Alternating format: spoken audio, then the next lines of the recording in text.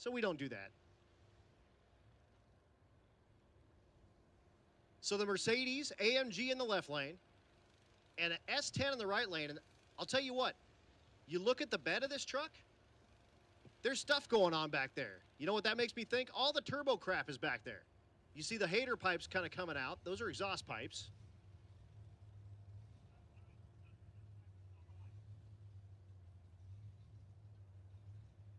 And you see the crew guy there. He opens the tailgate to get a little bit of airflow to cool down them turbos.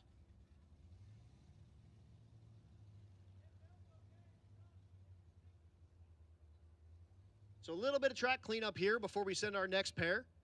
Again, NA big block. It actually aspirated big block. You guys should be making your way down to 3 and 4. That's one of our classes and one of the deals that we got going here. The naturally aspirated cars, driving them down the street is a different thing. The power you've got's the power you've got. The valve train you got's the valve train you got. This stuff is tough on valve train, driving it down the street, and obviously you guys are out there living in the heat. These cars are going to be driving in that same exact heat tomorrow as we make our way into Texas. And these naturally aspirated cars, like I said, the power they make is the power they make. If you floor it here at the racetrack and you floor it on the street, they make the same power every time. I mean, you can tune them down a little bit, take a little bit of timing and stuff out of them, but typically those cars are kind of on the ragged edge for driving down the street. So they're a harder thing to get down the street. Easier typically on the racetrack because they're not like hammering on the stuff at the racetrack with a bunch of boost or nitrous. But here we go. The Mercedes that his wife calls the Beamer. The cool S10 in the right lane. Like I said, all the crap sticking out of the bed. So that's all the turbo stuff. Those are the exhaust pipes. And there's 2 other holes for maybe cooling or whatever. But hey, if you don't have a space underneath the hood and you got a truck, shove it under the bed. Why not? Plumbing's plumbing, right? So we'll see that S10. That's the first time I've seen this ride. He's a local cat. So one of the Tulsa Midnight Drags racers out here. And that stuff's gangster. I mean, for years and years and years, that stuff's been gangster. And having some Midnight Drag folks out here and driving their stuff, we welcome you, man. He goes 10:59, 135. And that Mercedes goes 11:74 at 120. Melvin Verdon in the right lane with the Ford F100.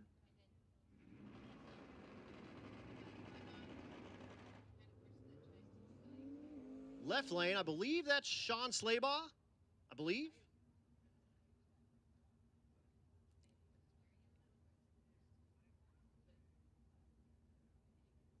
Slaybaugh should be probably in the 10-0 category. So probably looking for a 10 flat in the left lane. Not sure what class Melvin's in.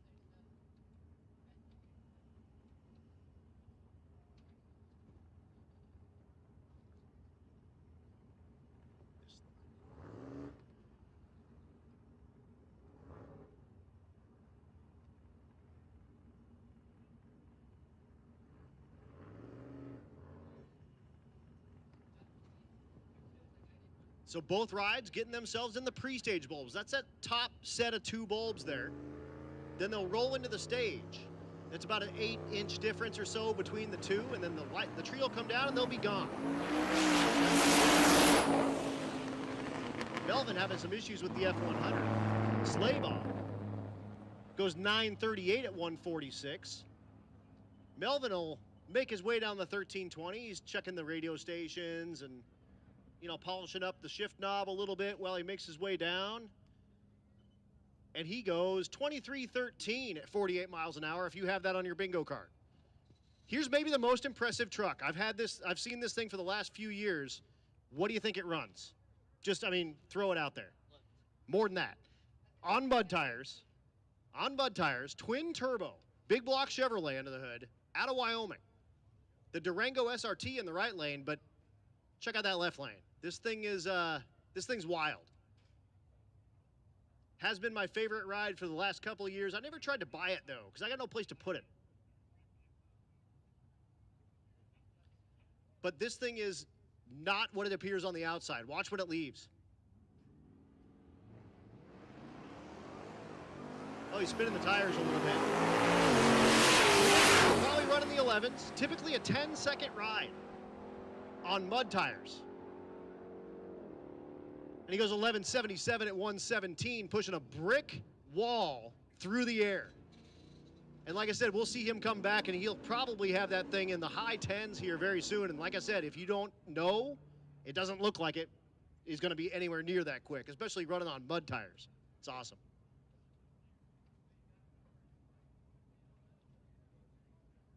Silverado in the right lane. Fletcher on the back.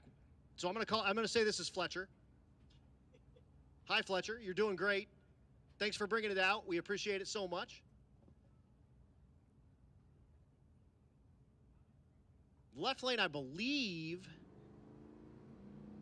I'm not totally sure.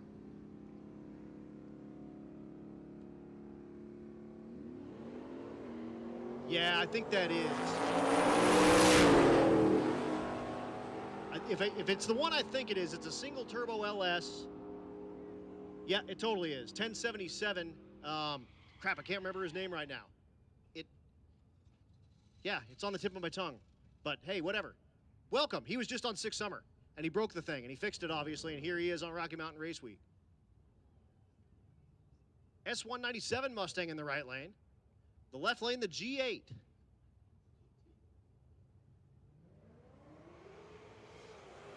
G8 is spicy.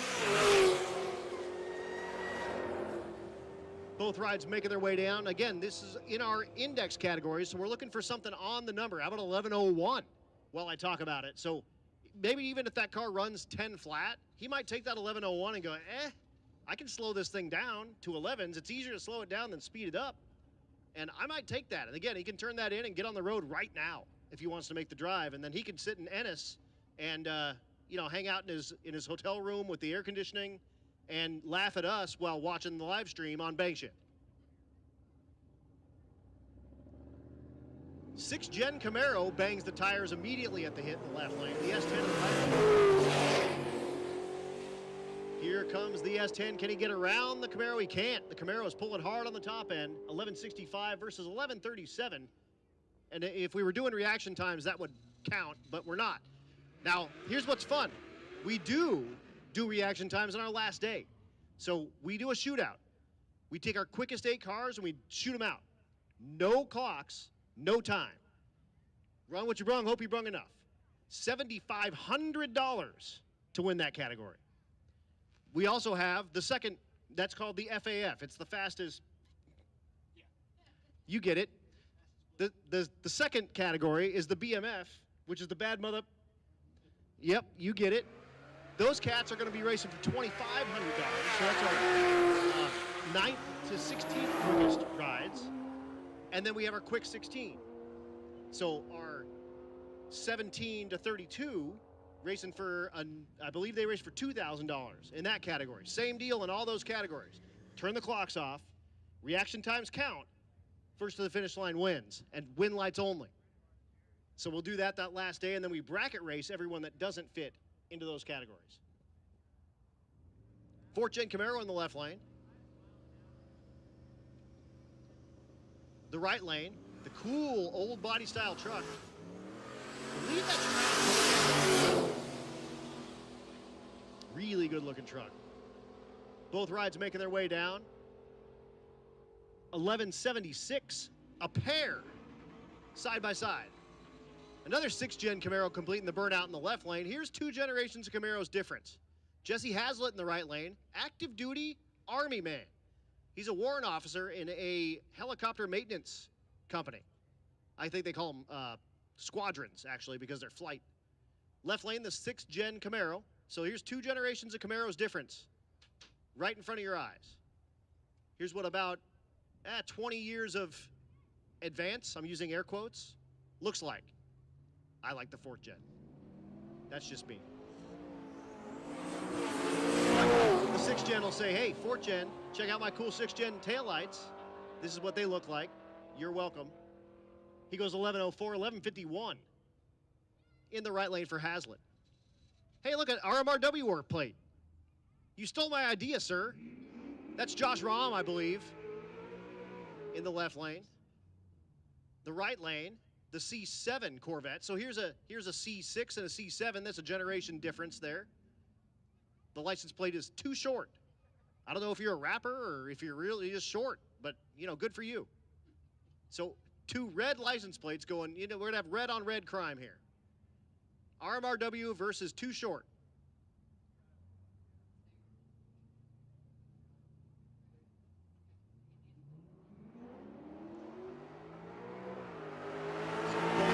Making their way down the 1320 here at Tulsa Raceway Park. Good side-by-side race here. 11:45 and 11:52. Cool wrapped. That's a Silverado. I was going to call it a Sierra, but that's totally a Silverado. Silverado. Drink. The early model of the Fox Body Mustang.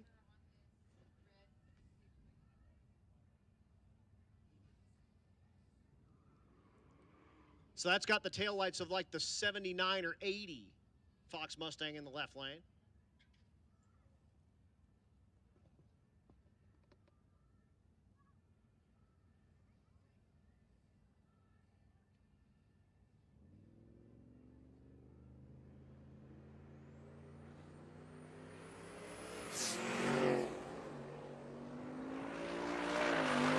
That Silverado spins all 4 tires, leaving the starting line. It also has some death smoke coming out of it, so hopefully that's not too bad. 13:54 in the left lane and 11:30 with smoke billowing out of the Silverado.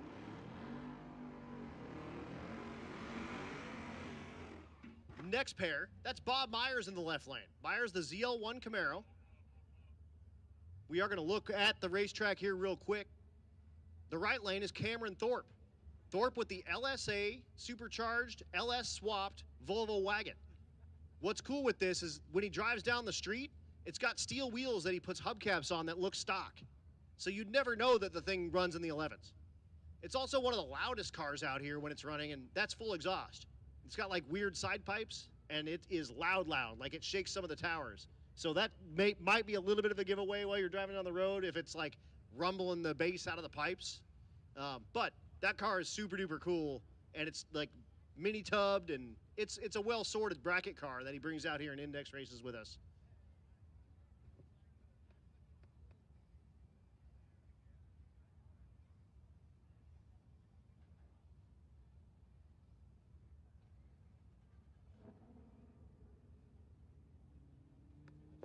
While I've got a little bit of quiet time, let's get stick shift. Stick shift, come on down 7 and 8, please. Stick shift, come on down. Lane 7 and 8, please. Do you have a stash of spare batteries? I'm down to just an empty battery. Sorry. Sorry, Boots. She's going to hate me even more. Not only do I not like you, but you got in the way of my hot dog.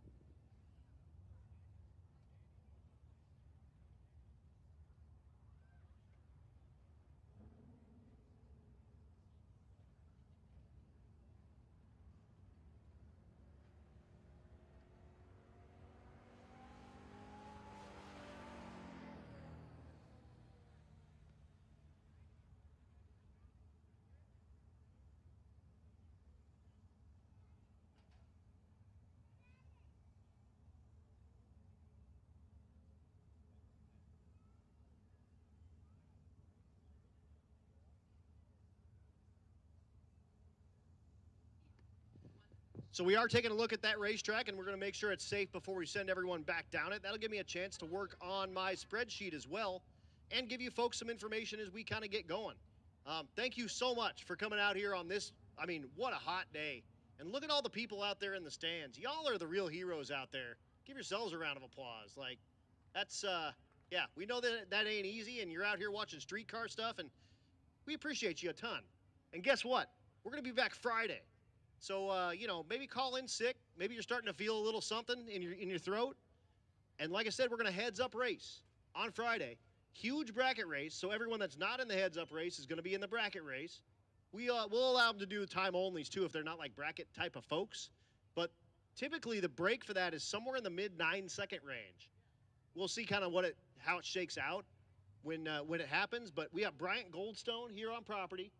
Bryant, last 2 weeks ago at 6 Summer, averaged 640. And he's got an AMC Javelin. Yeah, oh yeah, it's good.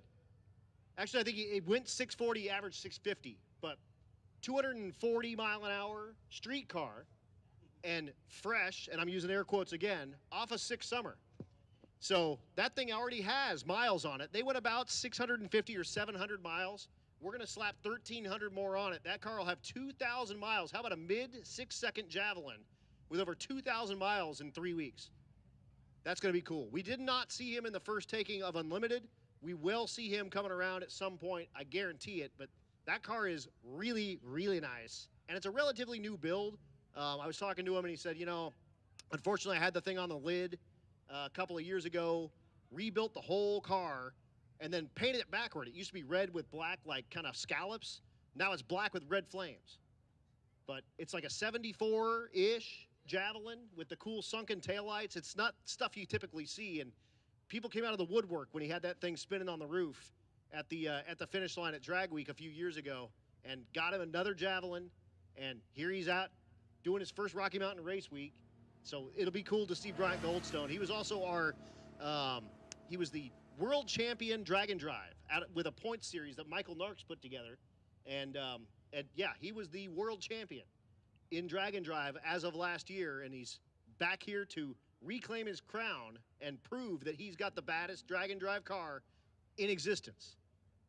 And we're really, really happy to have him here with us on Rocky Mountain Race Week. How about Bob Myers, the ZL1? He came out here and rode with his son Curtis and said, this is the most fun I've ever had. Sold a chassis car, bought this ZL1, and come do street racing type stuff. Also, what's cool, the Myers, we have 3 generations of Myers out here. So Bob is dad, we have Curtis, son, and we got Ari, grandson. So lots and lots of Myerses out here. Thorpe does his burnout. That's Cameron. We also have a ton of Thorpes. We got mom, we got dad, and we got son. This is son.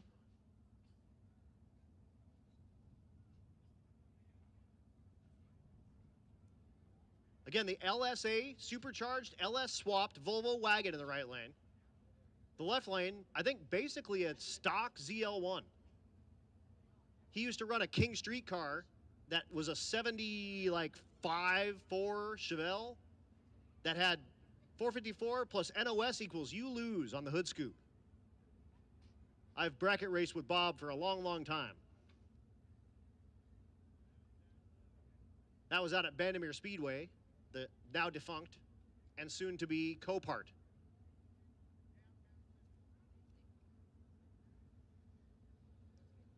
So both supercharged rides get in.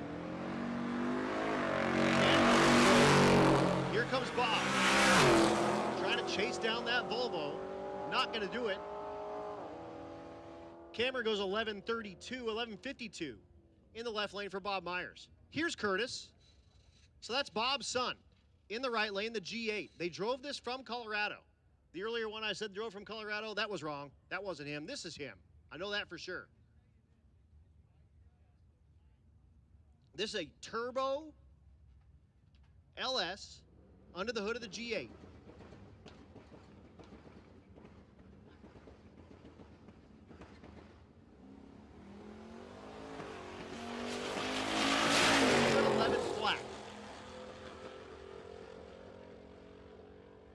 And we'll see Ari running a little bit later.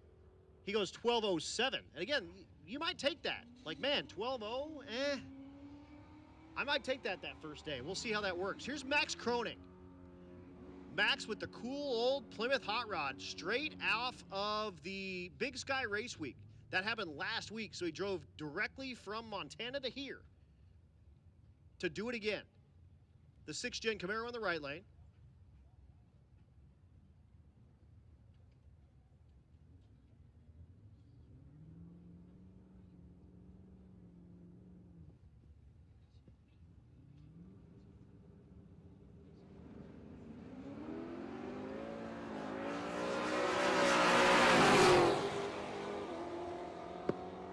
Both rides making their way down the 1,320-foot track here. 10:46 in the right lane, 12:26 in the left lane. Here's Keith Horton in the left lane. Keith with the awesome Chevy 2 Nova, one of the naturally aspirated small block entries. LS for power. Gets help from Bow Tie Racing engines. Out of Greeley. The right lane, cool second-gen Camaro. I don't know who that is. Well, that's a sweet car.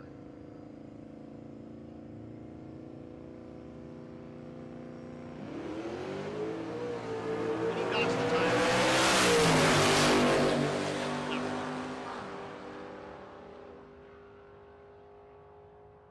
Chevy 2 goes 10:59, 12:16 in the right lane. 10:59 is spicy for that ride being naturally aspirated. I like it. Here's a pair of Novas, early Nova in the left lane, the Mordor variety. That's like the crew cab. The right lane, like the 68 to 72 style of Nova.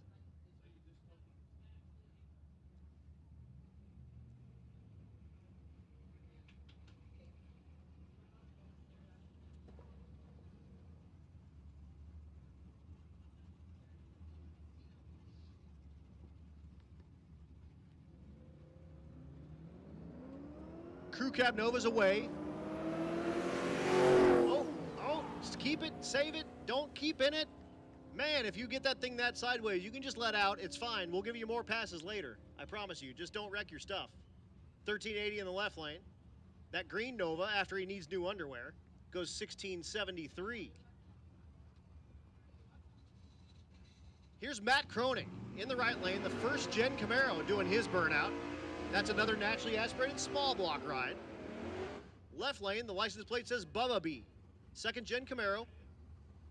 That's like the 74 or 5 or maybe 6. I think it doesn't have the wraparound rear glass, so I think 4 or 5 Camaro. I think 6 or 7 they went to that wraparound glass, and then the trunk changed and stuff. It's a whole different thing.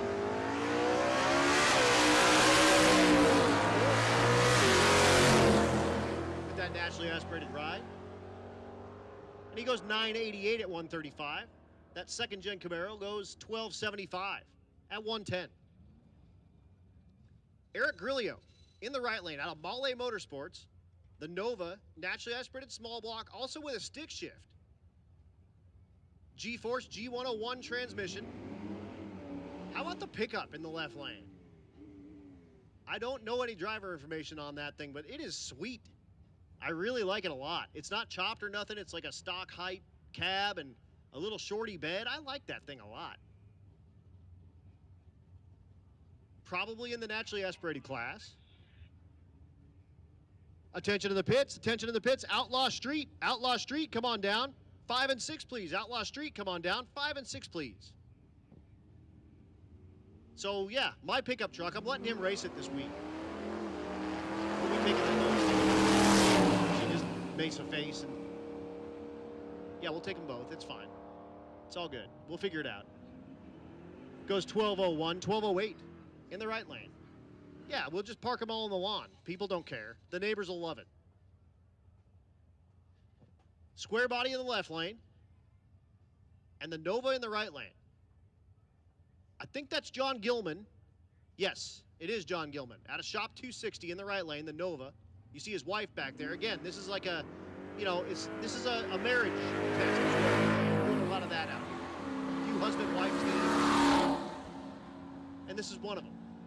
Gilman, the winner of our slowest naturally aspirated big block or small block ride a couple of times, goes 1169, aiming not to earn that turtle trophy.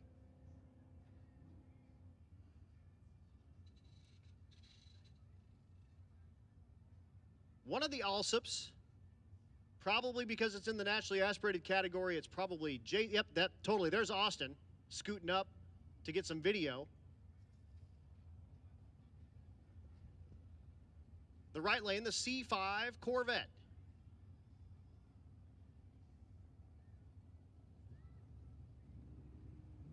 Let's see, I've got a racer in need. Got a couple of them, actually.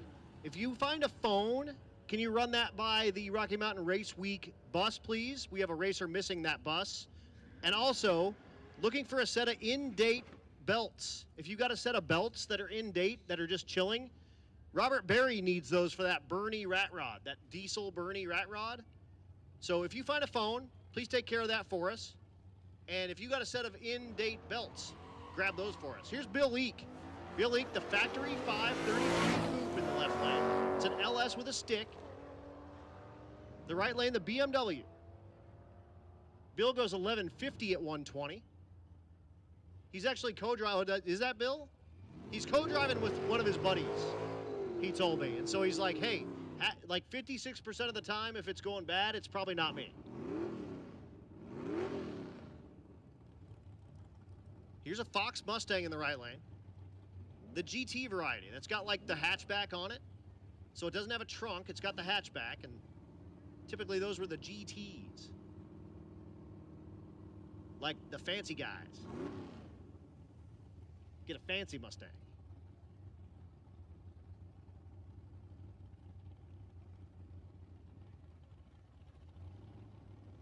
So this beautiful Mustang, again, driver information kind of trickling in as we get them put in. I'll get them updated, and I'll have them by the end of the day.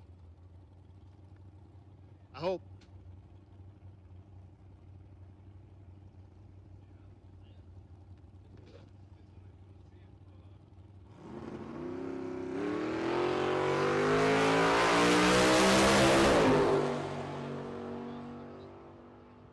Okay, I've got a racer in need.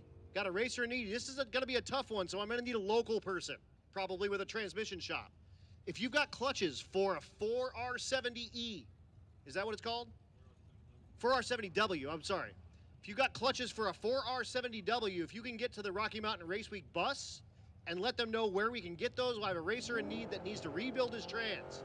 So if you've got a local trans shop around here or something like that that can help this dude out, that would be awesome. Run it by the Rocky Mountain Race Week bus. We will get them in touch with you when we find some more. So good luck with that. So if you've got a trans shop and or just happen to have some 4R70W clutches chilling in the back of your car, get those to the Rocky Mountain Race Week bus, please, so we can keep that racer in competition. How about the Olds 442? I believe a 65 model in the left lane. That thing's sweet. Nova in the right lane.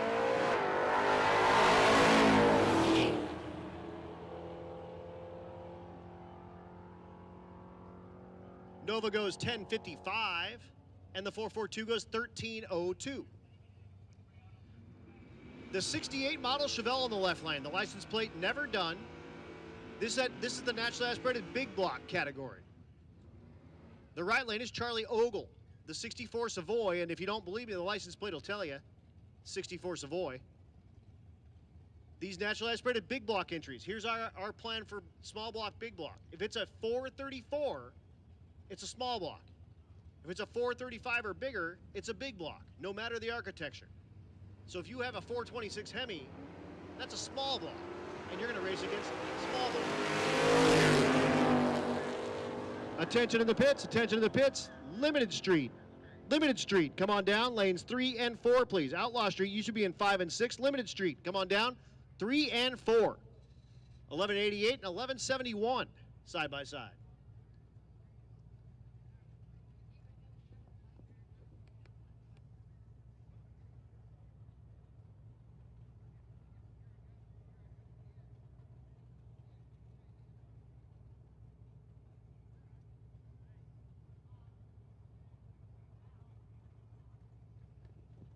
So again, that's how we differentiate small block and big block. The idea with that is that you can open up your local mail order, Summit or Jegs or anything like that, and you can build yourself a 434 out of a small block Chevrolet. So if you build a 434 out of a small block Chevrolet, you can bring it here and race in small block, naturally aspirated. If you build a 435 or bigger of anything, it's a big block. I don't care what architecture it is. So it works the other way. If you have like a small block Chevy and you stroke it to a 450, well, you're a big block now, in our eyes. It doesn't matter if it's got the two exhaust ports close to each other in the center. We don't care. Here's, I believe that's Jake Pringle. One of the Pringles. 385 Series Big Block Ford under the hood of the Fox Mustang in the left lane, and a beautiful 1970 model Challenger in the right lane. That is an awesome looking car with the RT livery on the side. I know nothing about that car, but I love it. That might be one I'll buy. We're gonna buy some cars this week. Stevie shakes her head in approval. She's for it. She wants an E-body Mopar. We'll take it.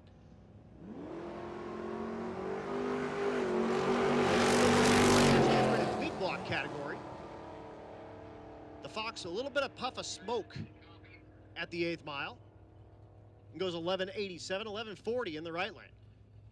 How about a 385 Series Big Block in a Fox Mustang? Like, that's a big, big, big motor in a little car. I dig it. Here's Jesse Medafrey. Jesse in the Truckter. It's some John Deere, and it's some S10, and it's some square body.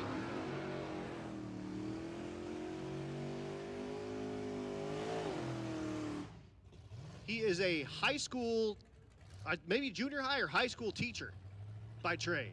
He's also a preacher. The right lane, the Silverado. So a little pickup truck on pickup truck crime, sorta. It's kind of pickup truck in the left lane. It's mostly tractor. How about driving that 1,300 miles? It doesn't have like side, like windows or nothing. And they'll make their way down the 1320.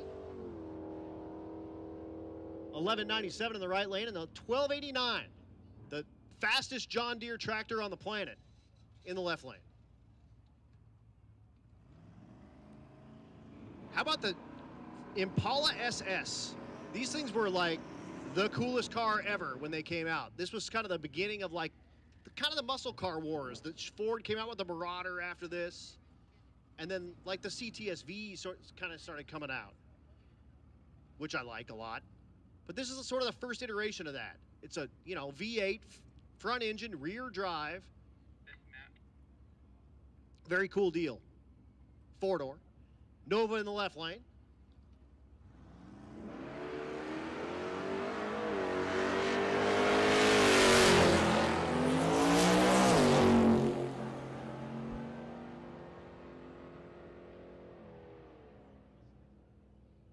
Scoreboard says 1248 and 1224 in the right lane.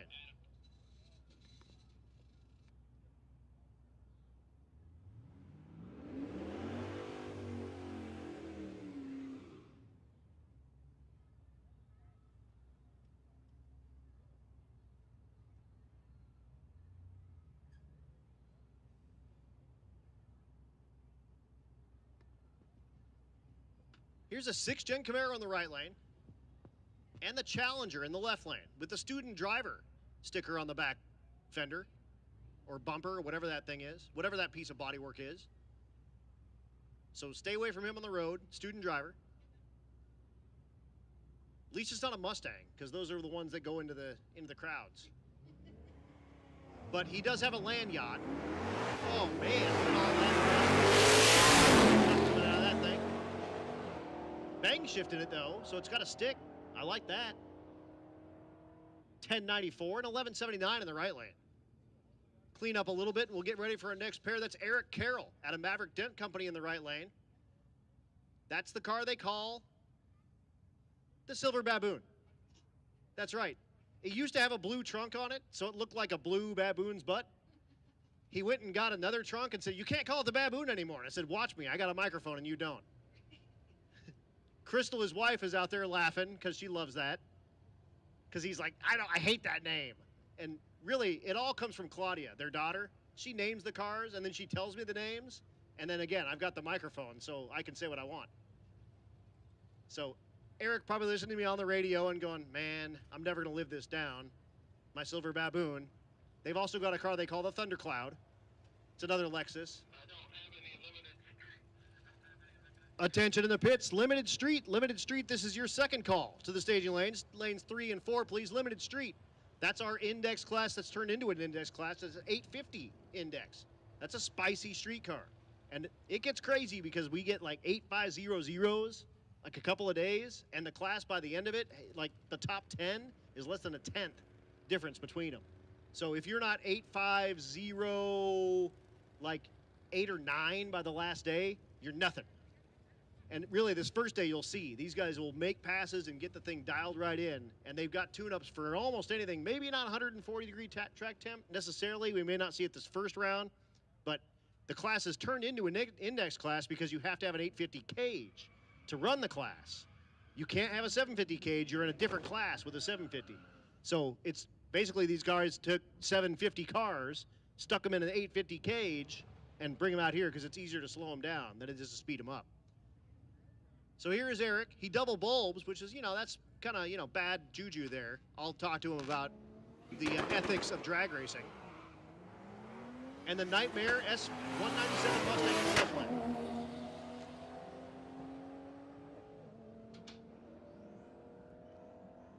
Mustang goes 1275, 13 flat with a 4. Wow.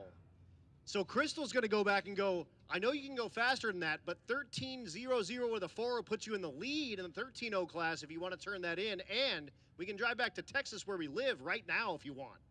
Just saying. She's not even listening to me. She's just walking away. 4th gen Firebird in the left lane and the Fox Mustang and get another one of that. 79 or 80 or 81 kind of variety. That left lane goes 12.09. Right lane goes 18.52. Here's Joel McGill on the right lane, the stick shift OBS truck.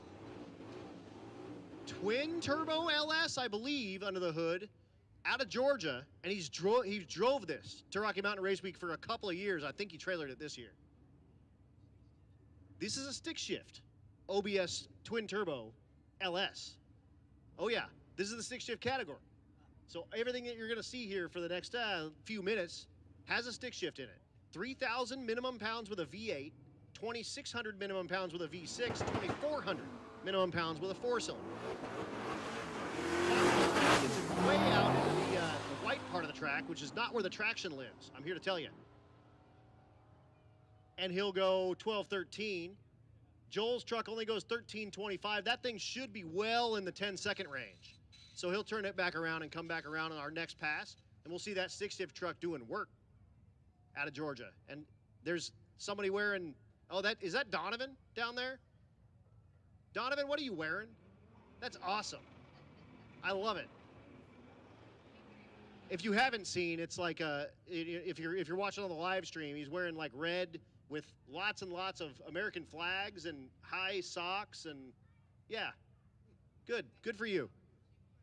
Good for you. How about a Honda Fit? Okay. Left lane is one of those early Supras. So we got a little bit of a strange import on import race coming at you. I can tell you that stock Honda Fits are slow.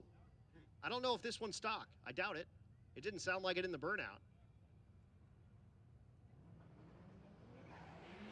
It is not. It's like, hey, Supra, check this out. Here's what the back of a Honda Fit looks like. You've never seen that before. You have today. So that Fit goes 13.49 at 95. That's pretty good for that thing.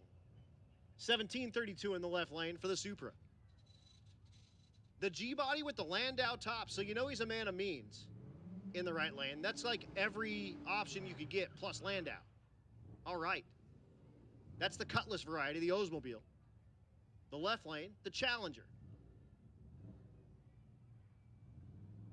Challenger says David's, I think, as a license plate.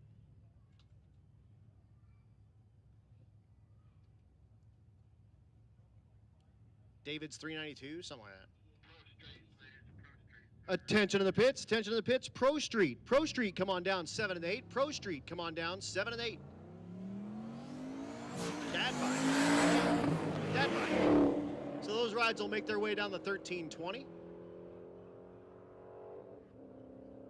The top does look like it's going to come off. It's the Landau is making its way off that car. 12.34 in the right lane, 14.31 in the left lane. And here is your odds-on favorite to be a winner in that stick shift category in the left lane. That's Bill Armstrong. the 66 Fairlane, and the dude doesn't own a truck and trailer. He drove it here from Colorado. It also got like 16 miles a gallon in that pass, and guess what? It runs in the 8s. You see the parachute on the back. That means it's capable of over 150 miles an hour, and I can tell you I've personally seen this car go 165 before. It is real deal steel. The whole thing is steel except for the hood. It does have a fiberglass hood. That's like a Fairlane 500 replacement hood on it. And if you go and look at it, like the roll cage and everything is the same exact color as the interior, and it's got a stock wheel in it, and there's an 8-track in it with Barry Manilow. I kid you not, it's got Barry Manilow in the 8-track. It's got a T56 transmission, so it has 2 overdrives. 5th and 6th are both overdrives, and that's how he can drive the thing down the street. And Ford fans rejoice. It's Ford powered. 427 cubic inches of Windsor with 2 turbos under the hood, and they still fit under the hood. It also has full exhaust. Full-on street car. He drives this thing to work a lot. The right lane, the license plate, M6ZL1. So it's a 6-speed manual ZL1, which is like the, hot rod Gen 6. It's got the LT4 motor, so it's got a supercharger. But talk about being the second prettiest girl at the dance, racing against Bill Armstrong. I mean, it is pretty cool, but, the Fairlane. I mean, come on, the Fairlane. So Bill has been as quick as 864, I think, 868, something like that. He's looking to go an 851 or better. The roll cage cert's only good for 850, and his buddy, Rich Guido, went 851 in 6 weeks. So he thinks he's got something throughout the race week. In the heat, goes 10:07 at 154, way off his normal pace. And that 6th-gen Camaro goes 11:75. So we'll see Bill come back and try to put that thing back in the 8s. David Smith is back. Not back, but our first look at the Viper. The license plate, nope, LOL. The right lane, the S197 Mustang, the license plate, slow, SLO. All right. The entire top end of the engine of the Viper was out of it as early as like 2 or 3 weeks ago. The V10 under the hood, basically a 360 with 2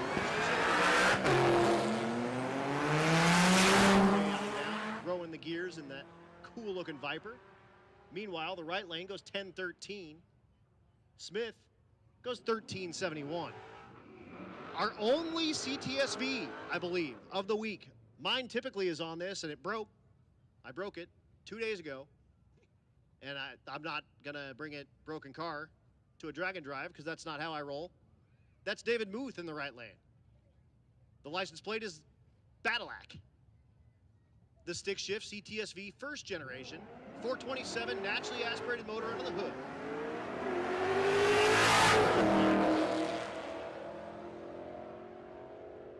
Those CTSVs are 4,000 pounds. I know that.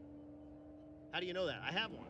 1295 in the left lane, 1251 in the right lane. Here's Nick Ball. Nick, the CTSV Coupe in the right lane. Nick is my buddy Steve's nephew, and my buddy Steve got me into drag racing. So, we got that going on for us. Left lane is Brendan Mole, I believe, the slow 2JZ license plated ride. Nick with the LSA supercharger under the hood with the 6-speed manual behind it.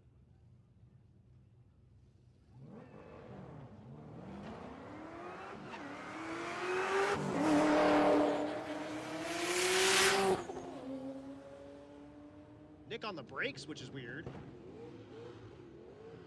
Goes 11:47 at 124, 11:93 in the left lane. Phil Balmaceda in the right lane.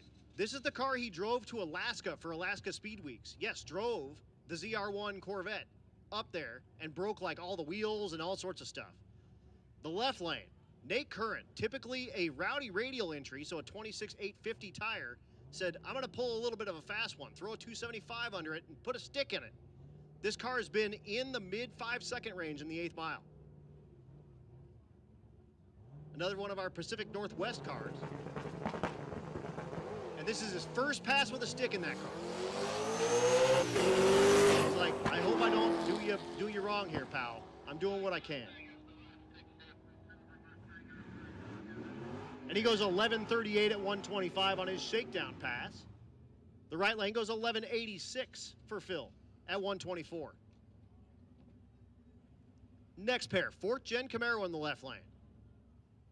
Our second to last stick shift taker.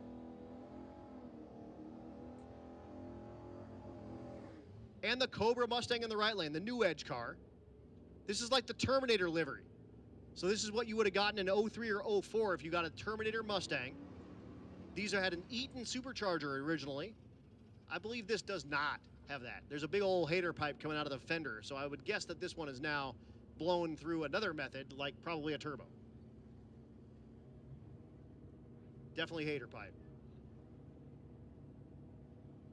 Definitely a hater pipe. Typically the hater pipe comes out of the hood, but I still call it if it's coming out of the side. I mean, because you can two-step right in somebody's window, and you can hate on them a little bit. So a little GM on Ford crime coming at you. Banging gears, making their way down the 1320. 11:14 in the left lane and 10:46 in the right lane. Let's see, I got a racer in need. Colt Rist needs a one-wire alternator for an LS motor with that black Impala SS. So if you have a one-wire alternator for an LS, and I can tell you what, actually, Colt, if you use the later model, like 2-pin, like the square pin alternator on that, it will self-excite. It won't charge like 14 volts, but you'll get kind of low to mid-13s, and it'll work. So you can just throw that in there and not hook anything up to the exciter, and it'll work for you. Honestly, like an 08, 09, something newer, LS, you're going to be in good shape. Put that thing on there. 10:08 in the right lane and 9:99 in the left lane. How about a Pinto wagon? Is that a Pinto or is it a Vega? It's a Vega. It is a Vega. That's cool. It's got a blower hanging out of the side of the thing. It's got a hole in the hood for an alternator. I dig it. Apparently, we're going to take it home, too. Stevie wants it. The Nova in the right lane. And once again, Pro Street, you guys should be making your way down to lanes 7 and 8, please. Pro Street, 7 and 8.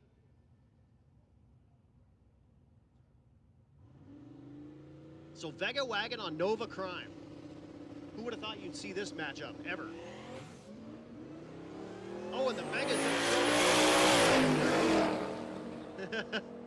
the Nova struck the tire immediately, and I was like, well, this will be good. You get to go and tell your friends you got beat by a Vega Wagon. He goes 10:27. That wagon goes 12:34. Attention to the pits. Attention to the pits. Gasser. Gasser category. Come on down lanes 5 and 6, please. Gasser. Come on down lanes 5 and 6, please. And 12-0. 12-0. Come on down lanes 3 and 4. 12-0. Come on down lanes 3 and 4, please.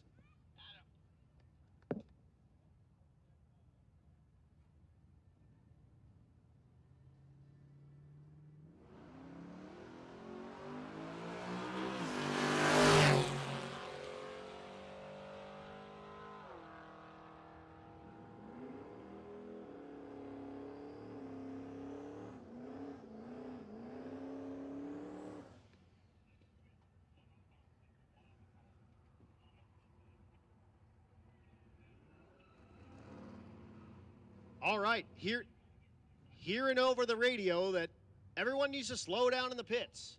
The pits do have a speed limit of like 10 miles an hour. So, yep, 2 wheels, 4 wheels, 1 wheel, 10 miles an hour. So make sure you're moving slowly in the pits. You got nowhere to be. You're at racetrack on a Sunday, and you're partying on Rocky Mountain Race Week. So, you know, make sure you don't like hurt yourself or anybody else out there. We're having fun. We're trying to like party. And if you hurt someone, we're not going to be partying. It's Tim Myers in the right lane. They call him Timmy 2 Turbos. Out of Nebraska. Goes 10:01, 148, 12:11 in the left lane. Mustang with a hater pipe. Gotta love the hater pipe. This is the SN95 version of the Mustang. This is based on a Fox body, kind of loosely.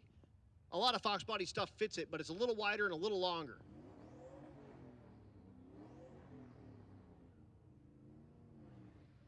There we go. He does let off the clutch and gets the thing moving and rose gear. A stick shift ride. So I already like it.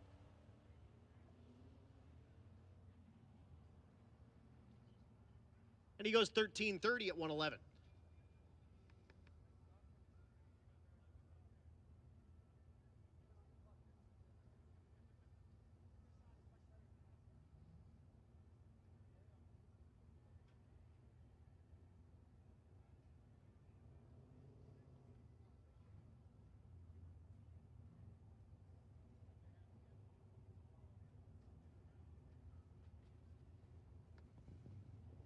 What the heck?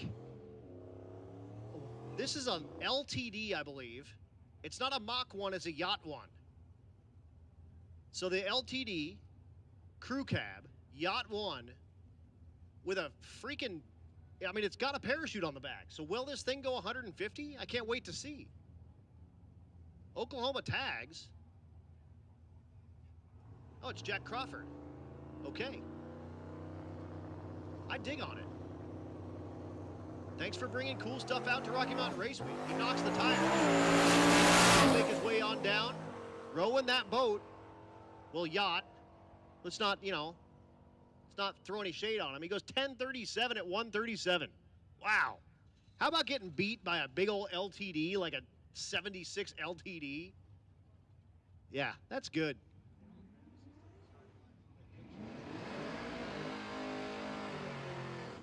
Here comes our next pair here. The S10 in the right lane. And the third gen Camaro. So he'll let the mullet out of the back of the helmet. And he's got Leonard Skinner just cranked. As high as it would go. It might be a hairband. It might be Motley Crue. It could be Faster Pussycat. I don't know. I don't know what he's playing. But he's got a mullet, and it's probably awesome. And it's rocking. And he's got Pioneer speakers, just making it happen. The S10 takes off. He had some ignition issues because it shut off and turned all the way back on. And then made his way down the 1320. He is ahead of that Camaro. And goes 1198, 1157 in the left lane. Once again, gassers, you guys should be in 5 and 6. 12-0, you guys should be in 3 and 4, please. The Malibu, the G-Body.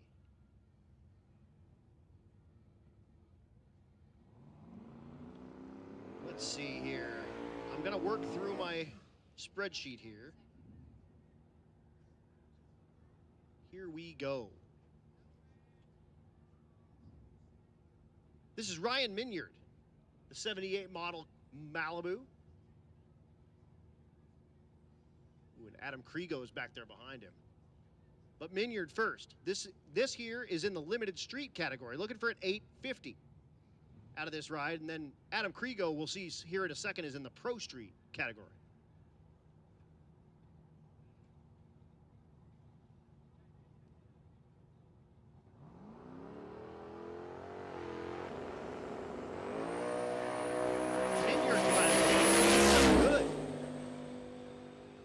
He's 566 in the 8th, so he's not going to be 850, but he goes 879 in the heat. That's a pretty good lick for your first pass in the heat here at Tulsa, looking for that 850. Here's Adam Krigo. Krigo in the Pro Street category, the 68 model Nova, Pro Charged Big Block Chevrolet under the hood, and this thing is wicked. The right lane.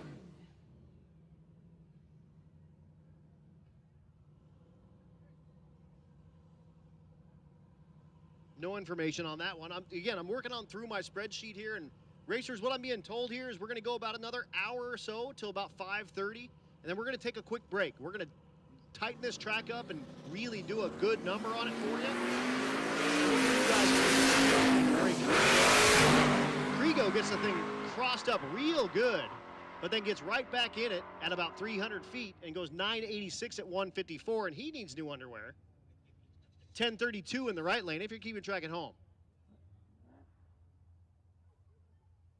You can see the marks that thing made, and it was like way over into the white part and the blue part of the center part of the track. He actually was in the other groove with the left tire here for a little bit. Pretty wild.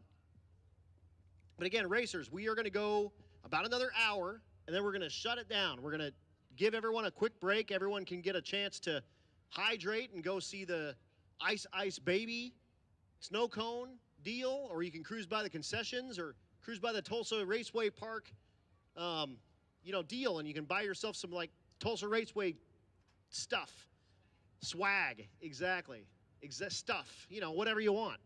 And we'll give you guys a little bit of time while we get this track all squared up, and we were going to bring you some fast times here this afternoon.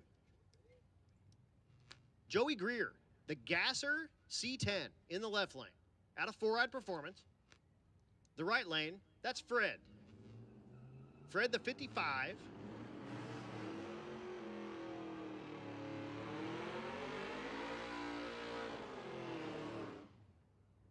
Where are we at? We're in Gasser. Gasser. There we go. 4 entries in Gasser. So here's 2 of them.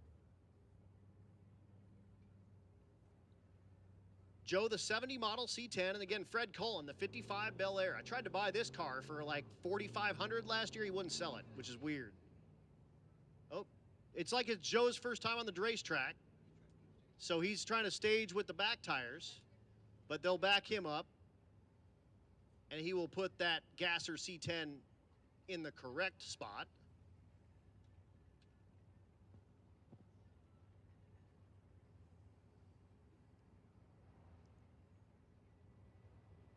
Fred's cool. He'll drive this thing one pass, and then he'll go just drive it through the pits with your kid in it.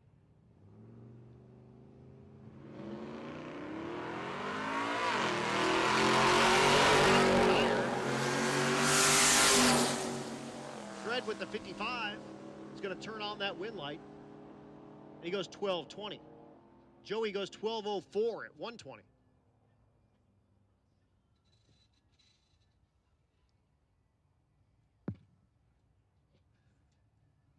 And this looks like not a gasser, so this looks like we're back into an index category. This will be the 12-0 index category. So looking for 12 flats on the scoreboard at each of these passes. There's a cat out here with a Race Week 2024 flag on his back. That's awesome. Thanks for bringing that thing out. And he's got like a picture of somebody in like a bunny outfit. Okay. Yeah. Wave that thing around so I can't see it better.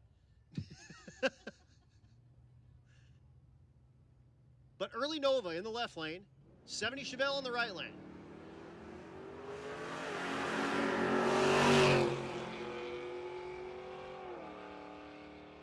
Stripe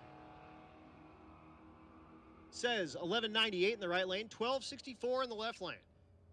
Here's Eric Wilson in the right lane, the International pickup truck, Turbo LS for power. And the left lane is Luke Newwolf. Oh, it's you? Bandamia. Hey, Bandamia. Nice. I like the flag. That's awesome. That's Dylan Schaffner. But Luke Newwolf from Sick the Magazine in the left lane. His boss said, you can grant that Challenger if you like, or I'll fly you to Detroit and you can come pick up a Hellcat. And he said, give me the trip to Detroit. He drove it 900 miles down here to compete in Rocky Mountain Race Week for his first Dragon Drive. He goes 12:35. 12:37 in the right lane for Eric Wilson. That Charger's got it, I think. He spun the tires hard. It went 211 to 60 foot and only 820 in the 8th. So I think he's going to have something for that 12-0 category. Luke's out of Australia, typically races motorcycles down there, and also the editor of Sick the Magazine. And Sick is also our presenting sponsor here at Rocky Mountain Race Week. So I appreciate him because he's paying for me and the live stream. So, thanks, Luke and Tom and everybody over at Sick. Appreciate you guys a ton.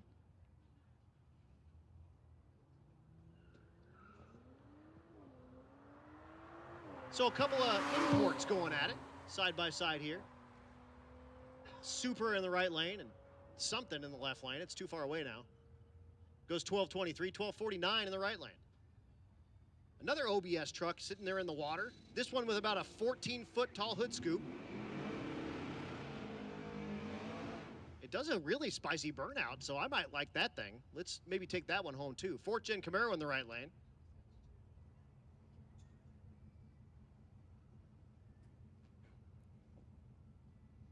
Looking for 12 flats in this category. So when the scoreboard lights up and it says 12-0 anything, all these people are going to be cheering.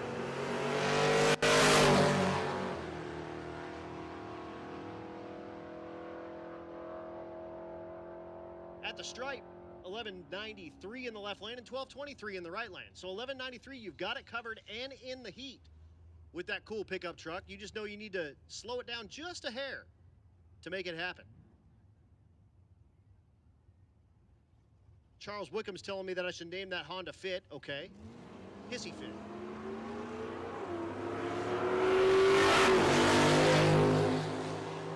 So a little Ford versus Chevy action. Fox Mustang and a 4th Gen in the left lane. Looking for 12 flats. 1250 is too slow. 1320 is way too slow.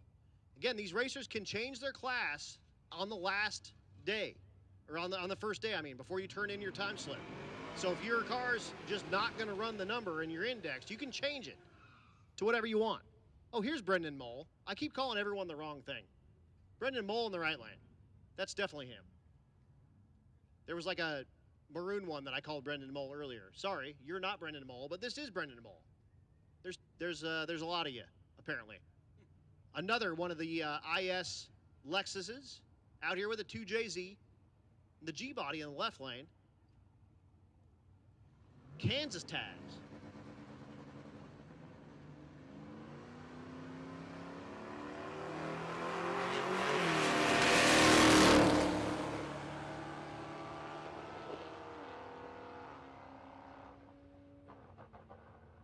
Survey says 12:02. He's going to love that in that very first pass. 15:22. So Brendan goes 12:02 in the 12:0 category and may just take that. Cool OBS step-side truck in the right lane and a cool C10 step-side truck in the left lane. So a little step-side on step-side crime coming at you. I think a step-side truck's going to win this race. I'll bet you $1 million. That does have a stick. Yeah, he's banging. Right. You can be in my club. But a step-side truck won, and you owe me $1 million. I'll be by to collect my $1 million later. Thank you guys so much for playing. The stick shift one goes 1381 at 108. And let the Wishmans know that I have about $30 million coming, so I'm coming for that 55. 3rd Gen Firebird in the right lane. These are such a cool looking car with the flip up headlights and stuff. If you had one of these in high school, when I went to high school, and I'm going to date myself a little bit here because they were like new, you were kind of, king ding-a-ling. Left lane, the S10, that's the smooth boxy version. Both rides making their way down the 1320, looking for 12 flats. 1249 is no help. 1308, again, you can take that and go, I might just join the 13-0 category and have a little bit of fun and see what we can do. Every class here pays, so you can win $1,000 if you race a rowdy radial car that's like fire breathing and doing all kinds of crazy stuff, or you can win the same $1,000 with a 14-0 car. The Disco Era Nova in the left lane, that's like the 77 and newer.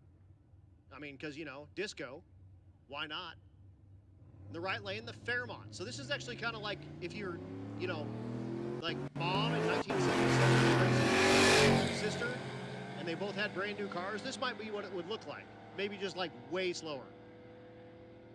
The Fairmont goes 1223, 1332 for the Disco Nova in the left lane.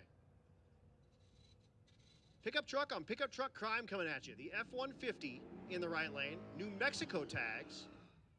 Left lane, Texas tags, the S10. That's the square version. You saw the swoopy one earlier.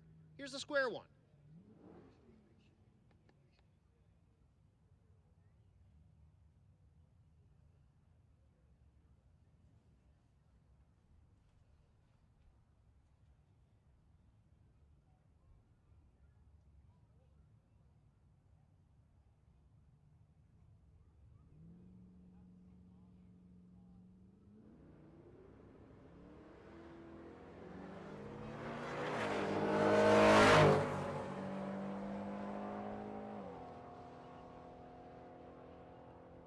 both rides making their way down the 1320. 1234 in the right lane, 1153 in the left lane.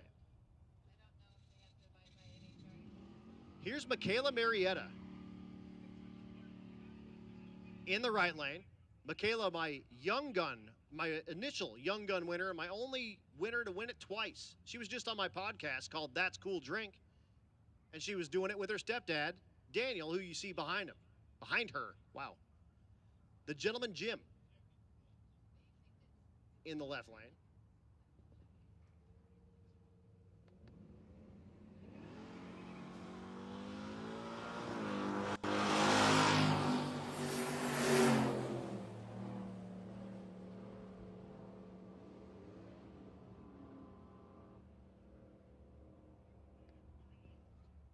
$11.78 in the right lane. That Gentleman Jim square body goes $13.87.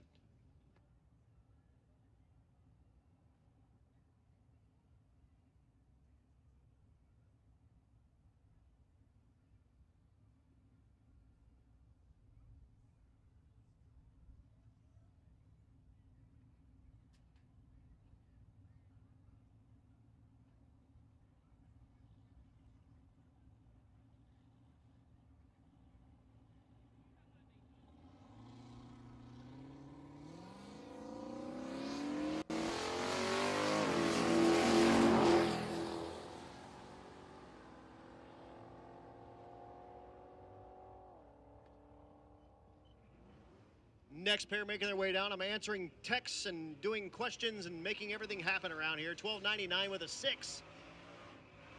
That's just that much too slow to put that in the 13.0 category. $12.19 in the left lane. Yeah, here's your burnout contest winner, the Silverado in the left lane. I think it is. I'll see it when the smoke clears. The F-150 in the right lane. The license plate on the left lane, Sleepy. Zzz.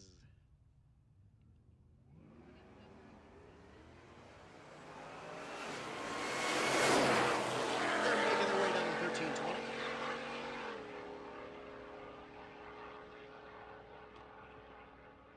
$12.30 in the left lane, $12.37 in the right lane. Man, here's Greg Jones pulling in the right lane. The beautiful Nova. What's really awesome about this? It's got hand controls. He's in a wheelchair. So he works on the thing, he does all the fab work on it, he drives it with his hands, and he drives it down the road going 1,300 miles without the use of his legs. It's absolutely, we've got 2 of those actually. Sean McGuigan typically has a twin-turbo F-150 with a Coyote in it as well. That truck is spicy. Unfortunately, his last pass at Rocky Mountain Race Week last year blew up both the engine and transmission in the burnout box. Yeah, not good.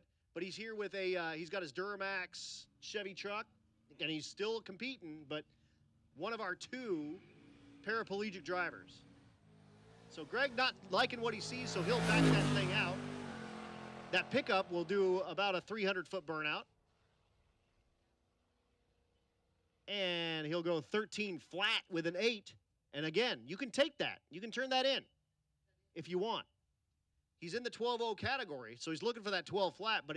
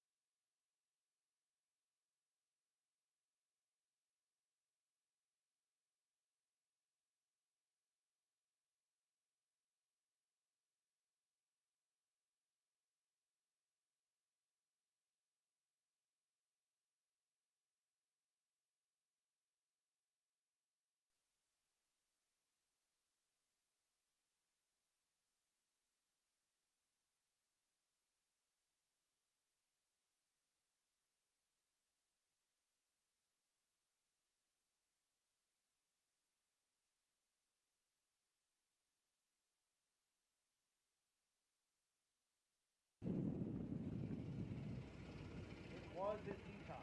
Oh, man.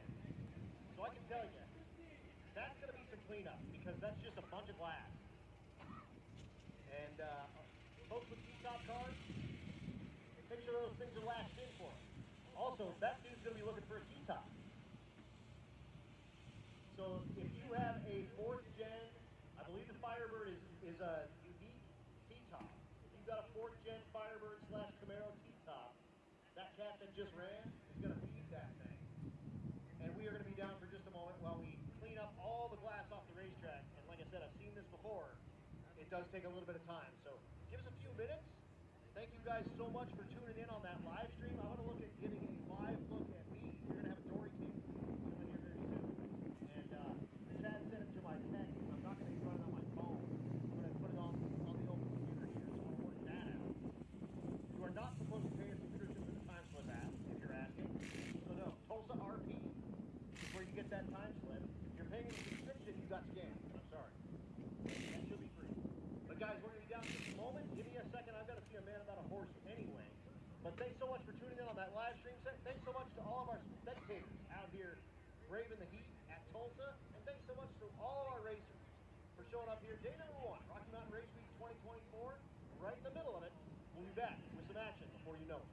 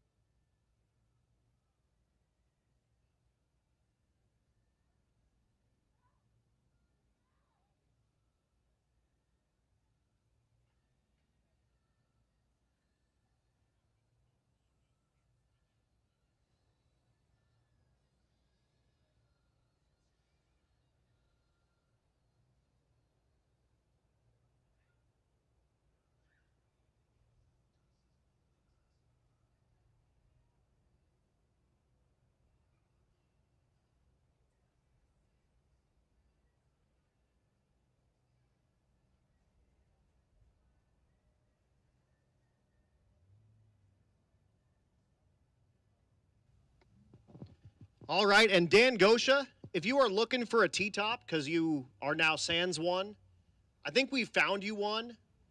I am going to send a text over to June Allison. She's got a guy's Facebook that has apparently like multiples. Very, very worst case, Chris Story has one as well that he'll let you borrow for the rest of the event as well from Chris Story Photo. But, Dan, sorry to hear about your T-top. That's a tough break, pun intended. But cruise over to June Allison at the Rocky Mountain Race Week bus. It's the brand new bus. It's a very cool deal. They've got the whole merch trailer set up in the bus. No trailer anymore. And they've got it registered as an RV, so anyone can drive it. It's pretty good. Yeah, Tyson, the eldest of the children of the Frost Allison clan, wanted to take it to prom and put all of his friends in it. And June was like, there ain't no way NHE double hockey sticks that's going to happen. But cruise over by the Rocky Mountain Race Week bus. I sent the guys information over to June. She can get you over that information, and or Chris Story has one he will let you borrow, but you can't break that one or else. So, Dan, make your way back to the pits and then work your way over either to the Rocky Mountain Race Week bus or find yourself Chris Story, and we will get you a T-top to complete your week. And Dan will be a contender for sure in that 12-0 category, so he will for sure want one of those to keep on rolling.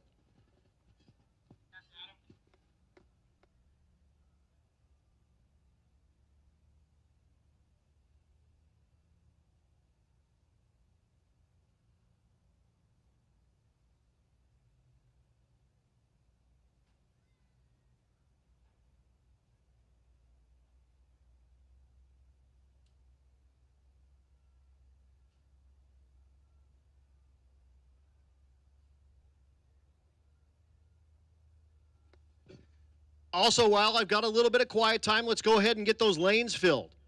So attention to the pits, 13-0. 13-0, come on down, lanes 7 and 8, please. 13-0, come on down, lanes 7 and 8, please.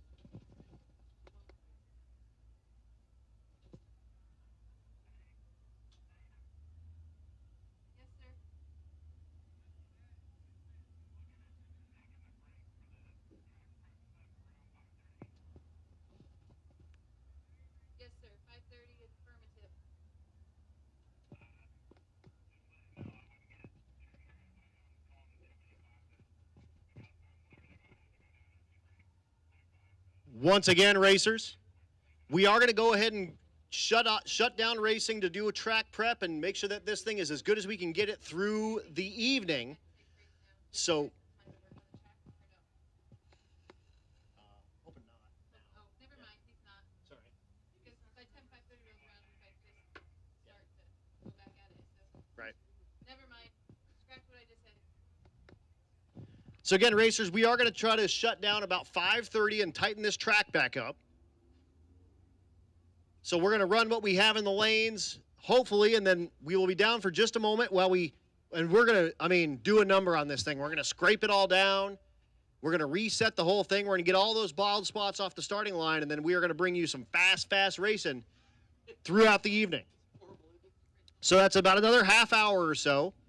We're cleaning up all that glass from the T-top there on the top end, and we'll run out what we have here in the lanes. We are running through 12-0 right now. I did just call 13-0 as well, so 13-0, come on down 7 and 8. We'll run those, and we'll really tighten this track up. We'll bring up 14-0, then do Junior Street, and then start back at the top of the order there with Rowdy Radial.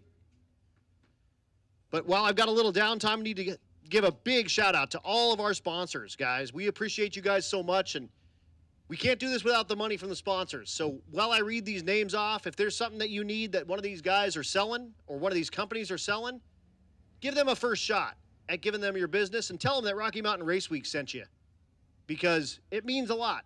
Like, they need to know that they're getting a little return on their investment, and you need to know that you're getting the best parts that you can get. So Motion Raceworks, of course, made in America, shipped in America, lots and lots of American workers. And I got a chance to do a little bit of a tour through the Motion Raceworks facility a couple of weeks ago, and that place is amazing. 50 Americans working hard in Iowa, doing all that stuff. It's awesome. We appreciate them a ton. Of course, Sick the Magazine. That is a coffee table book based solely on drag and drive. So every drag and drive has something in that magazine. It's a two-sided deal. It's full color from cover to cover, limited ads in it. And one of those ads is going to be for Motion Raceworks because they put their money where their mouth is and they love this drag and drive stuff. So go check that out, sickthemagazine.com, or on all of your social medias, Sick the Magazine or Sick the Mag. And they also are going to do Sick 66, where they're going to run a ton of Route 66, and that's coming up very, very soon. And Luke also just released the Gasser 66 movie on the Sick the Mag YouTube page, so go check that out. They bought Jim Forbes' old Chevy 2 Gasser. They drove it from South Arizona area. I think he's in Sierra Vista, Arizona, to Michigan. But they drove it along that Route 66 route, and that's what's going to be on that 666 coming up very soon. So check that out. Check out all the Sick the Mag stuff. They are doing some good stuff in the drag and drive kind of world. And again, thanks to them for bringing me on, or paying for me. Matt brought me on, but they're paying for me. They're paying for that live stream, and they're a presenting sponsor here and brand new sponsor at Rocky Mountain Race Week. Juggernaut Welding and Fab, they're out there in the pits. They are doing a ton of on-site fab and welding for all of our competitors, and they're also doing it along the route and everything. So thanks so much to Juggernaut. You guys are awesome. We appreciate you so much. Disorganized Grime. That's a club clash class from Bandimere Speedway that I've raced with for a long time. Stevie, my lady, has raced with them. Steve, who actually is sitting behind me, has raced with Disorganized Grime before. So we appreciate them a ton. Of course, with Bandimere Speedway being defunct at the moment, they don't really have like a home near where they're at. So I think they're racing a lot in Julesburg a little bit and in Pueblo. So that's super awesome. Thanks for being on again, Disorganized Grime. Dive Bombers Garage. Appreciate you guys coming on. Edge Welding Supply.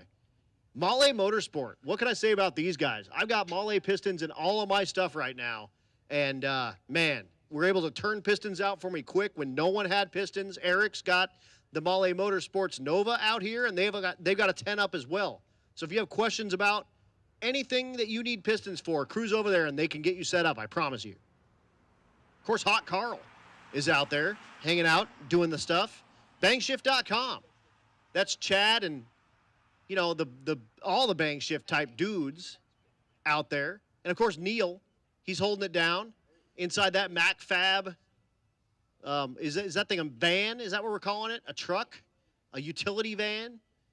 But those guys are bringing you that live stream, so thanks so much to everyone tuning in on Bang Shift for all of that. You can go to bangshift.com. They've got all those cool, like, daily updates of all kinds of cool cars and stuff going on and everything going around. And Chad kind of, you know, of course, the man behind the plan with that. And Chad and I just got done with the Aztec 200. That was a O'Reilly Auto Parts deal. Go check that out. We had, like, maybe the most fun that two dudes could have with microphones in their mouths talking about crazy YouTube dudes driving Aztecs around in the Tucson desert.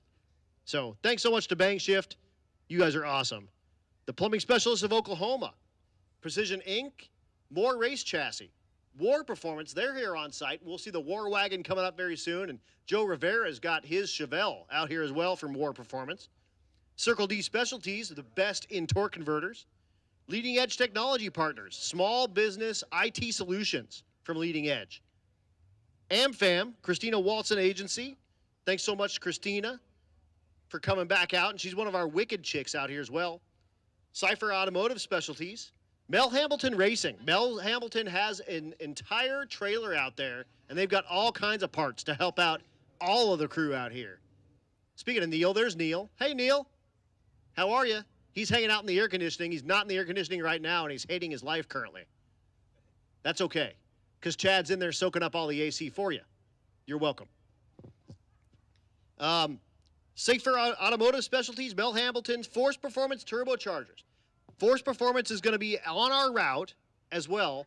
And Robert out here competing in his first drag and drive from Force Performance. So thanks so much to Force Performance. If you have a turbocharger need, check them cats out. They will get you taken care of. Moody's Performance, motorcycle performance stuff. Of course, that's Dustin Moody. He's in the motorcycle class. If you have any motorcycle performance stuff you need taken care of, Moody's is your place. Of course, Brian Tooley Racing, they are down there. They got the tent out there. They got the whole trailer full of parts ready to go for Rocky Mountain Race Week competitors. In fact, they brought me head gaskets to the race here. So 0 shipping. Appreciate that. You're already driving here. You can bring my head gaskets with you. So thanks so much to those guys and Paul and the BTR crew for coming out here, and they're helping out a ton with the Thiessens as well. So Brad and those guys out there with BTR flying those colors proud. Appreciate BTR being on board, and they've got a little bit of help as well from Driven Racing Oil. So if you need oil, they've got Driven Racing Oil down there at the BTR tent. So cruise down and say hi to those guys. Of course, Nobody Else's Auto. That's from the awesome, like super awesome private junkyard out there. It's a salvage yard. You don't call them junkyards to guys that own them, because they're like, none of this crap is junk. That's Chad Ehrlich out there. So thanks so much to him. He helps a lot with the Road Week trophies. Racers, keep an eye on Road Week people. They have red numbers on their cars. If they're doing something kind of exceptional, make sure that somebody knows about that. Let the ladies know at the Rocky Mountain Race Week bus, and we will give out awards for both the spirit of Road Week and the Hot Rod Road Week car. And Road Week cars, they're like our idea of like Power Tour. So they cruise around, they get to do all the cool, fun stuff. They get to go to all the awesome checkpoints, and they get to rub elbows with dudes like, Steve and Nick and, all the stick shift typey dudes and whatnot. And we're actually going to do what we can to get those folks quarter-mile passes. We'll get those guys teched Wednesday in Ennis at Texas Motorplex. And if we have a chance throughout the week, we will get you guys quarter-mile passes if you want them. Tuned by JP. Jim Parkinson's out there. He's got his second-gen Camaro that they call BG. He hangs out with Clint Sadowski, and they're all there pitted together, and we will see him coming up here, I believe, in the Outlaw Street category at some point, and we will see that BG car making its way down the 1320. Of course, 4-ride performance tuning, that's Joe Greer with that Gasser C10.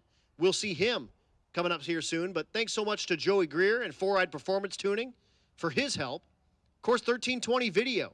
Man, Kyle and the guys, we're missing them a ton this week. They are out, unfortunately, covering some other stuff. Unfortunately for them, they get to see all sorts of cool stuff that's running around there. Oh, that's right, the coupon code. Man, Paul, on it.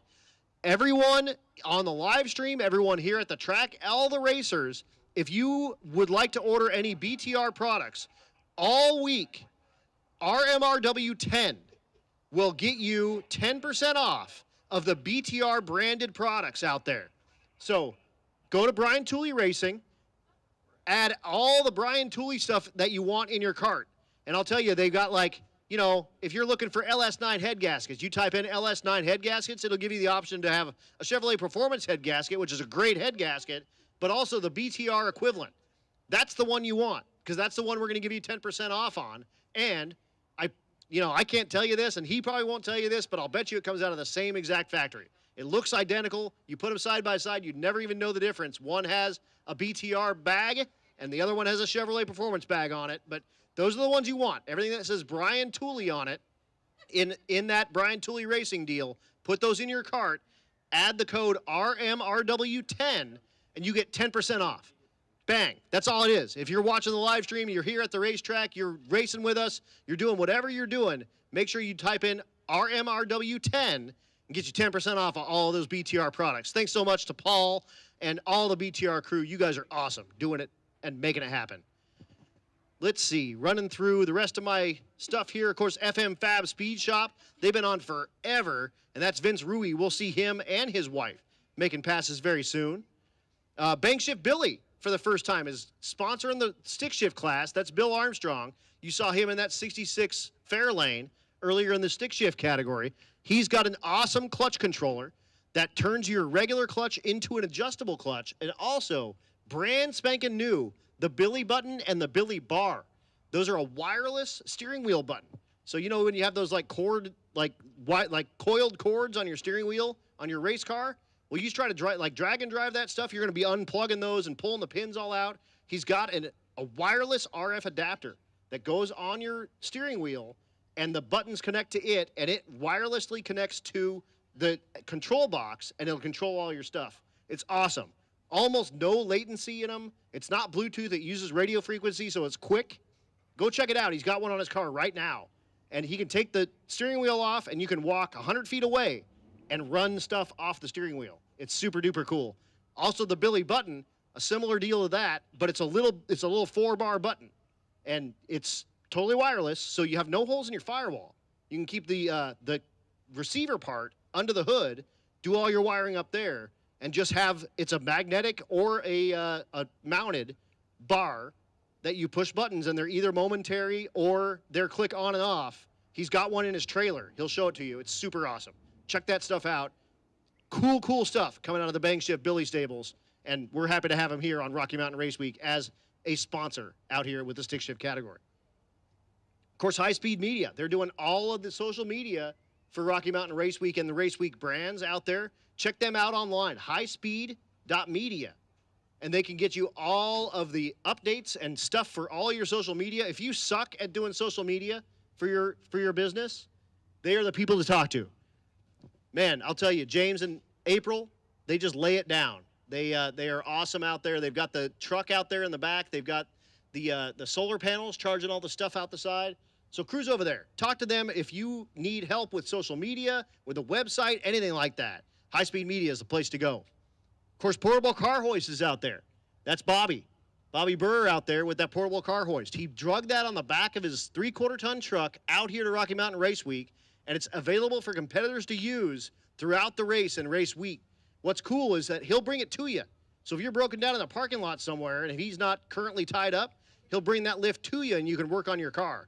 The other thing he's doing is he's raffling one of those off. So I think $100 gets you a raffle ticket and you can win yourself one of those portable car hoists. He also brought a tire machine with him here too as well. So thanks, Bobby. I know you weren't planning on making it, but I appreciate you making it out here and partying with us. Super awesome. Maybe the coolest one that we've had here recently, Pittsburgh State University is out here. They've sponsored the junior street class. What's cool with Pittsburgh State, with Pitt State, they're in Kansas out there. They are giving away scholarships to their college for first, second, and third place in junior street. So how about you earning college by racing?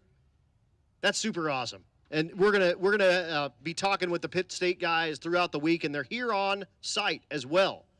And we're gonna have to talk with them with the junior street folks coming up here very soon. So thanks so much, Pitt State, for coming on board. We appreciate you guys so much. And Bob Frisbee's down there. He's set up right next to the Rocky Mountain Race Week bus as well. So if you want to know more about Pitt State and what they have to offer, what's cool with Pitt State that's most people don't have or know is that they have a bachelor's degree that you can get in automotive technology. So you can earn yourself a bachelor's degree at Pitt State. Super cool.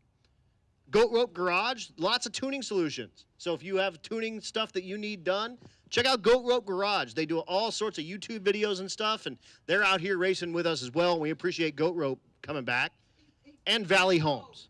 Valley Homes is awesome. We appreciate you guys coming on board for Race Week and Rocky Mountain Race Week, and appreciate it so much. And again, if I read one of those folks that has something that you need, make sure you reach out to them first and let them know that Rocky Mountain Race Week sent you, because it matters. All that stuff matters, man. Like, money makes the world go round, and if they have a return on their investment and they're like, okay, some Rocky Mountain Race Week guys came and bought some stuff, the Brian Tooley guys, somebody used RMRW 10 from, whatever, Florida, and they're picking up parts, like, that's value added for them, and that means that they'll come back, and we like having them back. And, again, they help pay for me. And, that's what it's all about. On top of that, we have payouts. Every class has a $1,000 payout. The quickest overall car, $7,500. So if you win quickest overall car and you win the shootout, $15,000 will be in your pocket for doing nothing more than driving your car down the road and slapping it around on the racetrack with extreme violence. So that's pretty good. That's a pretty good payday for a week for like I said, just cruising around your car with your homeboys and violently racing it down the racetrack. So thanks again to all of our sponsors. We appreciate all you guys, returning sponsors, new sponsors, all of them. Can't do it without you. We appreciate you guys so, so much. But that said, I'm going to work on getting the Bang Shift live stream with me going. So, Mr. Chad, if you can send that to my either email or Facebook Messenger, I will throw it on my computer here, and then you guys can, I'm sorry or you're welcome, you can see me work.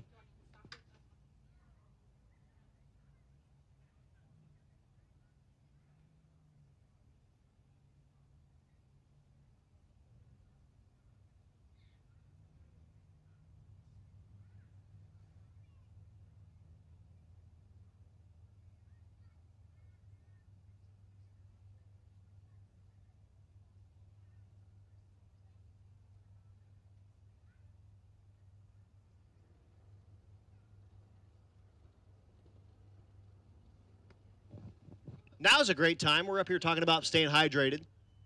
Drink water. Everyone drink right now. I see some of you not drinking. Drink. For crying out loud. Everyone stay hydrated. It is hot as can be out there. Everyone needs to be drinking water and staying hydrated. If you're not feeling right, go to the Rocky Mountain Race Week bus. They will get you set up. They've got waters over there. They got liquid IV. And we actually have a real life, like, no kidding IV person here on site that if you need it, we can get you fluids. We hope not to need that, but we can make that happen. I promise you. I'm going to drink water. Stevie's like, okay, you have to drink. You said to drink.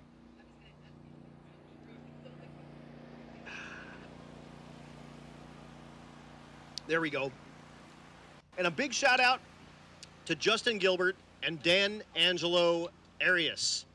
They typically have the chill trailer out here. That was a trailer that they had that had 3 air conditioning units in it that they set up for all the racers and the track people and even some spectators. And they also had like 2,000 otter pops. Unfortunately, not able to make it for this event. So we're missing them a lot. And Justin just sent me a picture and he says, I'm working on the car, watching and listening.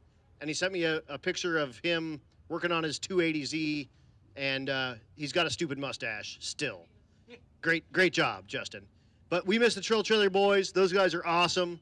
And we will see you guys very, very soon, I promise you. And he just sent me a, devil horns? Woo! So thanks so much for tuning in on the live stream. Yeah, Texas Longhorn. Yeah, whatever. Either way. He's doing it to it, and he's watching us, and he's working on his car, and we're missing you out here because those Trill Trailer boys lay it down, and they've won the Spirit of Road Week 2 years in a row. So that thing's wide open. If you want a Spirit of Road Week award, it's wide open because those Chill Trailer boys aren't here to just snatch it out of your hands. What with their otter pops and their 3 air conditioning units in their trailer. And it was also playing like techno music and all sorts of crazy stuff. And couches, right, exactly. Yeah. The frozen like popsicle thing. They had 2,000 of those. And they were trying to keep them cool and throw them into the crowd, and yeah, it was awesome. It was very cool. It's very, very cool. They also came one year with Honda minivan, I think, and they had a pallet of Nerds gummy clusters, and they would throw them out to us on the road. You'd be driving 30, 40, 50 miles an hour, and they'd whip them through your side window as they came driving by. It hit you right in the face, but it's the best thing ever to have yourself a set of Nerds gummy clusters when you are in the middle of a 200-mile drive and one just comes right through the window and smacks you in the face. So we're missing them cats. But like I said, the Spirit of Road Week Awards and the Hot Rod Road Week Awards coming up. Tons coming up here. We got lots of fun happening all this week. And yes, it's competitive. Yes, we're having fun. But we're also a little bit loose and, this is a vacation after all. You could be at work, for crying out loud. Well, I am at work. But this is work. I'm using air quotes again. This is like work, but not work. So, again, just a few more minutes, it looks like. We'll have that top end cleaned up. We will run out what we have in the lanes, and then we will be down for a couple of minutes. We will clean up this racetrack, and we will make it happen.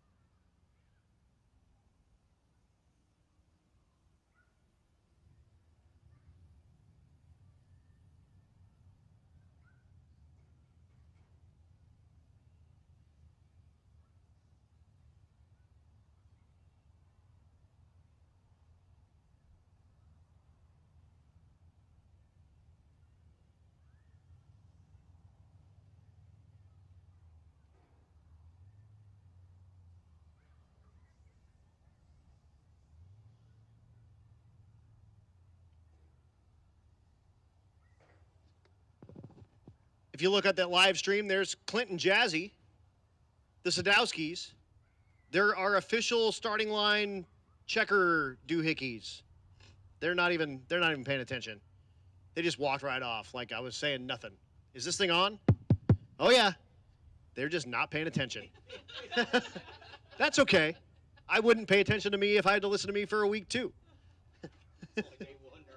Yeah, we've only been doing this for like 2 hours, and you already don't like me. Great. Man. Sadowski's car they call Diggler. It's the Dirk Diggler car. And you will see him coming up very soon in the Outlaw Street category with that first-gen Camaro.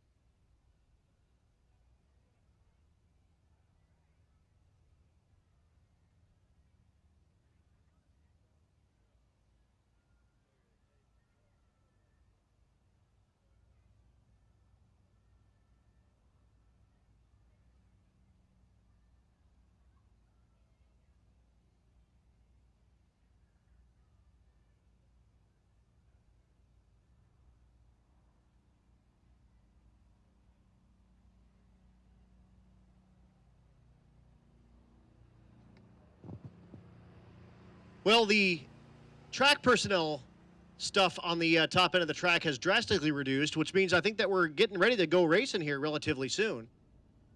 So if you're down there in the staging lanes and you're meandering around, go ahead and get close to your car. I'm not saying we're like ready to go right now, but like, you know, take 2 steps closer to your car than you were. Because as soon as we get the go, we're going to go. It is 5:30 when we were talking about kind of doing that stop, and we already did the stop a little bit. So we're going to run out what's in the lanes and then do a full prep on this racetrack. So we're probably another half hour or so behind on that deal.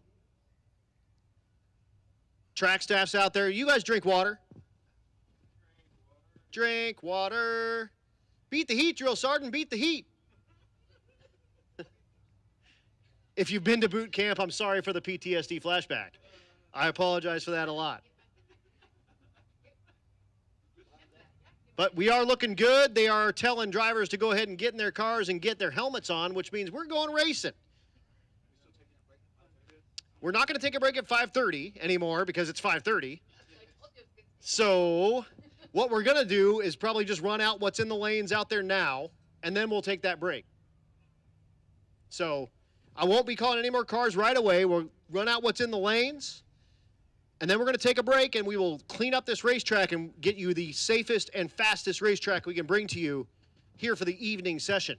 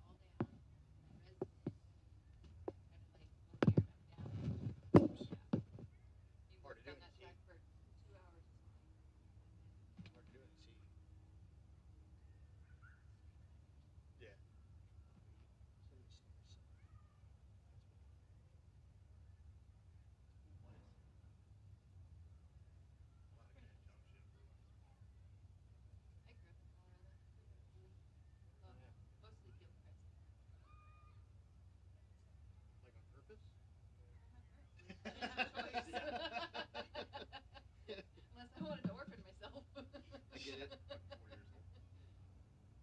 I grew up in Denver. So my husband, when I met him, he was living in Aurora. He moved up to Gaines growing up in Colorado. I get from I grew up pretty much in the plains. Always by June.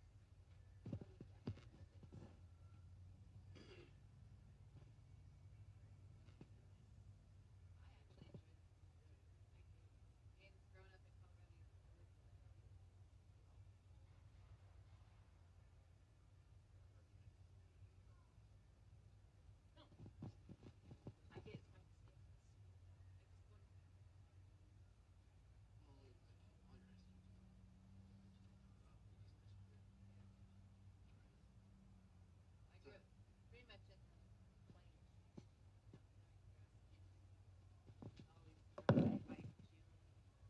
brown.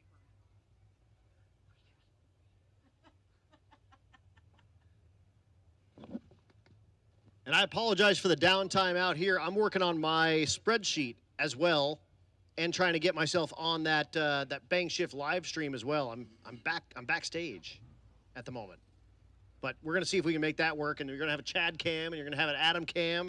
We're gonna do stuff from the road. It's gonna be super awesome. It's gonna be a good time.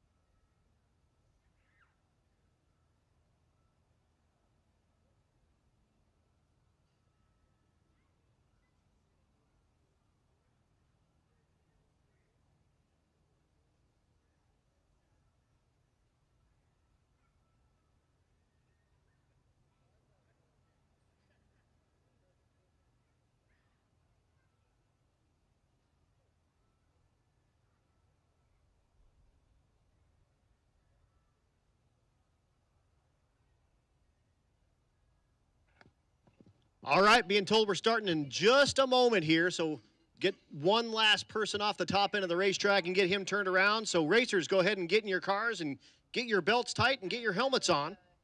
And we will go here very, very soon.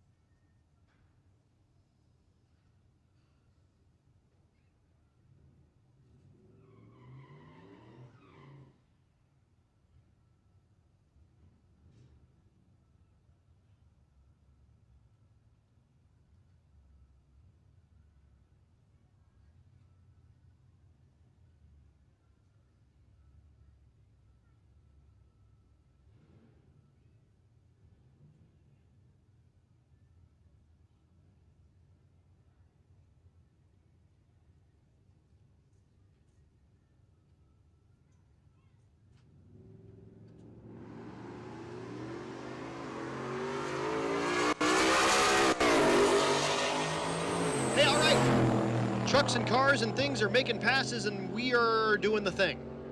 And we're drag racing and not watching track prep and cleaning up glass. 1234 and 1273. Hey, look, a Rambler American. Hey, Stevie, a Rambler American. How cool is that? It's for sale now because I've got the microphone. That's Dan Van Galder, the 64 Rambler American. Those things are cool. You can get those with an inline six, like a 225, and up to like a 327 V8. We'll see what this thing is. The Wyoming plates.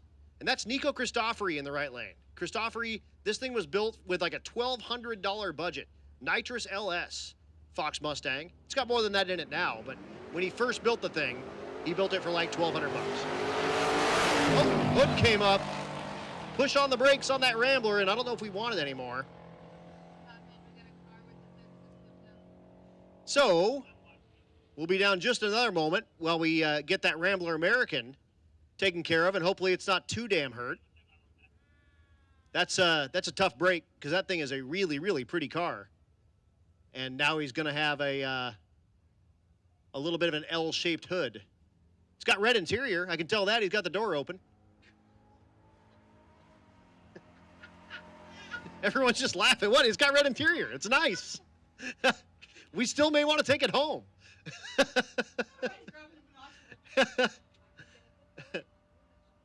That's right. Stevie's like, I can get a hood for it, and I know a windshield guy. Her dad owned a windshield company for a lot of years. So that's awesome. All right. Also wearing a black helmet. Red interior, black helmet. White helmet. Oh, white helmet. Oh, well, we're done here. So we'll get the Rambler off the top end, and hopefully it's not, like I said, too damn hurt, because that thing was sweet. And then we'll bring you our next pair. How about an 82 Buick Regal wagon sitting down here in the water? That's Jason Sereno. Did I say that right, Jason? Sereno? Close? Sereno? Sereno. Okay. Is that closer or am I further away? Sereno? I'll have to find you. And I'll tell me your name and I'll still say it wrong. It'll be fine. It's going to be all week. The license plate, RMRW24. So also stole my license plate idea. Great. Appreciate you. Jerk. No. How about a Buick though? Typically these are Malibus. They're Chevys. But a Buick that's a cool difference. I like it a lot. It's got a hood ornament and everything. And a blue interior. And wood grain. So you know it's fancy. What's wild with these wagons is the back windows don't roll down in them. They just kind of, does he have them? Yeah, the little wing window opens, right? And they're power in this. I mean, this is a man of means. It's a Buick. It's got wood grain. It's got power wing windows in the back. I mean, yeah, this guy might be rich. So, I mean, thank you for taking some time out of your day trading and, your billionaire, whatever you're doing, and bringing the Buick out to come street race with us. That's a damn good time. The little rascals when he's wiggling his ears. It does look like the little rascals wiggling his ears when you roll those back windows open. That's good. That's good stuff. We're already getting loose. We've only been doing this about an hour, and it's a little rascals car. Absolutely, man. That thing's awesome. It's got the roof rack. I hope they have a bunch of their luggage on the roof rack when they drive down the road. It's like family truckster type of stuff. It does need a CB antenna coming out of the top of it, and you guys will complete the look. You guys are great. I'm going to come talk to you guys, learn how to say your name, and learn a little bit about that car because it is sweet. It's a super, super good-looking car as well. So, I mean, I know I'm kind of, joshing on it a little bit, but that's a cool car, and it's cool that it's a Buick. Because, like I said, most of these are Chevrolets, so that's a cool deal.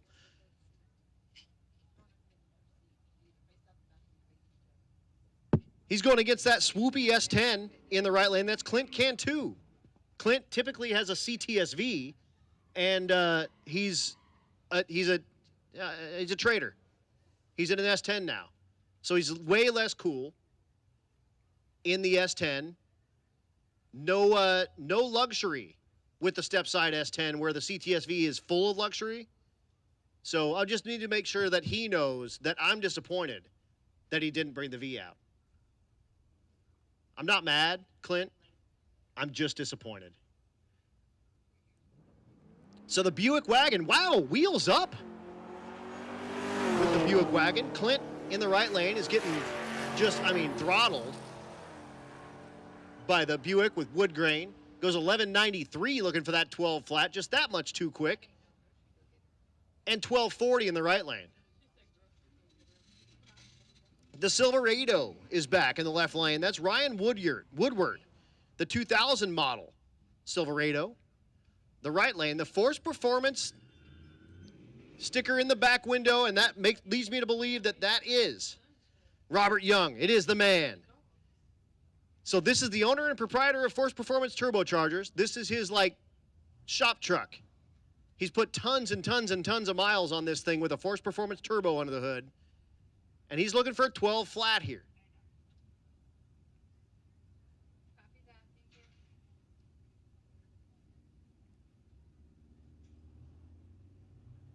Both rides are sitting watching green lights. There we go. They were daring each other to go first. No, you go. No, you go. No, you go. So, 4-second and 5-second reaction times. That's pretty good. 12:47 and 13:28. The Mel Hambleton Ford S197 Mustang in the left lane. One of our sponsors out here. That car is so cool. The right lane, the 4th Gen Camaro. Oh, hold on. I ruined my spreadsheet. There we go. We're back.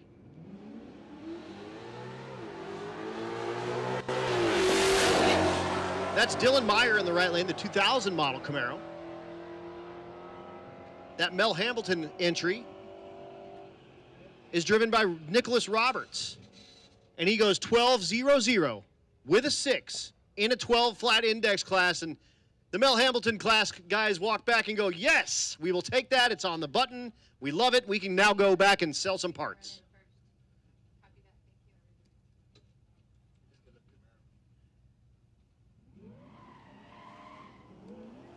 That's Randy Walton in the right lane with his Camaro. Beautiful car for sure. Left lane, the pick-em-up truck. That's Brandon Holmes, the 60 model F100. 1249 in the right lane, 1374 in the left lane. Here's Scott Guthrie, the Vets Unlimited entry, and he's got maybe is that Animal? Like the Muppets Animal riding on the top of the hood scoop with the blown small block. Most of it under the hood. Out of Vets Unlimited.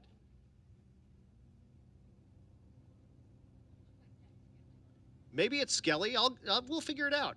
We got a whole week to watch him do wacky stuff. Maybe he's going to change it every day. I don't know. He does have a pumpkin on the side of his car. They call the car the pumpkin. So that makes a ton of sense. So whatever it is, Animal or something, is along for the ride. And that'll be the world's fastest Muppet. Goes 1160 at 116.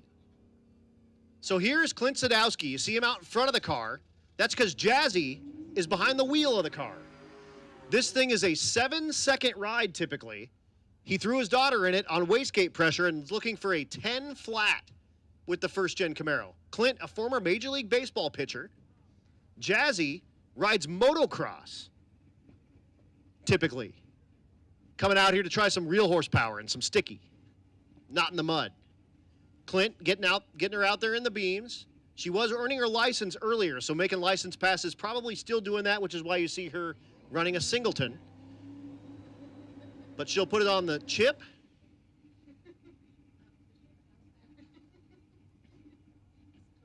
Clint says, no, let's not burn the thing. Let's back it out. It's all good. Perfect, all good. And get her right back in. We get her a fresh tree. And she'll make this pass down the 1320. Looking for a 10 flat for Jazzy.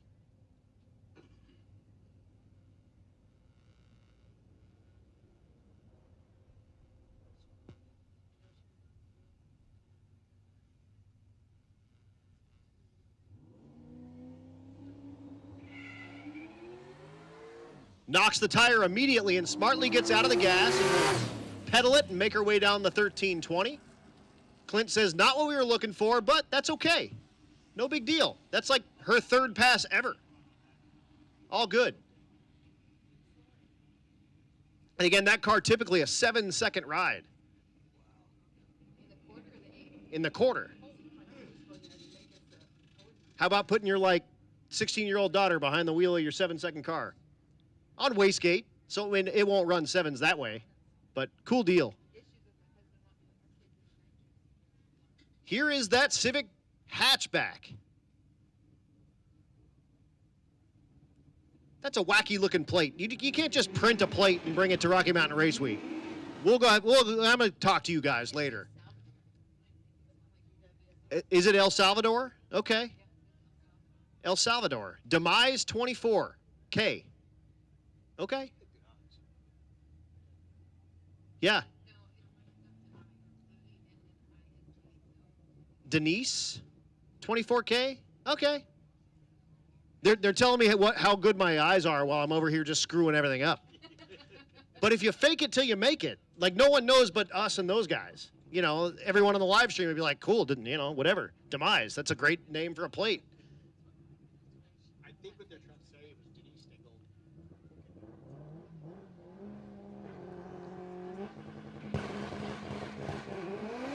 So there goes the Civic. It is on a pass, burns the tires all the way through first gear, most of the way through second gear, and it hooks up and is on a pass. 6-0 in the 8th mile, goes 9-10, 162 in the quarter mile for that hatchback Civic. How about 162 mile an hour street car Civic? Okay. Here's Cody Hansen. Cody, half of our Wicked Chick alum with the Duraburb. They didn't sell the 3/4 ton Suburban with a diesel engine in it. He's put this one in it. You see the big hater pipe hanging off the back?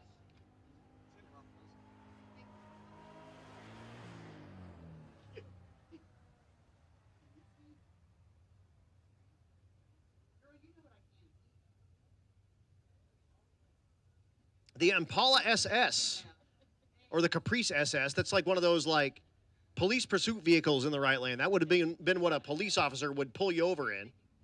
And you can see the steely wheels on the front of it. These are cool. They're kind of like that Impala SS we were talking about earlier. Front engine, rear drive, 4-door.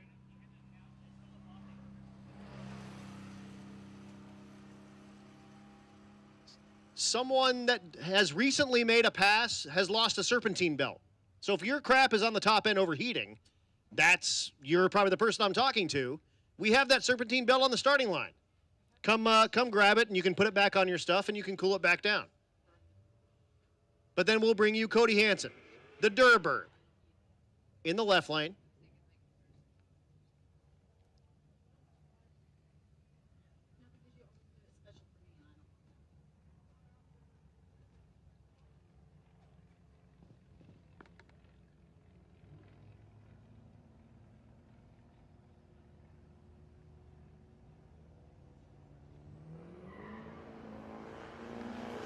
The right lane is Brian Crandall,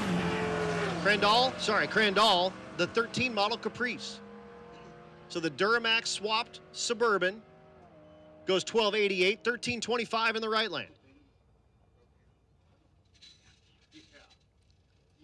The Jeep Grand Cherokee SRT in the left lane, and the Duster in the right lane. A-body Mopar in the right lane. That's sort of their like smaller chassis car. So it would have been a Duster or a Barracuda, Dart, that kind of thing on this chassis.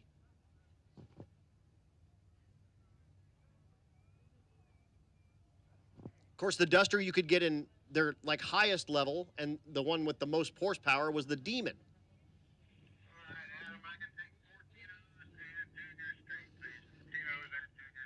And of course, the newer versions of the Demon, named after this version of the Demon. And this one's not a Demon, but what a Duster Demon would have been. That's Steve Pomona in the right lane, the 71 model Duster. In the left lane, that's Cody Wilburn. The SRT8 goes 1316, 1361 in the right lane. Attention in the pits. Attention in the pits, 14-0. 14-0, come on down lanes 5 and 6, please. 14-0. Come on down lanes 5 and 6, please. And Junior Street. Junior Street, come on down lanes 3 and 4. What we're going to do is run out the rest of this round. So we'll run all the rest of our 12-0s that we're in right now. We'll run 13-0s. We'll run 14-0s. Then we'll run Junior Street. And then we'll be down for that track prep, and we'll start at the top of our order. Here's Alex Rops in the right lane out of the Rops Racing GMC. This has got an LT4 blower, otherwise stock Silverado truck. Left lane is Donald Harmon, the 68 model Mustang Coupe, 1295 and 1277. Last year's winner, doing his burnout in the left lane, the Shelby GT350 clone. That's Martin Ranker.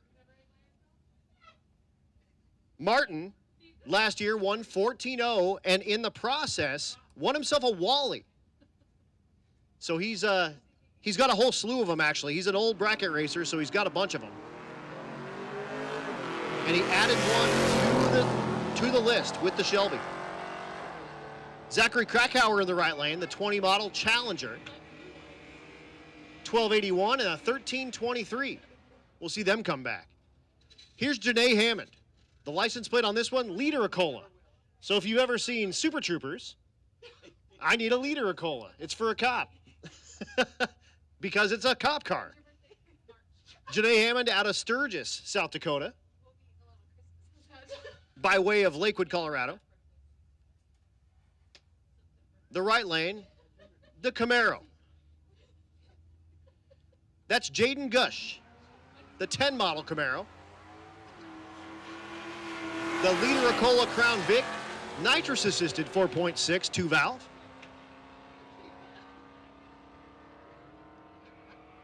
Scoreboard says 1435 and 1483.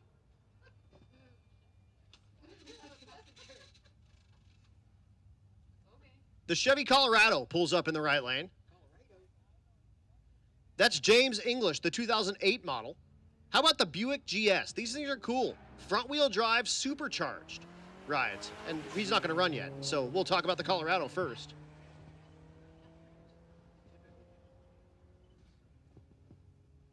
I'm being told from up here that 1317 in the right lane at 107. Yeah, just Junior Street. Do they do quarter? Okay, hold on. I gotta touch that. No, this isn't Junior Street. Oh, he's got a passenger in that car. Oh, got it.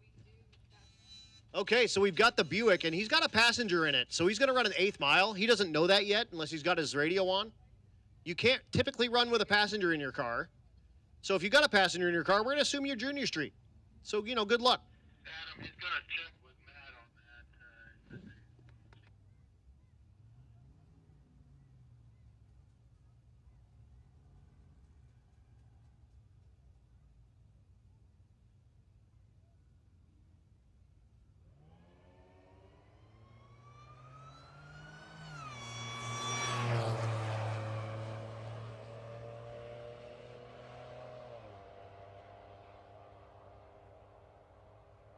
I told him to go see Matt when he got the So he goes 8:51 in the 8th, and he's going to get his slip and go, well, what the heck happened?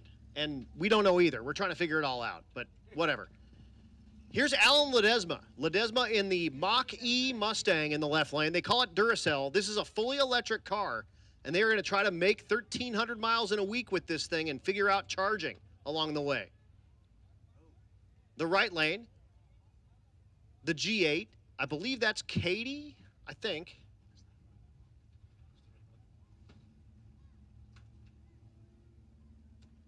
It is Katie Jones with the G8.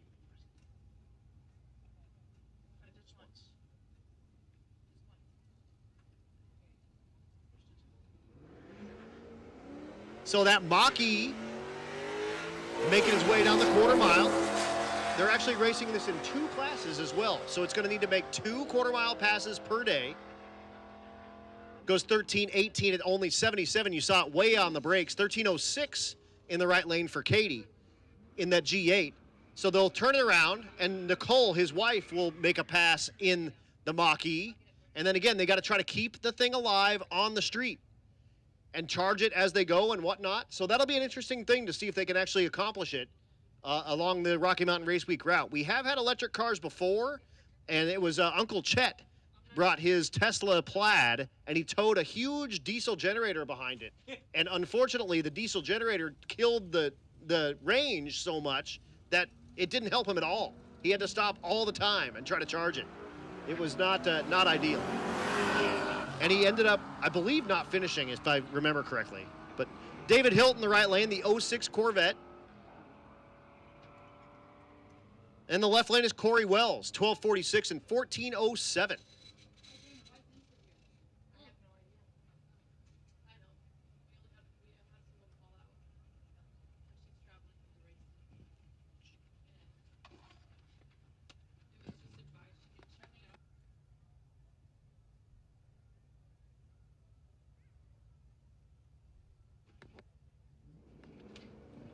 Here's Robin Mackey in the left lane, the GT Mustang in the left lane. Of course, that was like, again, the kind of top-end Mustang you can get in that era.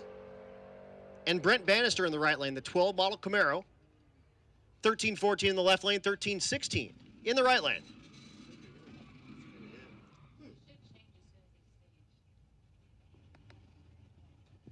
The GTO in the right lane.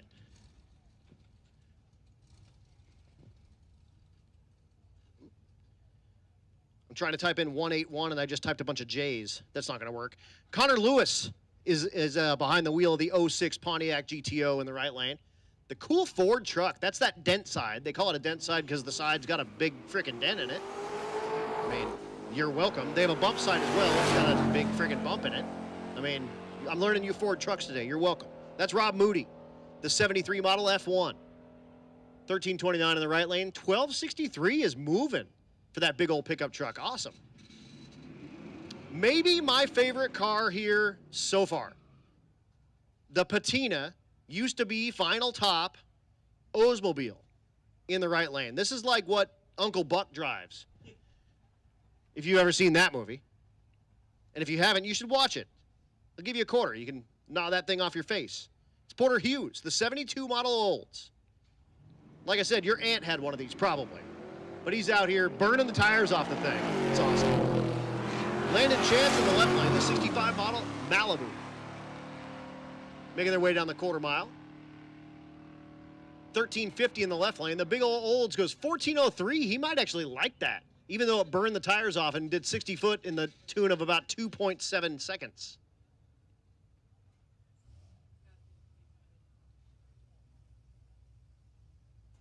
So here comes a Taurus. Is that an SHO? I think it is. So those are a V6 twin turbo variety.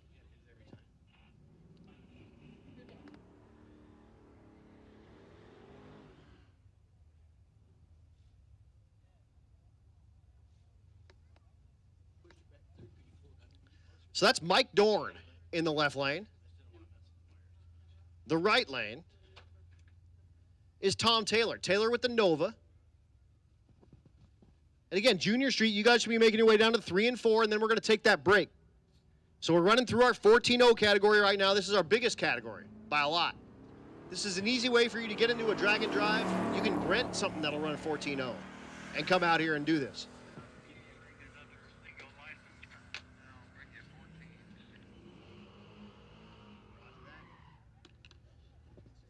The Nova went 1276. And the Taurus goes 1964. We are still in the middle of 13-0, and again, we have 14-0 down there in the lanes, and we have Junior Street making their way around. It's perfect. I've got Steve up here helping me get the button set up for the announcer button. That's a button that the announcers get. You're welcome. I mean, it's a red button. Yeah, don't push it unless I say to push it. Dang it. Here's Dale Farley, the 16 model Ford Focus RS in the left lane. The front drive stick shift ride. And Tom Taylor in the right lane, the Nova. Scoreboard says 1423 and a 1435. We'll see them come back and try to put the thing on the 14-0 number. Next pair back in the water, that's Doug McGinnis in the right lane. The 392 automatic Challenger. We tried not to hold that against him because he's 187 years old. The left lane is... Oh, there we go. It's Josh Odom, the 06 Magnum.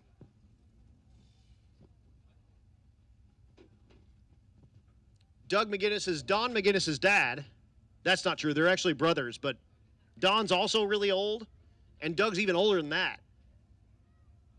So I like to give him a little bit of a hard time. Hey, there's Jim Parkinson down there on the starting line, tuned by JP, one of our sponsors. So the new school Mopars making their way down the 1320 here at Tulsa Raceway Park. Scoreboards light up with 1288 and 1382. Cool second-gen Camaro with like tubs and stuff in the back. That's a cool looking car. Not maybe a 13-0 car. Maybe he came down a little bit later or whatever. It's Cody Van Winkle, the 72 model. The left lane is the Explorer, new style. That's Dan Willoughby. Dan typically has a Honda that he races out here, and apparently Honda couldn't make the call, so here he is in the Explorer.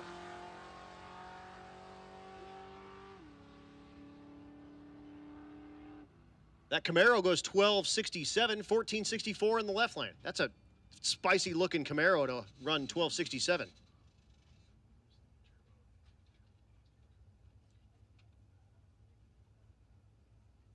How about an extended cab, long bed GMC Sierra?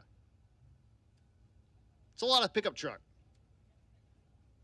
This is Sean McGuigan. So this is my other wheelchair-bound rider or driver.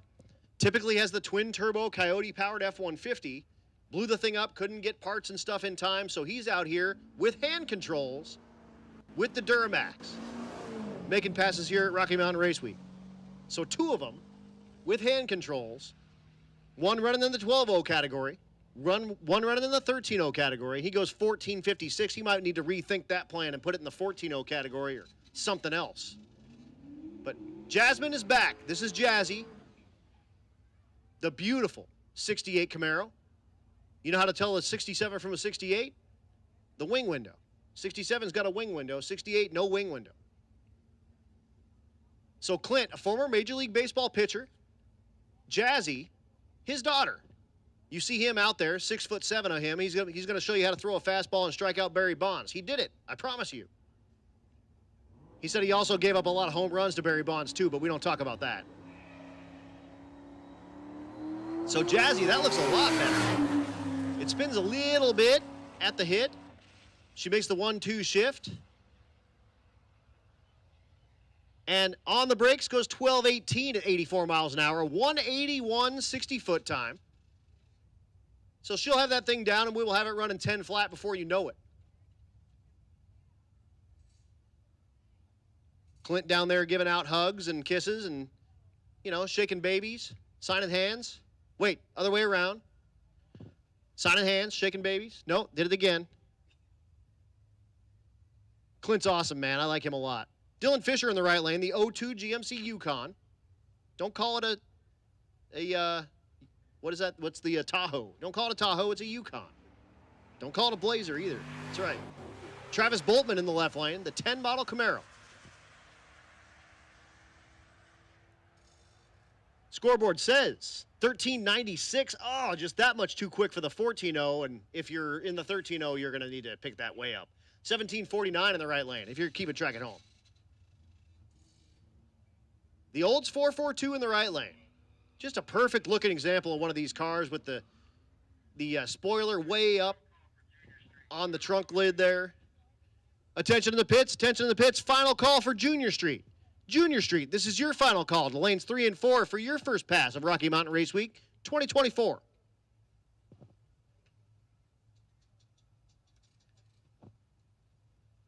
So I've got most of my driver info. Oh, I do have James Farrow, the 69 model, Olds 442.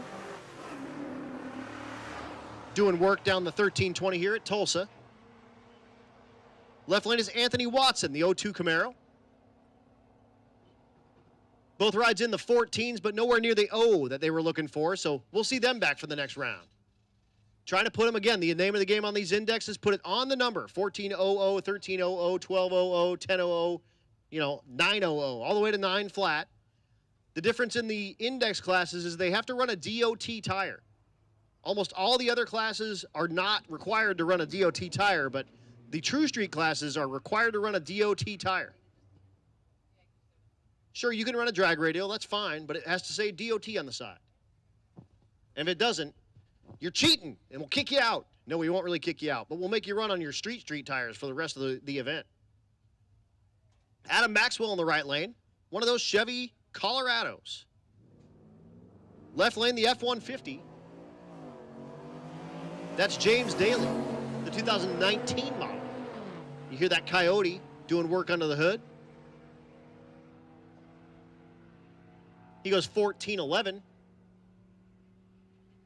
Right lane goes 1777. How about the wood grain wagon in the right lane? We used to call that bacon. That was the bacon option. You want bacon on the side? You bet I do. That's Nate Martin, the 77 Buick Estate Wagon. I dig it. We're not going to bring that one home, though. You can take that one home, Nate. That's yours. Too cool for me to own. Levi Holt in the left lane, the F-150.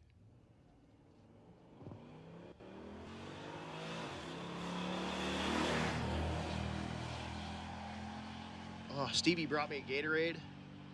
Living life right now. So good. 1445 and a 1463. How about the Buick in the left lane? That's like a Buick Lucerne or something like that. Front drive. Kind of swoopy. I think they're V6 with with a supercharger as well, kind of like the old school version. That's Douglas Kinnaman. The right lane, that's that Turbo Tahoe. That's Mike Gonzalez. That is cool. Drink. That's my podcast. So the live stream out here always does some awesome drinking games, and things I say a lot they make into drinking games because, I mean, why do a drinking game if you're not going to be drinking very much? And yeah, That's Cool was one, and everyone drank when I said That's Cool, and that became my podcast. It's awesome. Hey, it's Luke. Hi, Luke. I'm talking into a microphone, you know, earning money, spending the money that you sponsored for me. Yeah, I am in the right place today. It's hot out there, and it's not that hot in here. Tri-Fi Chevy in the left lane, the 55, that's Red Bailey. Red's looking for that 14 flat. Goes 15.26, that'll be no help. 14.60 in the right lane. That was Joshua Willows, the 89 Mustang. Tailgate on tailgate crime. I'll bet you another $1 million a truck wins this. Man, I'm going to buy a 55 before the day is over.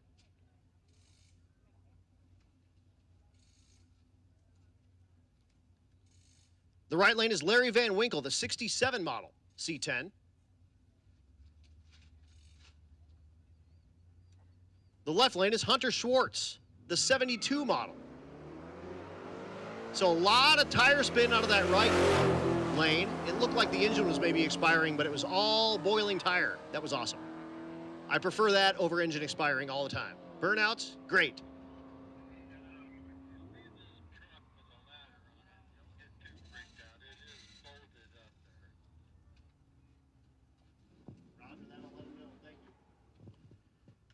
Ron just told me, do you see this truck coming up with a ladder on top? It's bolted on top. Don't worry about it. Okay, I can't wait to see it. Meanwhile, the OBS truck. That's Ethan DeFalco.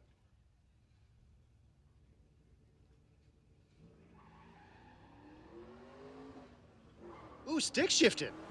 All right, you can be in my club. I dig on you.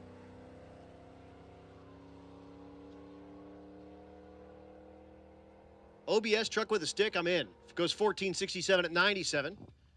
And that'll bring up Larry Armstrong in the burnout box back here. We call him the 14.0 King because he's won the 14.0 class a ton with this car. He's threatening to bring back his fast car, and then he's like, well, it's not fast, it's just faster.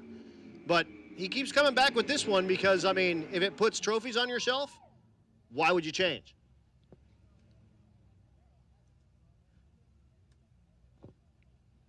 He's going against Jennifer Burst. Burst in the 15 model Camaro.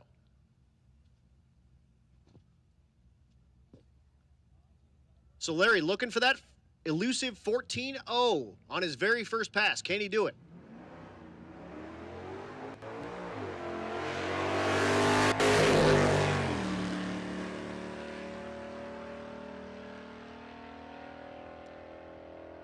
Scoreboard says way too fast, 13.38, 14.08 in the right lane, but he knows he's got it covered, so no big deal. Okay, so Caleb Dorn is out front of the Leader-Acola car. So I'm wondering who's actually driving. Maybe this is Janae now, and Caleb was in it before. I don't know, there's two numbers on it. We'll figure it out. Caleb, my reigning Young Gun award winner, and he's choosing the Young Gun winner. He's looking back at me like, what? That's a beautiful, beautiful mullet, my friend. When you turn your head like that, like it looks like something out of the movies. It's awesome. Janae, I think, is behind the wheel. Going against James Dieter. Dieter in the El Camino in the right lane.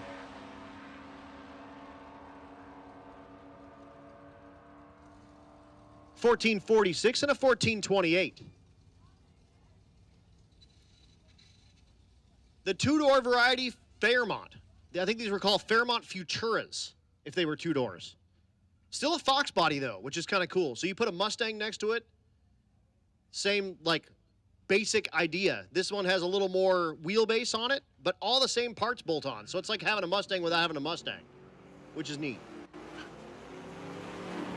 Left lane is Dominic Gonzalez, the 72 Nova. And that Falcon, this one's a Mercury. I apologize, Philip Cockrell. This is a Mercury Zephyr. So it's the, the fancier version. If you got a Ford, you're great. But if you got a Mercury, I mean, you might have a little bit of a fat wallet. Good for you. Here's Ernie Riley. Ernie Riley is back. This thing has been repowered a billion times. It used to be a CAD 500. It's now a big block Chevrolet. The Cadillac let him down.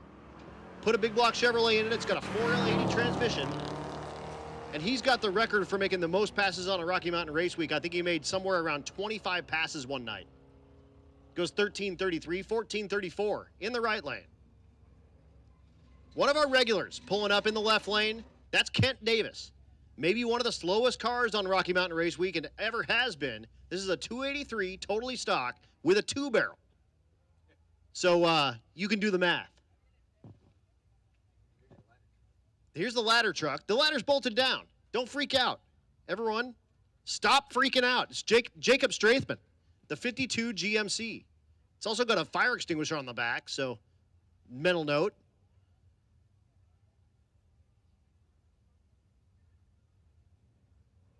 Stevie likes it, so she says that we can take that one home too.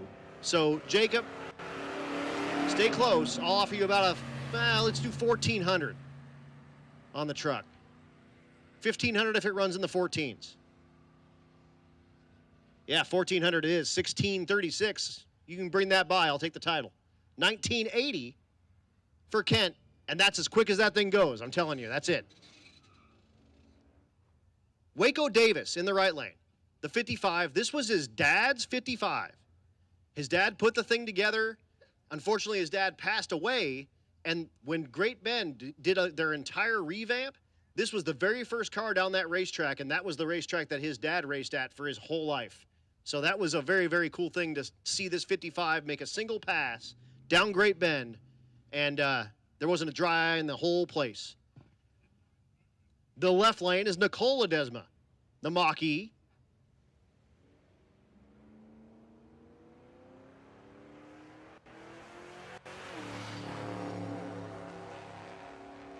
I'll still take the 55. The Mach-E's like, hey, check out these taillights. Here's brake lights even. Goes 13:09, and Waco goes 14:32 with the 55. Yeah, very cool story. That was, I think his dad said, or he said his dad bought it brand new. So it was, yeah, super cool to have him out here, and he's a regular out here at the Rocky Mountain Race Week races. Here's Darrell Cole in the left lane, the Z06 Corvette in the left lane. That's the C6 variety, so the 6th generation of Corvette. The right lane, the C3 variety, so the 3rd generation. So here's 3 generations difference of Corvettes coming at you.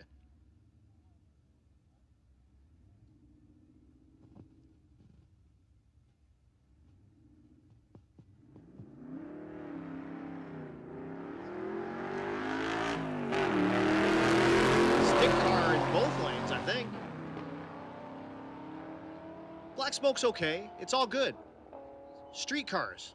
Life is good. Sometimes black smoke happens. 14:15 in the right lane, 13:24 in the left lane. How about the Datsun? Dude. Stevie might want to take that home too. She does. She wants it. That's Ernesto Ruiz. The 73 Datsun 620. That thing is gangster. I like it a lot. I wonder if it's stock. We'll see soon. Jennifer Gilliand in the left lane, the 23 model Durango. It is stock. Yes. As much as it's got, it went 260 to 60 foot. That's it.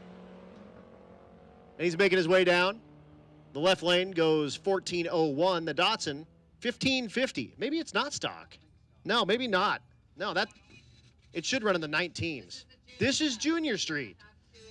How about Darren Urey in the left lane? Do you see the license plate on the Mazda Miata? 0 power. The Fox Mustang in the right lane. Again, these guys are going to run 8th mile. They'll have a full tree. So you'll see yellow, yellow, yellow, and then green. That's going to change from what you've seen so far. We typically run the regular racers on what they call a 4/10 pro tree. So all the yellows come down at the same time, and they're on for 4/10 of a second.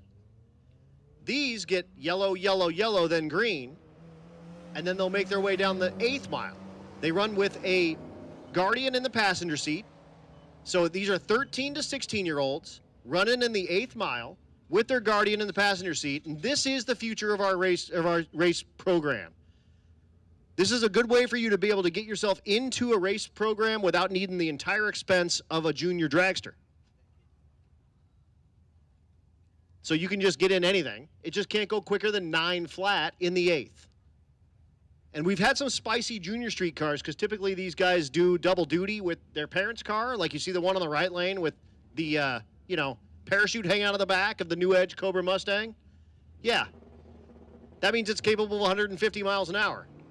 But you shove the 13-year-old behind the wheel, and you got to run slower than 9 flat. They'll make their way down that 660-foot, 10.05 in the left lane, 10.87 in the right lane. The Fox GT Mustang in the left lane with the license plate OK by. The right lane, that's Austin Alsop. Austin, one of our junior street competitors for a few years here. And he rides with his dad, Sean. And I taught him one of my catchphrases, which is, "You're welcome" or "I'm sorry," whichever is appropriate. And he uses that apparently all the time now, like at school and with his mom and with his dad.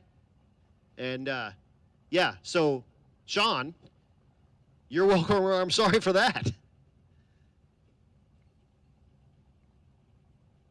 So a pair of Fox Mustangs duking it out. See all the yellows come down in sequence, and they'll make their way down the 660 foot. And of course, that's what's known as a furlong as well. 888 is too quick. You can't turn that in. 937, though, is good to go. We're currently running juniors now, so whatever's in the lane should be it. So here is the old yeller gasser.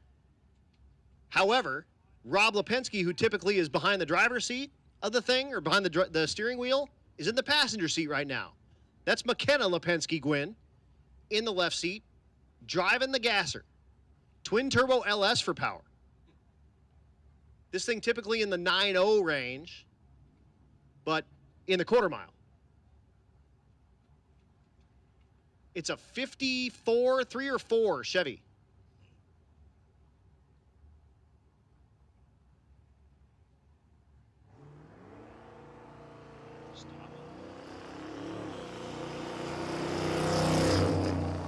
So the old yeller gasser making its way down, goes 10.07 at 61 miles an hour. And again, these are 13 to 16-year-olds out here cruising Rocky Mountain Race Week with their family. It's this is cool. This is a good time.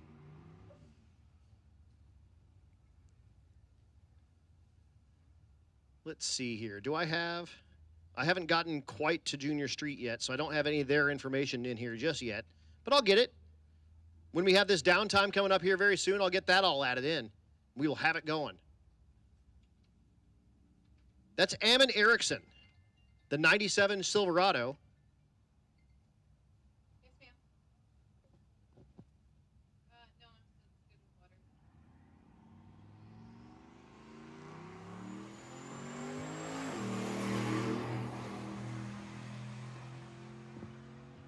At the stripe, 954 at 81 miles an hour. All right, thank you, ma'am.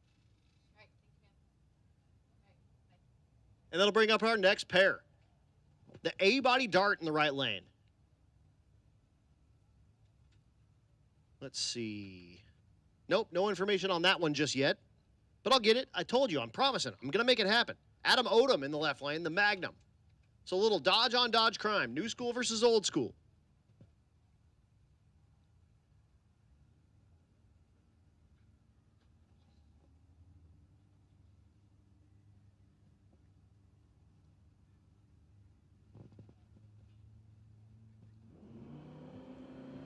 Both rides are away. Green lights on this side, and actually pretty good lights for junior street racers for their very first time in the heat. At the stripe, 891 is too quick. You can't turn that in. Oh, heartbreaker. 931 in the left lane. And this class is running for consistency. So whatever you turn in here at Tulsa, you're looking to run that same number as we get going throughout the rest of Rocky Mountain Race Week. They won't run for quickest. Whatever they turn in here is what they're going to look for the rest of the week. So it's all about consistency here. Speaking of consistency, here's Hunter Hay getting ready to pull on the water in the left lane. This is his GMC Sierra. It's not his dad's. His dad rides in the passenger seat, but he owns this truck. He's been on Junior Street with us before, and he is a force to be reckoned with in this class. I guarantee it.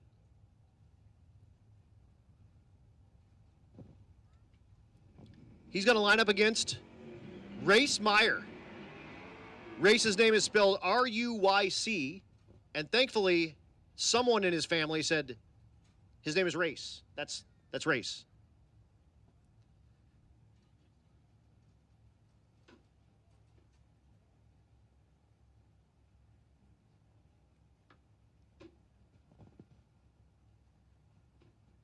So both of the teenagers will get these rides into the beams, and we will look for something 9 flat or slower.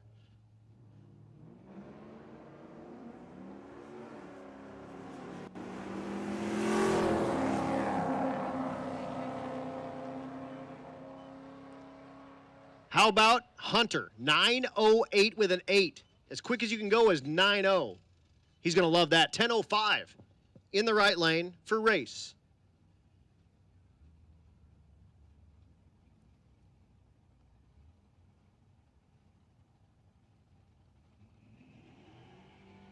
Here's Phillip Holmes in the left lane, the 60 F100.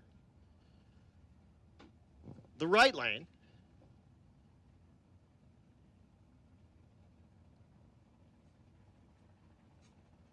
Yeah, no driver information, unfortunately, on the S10. He's been with us before. His dad runs it in one of the index classes, I think 10 flat with nitrous on it. They take the nitrous off and put the kid behind the wheel and look for it to go 9 flat or slower. And this is one that's capable of moving quicker than that for sure. Red light time in the left lane, but that's okay. No big deal. You're still going to get a time and everything. 10:77 in the left lane at 8:91. I told you, just that much too quick. And that'll bring up our last vehicle for this session, and that's going to be Jazzy back for another license pass with the Tuned by JP first gen Camaro.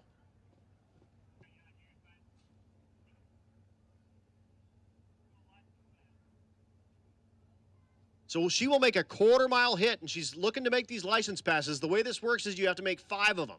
So 1 to 60 foot, 1 to 330 foot, 1 to 1/8 mile, and then a couple full passes. Again, this car capable of some like mid to low 7-second passes. They put the thing on wastegate, take a bunch of timing out of it, and come out here and stick your daughter in it.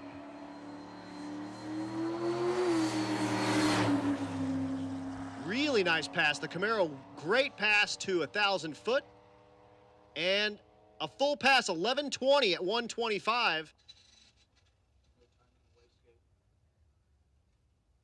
No timing, no wastegate, goes 1120. And Clint's got something in his shirt. That's awesome. I'm not sure what fell out of the car, but he's got it now. But that will bring our first session to an end. So we are going to take a break. We're going to give the track crew a chance to get this track all set up and ready to go.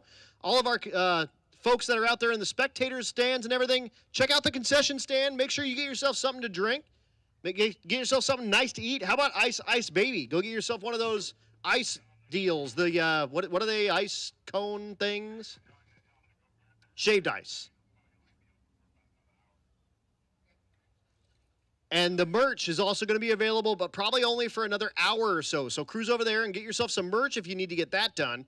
And again, thanks to all of our sponsors. I need to read them again because without them, this stuff doesn't happen. So thank you so much to Motion Raceworks, to Sick the Magazine, Juggernaut Welding and Fab, Disorganized Grime, Dive Bombers Garage, Edge Welding Supply, Mahle Motorsports, Hot Carl, Bangshift.com, Plumbing Specialties of Oklahoma, Precision Inc., More Race Chassis, War Performance, Circle D Specialties, Leading Edge Technology Partners, AmFam, Christina Walton Agency, Safer Automotive Specialties, Mel Hamilton Racing, Force Performance Turbochargers, Moody's Performance, Valley Homes, Goat Rope Garage, Pitt State University, Portable Car Hoist, High Speed Media, The Bang Shift Billy, FM Fab Speed Shop, Rocky Mountain Plumbing and Hydro Heat, 1320 Video, Four-Eyed Performance and Tuning, Tuned by JP, Nobody Else's Auto, and Brian Tooley Racing.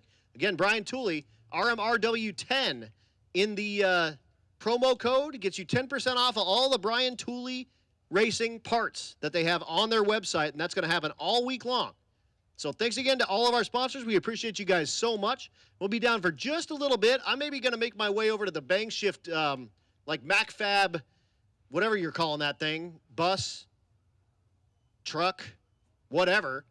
And I might go sit with Chad a little bit and yak with our live stream viewers out there a little bit. So thank you guys so much for showing up, for tuning in on Bang Shift, for all you folks, working through this heat with us. And when the sun goes down, so do the ETs. And this track staff is going to do everything they can to bring this track back around for you. And we are going to bring it back to you. But that said, like I said, I'm going to run down to the MacFab bus. I'm going to hang out with Chad a little bit and yak with our live stream viewers. And thank you all so much for cruising over here, checking it all out. We will be back as soon as you know it with some of the baddest street cars in the nation.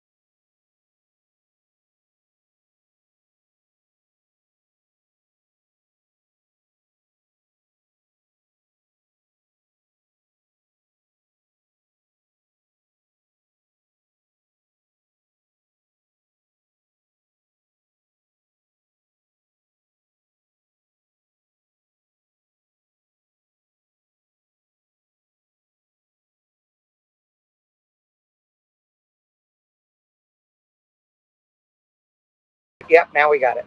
All right. They should hear us now, I think. Can you hear us now? Yep, they're going to hear you now. So, Awesome. yeah, we should be good now for audio. Barn, we didn't have a conversation going. We were just saying that we're trying something new out. So, the beauty of this thing is, if you should be able to hear us now.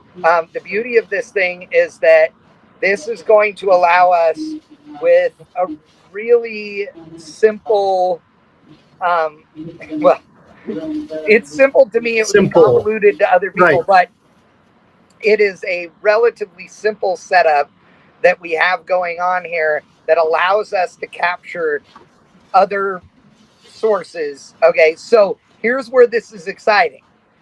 So we're going to go live individually to like the Rocky Mountain Race Week Facebook page from the road. Right. But what this would allow us to do is if Adam was at one checkpoint or a gas station with cool things happening and I'm at a different one, we could go live, both of us here into this spot, and then show both of them at the same time to the world.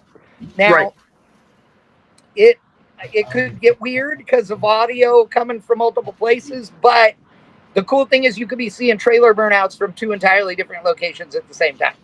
No, so, and like you said, like we do have a checkpoint that is in front of a fire station, and apparently one of the fire hydrants is leaking. Yes, and has been, and they just whatever happens. Yes. Oh, where are you at? And here's the other part. If town. We're both just driving down the highway, love it. If we're both just driving down the highway, we could be doing this and live streaming while we're going down the road. Now, keep in mind, folks, this setup here may be going to Facebook, may be going to YouTube and Facebook. We'll play it by ear. So you want to follow we'll figure it out. This is our first try doing this. So me and Neil tried it at the No Prep Wars race last weekend, but not on the road. We just tried it at the race. So yes, this is the first deal. It's cool. And as Charles says, it's witchcraft, right? Also, just since I'm on here and you guys are already seeing this and I'm getting messages. So yes, this is a Bang Shift and Triple B tumbler. For those of you that are regulars on Bang Shift and for Triple B and Power Shift, we will have apparel and other cool merch coming very soon.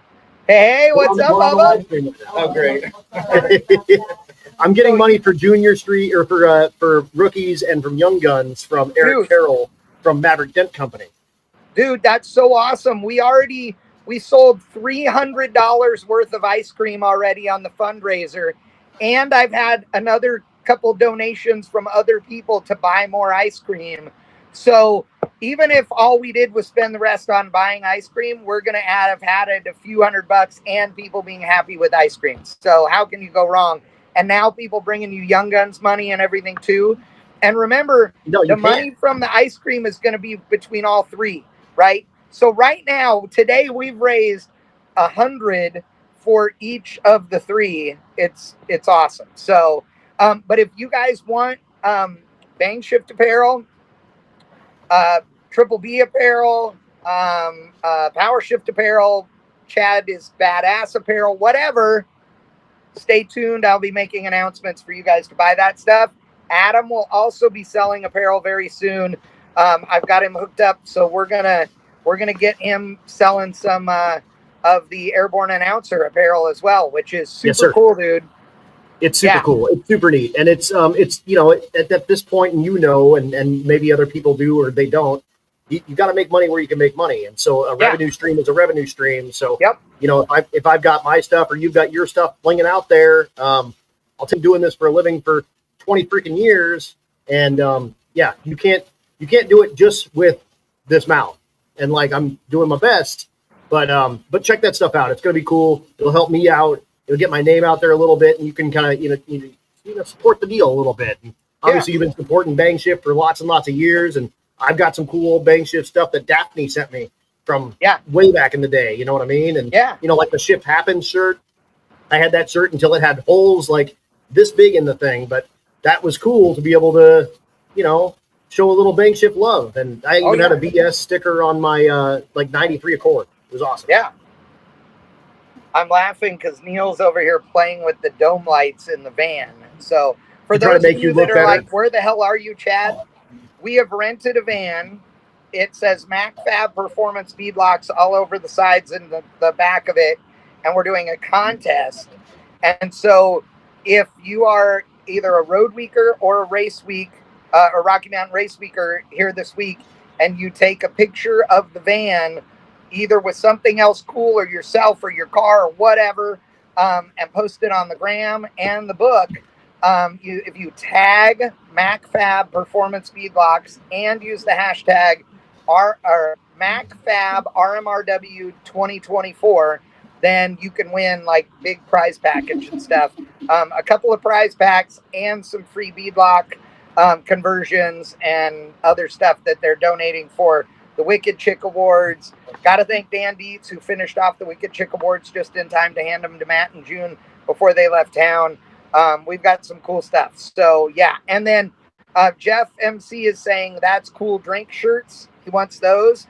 And yes, those will be on the list on the of docket. Things. Yeah. That It's going to be Adam's a going to 2 have for all 1. the things. Yeah. Yes. Yep, And- it's going to be cool. So no, and you're going to do a pre-sale, right? I mean, your I am going to first do a batch? sale, so stay tuned. As soon as we get the artwork and everything all tied up. Unfortunately, obviously working on the Cadillac and then broke it took a ton of my time kind of before Rocky Mountain Race Week, so I didn't have a ton of time to work with you and others and making the art kind of the way it needs to be before I can start getting it out to, you know, to a proof basically, so folks can see what they're buying before they buy it. I appreciate you guys wanting to, you know, throw in, but I wanted to make it a cool product for you as well. So lots of cool stuff coming up with that. And yeah, man, I mean, but we're on day one. We're at Rocky Mountain Race Week. It's about 714 degrees out there. Maybe 715. Yes. It might be 750. It's hot. It is my hot. I think track temp was north of 140. Yeah. At one point, and now you saw that from a lot of the runs, and a lot of the fast guys have not made a pass yet, obviously. And dude, Bryant Goldstone is on the property with the Javelin, and he just got off a 6 Summer, and that thing's a mid 6-second car. And I mean, I don't blame him for not wanting to take it out at 145 degree track temp. Well, and the Aussie's here too with the big whatever the hell that thing is. John Ferrone. Charger. Yeah. Yep, John Ferrone. It's like a 73 Charger Australian version. So it's right-hand drive and it has the rectangle headlights on it. That thing is cool as hell. And he's here on property as well. He has never finished a race week as far as I can remember. But that's a really bitchin' car. It'll be interesting to see him this week out here. Yeah, and that thing I think made something north of 2,500 horsepower at the wheels or at the hubs. So it's sweet. It's a big old car. I think it weighs 4,000 pounds or whatever that is in kilos for Australians. But 11 and a half of them. Yeah. Yeah, 11.5 billion of the kilos. But we got some stuff that we haven't seen yet that's going to be coming out. It's guys, it's awesome. This is going to be super fun. And like Chad was saying, we're going to try to bring you a few more things from the road. And you know, we're trying to kind of up the game here. You've got a lot more cameras going, and they're all fighting you in the heat. I know that's been a big deal for you, but like you're saying, like with what we're doing right here, it's stuff you're going to see kind of moving forward. We'll bring you a lot more kind of around, you know, sort of give you the experience, a lot of the drive, the checkpoints, things like that, and give you a better look at some of this stuff that you don't typically see for free. I mean, let's just be honest. Like, this is a free live stream. There's guys that are doing it that are a paid deal, which is great. Like, good for them. They're doing, you know, they're doing some good stuff. Their thing, but that's not our thing. It's exactly. I will do everything I can in my power for the rest of my life to make sure that if we're doing live streams, that they are free, and that we have sponsors that are paying so that you don't have to. And that's our thing. And here's one thing you guys can help us with at home. So we have, right this second, we have 6 cameras on the racetrack, okay? Now, I have 8 cameras here. We just have 6 of them currently running. The you know, we would love it if in the chat you would tell us what your favorite camera angles are. And don't just say, oh, the burnouts are my favorite. Tell me the ones you think are, if you guys have not been paying attention, we have race week coming up. Oh, had a little internet glitch there. All right, we're good. If you haven't been paying attention, we have race week coming up later this year. And then next year in 2025, we are doing Rocky Mountain Race Week and Race Week are happening at the same time. Right. So, it's Mega Week. Yeah. So Rocky Mountain Race Week competitors will race, just for example, in the mornings, and Race Week competitors will race in the evenings, or vice versa, or we'll either way, we'll whatever. Figure out what that looks like. But there's going to be 600 cars making passes down the same racetrack in the same day. Yeah, and it's going to be nuts. And one thing that is it's insane for everybody.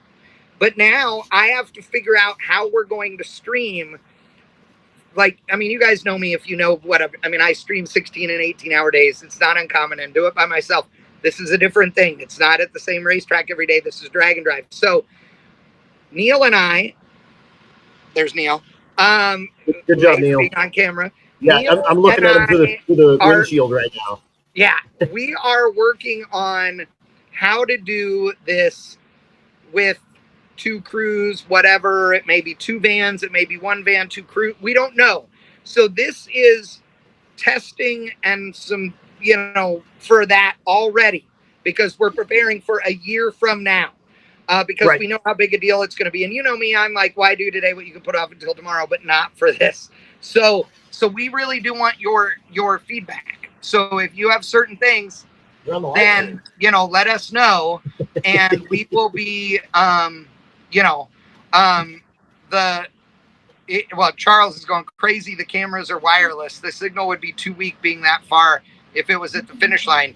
No, we have a wireless camera at the finish line. So, actually, it's past the finish line by about 75 feet. So, yes, we are good. So you guys let us know. We want to make sure it's the best for you. It will be free. I promise you that. And also, if you are at home and you want to be a part of either the Wicked Chick Awards, Young Guns, or Rookie of the Year, if you want to be a part of Wicked Chick and donate to the Wicked Chick Awards Fund, hit me up on Messenger, and I'll get you a way to give me some money like that. If you want to be a part of Rookie or Young Guns, hit up Adam on Facebook Messenger, and he will also tell you how to Venmo or PayPal or whatever. We would love some support. If anything you guys can do, it doesn't matter what it is. Seriously, appreciate it. For all of you guys that do the super chats and the thank yous in the chat, buying stickers and doing that stuff, it's not a lot. It's beer money for me and Neil, and we really do appreciate it. It is not a requirement and not something we ever expect, but man, we appreciate it when you guys do it. So thank you to you guys. Totally. And jumping back on Mega Week, if you wanted to get into a drag and drive and it's been hard for you to get in because we know they sell out in like a second, what's cool with Mega Week is a lot of people do Race Week and Rocky Mountain Race Week every year. They do both. Mega Week is not going to allow people to double enter. So we're going to have 600 slots, but we're going to have 300 cars plus maybe, a handful. But if you want to get into one of these, next year's the time. It's going to be the way for you to get in and get yourself in, and then you will earn your legacy status. That's the thing that Rocky Mountain Race Week and Race Week do, and they will always do. If you came last year, you get 24 hours priority boarding, if you will, for next year. It's just how it works. We want to kind of support those that support us through long term. And there's even folks that have been on every single one of these that now no longer even have to pay for an entry fee. They will get automatic entry to every one of these because they've supported from the beginning. Right. And that's a cool thing that Matt does, and he will not change. That's the biggest thing that we hear from people is like, man, it's so hard to get in because I'm not a legacy guy. Right. Well, next year's your chance. And also, I wanna also give you it's a sneak peek on something that's gonna happen. Okay, 2 things. Number 1, if you watched Tom Bailey the other day, he was on Drag Illustrated's show with Wes Buck, the Wes Buck show. where he apparently lost his mind and said that he invented the cruising portion of a drag and drive, aka the sick ward, that he invented that. Only we had been doing it for like 10 events before he ever did that. Right. Because I'm the one that came up with that idea, and me and Matt put it together. Hey, I didn't need credit, but I needed some guy to not take credit for shit he didn't do. But this is pertinent because Road Weekers, if you've been considering doing Road Week and you haven't, there are some of you that don't really care about the competition, but you want to go down the drag strip. Whenever we can, we send our Road Weekers down the drag strip. That's a normal thing on Rocky Mountain Race Week. When we get into where we have extra time, if we have extra time, there's no guarantee, then we let Road Weekers go down the racetrack. Right. There may be even more opportunity for that in a slightly more structured way on 2.0 this year. Nice. I discussed this the other day. I'm not going to give you any more detail than that. I'm just going to say that if you're a guy that's like, man, if I just get to make a few hits, on one day and maybe some random don't necessarily want to compete or need to compete, we got a home for you. This could be your year. Okay, so yeah, definitely pay attention. Also, if you are a fan, I just got a text from Garrett Mitchell. He's Cletus. Yep. Looking forward to 2.0. They're not on 1.0, but nice. I have talked to them a bunch the last few months, and it sounds like they are going to try to make a run to 2.0 with at least a couple of cars. So nice. if you are into that, and man, if you think it's hot today, we're going to be in Texas and Louisiana in September. It is going to be a scorcher, but it's street cars, man. You got to prove that you got a street car. That's part of driving the stuff down the road is sometimes it's not 70 degrees and overcast. Dude, I got to say, Rebel Drivers Garage just throwing some money toward the Wicked Chick Awards. Bam! Notification. Thank you so much, Scott. Really means a lot. Liggett, yep, Scott Liggett's been a sponsor here for Race Week and Rocky Mountain Race Week in the past as well. He sold that hay hauler truck, I believe, right? Yeah. Yep. And Scott, been a friend of mine for years. Knew Daphne well, a SoCal guy like us, and super cool. If you don't follow Rebel Drivers Garage on YouTube, you should. He does some great junkyard trials and some other cool tech stuff. And he's just a normal dude having fun. So, totally. You can say Scott is, but whatever. Right. I mean, good as folks like us are. I mean, whatever. Exactly. I mean, he hangs out with us. He can't be all right. Yeah, so he's probably not. Yeah, take all of this with a grain of salt because we're exactly. Also, folks, if you haven't checked out and we're still working on the racetrack, you're missing zero. There's rubber fire happening on the starting line. They're scraping the starting line right now. So they are doing a full track revamp here. You want to see something super trick? Okay. Ready?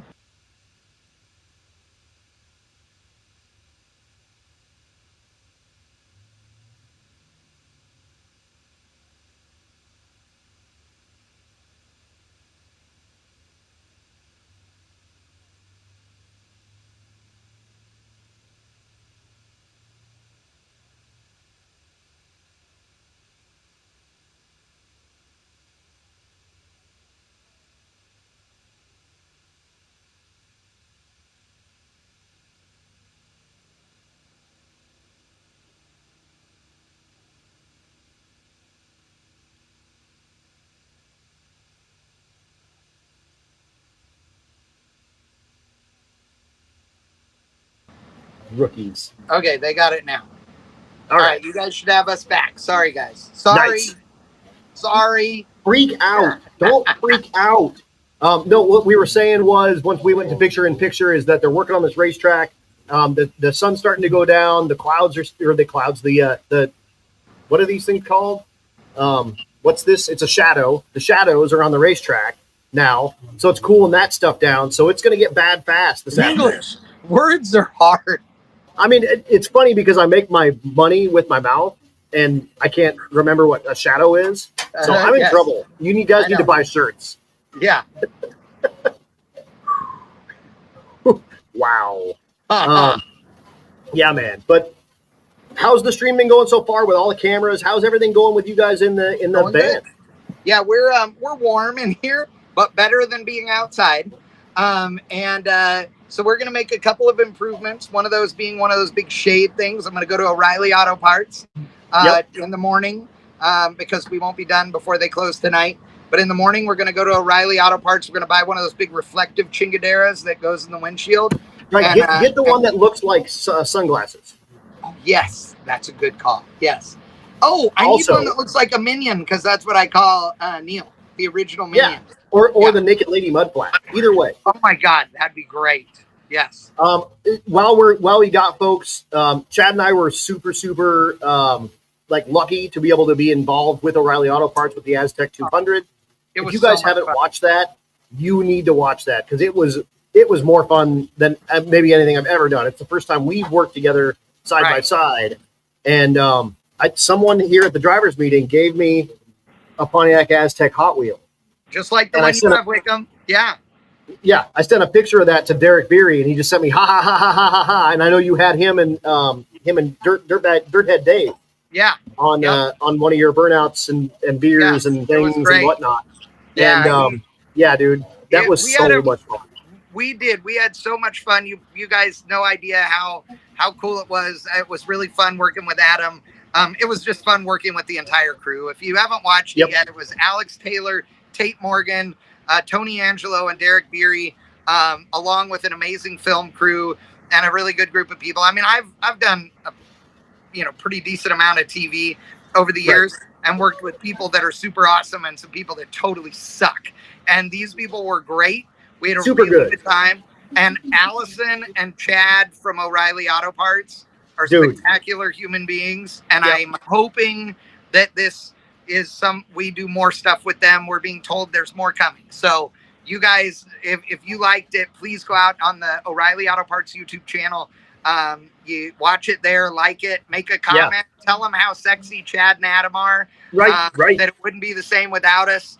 And that, it makes you want to be just like us when you grow up, and it'll be awesome. Yeah, I mean, and you're welcome, or I'm sorry, whichever is appropriate in that certain situation. But no, it was so much fun. It was super duper cool. And, they just basically, they just let us go. They said, we're going to race Aztecs and here's microphones and have fun. Yeah. And so no script, no really direction or anything. They were just go make fun of us for driving Aztecs.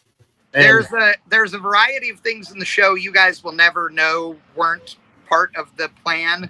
I'll tell you a couple of them are so I made up all the names of all the corners and straightaways and all that just on a whim because of the sponsors. Right before the race, we were we need to come up with what these are. Yeah, and we're like, that's the K&M backstretch. That's and me and Adam just nailed them, and we're like, this is great. They loved it. But the best part was the Geo Metro. Some of you guys know I only own two imports, a Mitsubishi mini truck and a Honda Civic, EG hatch. So I drive a little stick shift hatchback regularly. Well, we drove the Metro in this thing, and they were not prepared for the fact that I was going to steer and run the throttle and shift it, and Adam was going to control the e-brake in the gravel. And we came sliding up to the camera crew. And if you watch the episodes, you will notice we are sliding toward the camera crew. And there is a point where the camera starts to move away from us, physically, not zooming out. And then they cut to the next shot. That was the very first one of the three that we did. And the camera guy had no idea. So he was a little nervous when we slid within 3 feet of him. And me and Adam were laughing like little girls jumping out. Adam's getting out of the car before it stops moving. Well, it's moving, right? It's sliding on the dirty side. I got out on the clean side. It's the funniest thing ever. And we co-drove that the golf cart that Tate's driving in the race episode. We co-drove that the entire weekend or the entire week. Yeah. You steered, and I ran the pedals no matter what. And you were like, we're either going to wreck this thing or it's going to be absolutely amazing. And most of the time it was amazing. We only wrecked it once, and I think you lost your Bucky's Cup one time. Yes. Whatever. We co-drove the entire thing. It was hilarious, though, because this golf cart was sketchy. It was lifted and not good when you turned. So literally the way this happened was the very first time I jumped in it and Adam jumps in the other side and he just woods the thing with his left foot, which made me giggle, right? And off we go. Well, then we're laughing, and I'm like, I'm never touching the You gas run the pedal again. pedals, I'll drive. And so there were right. times I got in it and sat there and waited until he walked over and got in it. We were dumb, and we had a great time. Tate Morgan, by the way, like of all the people, that dude is like that dude is tits, dude. He's so amazing. And of course, Alex Taylor, good friend of ours. Megan was there too, which was awesome. Of course, I mean Tony. I mean, Tony was way cooler than I even expected Tony to be. And Derek is just one of the finest human beings on earth. I'm not exaggerating when I tell you this. He is so unbelievably humble and funny and good. Oh yeah, one of the things that they didn't show in the show was, man, I mean, Derek, of course, with the axe as the hood prop. They did show that. That was awesome. But Tony, whilst taking his car apart, found a cigarette, an unknown length or year or date cigarette, right? And just popped it out and just started smoking the thing.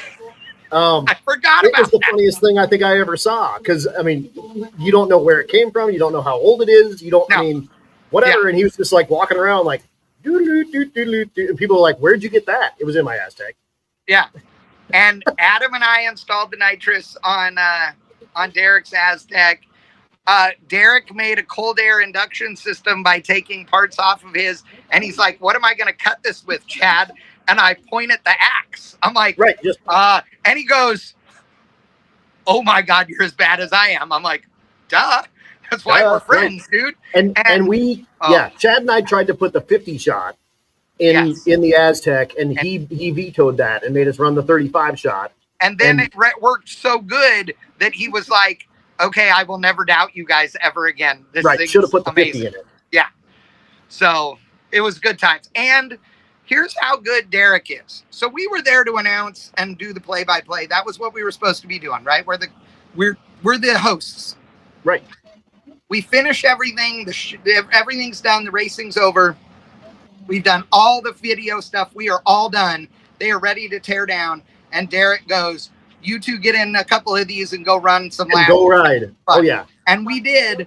And I went out in front of Adam for the first couple of laps. Right. And quickly went, "You know what? I'm not wearing the things I should be wearing to drive this aggressively. So I'm going to slow down now." And then I let Adam lead. So he had clean air because it was so dirty out there. It was so dusty. You couldn't see anything if you were in second. But it was really fun. We had a really good time. And again, Derek's just that guy. He wanted to make it was great. We were having fun too. We went out and sang karaoke and did some drinking and hit one of those boxing chinguses, the punching bag machine. Yeah, it tells you how hard you can punch. Dude, Tony Angelo, that dude is a badass on one of those, and he taught us how to do it. And there is a skill to it. There's a process to it. It's not just whacking the thing; it's whacking the thing right. Yeah, like everything, Adam. As life happens. Yeah, as it happens in life. It was really, really good. It was fun. So please, you guys got to go watch this thing. We got paid to be a part of it. Like, we'll be honest, we don't make anything off of whether it's successful or it's not, other than the fact that if it is, then we'll get to do more of them. And I want to, because it was really fun. It was super duper fun. It was great. And like you said, like, we've already gotten paid. They don't pay us more if they get more likes or views or anything. But honestly, it's cool. Like, it's a good time. It's a 3-episode deal. They have the qualifying, they have drag racing, and then the actual race. The actual race ended up being 45 minutes long. It was great. It was really good. So check it out. We were there for 4 days, and almost 5, and I'd already been there for 4 days. Right. Doing a live stream at the race in Tucson. It was Tucson Dragway, where Jim Hughes and all the crew are awesome. And speaking of awesome, we're here at Tulsa Raceway Park today for Rocky Mountain Race Week. They're doing track prep right now. I have to say, Jimmy Bowles and the crew here, like, I know them really well. I've live streamed, for like 12 years here. This place is a second home. At one point, I had a key to the gate. Like, literally, like, this place is rad. It's super rad, and all the crews out there working in the same 100-degree heat. It's like 110 heat index, and they're just out there doing it, and they're doing it for street car stuff, and we like it. We appreciate that. Yeah, and Jimmy is one of those guys that I call him, and he answers every time, and I'm like, hey, is there power at the top end? Yep. Hey, you got a golf cart I can steal? Yep. Hey, what's the internet? Anything we need. Like, Jimmy's been all over it. He's great. We love him to death. So definitely come to Tulsa Raceway Park. And in fact, if you go to the Tulsa Raceway Park Facebook page, you could do them a favor and me a favor and Adam a favor. So go to their Facebook page, and there's a poll there. It's a survey, and this survey is if you have been at an event ever here at Tulsa Raceway Park, go in there and answer the questions. The survey is designed to show the state and the city and all of that, what impact this place has economically and for its citizens and visitors. Yep. So the reason this is important is that they are looking to make some major improvements here, and with some more paving and some other cool stuff. And if the response from this is good enough, it will help them get some help and some other endorsements and stuff that will make an impact on their ability to do this here at this racetrack. And Tulsa Raceway Park's great. So it's run by racers, owned by racers. You just can't go wrong. So seriously, if you've been here, like, we don't want you going on there and saying something that's not true. But if you've been to this racetrack ever, please go fill out the survey. It'll help them in the future. No, for sure. And there's so few surrounding towns and cities that enjoy having their racetrack in town, and Tulsa is one of those that does. And they want something tangible to see how good the racetrack is to the local place. So, like Chad's saying, just go on there. Don't lie to them. Tell them that you've been here and you stayed in a hotel and you ate at this restaurant, and your overall impact as one person was this. And then it'll help them moving forward a ton. And it's really, again, in this world of areas not supporting racetracks necessarily, Tulsa is one that really, really does. Oh yeah. We rolled in here last night. Officially we came in this morning, but a bunch of people showed up last night, and they had hundreds of cars here racing last night for their Friday night fun thing. Like, not a bracket race, not a whatever. It was packed when we got here. I believe some race weekers actually came early and raced last night here too. They did. So they did. That was cool. Yeah. It was so very neat. Absolutely. We really appreciate you guys tuning in. We're gonna have some more of Adam Cam as like picture-in-picture and stuff. We'll do more of this, like I said, from the road, all over the place. It's gonna be cool. So no, it's super cool, and it gives people a really good inside look of what we got going on. I mean, you're down in the van, working your thing, and I'm up in the tower and I'm working my thing, and you can see it. Like, there's stuff happening. Like, there's people in and out of this place all the time. You got your stuff, and you're working on cameras as we're doing all this stuff. There's a lot to a lot of this that kind of comes around, and it's cool for people to get a little bit of a background look at how this works. And we've been doing this since 2020, and and in a pretty high level. Like, we haven't really ever had one that was bad. You know what I mean? It's always been really good, and we're getting better. But this is a cool look that you can see. Like, here's the tower in Tulsa. I'm in the second floor of the tower. We're hanging out. I got the best. Here's my view. I got the best view in the whole place. It's up here. I thought you meant Stevie. Well, see, and Steve. Yeah. I have to tell you, I think that you're lying, and I think the Cadillac's fine, and you just didn't want Stevie to race because you wanted her to hang out in the tower with you the whole weekend. I mean, pretty much. But what I've been telling everyone is my goal, my ultimate goal would be to be able to hire her as my assistant for everything. Get to a point where that, I know, and you kind of had that with Daphne as well. Like, that's sort of the dream, to be able to have her be able to work with me and do this stuff. And because like you, I'm a mess, man. I don't know where I'm supposed to be and when I'm supposed to be and how I'm supposed to be. Like, she's got that crap down. if we can get to a point where I can just, hey, if you hire me, you hire her, and she's going to also take photos or whatever. We'll just figure that out, whatever that looks like. And or you pay me enough that I can pay her, and she can keep me in line. Like, I mean, she brought me beef jerky.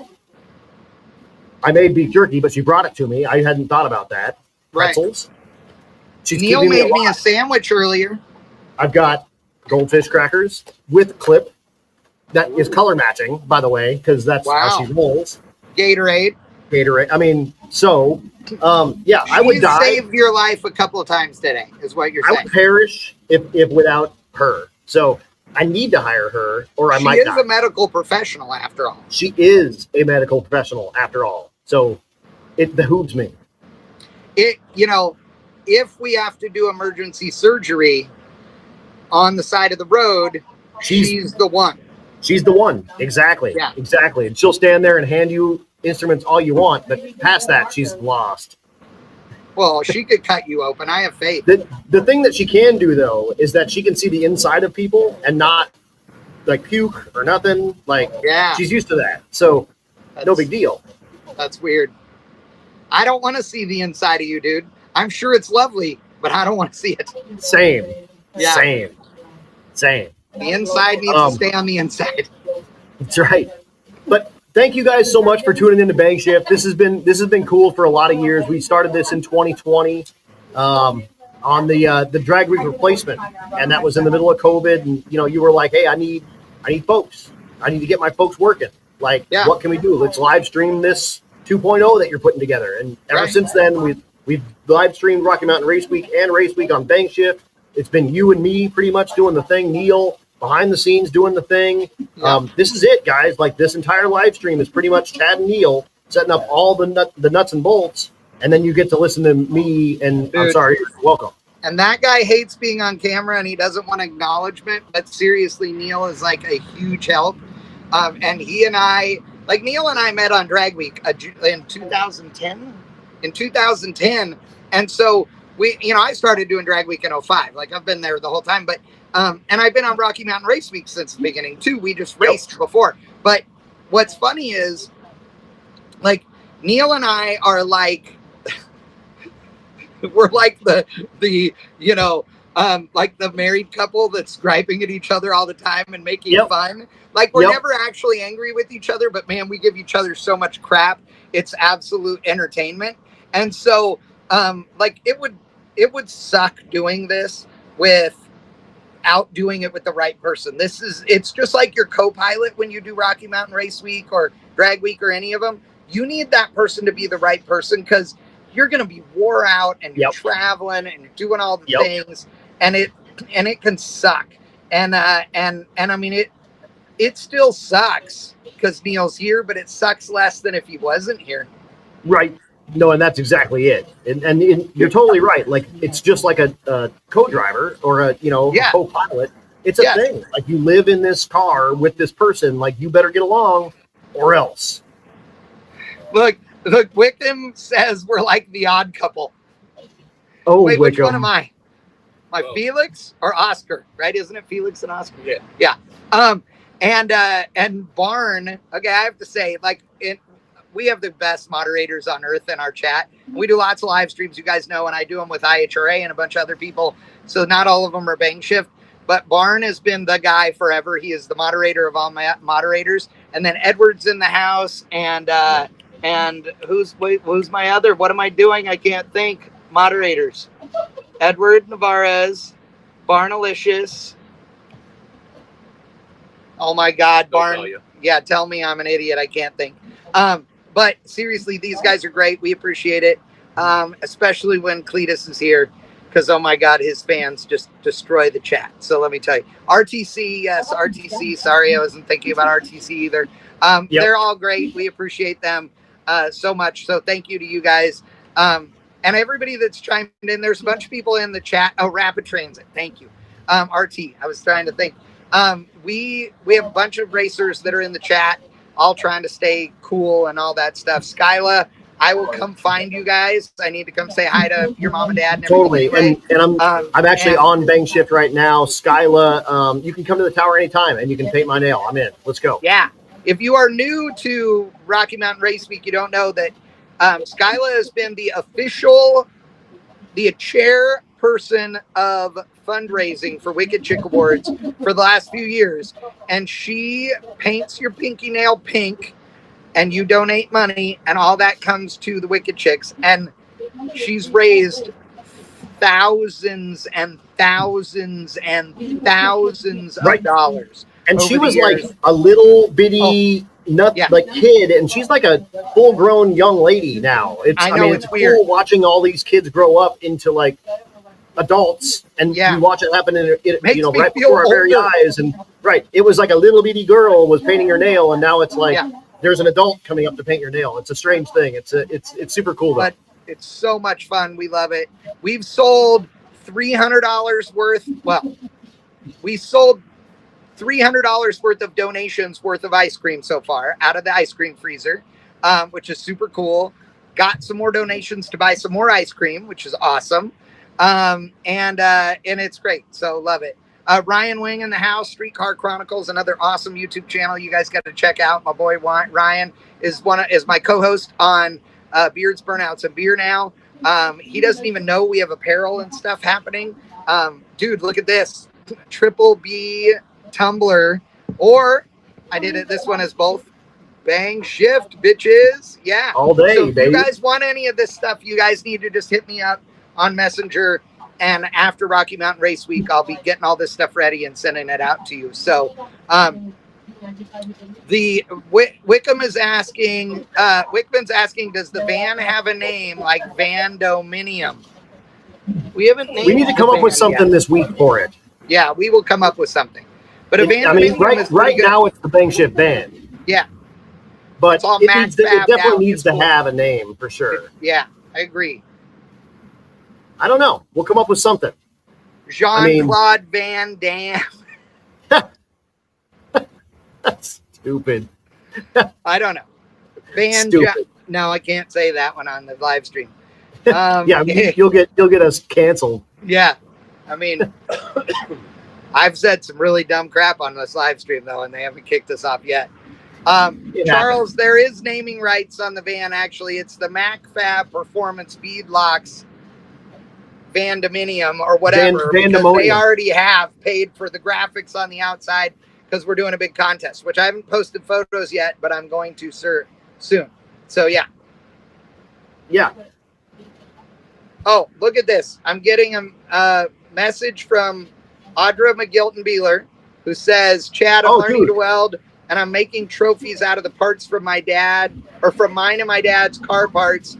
I'd love to rehome them for Wicked Chicken stuff. That's so awesome. Love it. Heck yeah, dude. Yeah. And congratulations to her. She got a podium finish. She got third place at Six Summer. It's the first time I've been able to hand her any hardware in years and years and years of her doing drag and drive stuff. And that was maybe the highlight of my night, was handing her a trophy, a third place trophy. And she was like, I don't even know what to do. What do I do now? It's the first time she's won one. And congratulations to Andrea, man. That was so cool. She's so awesome, and her dad's amazing and just great human beings too. Oh yeah, absolutely. And if you guys don't know, her dad has the Why Not Camaro, Tom McGilton. Yeah. And he actually put some of Daphne's ashes in his parachutes, and he pulled the parachutes at Great Bend, Kansas, which is one of her favorite tracks. And so some of her ashes are at Great Bend, Kansas, out of a 200-mile-an-hour streetcar. And that was cool because it was the place where she ran her quickest and fastest run ever. And the ashes in the parachutes pass was the first time that Tom went 200 miles an hour ever in his car.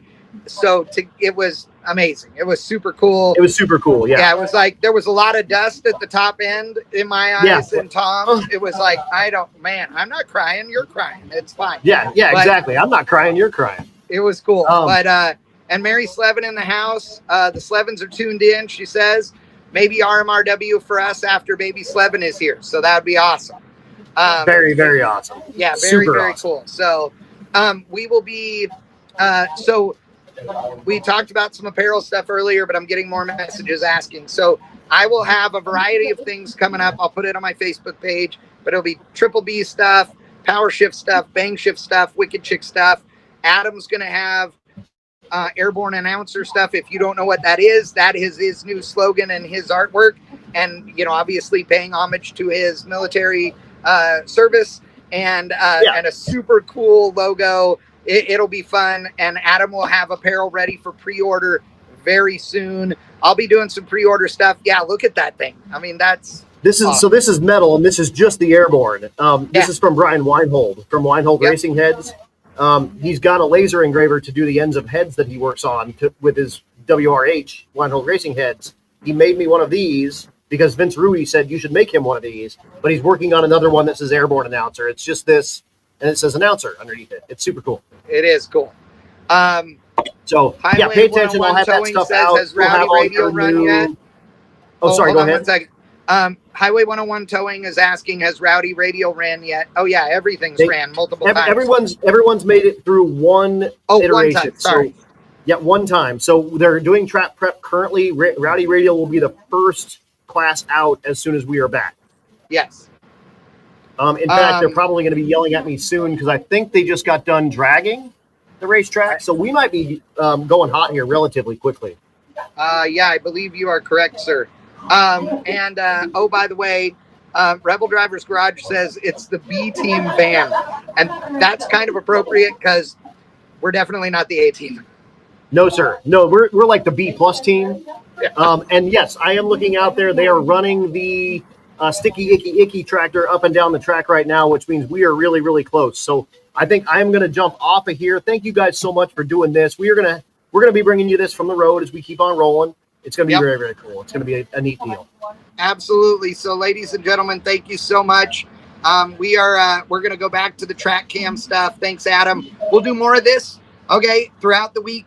And we'll have Adam if he wants to still be on. We'll have that as picture-in-picture for some of the stuff later coming up, some of the action as well, so you can get a little more interaction with him, and we'll get you taken care of. So, thank you so much, everybody, for tuning in. More racing coming up here shortly.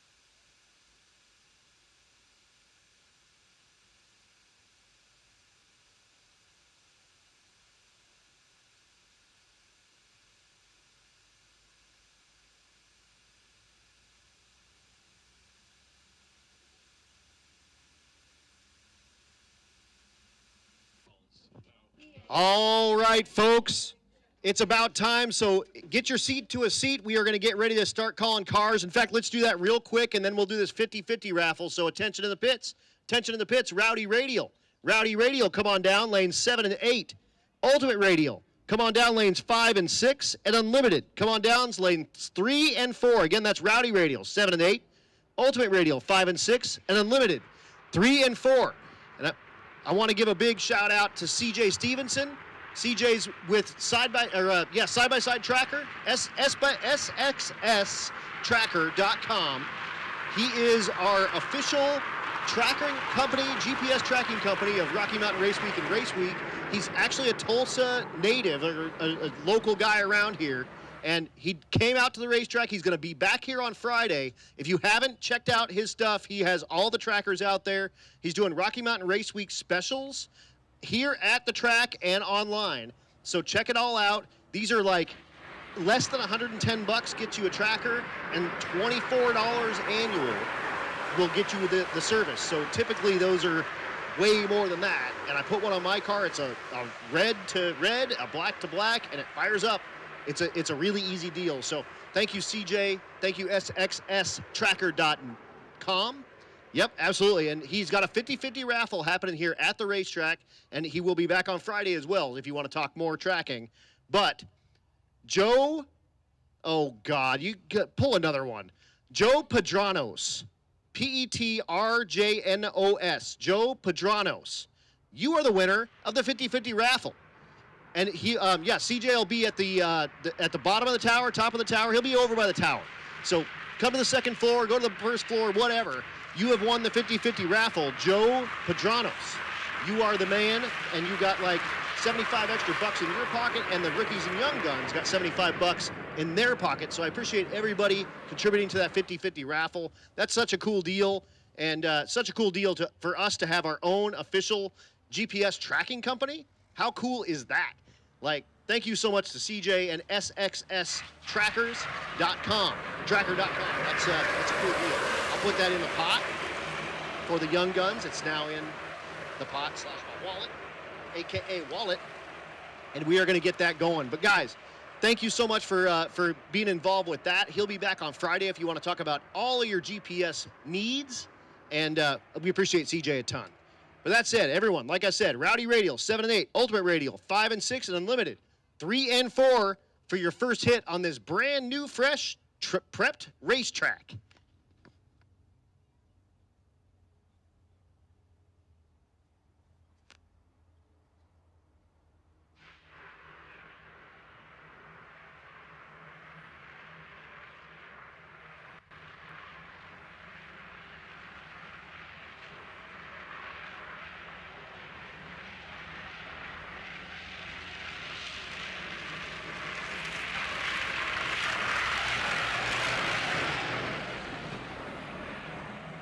All right, so we're just running that rotator up and down the first 300 feet of this racetrack, and then we are going to bring you the top of our order. Again, Rowdy Radial. They run those tiny tires. A 26 by 850 slick or a 235 radial on all those rides.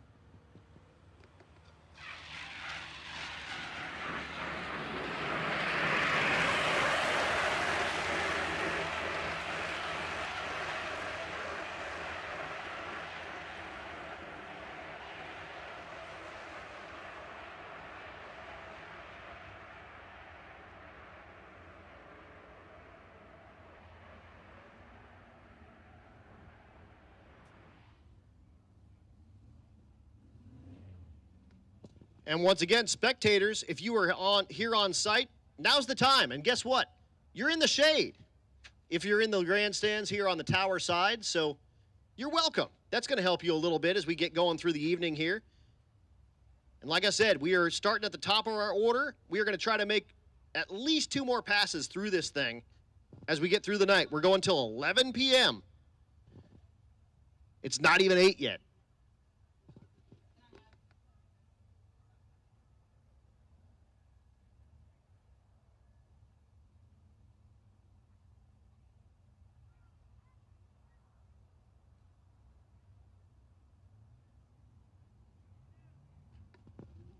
Water is going down, and you know what that means. We are about to fire up horsepower and unleash violence here at Tulsa Raceway Park in Tulsa, Oklahoma. That's why it's called Tulsa Raceway Park. That's where we are.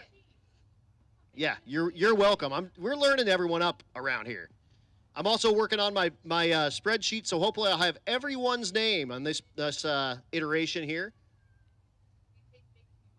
So that's going to be very, very cool, because if you're watching at home and you want to hear your person's name and you want it to be right, then I think I got something for you, hopefully. I will mispronounce names, maybe on purpose, maybe not.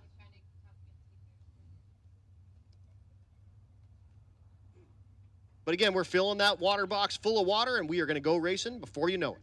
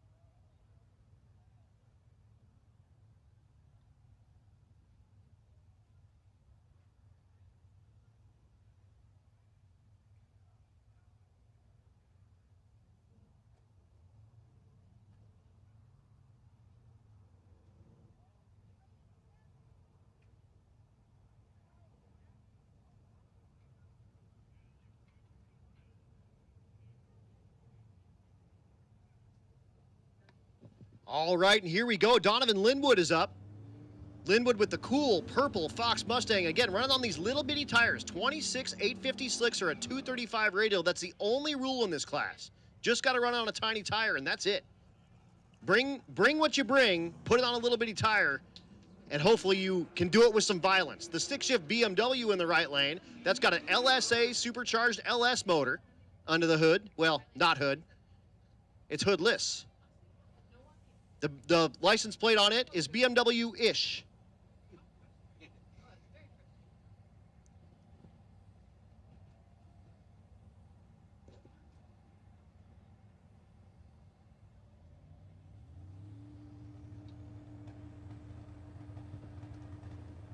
So both rides will get into the beams, and we're going to run 8th mile, 660 feet.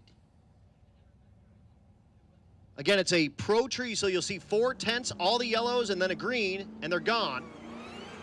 The BMW banging the gears, but here comes Linwood. BMW goes 648 in the 8th mile. Linwood's car goes 538 at 139. Looks like there's some debris on the track. It just fell off. It's still a track. We're good. Copy that. That'll bring up Pat Cook. This is the dude that typically drives the Grom in the F-150 in the right lane. Not fast. That's okay. Is that Aaron Schaefer? It is Aaron Schaefer. Our first look at Aaron Schaefer with the baby tires on the car that they call the Silverback Camaro. Typically in the 850 limited street category. And he said, you know what? I'm going to put the little baby tires on it, and we are going to let the button off and see what we can do in this 8th mile category.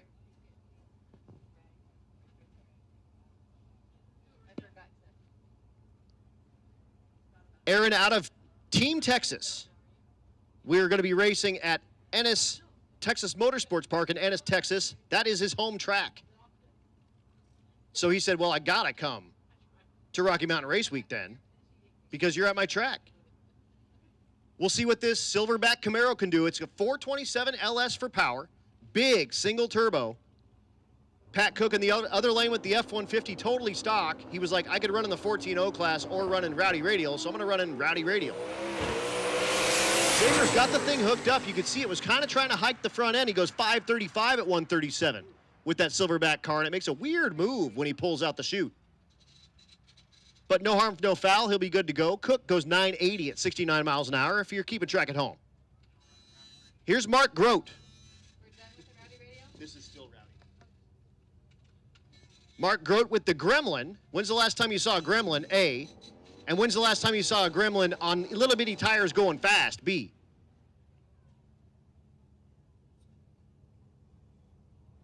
Yeah, Stevie's like a few hours ago if you watched the first session. Yeah, okay. Valid.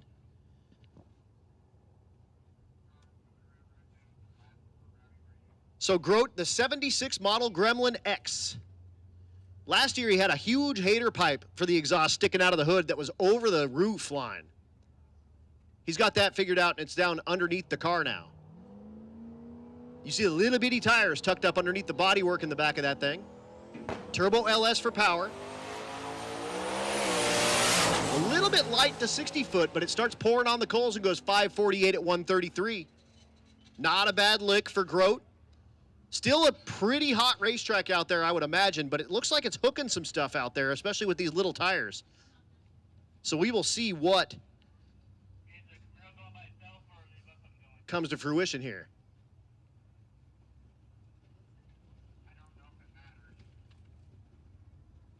If they were both Rowdy Radials, it doesn't.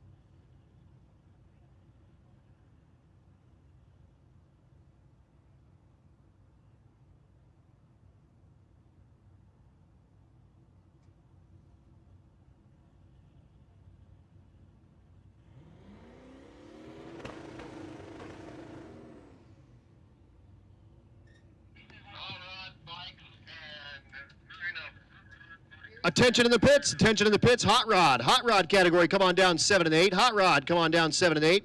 Motorcycles, come on down lane number 2. And 9-0. 9-0 category, come on down 5 and 6. So no driver information in the right lane. That car is called Creamsicle, the 3rd gen Camaro. You see the little bitty tire, he's going 8 mile racing. And he'll go 619 at 113. And then we'll bring up Jason King. Sorry, a little bit of confusion on who's running what and when and how and why.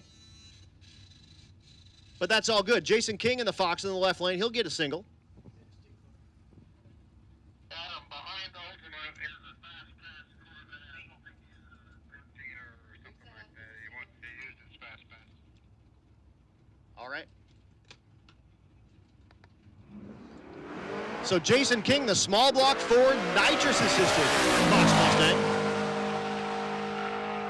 Bangs the tire at the hit, but then gathers it back up and goes 920 at 164 with that heads-up car. We'll get him back and try to get the ET to match the mile an hour, and that thing will be well in the low 8-second range.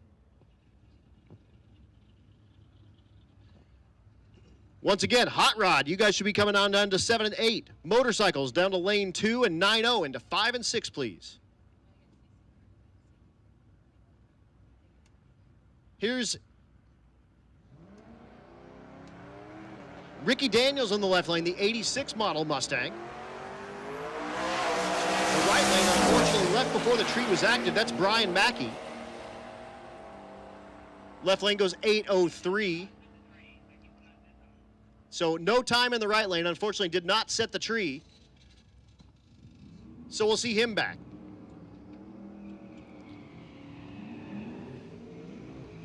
Here's Brandon Tapp in the right lane, the C2X they call it.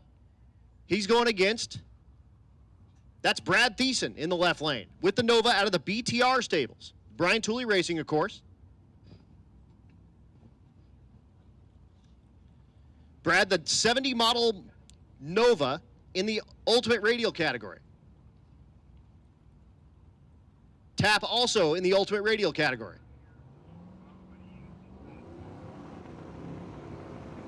Both rides are in and they're gone. Brad knocks the tire about 100 feet out. They're both making their way down the quarter mile. Brandon Tapp goes 885, 825 for Brad Thiessen. Not a bad lick with a tire turn right at the hit.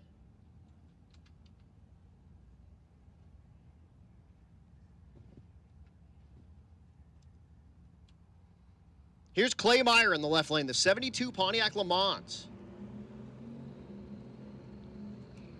And the right lane is Trevor Wilson. Wilson with the 93 Dodge Dakota with the twin turbo LS under the hood.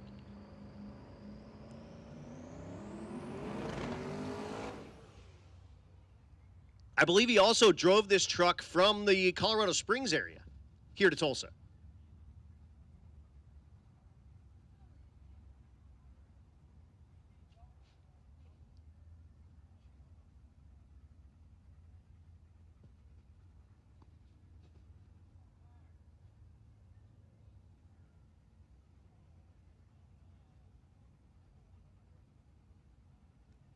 Both rides getting themselves in the beams here. Yeah, right lane is not going to be able to stage the thing, so we will run the Pontiac as a singleton. So Wilson, unfortunately, having problems with the Dakota. And we'll watch Clay Meyer make that single pass. He'll light up the scoreboard with a 975 at 139, and we'll get Trevor Wilson off the starting line, and we'll bring you another pair. Hopefully nothing real bad happening with that Dakota.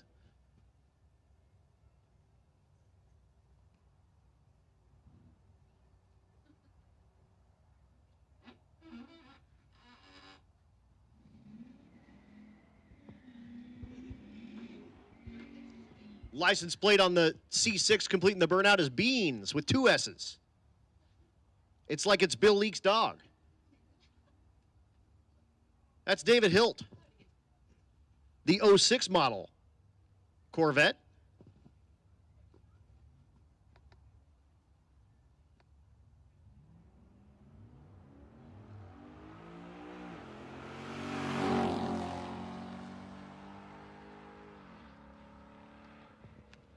Scoreboard lights up with a 1269 at 102. That's actually in the 12-0 category. So Hilt looking for that 12 flat.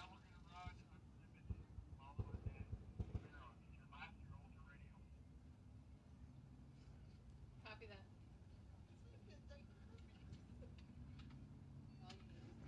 So at Rocky Mountain Race Week or Race Week, you get a one-time use fast pass.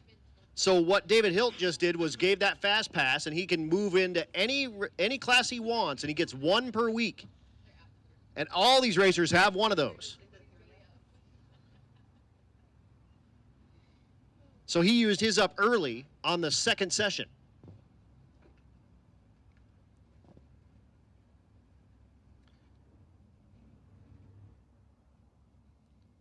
Beautiful second-gen Camaro in the water box and goes to put it on the converter to do a burnout, and it shuts off, unfortunately.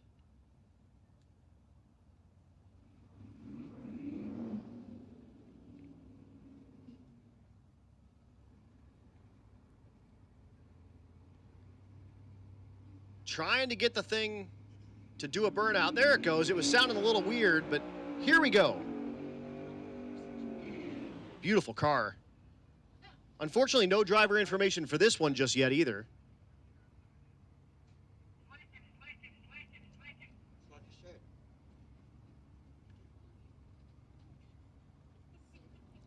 Looks like there is a little bit of fluid coming out of the back of the Camaro, and they're going to, oh, they say it's okay. It's just a little bit of fuel or water, no problem.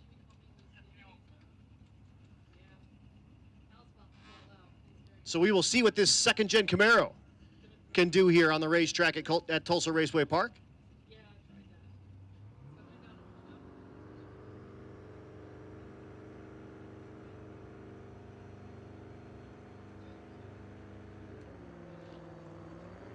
He lets off the trans brake button, and it just kind of meanders to the front. He's just sort of making his way down the quarter mile. Maybe not exactly what he's looking for. It's still got some fuel coming out of the fuel cell there. And it goes 14:43 if you're keeping track at home. Here is Bryant Goldstone pulling into the water in the left lane. The Javelin. This car mid 6-second capable, just off his win at 6 Summer. So the Javelin, twin turbo, big block Chevrolet for power.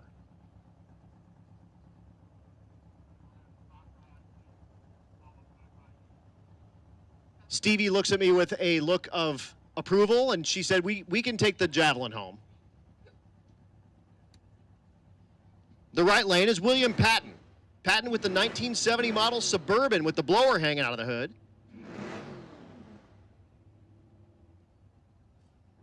You see the window down on the Javelin. Check it out. It's got power windows. There they go. Zoop.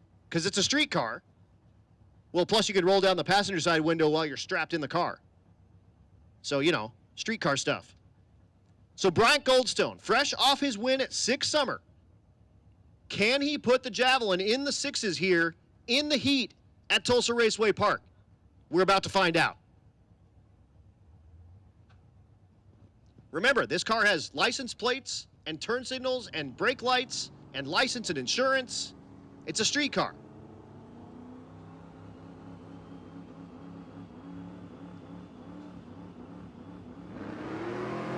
Not what he was looking for. The thing kind of meanders on out at 60 foot and shakes the back end around, and he'll just get out of the gas and make his way down the quarter mile. William Patton will wave it at him when he goes by, and he goes 10.93, 12.27 for Bryant Goldstone. It was 133 to 60 foot, and it was really, really upset even before then.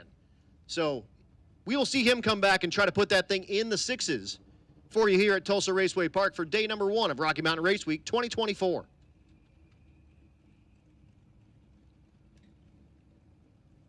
The Honda's back with the El Salvador license plate that says Denise 24K.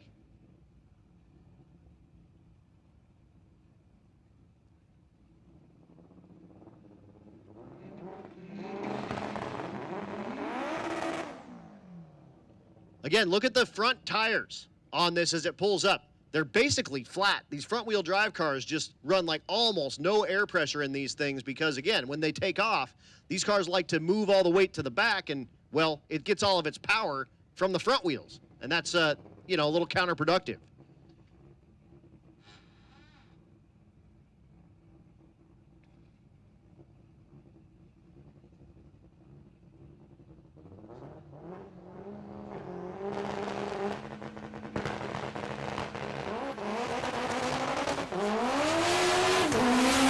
The Civic's away, banging gears, making its way down the quarter mile.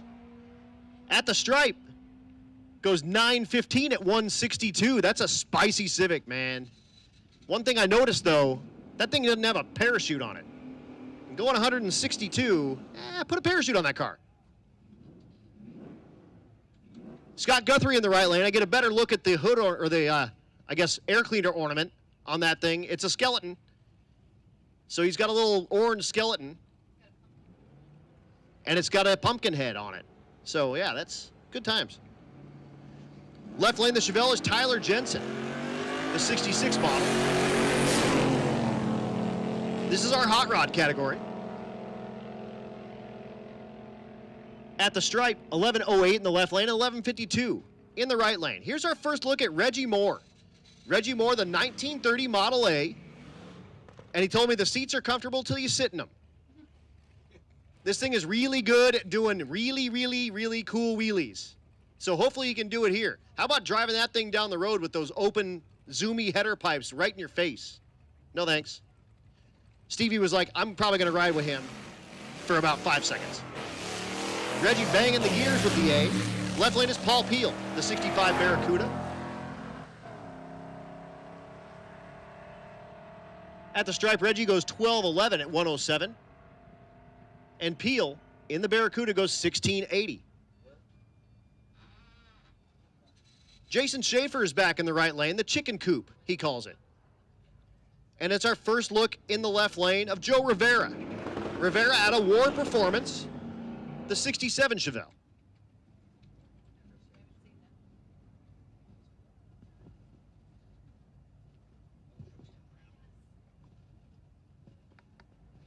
And I'm getting my fingernail painted right now.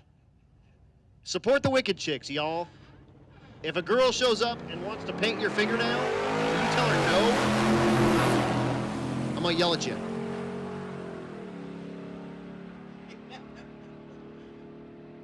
Pinky's out. 1097 in the right lane, 1076 in the left.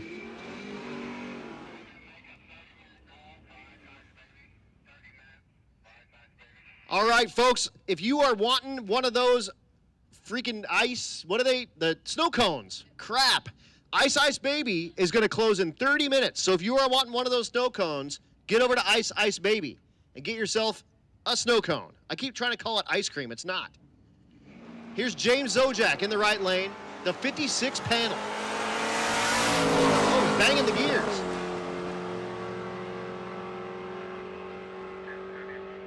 Attention in the pits, attention in the pits. 10-0, 10-0, come on down. Lanes 3 and 4, please. 10-0, 3 and 4, 11-0. Come on down, 7 and 8. So 1377 in the right lane and 1071 in the left. Stevie's making notes for me. Snow cones, not ice cream. Okay.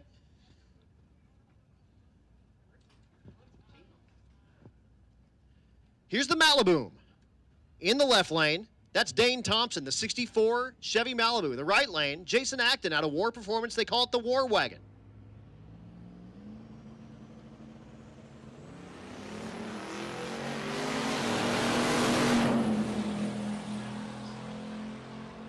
Both rides making their way down the 1320 here in the hot rod category.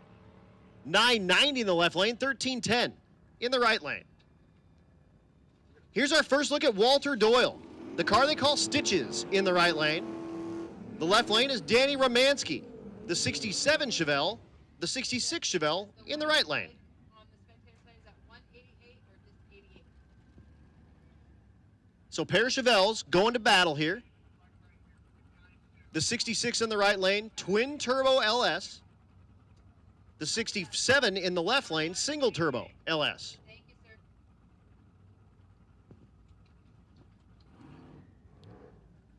Ooh, unfortunately, Walter can't get the thing on the trans brake. He'll back it up. Danny Romansky says, "Hey, I got you. No problem. I'll play your rules. I'll back out. We'll get it going." Again, we're doing sort of time trials. We're qualifying, if you will, for 4 days, and then we heads up race that last day.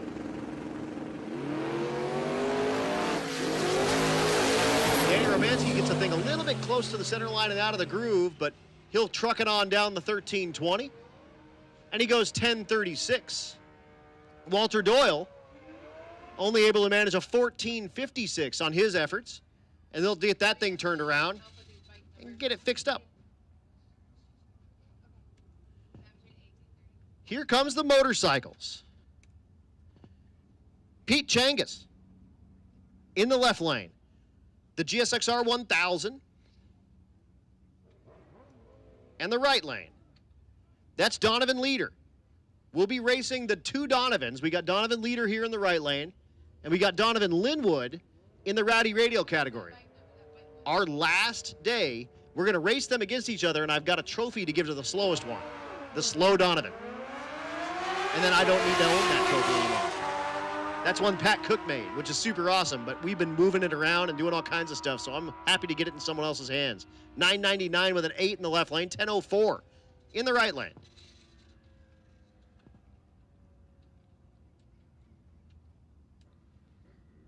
Here's Daniel Donovan in the right lane, the Kawasaki ZRX 1200.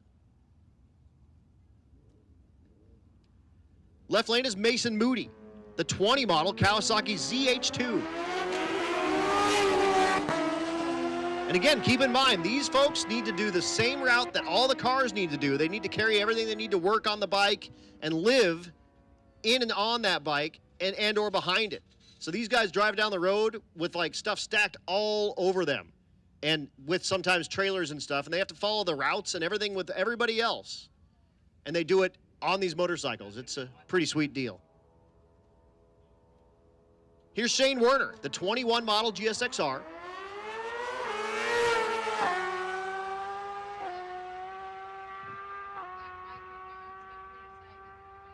$986 at 146. And again, we have two of these classes. So we have quickest class, heads up class. We also have a most consistent class as well. They get to choose the first day which one they want to be in.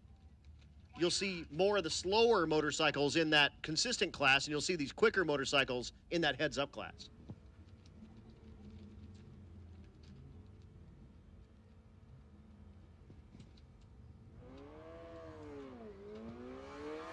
Here's Michael Karstens in the right lane, making his way down the 1320.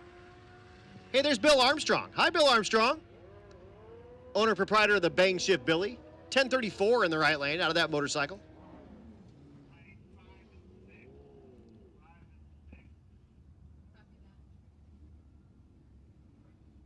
PW, I need one more time. This blue bike, I can only get the last 2 digits, and then the gray bike. Here's Roland Tabor, the 01 model ZRX. Thank you, sir. Really appreciate it. The right lane is Daniel Lopez.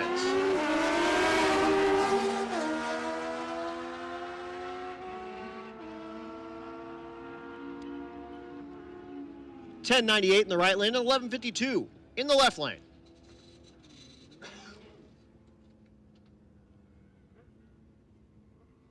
Here's Dustin Moody, the turbocharged ZRX 1200R. You see the intercooler hanging off the left-hand side of the bike? It's an air-to-air intercooler for the turbocharger. This is an 8-second capable motorcycle. The right lane is Chris Baker, the 08 Hayabusa, also an 8-second capable motorcycle.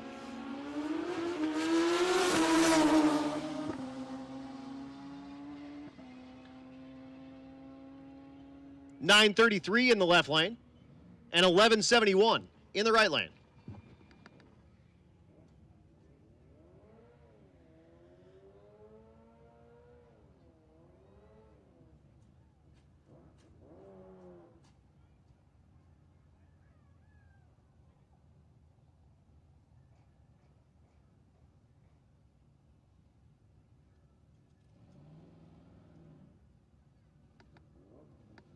Here's Dustin Moody in the left lane.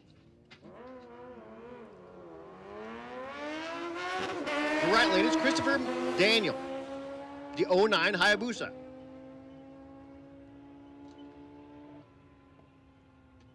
$10.43 in the right lane, $12.77 in the left lane.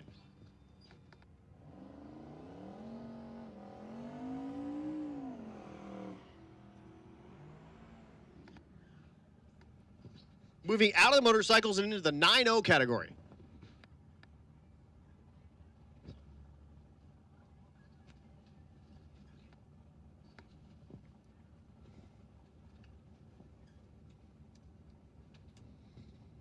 So Brian Walden in the right lane.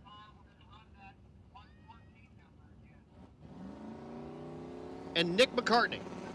Oh, that's not Nick McCartney. In the Nova. We're looking for 9 flats on the scoreboard. Scoreboard says 9:16 and 8:88. Too quick, too slow. 9:16 is maybe the closest that we've seen to a 9 flat, though, in this category thus far tonight and, this week.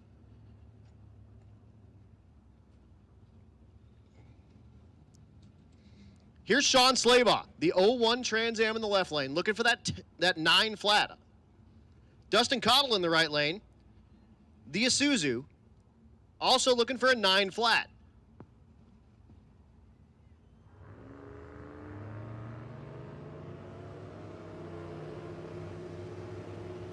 Both rides are in. Tree comes down and we're gone. The red light's okay. The tree's still working. So Cottle looking for that 9 flat in the right lane with that Isuzu. He goes 9:17, 10:44 in the left lane for Slaybaugh.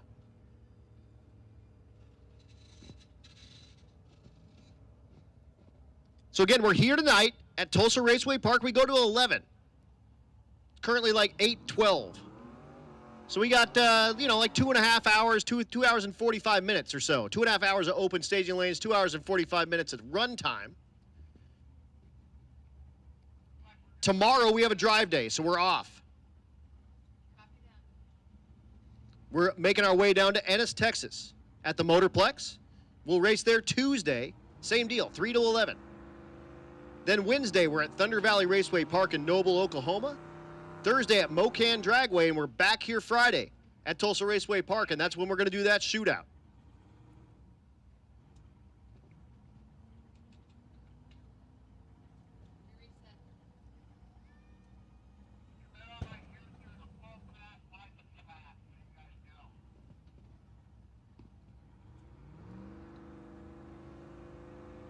So the Impala SS rear drive version of this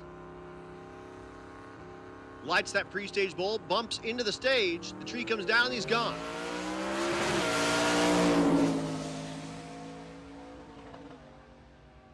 Scoreboard lights up with 10:16 at 1:37. Here's our next pair. Vince Rui in the left lane. Vince with the Nova. Twin turbo LS for power. Right lane is Tom Nelson, the 70 Chevelle.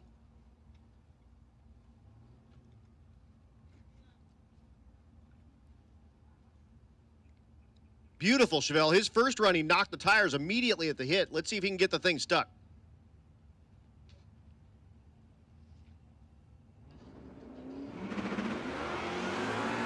He cannot. Knocks the tires, and so does Rui. So neither ride is going to get themselves to a 9 flat. Rui slows on the brakes hard. 10:76 in the right lane. Rui is still under power, but did not like the way the thing left and smartly got off the gas, and he'll live to race another day. So we'll get Rui off the top end, and that'll bring us Brandon Coddington in the right lane. Beautiful, beautiful Camaro. His final license pass. So we're looking for a full pass out of the 68 Camaro.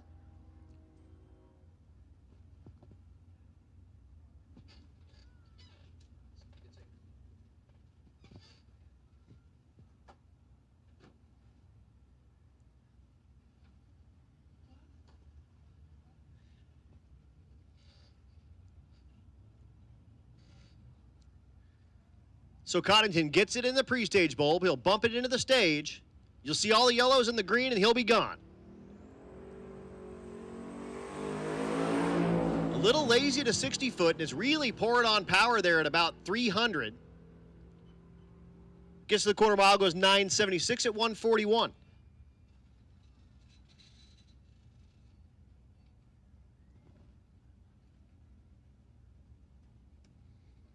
Here's Tony Latimer in the left lane, the 16 model Camaro. This has the Gen 5 GM V8, so it's the direct injected motor. It does have a Pro Charger, and this one's 427 cubic inches. Built by Bowtie Engine Shop. They're out of Greeley.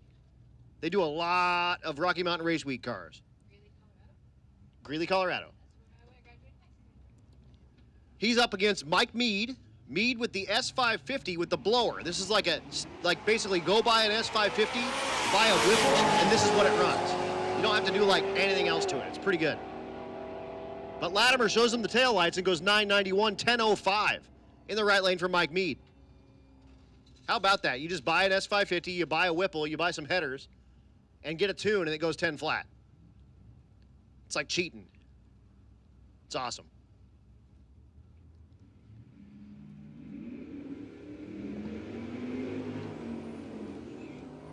Here's Kyle Calkins in the right lane, the 78 Fairmont.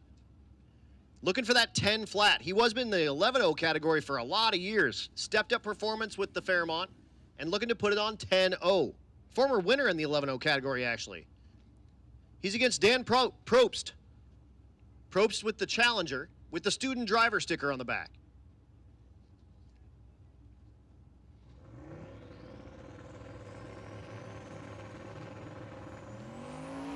Looking for 11 flats on the board. Challenger knocks the tire, and that's not Calkins has got anything for it. I'm sorry, 10 flat. He goes 10.05. He's going to like that. Left lane goes 11.44. The Monte Carlo SS. That's Ryan McFadden, the 86 model. Beautiful looking car. T-tops and everything. Not bad. I like it.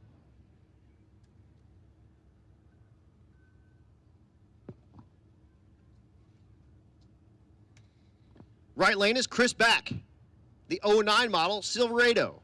Drink.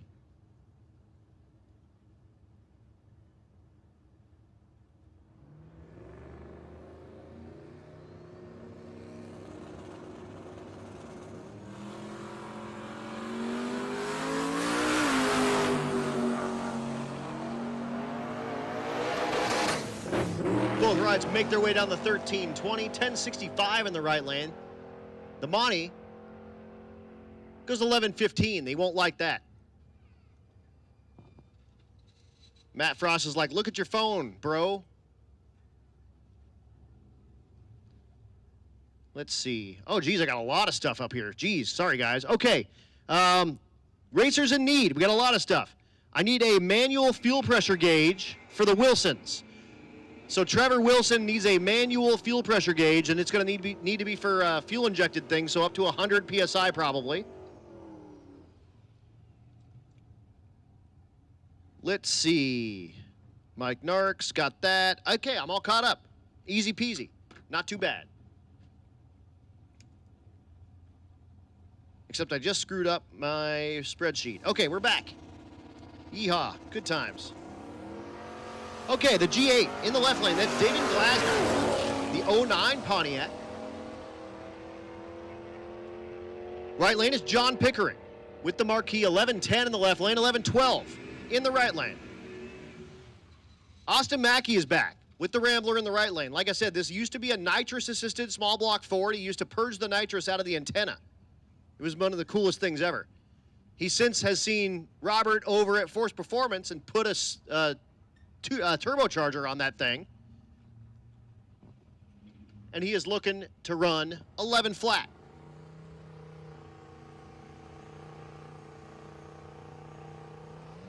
Left lane is Jacob Dietz with the Z28 Camaro. Looking for 10 flat, actually. 1039 in the right lane and 1041 in the left.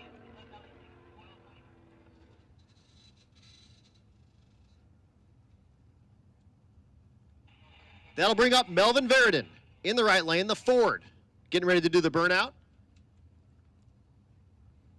Also for the 700 Mackeys that are out there in the pits, being told that Austin's car has a little bit of oil leaking out of it. So maybe go look at that and make sure that it is all taken care of before he comes back up. Left lane is Nick Hoyer, the 84 model Fox Mustang.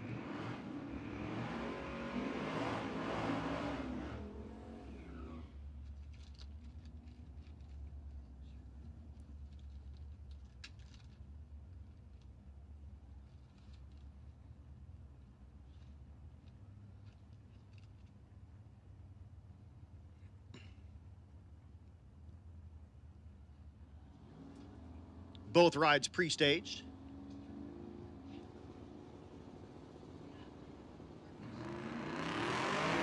Verdon knocks the tire immediately. Hoyer drives out of his life with that Fox Mustang. Scoreboard lights up with a 10-11 in the left lane. Verdon goes 11.72.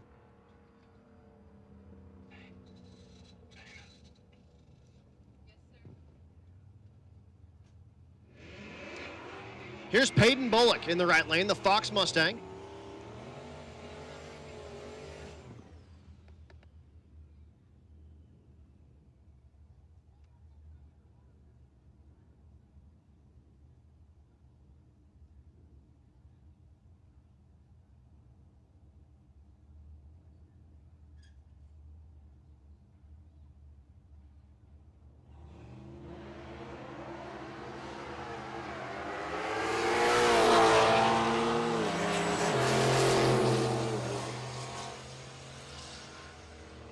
So 10.74 in the left lane, and Peyton Bullock goes 10.69.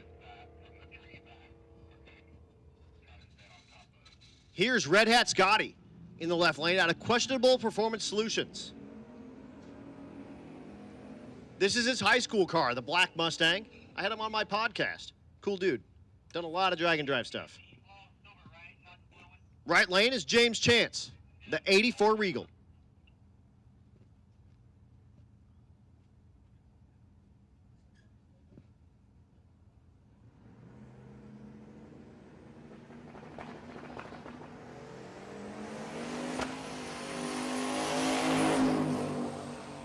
Red Hat having some problems and smartly pulls over off to the side of the racetrack, and we love to see that.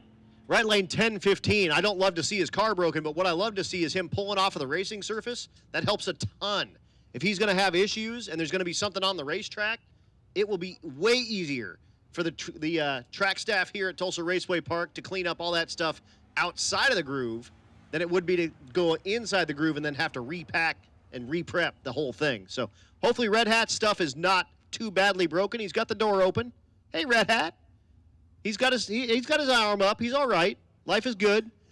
So we'll get that Fox Mustang scooped off of the racetrack there, and we'll go back to racing here very, very soon. But I want to thank everybody out there on the chat bleachers for tuning in and for also joining in on the on the live chat. And get yourself involved in that stuff.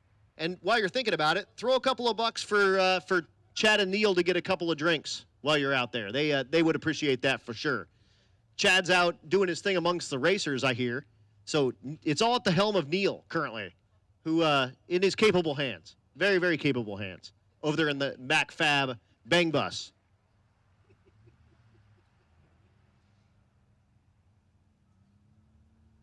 So we will hook up Red Hat Scotty to the strap on the back of the safety truck. And again, hopefully that thing's not too hurt. I don't see any fluid or anything like that. So hopefully it's something that's an easy fix for him and an easy turnaround for us. It looks like it is. And we'll be back before you know it. And there it is for sure. The S10 is now in this lane, and he's got the bed cover off, and there you can see all the exhaust stuff coming out. That's a good way to build yourself a drag truck, is put all that crap in the bed. Why not?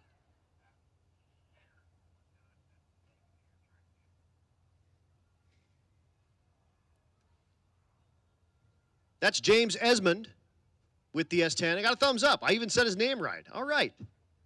Like, first time all day. So we'll see that S10 making his pass here very soon as we get Red Hat scooped off that left lane.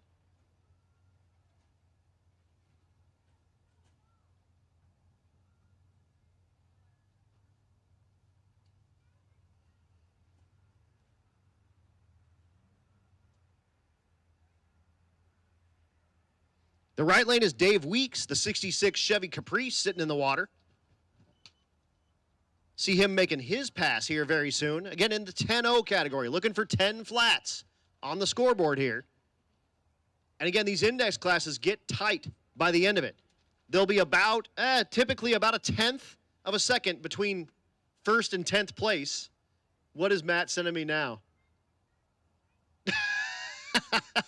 It's a picture of Earth and the sun, and race week is like where Mercury would be.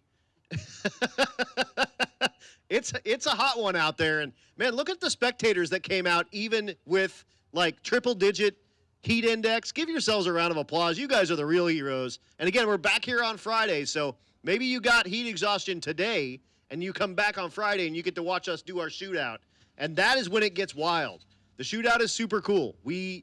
Again, our quickest 32 cars in 3 different classes turn off the scoreboards, win lights only, and we heads up race folks until we get down to a winner on that last day. Everybody else in one huge bracket race. I think the winner last year was something like 8 or 9 rounds. It's gonna be a good time.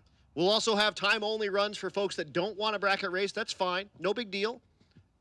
But again, all eyes are going to be on those heads-up races. We have the FAF 8, that's our quickest 8 rides, racing for $7,500. And I'm talking green cash money. Final call for souvenirs and swag. If you would like to get some Tulsa Raceway Park souvenirs and swag, this is your final call. We will be back here on Friday, so you'll have a chance to get it again. But if you're like out here in the spectators and you want to get yourself a TRP shirt or hat or something like that, cruise over and get that done. This is your final call to make that happen.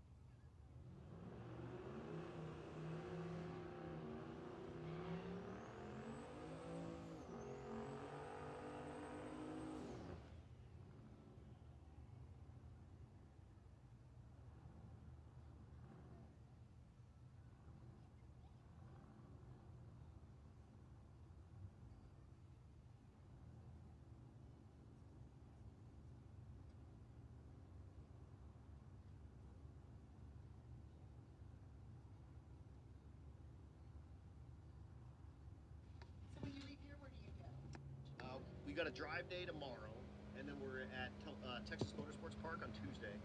And then we're at Thunder Valley Raceway Park in Noble on Wednesday.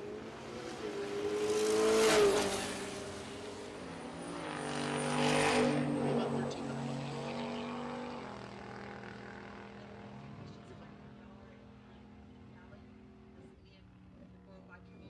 Yeah, they come and watch. They come and watch. Yep. They don't ever race. I mean, you got to be here this first day. But they'll come out. They like to watch it. It's cool. It's really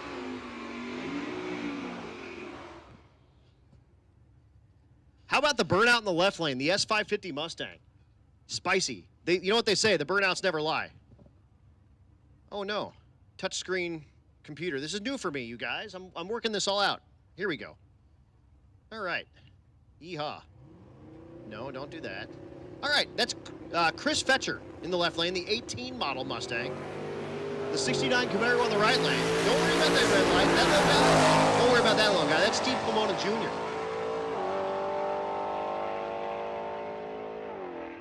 Pomona goes 11:03. He's going to love that if he's in the 11:0 class. I don't think he is, but he can switch if he wants. He's allowed to. It's no problem. 10:38 in the left line.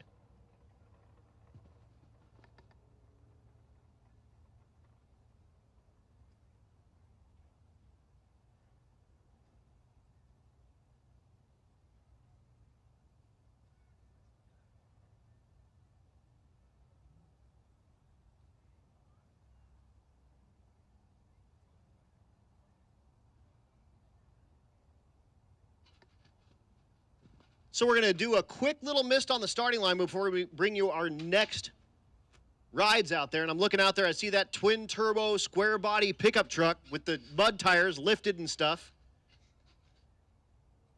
That was my favorite ride for a couple of years straight. I like that thing. I still like it. It's really, really sweet. He's just, he's been around for a little bit, so it's a little less like shock value to me. But if you've never seen that thing make a pass, you are in for a treat because it is super sweet. It doesn't look like it should be as quick as it is, but it is. When's the last time you saw like a lifted four-wheel drive Chevy truck running the low 11s? Never. You're about to. Also, it doesn't look like anything special. It's like black primer. It's pretty sweet. It's something that you would see a 16-year-old kid driving to high school, and it's not. It's definitely cool. That's coming up here very, very soon. So lots of cool stuff. While we've got a little bit of time, a big thanks to all of our sponsors again, you guys. Valley Homes, Goat Rope Garage, Pit State is out there. They're out in the what is that thing called? The staging lanes. In the pits. I'm already losing my mind out here. It's a little ridiculous.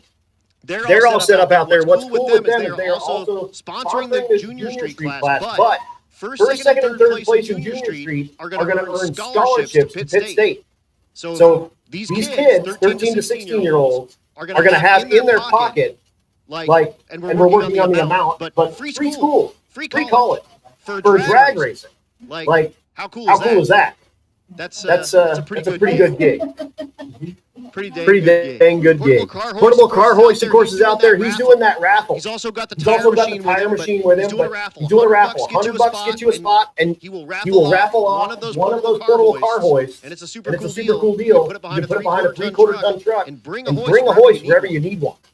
You can see it out there. It's got the American flag hanging off the top. Go over there and talk to Bobby and ask him some questions about the thing.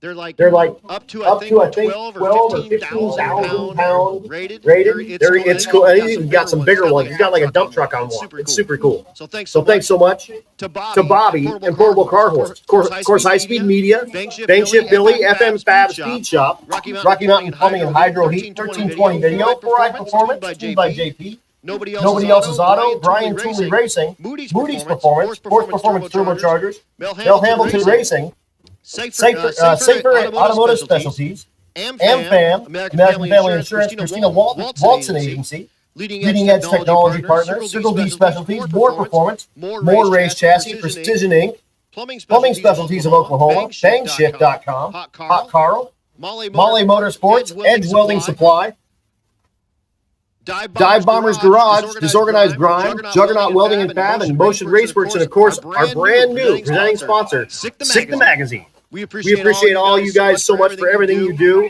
It's an awesome deal. But we are getting ready to go back to racing here very soon.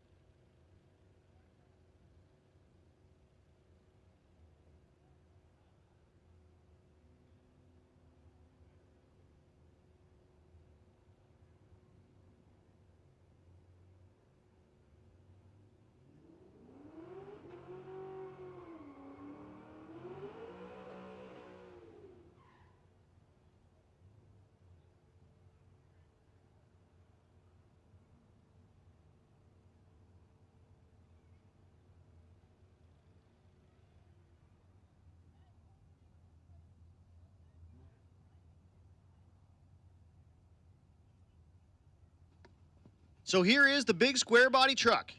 I promised you it's cool.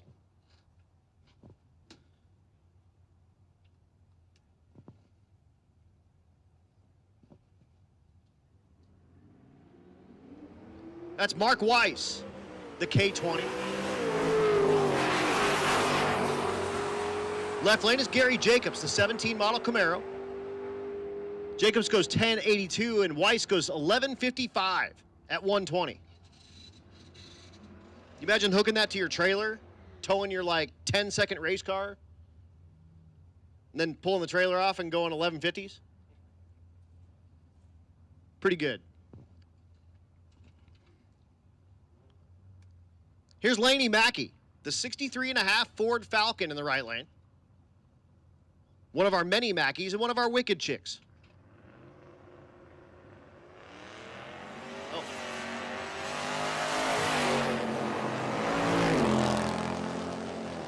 Both rides are making their way down.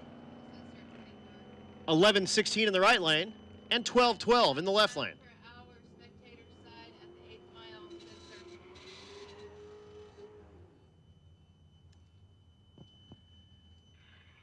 Did you copy small block and big block?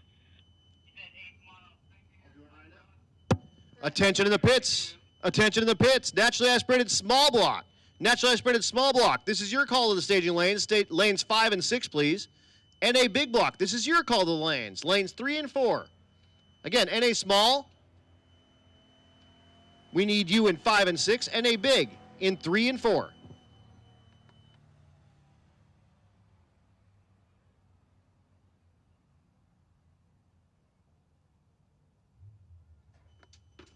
Also, Mr. Clint Sadowski, check your back pocket. You're missing something, and I've got it. We have it up here in the tower, and it used to have a lot of cash in it. It's weird. But the Rookie and Young Guns have a ton of cash in it now. No, I'm kidding. We've got it under safekeeping for you. We will keep it safe for you. Make sure you come up to the tower and get it, or we will run it to you if we have that ability during the afternoon. But we're down just a moment. The mile-an-hour cone is acting up at the 8th mile, so you see the track worker out there messing with that. That'll give you there's Clint right there. Hi, Clint. It's good now. Thank you guys. Awesome. Maybe Stevie can run that down to you.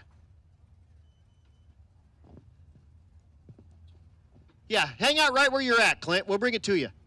You guys are good. Don't move. It's not like we wouldn't be able to pick you out. You're like 6'7".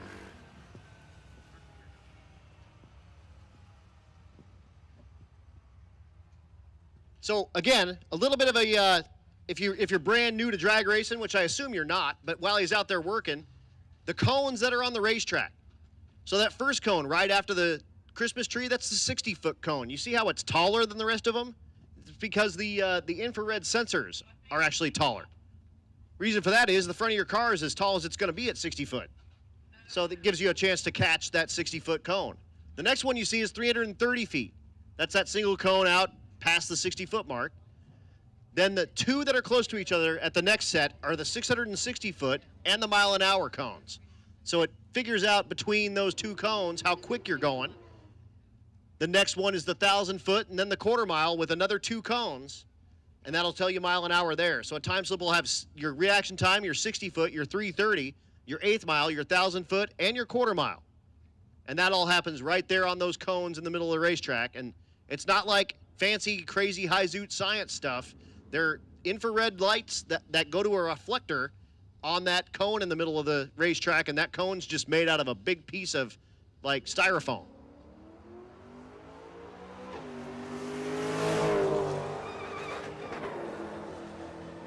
Dennis Kirkland in the left lane, the GTO. Goes 1190, the right lane. Goes 1148.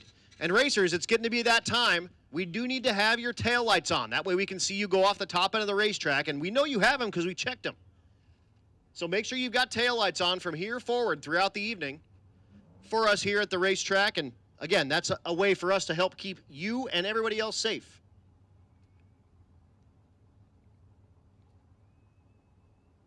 Here's Lance Walken in the left lane, the 91 Model S10. The right lane is Katie Jones. Jones with the cool wrap G8. Oh, I'm sorry, that's Holly Rops. Okay, our first look at Holly Rops. The car they call Artemis. Goes 11:19, 127, and 1078 in the left lane at 130. So Holly Rops, our first look at her. We saw Alex Rops make his pass earlier with his pickup truck, and that's our first look at Holly. Here's Jesse Hazlitt back in the right lane. Hazlitt, the 4th gen Camaro, and again, the active duty Army man.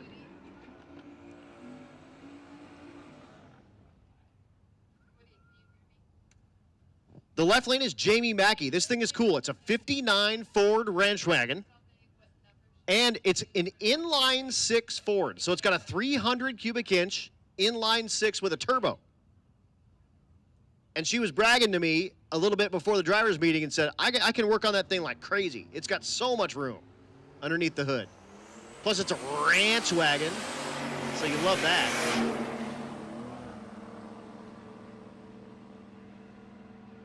Hazlitt goes 1070.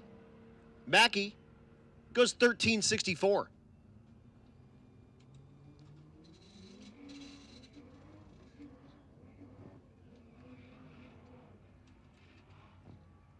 Jordan Conwad in the right lane, the 21 Toyota Supra 3.0. The left lane, the C7 Corvette. That's Matt Cartwright. We're in the 11-0 category, looking for 11 flats on the board.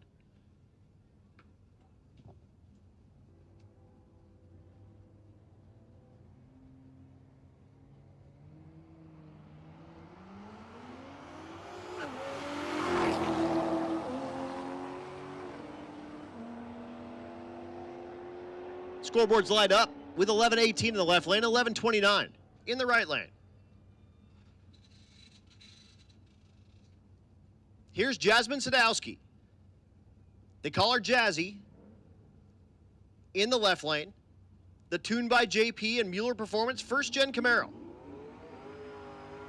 You see Clint out there?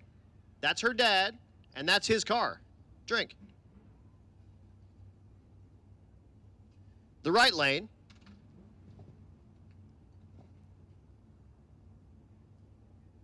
The 18 model Silverado is Steven Economacos. He was like, hey, he saw me at the check-in, and he was like, real quick, let me tell you how to say my name.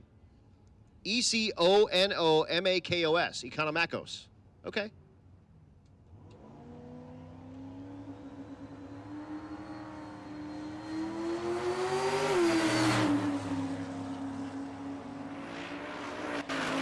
Jazzy is away. She'll light up the scoreboards with a 1076 at 127. Economacos goes 1086 at 128.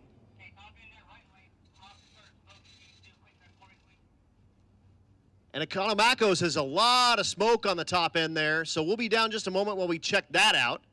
Clint Sadowski walking back with a big old smile on his face and some fist bumps. And he's got his wallet in his pocket as well. So he's got to be a happy camper.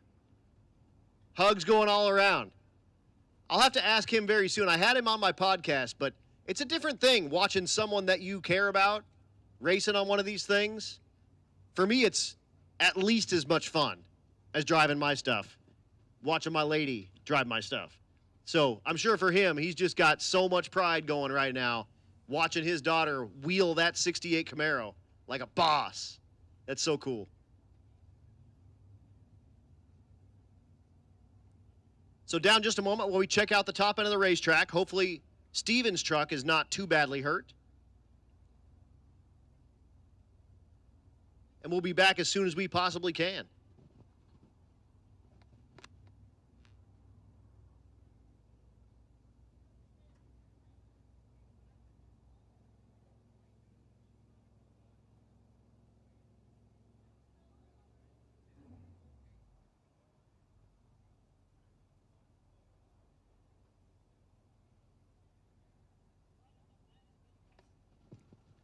And I'm just hearing from our head of staging, Mr. Ron Connor, the man, the myth, and the legend. And this should be kind of day one stuff folks, but you got to have long pants to race. I get it. It's 1,000,000 degrees out there, and you want to wear your shorts, but you got to have long pants. It's just the deal.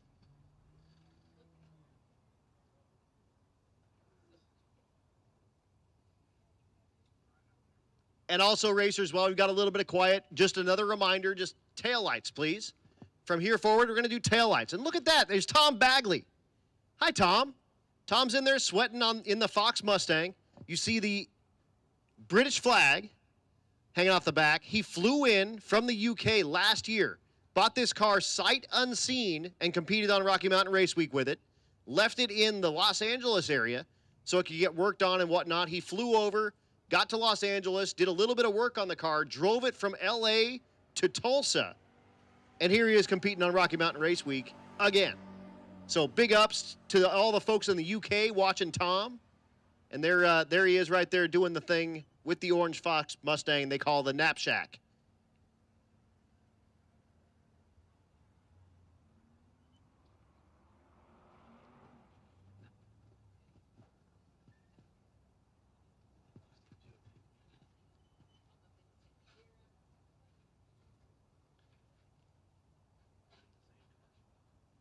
Next to him is Aaron Fowler with that cool 74 dart. That's kind of like a weird oddball year dart, and I like it a lot. That cool pointy nose and stuff. Those A-body, like wacky year Mopars, those things do it for me. I like that thing a lot. With the add-on Sunoco hood scoop on it, that's a cool deal.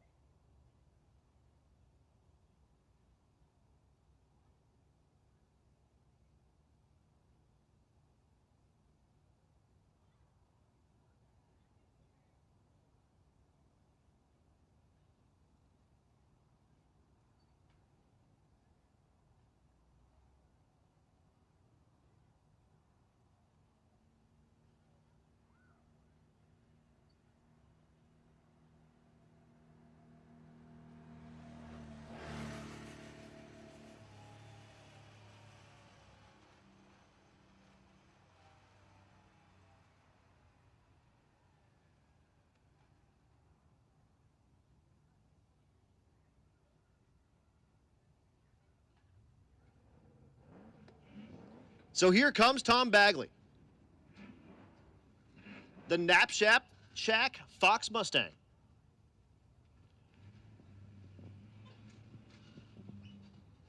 And that cool 74 dart. Look at how the point on the front end and the cool taillights that kind of wrap around the back. That thing is cool. I like it a lot. So Fowler and Bagley.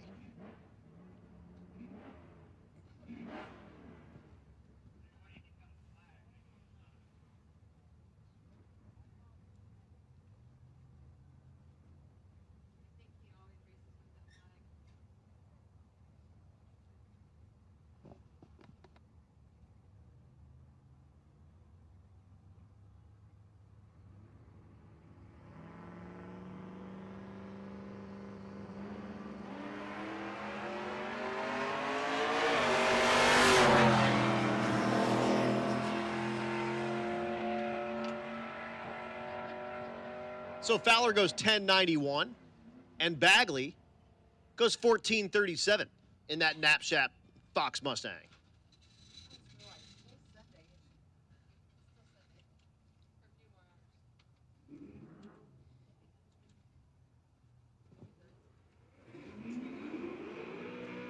Next pair in the burnout box, that's Josh Rahm in the right lane, the 11 model C6 Corvette. Left lane is Lee Watkins, the 09 G8.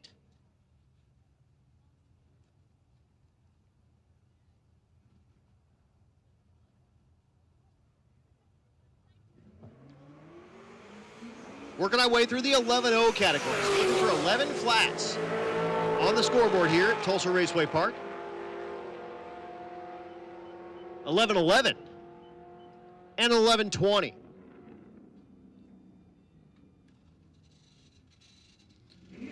Here's Zachary Fletcher. Hey, you know, I was calling him Fletcher earlier, and I was right. All right. Good. Zach Fletcher. I put a first name to the last name. Fletcher on the tailgate of the 16 model Silverado drink. Right lane is Kelly Klein, another C6 Corvette.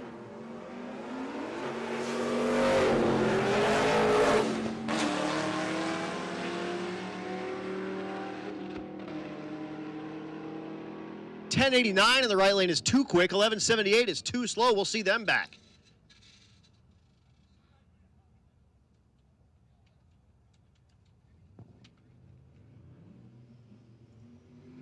Kelly Hoff in the left lane. The 4th gen Camaro. One of my Young Gun winners in the past as well. Out of Nebraska, Carter Snell in the right lane, the 94 C1500 OBS truck. Looking for 11 flats.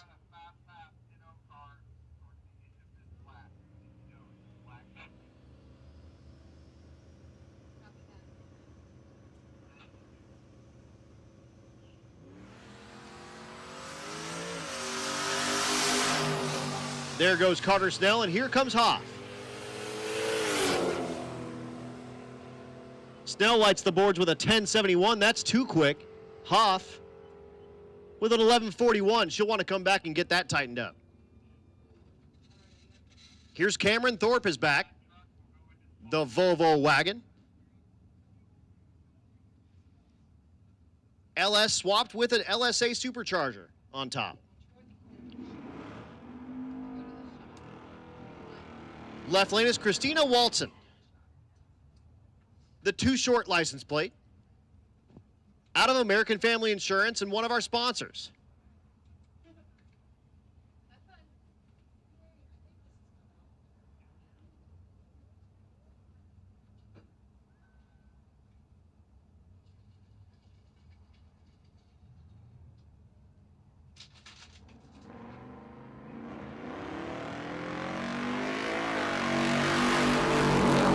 Looking for 11 flats.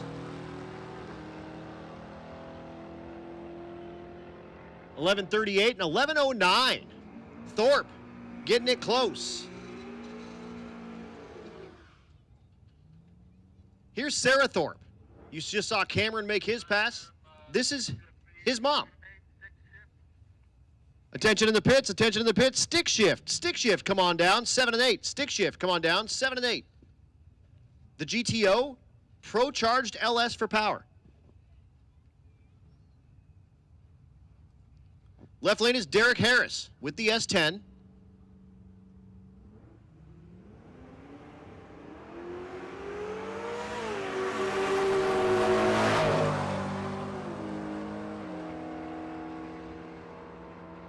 Scoreboards light up with 11:55 and an 11:29. The 3 Dirty 5, our first look. That's Jessica Werner. The diesel nitrous-assisted BMW. What a sweet ride. Left lane is Alex Arquette. The 01 Dodge. So a diesel on diesel match going at you here.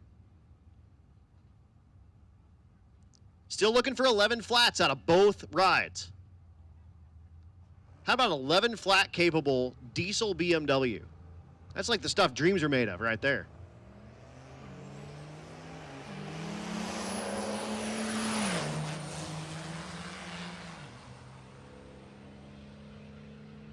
Jessica goes 11:34.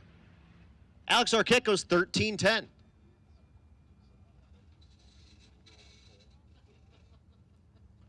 Here's Lynn Holman, the 23 model Camaro in the left lane. That's the 6th gen variety. The Fox Mustang in the right lane.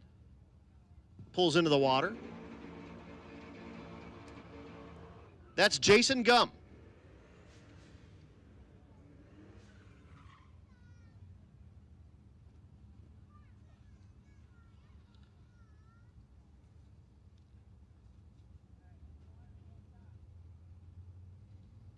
Getting close to 9 o'clock. That's Central Time. We're going till 11. I'll have staging lanes closed at about 10:45 or so.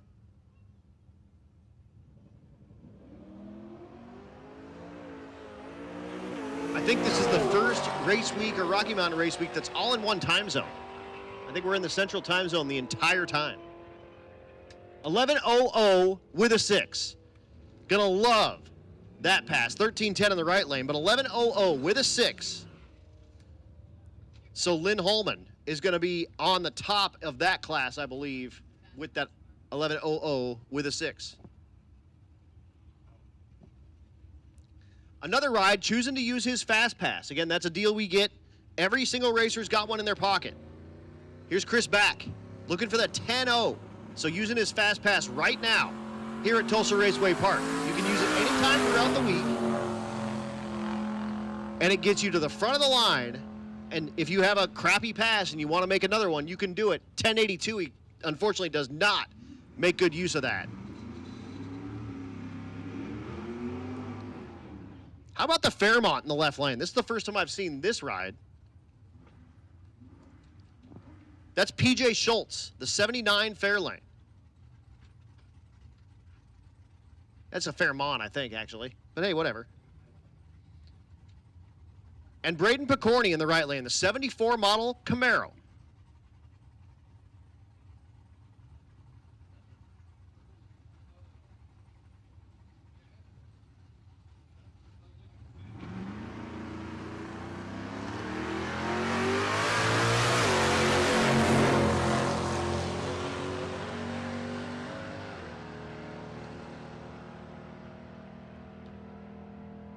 Scoreboard says 11:92 in the left lane and 12:60 in the right lane at 1:12.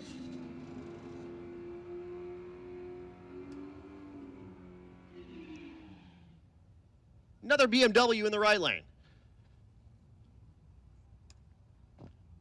That's Boo Quamzo, the 2010 model 328. Boo typically has a really, really wicked, rowdy radial car he brings with us, and unfortunately not able to make the call with that, so brought the BMW out. He's up against Sean Stanford, the 20 model Camaro.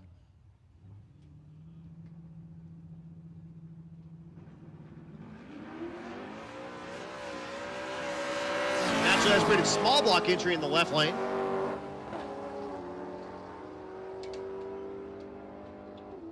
Goes 980 at 144. Boo goes 1364. If you're keeping track at home. Here's Max Croning back. The Plymouth in the right lane. Left lane is Nick Derry. No, that's not right. I believe that's Keith Horton.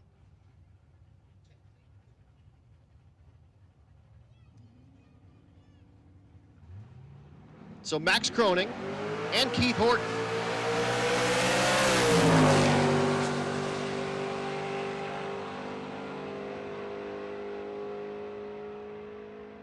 Keith Horton goes 1050, 1209 for Max Croning.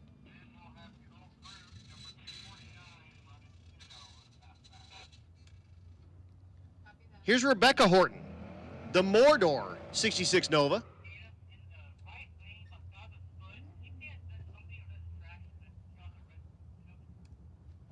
Right lane is Robert Cook, the 86 model Fox Mustang.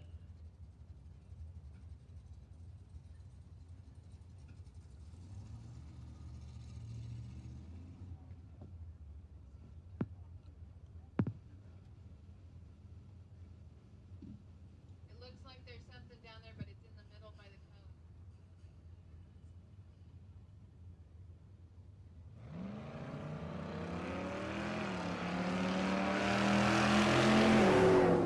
So both rides making their way down the 1320 here.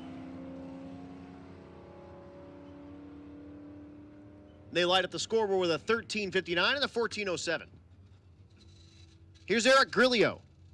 Grillo's back with the Mahle Motorsports Nova. He'll be lining up against Bill Leake. Leake with the Factory 533 Coupe. Naturally aspirated LS for power with a stick shift.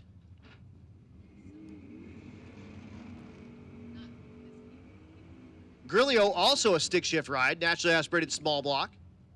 Gen 1 small block in that ride. The G101 transmission in the right lane. The TKO 600 in the left lane.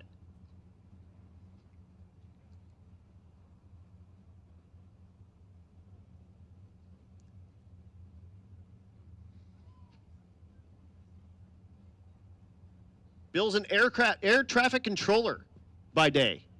What a cool job that must be. Grillo sells pistons. Well, he's actually in the engineering department, but works at Molly.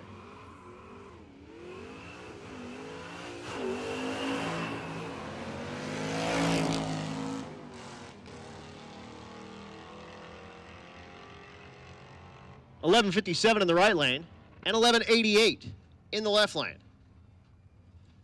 And that was actually Aaron Feeder, because there's Bill Leake on the starting line.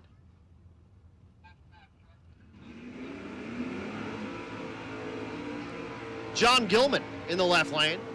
At a shop 260, the Nova. Again, a winner multiple times of the slowest naturally aspirated small block ride. He's got something more spicy in the thing here now to not win that award. Right lane is Matt Coating, the 68 model Camaro. Again, naturally aspirated small block rides. Coating having some issues, kind of on and off the gas. Gilman goes 11.48 at 116. Coating, if you're keeping track at home, goes 16.01 at 65.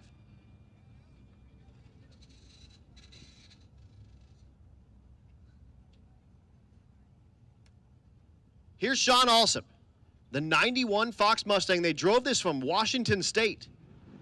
Him and his son drives it in Junior Street. He drives it here, and it's naturally aspirated small block.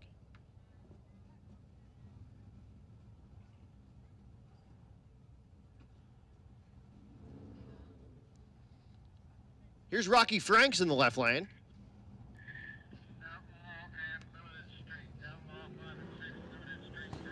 Attention in the pits, attention in the pits. Outlaw Street, come on down 5 and 6, please. And Limited Street, come on down 3 and 4. Again, Outlaw Street, 5 and 6. Limited Street, 3 and 4.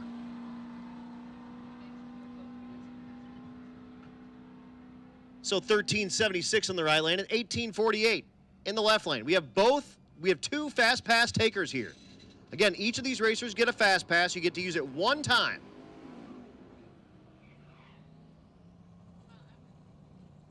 And they're using it right here today, day number 1. Lance Walken, the 91 S10 in the left lane. Looking for 11 flat. James Esmond in the right lane. Looking for 10 flat.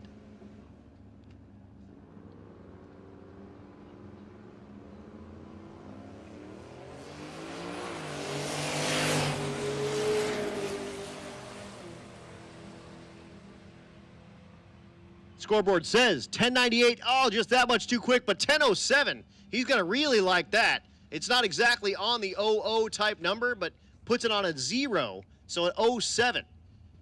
And he may like that and take that. James Esmond, good pass. Now we're moving into naturally aspirated big block. That's Charlie Ogle in the right lane, the 64 Savoy. Beautiful, beautiful car. I like that car a lot. Got a little soft spot for B-body Mopars with big blocks in them. But who doesn't? Idiots. That's who. John Doherty in the left lane, the Nova.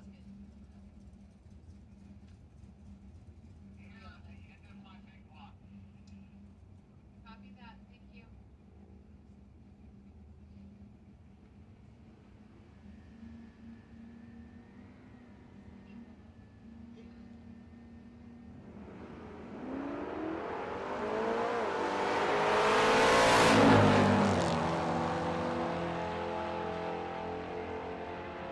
And again, taillights. You see that thing in the right lane? No taillights. We need taillights. 11.96 in the right lane, 10.56 in the left lane. The Olds 442. My always initial look at this thing, and the last couple of times I've seen it is like, oh, that's Star's Laws. No, this is blue. It's not silver. And it also doesn't run like 720. But it's still sweet, as can be. And that's Cole Meyer. The right lane, the Fox Mustang with the big block Ford. That's James Pringle. Oh, and there's our first look at Carlos Astor. Back there at the stripe, getting ready to get in the water. We'll see his first pass with his naturally aspirated G-body Cutlass. But first, Pringle at the stripe goes 1192, left lane 1284. And our first look at both of these rides. Carlos Astor in the right lane. You see the two carburetors out of both of the hoods of both of these rides. Astor big block Chevrolet in the right lane. Left lane, the Barracuda. Also with two carburetors and a tunnel ram. That's Jeff Trotta, the 67 model Barracuda.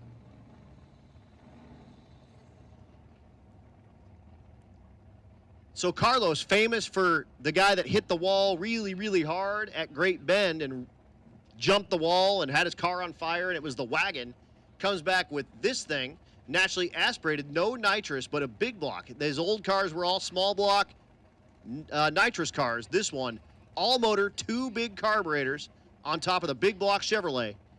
And our first look at both of these rides for the evening and for the week.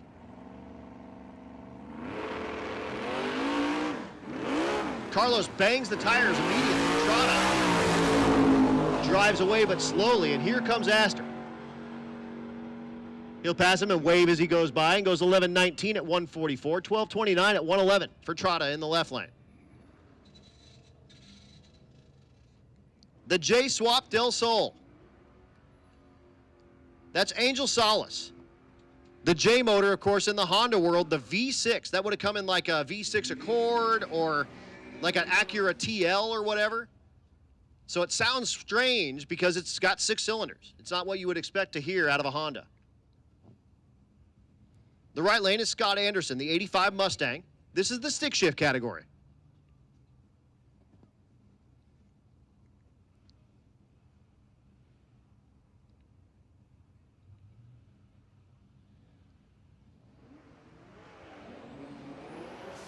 Both rides drop the clutch and make their way down the 13 and 20, banging the gears.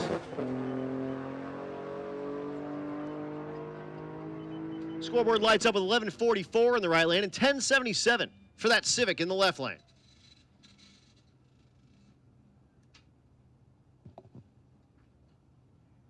Nate Curran is back.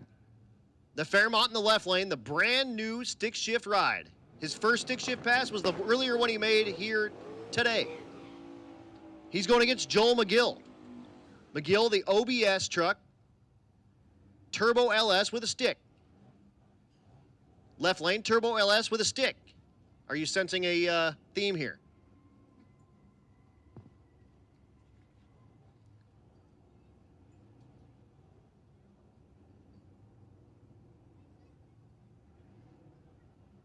Nate lights the pre-stage bulb, and there goes Joel. Both rides are in. Here comes the tree, and they're gone. They let off the clutch, and they are making their way down and banging those gears. McGill and Curran. McGill goes 1034. Curran goes 1073.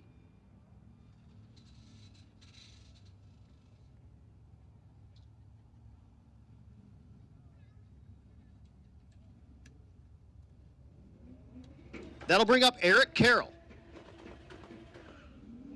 Eric in the Lexus that they call the Silver Baboon. When I say they, I mean me. And his daughter. And she's super cute, so I do whatever she tells me to do. And that is make fun of her dad's car and call it a Silver Baboon. You got it. Crystal, his wife, is out there going, that's right, call it a Silver Baboon. I'm going to videotape this and show it to him while you make fun of the Silver Baboon.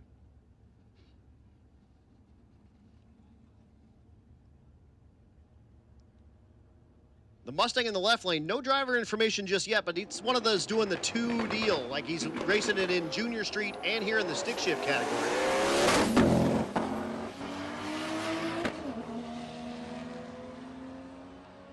Mustang goes 998. The Silver Baboon goes 1332. Here's the fit, and I'm going to call it the Hissy fit. Thanks to Charles Wickham for the idea. It's the Hissy fit all week, whether you like it or not.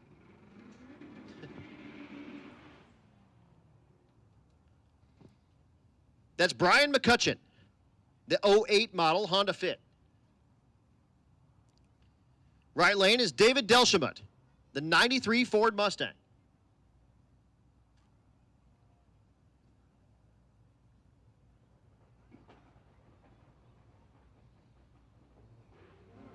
Boots, the tower dog, is sleeping, and she's being cute. I woke her up because I said her name.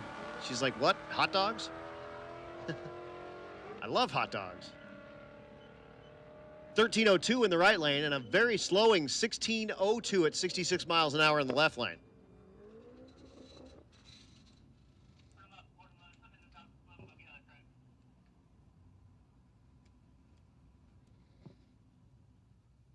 Jeremy Mason in the right lane with the 21 model Challenger. The left lane, the 3rd gen Camaro. That's Nate Whitley, the 84 model with the T-tops. Hey, make sure those are clipped on for me real quick while you're leaning in there. Oh, I gotta look at my phone. Michael Narks is like, hey, check your phone, brah.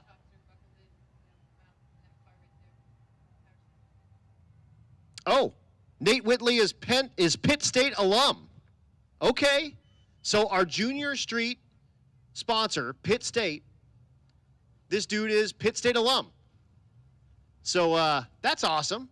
Very cool.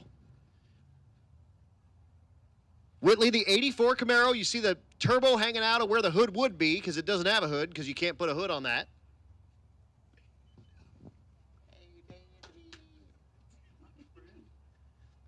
I got friends bringing me up nice frosty barley pops, and that's awesome. You know, it's Dan from Circle D, and one of our sponsors. We appreciate you a lot. You're awesome, and he brought some ruffians with him. And are you guys racing or no racing? Just cruising? Okay, all right. That's what I'm talking about. Dylan Schaffner is up here with him, and you know these guys came out to Denver to visit me, and they just called me Bandamia for like, well, how long have we known each other? Yeah, I'm not. They don't even call me by Adam or even Denver. I'm Bandamia. Hey, Bandamia. Oh man, good times. Thank you so much. I appreciate the I'll wet my back neck, as Derek from Vice Grip says there. So Nate Whitley, Pitt State alum, dropping the clutch in the stick shift category. This is Dan Palmieri's category if he is racing with his Le Mans, which is interesting because he works for a torque converter company. It's ironic. Maybe they'll have clutches soon. 1327 in the left lane, 1420 in the right lane. Of course, Dan was the guy that built the Le Mans and said, I'm coming for Bill Armstrong, and then it hasn't run since.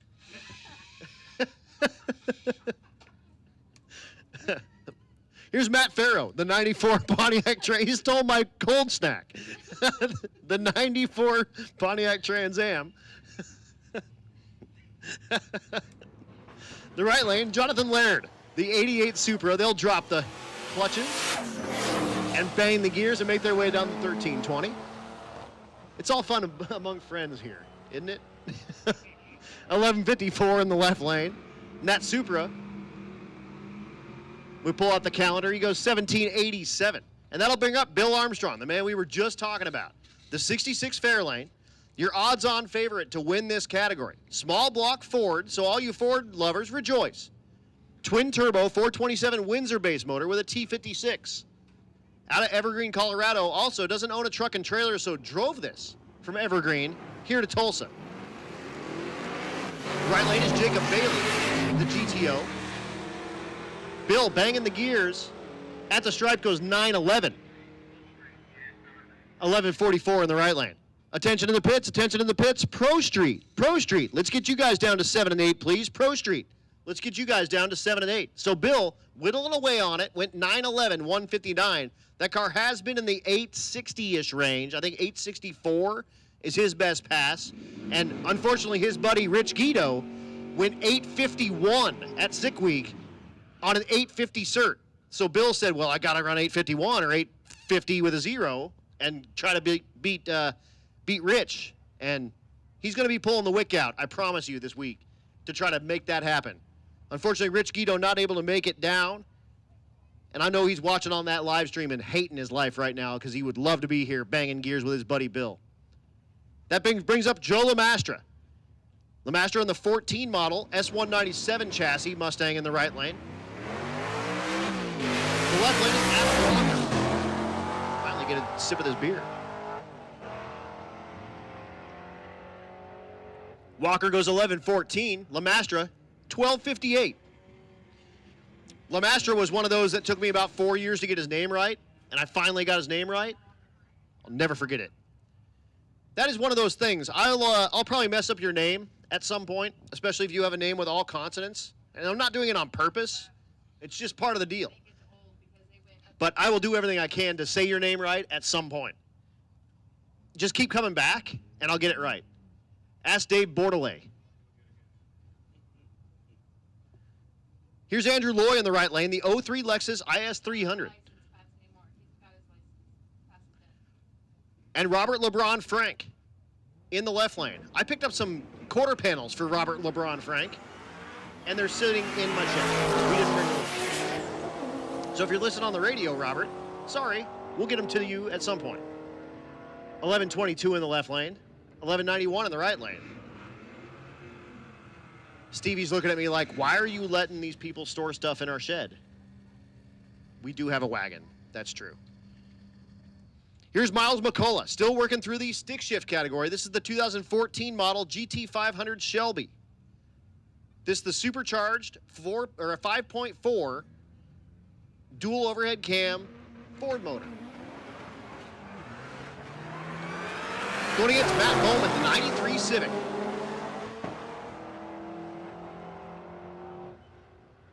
$983 in the left lane. And Bowman goes $1,473.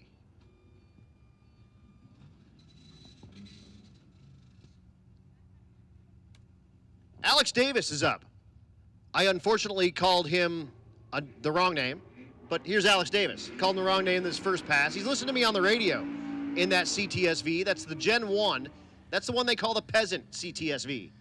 So if you don't have money for a CTSV 2 with the blower and stuff, you buy one of these, and then you waste all your money on it and end up with more money in it than you would if you just bought the right one. I'm living that life right now. Kyle Pate in the right lane. I actually have one of those, if you didn't know. So, you know. Pate, the 15 model ZL1 Camaro. Davis's ride, 427 naturally aspirated LS with a T56. He also brought his dog Winston with him. And he's a big old dog. 1104 in the right lane, 1263 in the left lane. Phil Balmaceda, the ZR1 Corvette. This is the one he drove to Alaska for Alaska Speed Weeks. A detailer by trade, PJB Detailing. Get you in touch with him and he will get your ride set up. David Smith in the right lane, the 97 Viper.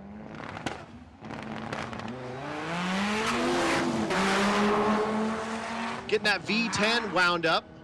Ooh, and some death smoke, unfortunately, out of the V10. And he does get it pulled over, but I see fluid on the racetrack, unfortunately. So David Smith, unfortunately, looks like he has harmed the Viper at about an 1/8 mile. And unfortunately has drug all of that fluid all the way to the turnaround. So we will get a look at that and double check and see what's going on. But from my vantage point, I can see fluid. And it does kind of go a little bit out of the groove. Like you could see that he saw that there was some sort of problem and got it over to the right there a little bit, but unfortunately did not get that Viper brought to a stop and drug whatever he was dragging behind that thing all the way down into the shutoff and into the turnaround area. So we will get a look at that. We will see if it's going to be detrimental or if it's just water that we can just like burn off of the racetrack real quick and bring you our next pair. But as soon as I know more, you'll know more. I'm going to see a man about a horse. I'll be right back.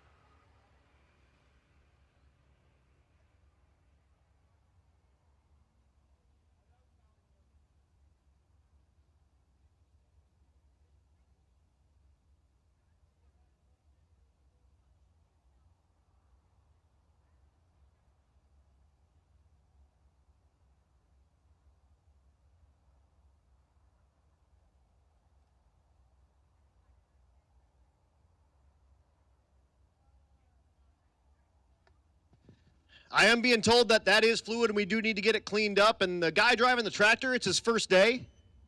So you might want to go ahead and get out of his way because, you know, he might just drag the tractor off along the side of your awesome, nice Corvette there. Ranger Rick. Check out Ranger Rick on Facebook. And, yeah, you can see his antics.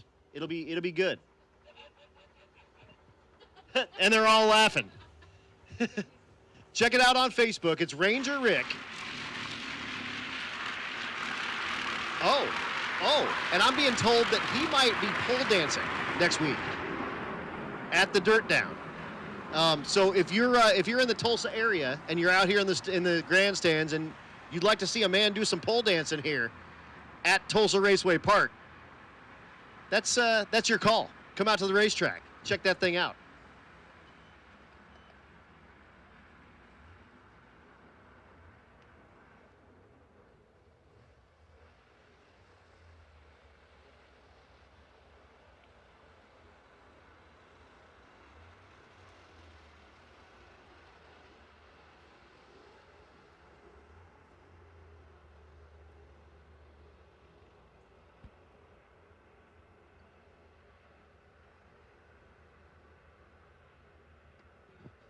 So I'm looking at Ranger Rick on Facebook right now, and this is good. This is good stuff. I mean, sorry, folks, Tulsa's closed. Okay. Oh, man. Those are some pretty good underwear. I don't know. Okay. Probably. Yeah. Ranger Rick. Find him on Facebook. He likes Beefeater gin, it looks like. And S&M. Yeah, this is good. Go check that out. Oh, yeah. Remember, Ranger Rick says only you can prevent messy pits. Okay. All right. Yeah, definitely check. That's worth a look. 100%. Ranger Rick. He'll be doing some pole dancing later. Oh, that's good. So all of our dozens of viewers at this point, this is going to get tens and tens of views. Make sure you go on Facebook real quick and check out Ranger Rick. And he's the guy right now out on the tractor doing the thing. And again, also likes American flag underwear, it looks like. Allegedly. And ballerinas, allegedly. None of this is photoshopped, I can tell. This is real life photos. I'm a pretty good picker-upper of photoshopping, and no, this is real life. Yeah. Good for him. Good for him. That is what I appreciate about him. He just lets it all hang out, if you know what I'm saying. It's all good. It's only day one, Rocky Mountain Race Week. We're at Tulsa Raceway Park. Again, drive day tomorrow, so nothing happening on the live stream. We won't be anywhere. You can't even, you can hang out with the route if you want to come check that out. Apparently, one of the stops is at a fire station that has a broken fire hydrant, and it's spraying water on the road, and they want help getting that cleaned up. So we can do that. We can oblige. We will gladly oblige. It's going to be good. But then Tuesday, we're at Texas Motorplex in Ennis.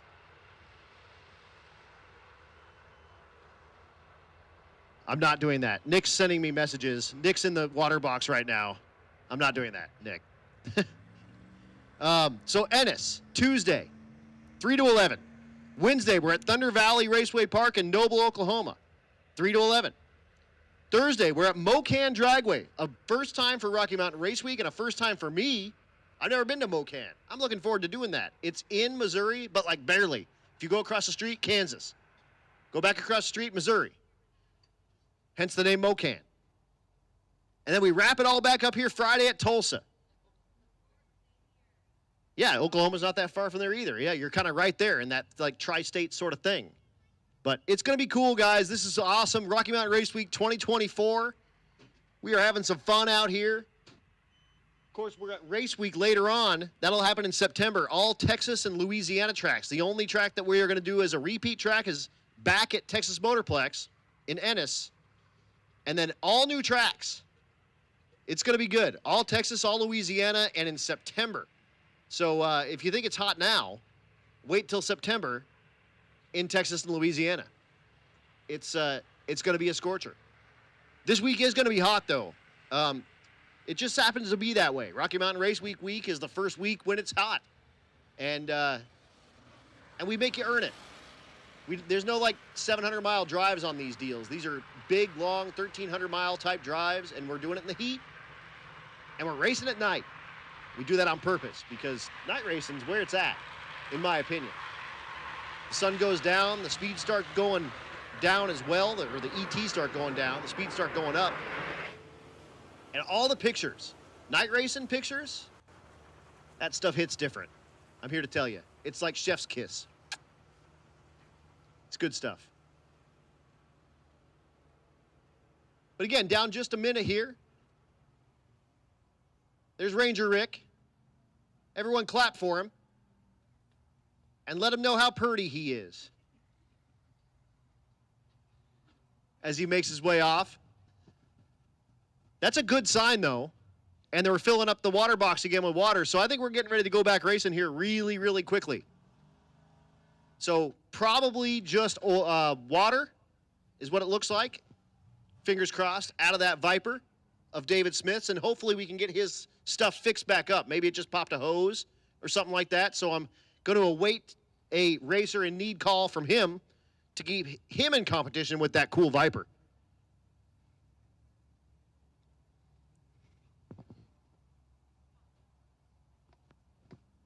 You out of here? Yeah. No problem. I couldn't remember if you like bush lattes or not, but I like free and cold beer. sweet. Whatever you got. All right, well, we'll see you. Yeah, appreciate you.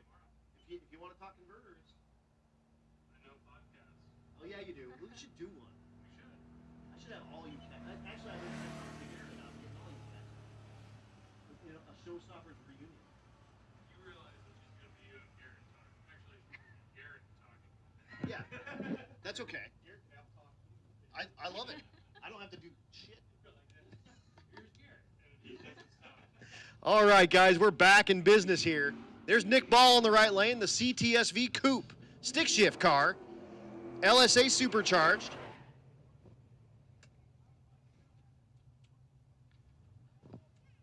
He's another one of those guys, I ruined his life on drag and drive stuff, and that's pretty much all he does now. Sorry to his girlfriend, Shauna, for dragging him out on all this stuff constantly. He's racing against Darrell Cole, the Z06 Corvette in the left lane.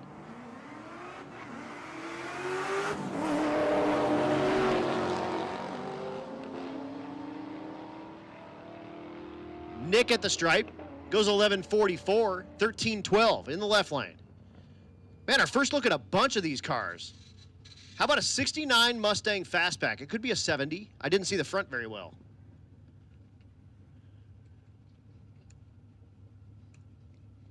It is a 70. Matt Horner in the right lane. Cool car. Thanks for bringing it out to Rocky Mountain Race Week, man.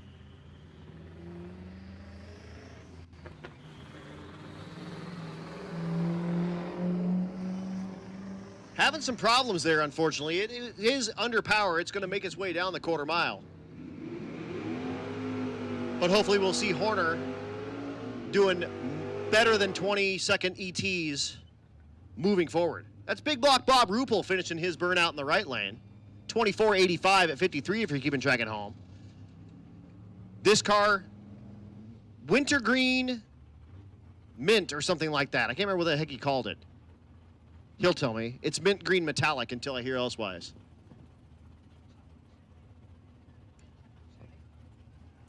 Kenneth McGarry in the left lane, the 73 Nova. This is the Outlaw Street category.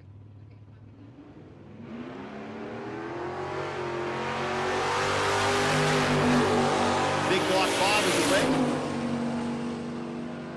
Here goes Kenneth McGarry. 1072 for Big Block Bob and 904 for Kenneth McGarry.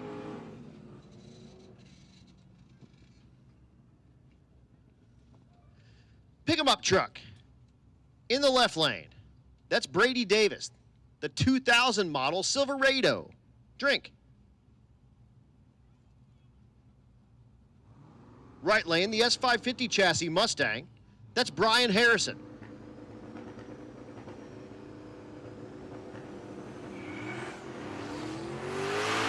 Harrison knocks the tire.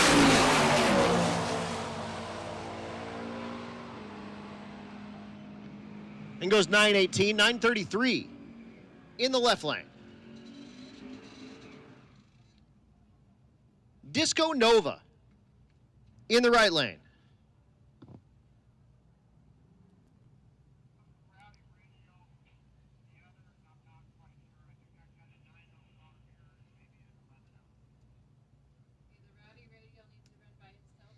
Landon Jensen, the 76 model Nova.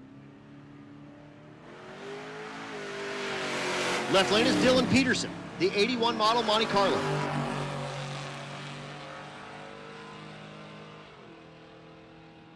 Scoreboards say 11,999 and 11 flat. Again, you can take that 11 flat. You can move yourself out of Outlaw Street if you want to and put yourself in the 11-0 category, and guess what? You're in first place. If you want. I mean, that's just you. Megan Reed in the right lane, the 72 Vega. Stevie likes the Vega wagon. She says we can take that one home. Nick Kern in the left lane, the 03 Mustang.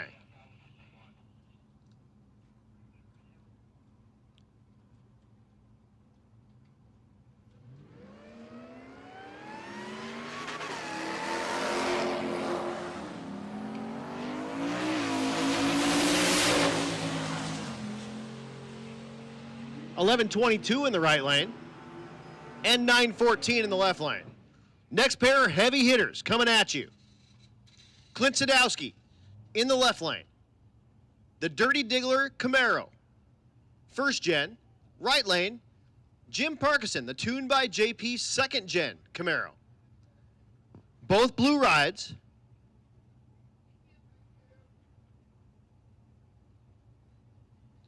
Both Outlaw Street rides, both out of the Tuned by JP stables. These should be mid to low 7-second side-by-side passes.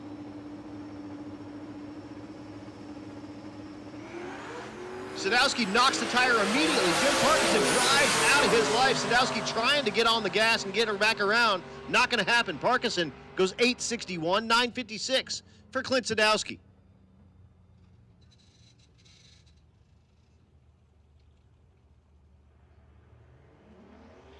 Don't forget about your taillights, folks. Both of those rides, no taillights. Let's get taillights. Don't forget.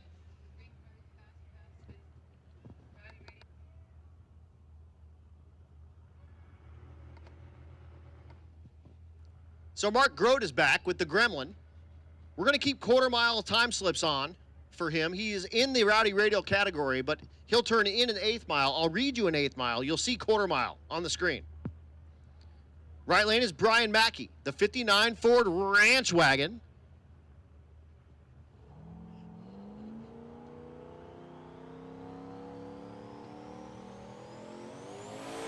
Grote knocks the tire, but gets right back in it. Shaking around the tail of that thing, he goes 533 at 133 in the eighth mile. It goes 892 on the brakes in the quarter mile. 1411 in the right lane for the Ranch Wagon. Here's Austin Mackey, the now turbocharged, small block Ford powered AMC Rambler. This is the Rambler American version. They also had a Rambler Classic.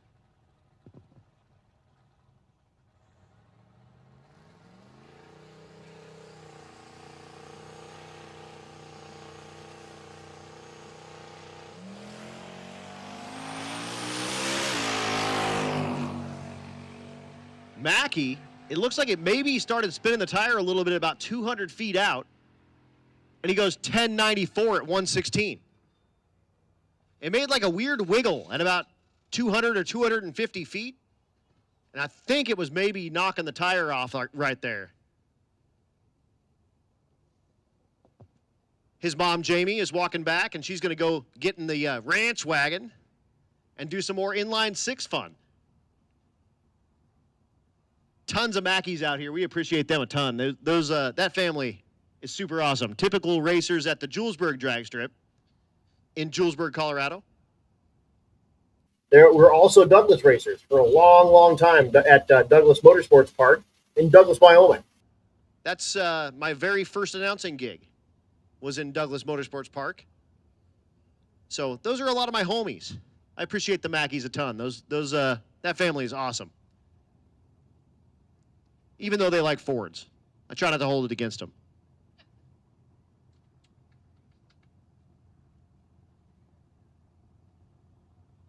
So just a little bit of starting line cleanup real quick.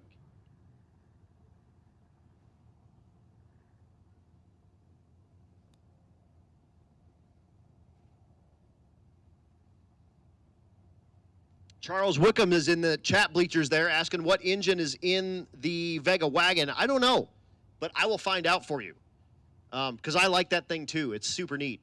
So we will cruise over and check it out, and I will give you an update. If not tomorrow along the road, we will do it Tuesday from Texas Motorplex, and I will let you know for sure.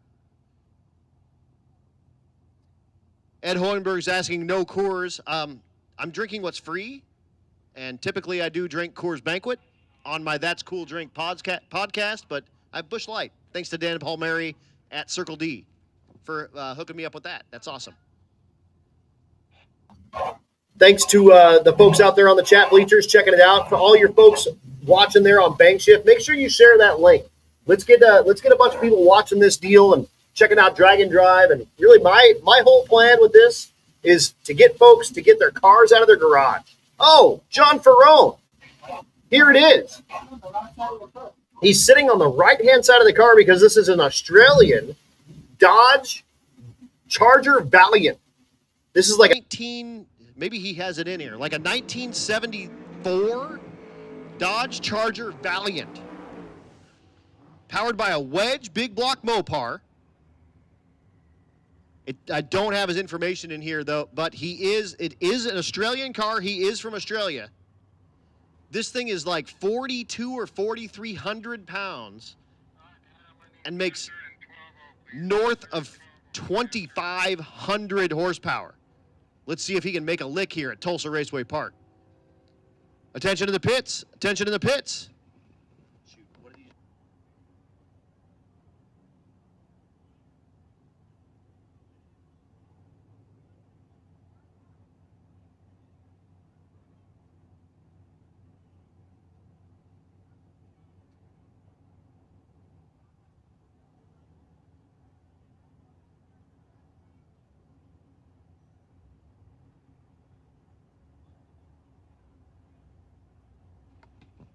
So John Ferrone, all the way from Australia, sitting on the right-hand side of the Australian Charger Valiant.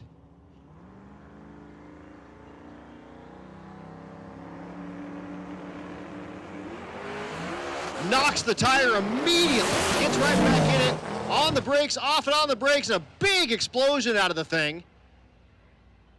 Wow. Goes 995 at 99 miles an hour. And it was all over the racetrack. And at one point, about 600 feet, a big fireball came out from underneath that car.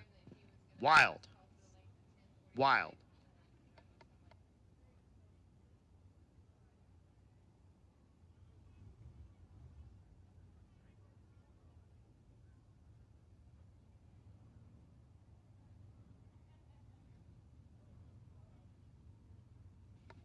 Attention in the pits, attention in the pits. Gasser class, come on down 5 and 6, please.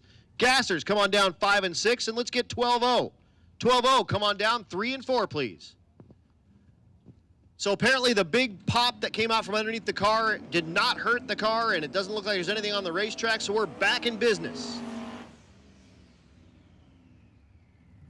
Also, folks, this is your 30-minute call for concessions. If you want something from the concession stand, you have 30 minutes left to go. So if you need yourself something cool to drink or something to eat if you haven't been eating, that's part of the deal. I know it's hot and you're not hungry, but you have to eat. Like, it's part of you sweating is ingesting salt. So eat, for crying out loud. So you have 30 more minutes to get something at the concession stand. And meanwhile, Theodore Pearson in the left lane, the 95 Chevy Impala SS. The right lane is Liz Smith, the 23 model Challenger.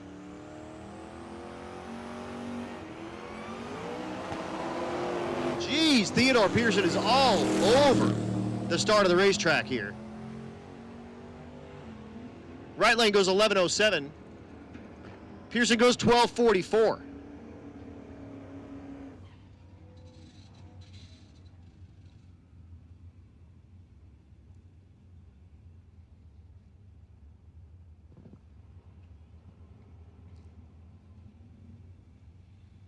Here's Tim Meyer. They call him Timmy Two Turbos. The 69 Le Mans out of Nebraska. Left lane is Peyton Clausen, the 98 model Mustang.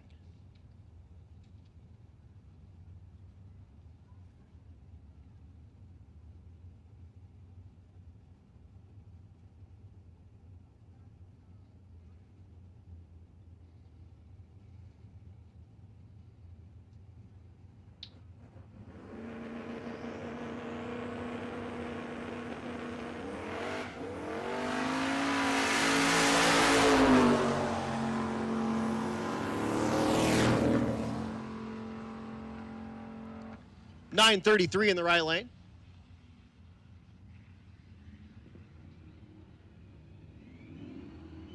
Left lane goes 1764.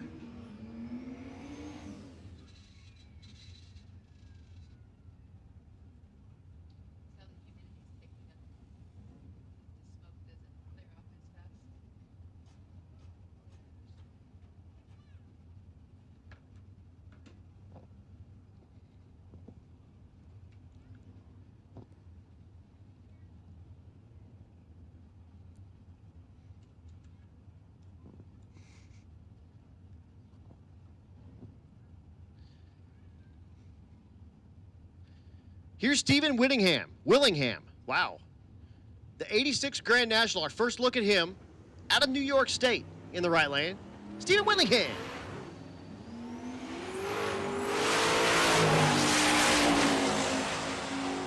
Left lane is Sam Tippins. Tippins goes 10:61, 9:02 for Mr. Willingham. Our second look at the Yacht 1. It's not a Mach 1, it's a Yacht 1. Doing his Fast Pass. A lot of people using their Fast Pass here. That's Jack Crawford, the 72 LTD. A lot of people using their Fast Pass on the first day.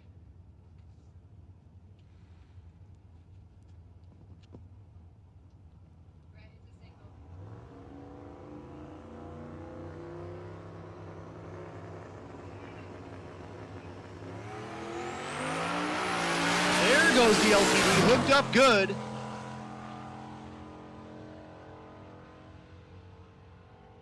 And he goes 986 at 130.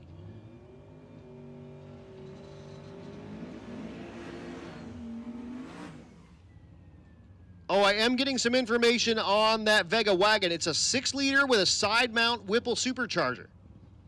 So 6-liter LS with a side mount Whipple supercharger. Nice. I like it. Drink. May as well. The G-Body wagon.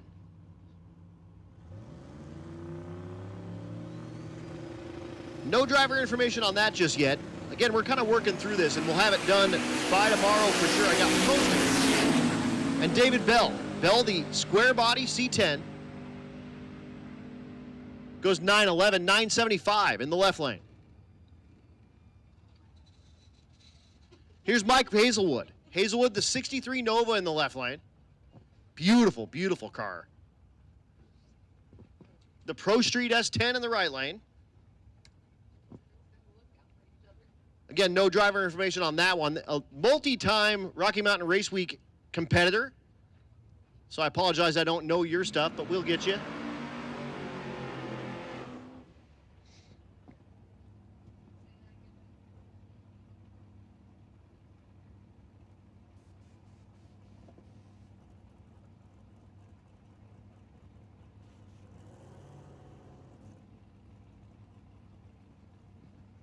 So Hazelwood backing up that Nova in those hot, fresh tire tracks that he just laid down.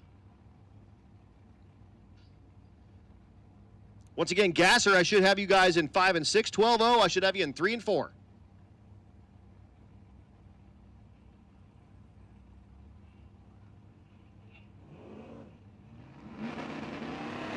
Hazelwood nearly left before the speed was active, but got it set up and ended up deep staging the Nova. The S10 in the right lane goes 1053. Hazelwood goes 860 at 162 with that Nova after deep staging it. So that actually makes the run out for the start, like the starting line, a little bit slower. So that car probably on an 855 pass had he not deep staged it. Maybe 858. Adam Cree goes back in the right lane, the Nova. The bow tie engines, big block Chevrolet with a Pro Charger. Left lane is Cameron Andreen.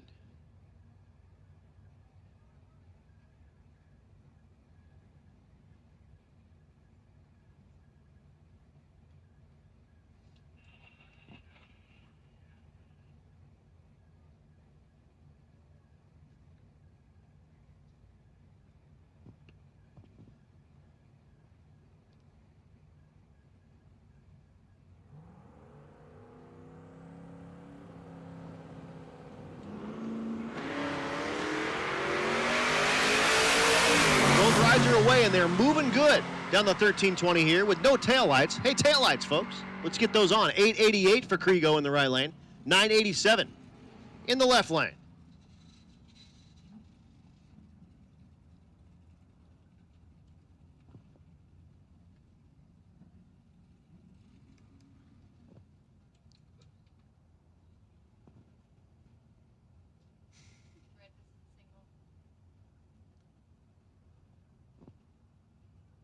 The third gen Camaro on the right lane.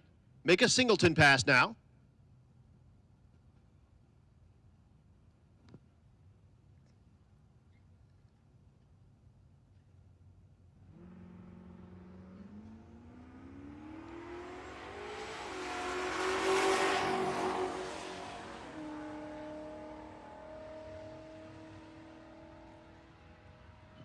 Goes 11:46 at 121. Here's our first look at Rob Lipinski driving the old Yeller Gasser. In the Gasser category, he's racing against Joey Greer. Greer out of 4-eyed Performance. The Gasser C10 in the left lane. Old Yeller, a multi-time winner in this category, twin turbo LS for power.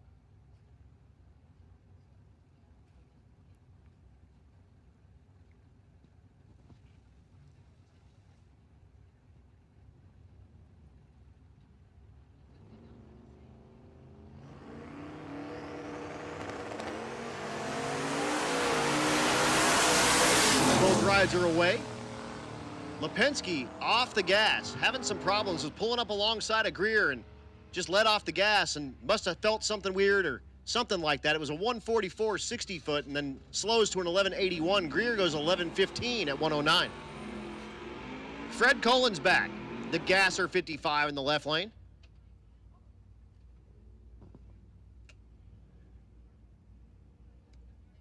And that's Eddie Wilson in the right lane, the 55 Pontiac Chieftain. This thing has been on like almost every Rocky Mountain Race Week, and it's had like 8 engines in it, most of them put on or put in during Rocky Mountain Race Week.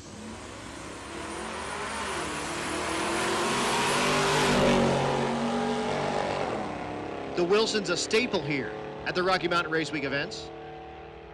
He goes 11:32 in that old Pontiac, 12:01 in the left lane for Fred Cullen.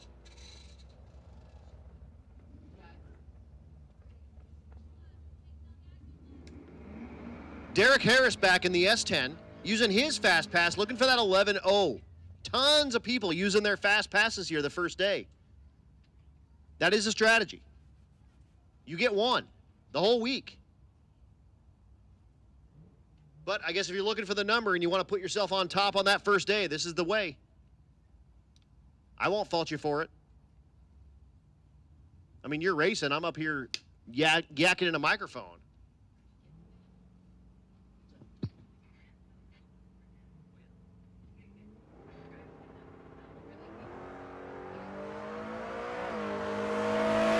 So Harris, looking for that 11 flat. Can he do it? 11:05. He'll like that. Hopefully it was worth the fast pass for him.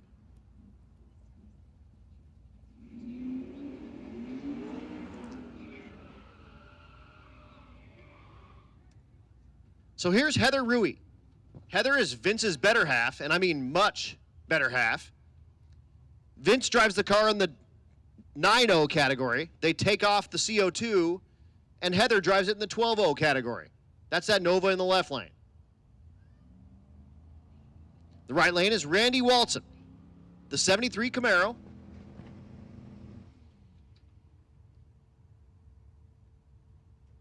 Looking for 12 flats.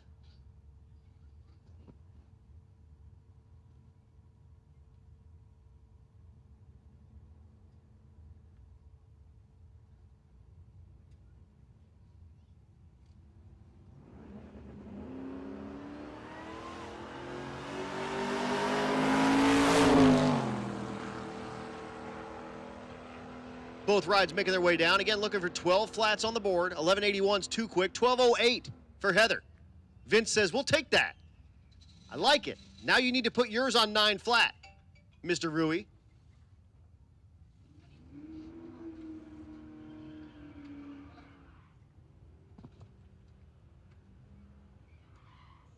Clint Cantu in the right lane, the S10. The S10's cool, but it ain't no CTSV. I'll tell you that much. Left lane, Jason Serrano. Gosh, I'm going to talk to them. I'm going to get it right. Serrano, the 82 Buick with the wood grain dash. Man of means.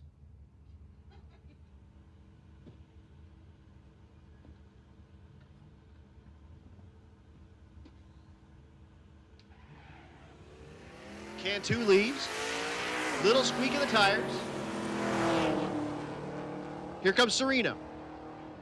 I'm just going to change it until I get it right at some point. 1172 in the right lane, too quick. 1217 in the left lane. You can turn that in. You might take that. Here's Eric Wilson talking about the Wilsons. You saw Eddie run. This is his son, Eric. The Mel Hamilton S197 Mustang in the right lane. That's Nicholas Roberts.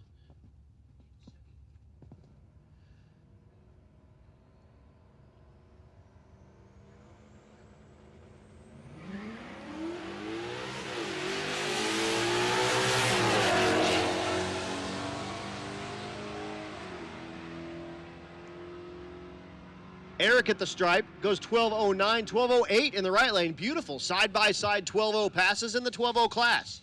That's what we're talking about. We'll take that.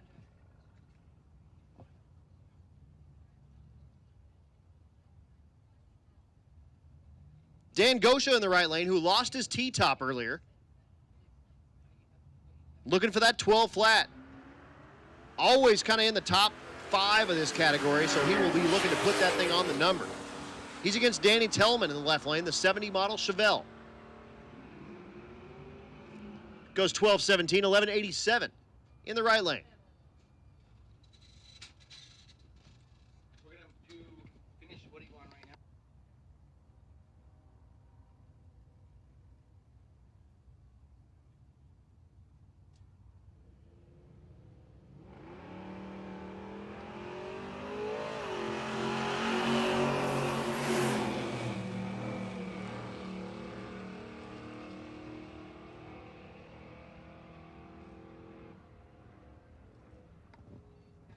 That was Brian Dater in the Gentleman Gin truck. Goes 12:24 at 108.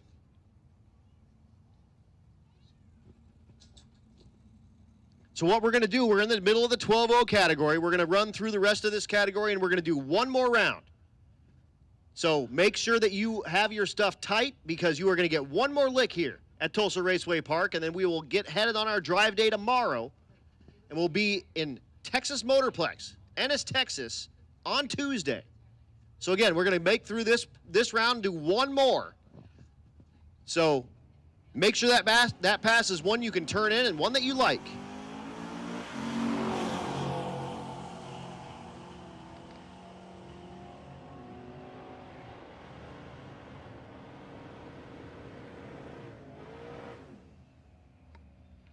$12.16 in the left lane and $13.67 in the right lane.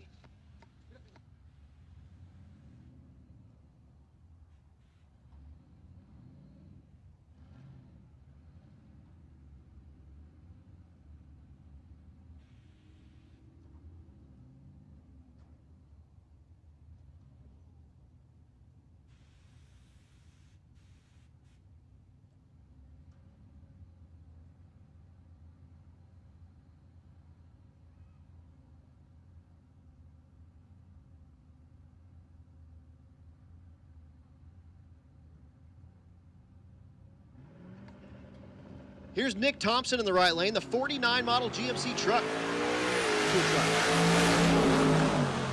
Oh, I pressed buttons. Oh my God, I don't need to press buttons. There we go. New touchscreen computer. And that's Taylor Goetz in the left lane, goes 12:82, 10:52 in the right lane for Thompson. Our second look at Michaela Marietta in the left lane, the third gen Camaro. She's lined up against the Disco Nova in the right lane. That's Zach Armstrong, one of the Armstrong folks. We have 3, I believe, Armstrongs with us here. We got like 5 Mackeys. We got 3 of the Thorpes that are out there, or 2. Yep, 3 Thorpes. Yep, 2 Romanowskis or Romanskis. Yeah, we got families out here, and it becomes a family. Like you may have the last name, same as the guy in the next lane next to you, and you may not, but you can still call that dude at like 2 in the morning, and they'll answer the phone a lot of the times. So Michaela, my only 2-time Young Gun winner, goes 11:72 with the third gen, 12:81 in the right lane.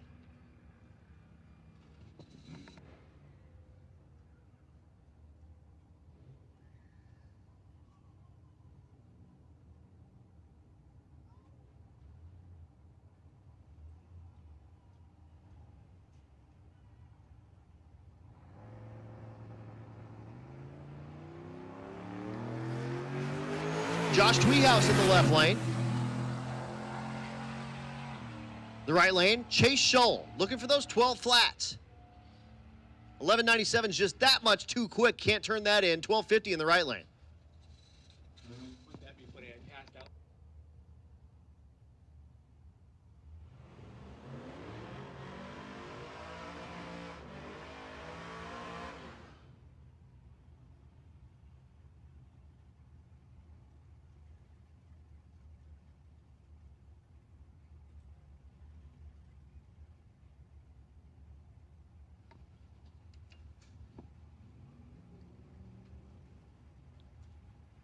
Here's Steven Thompson, one of those many Thompsons as well out here. The 88 Monte Carlo in the left lane.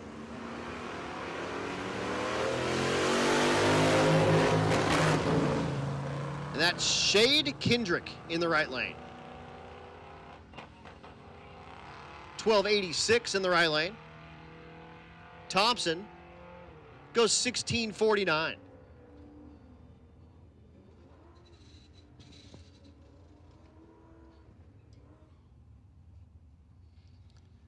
Scott Lee pulls up in the right lane, the 98 model Z28 Camaro.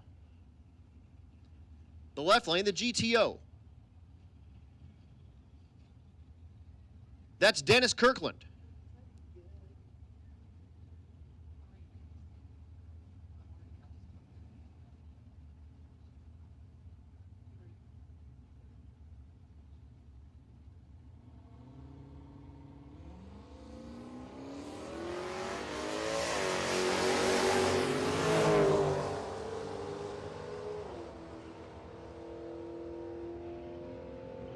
Looking for 12 flats, 1193 and 1189 are too quick.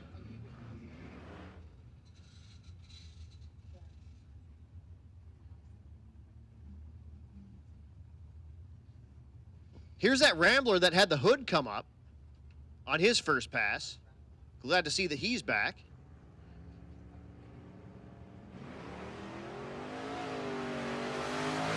That's Dan Van Galder in the right lane.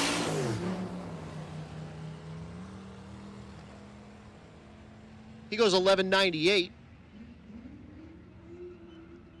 The left lane is Caleb McGregor. He goes 1439.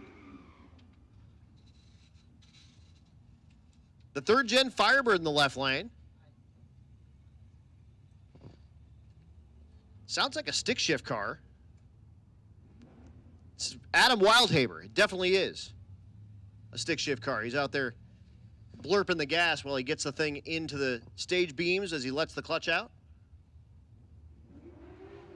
Right lane is Chris Allen.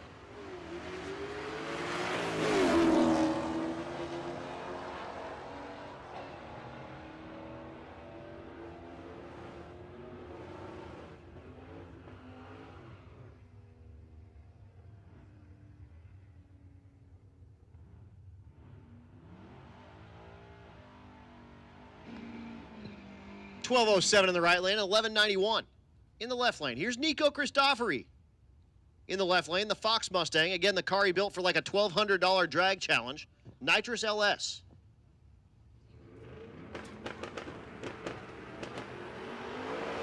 No driver information in the right lane. I'll get that. The stick shift OBS truck. That's not Joel McGill. It's another stick shift OBS truck. You guys should be best friends. 1234 in the left lane, 1272 in the right lane. I mean, how many stick shift OBS trucks do you think there are in the world? You should probably know all the dudes that have those, if you have one, in my opinion.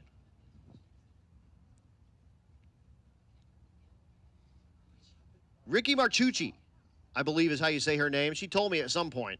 The Fox Mustang in the left lane. I'll have to talk to her and make sure I get that right. Right lane is Derek Keeler. Keeler in the 04 model. Chevy Silverado. Drink.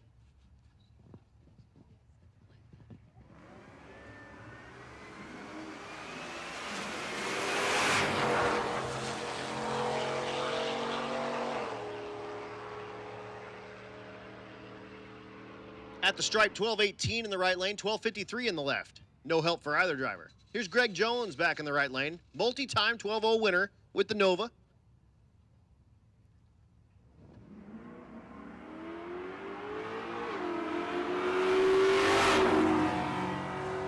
He's against Floyd Elliott. Elliott in the left lane with the Trans Am. 12:56 and 11:95. No help for either driver.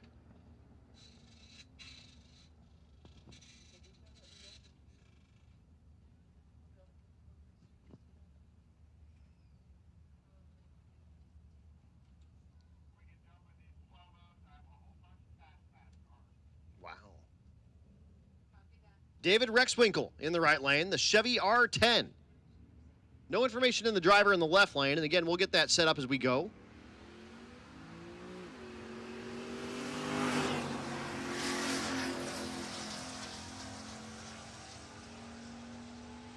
Scoreboard says 12:12 in the left lane, and 12:92 will be no help in the right lane. You might like a 12:12. You can take that.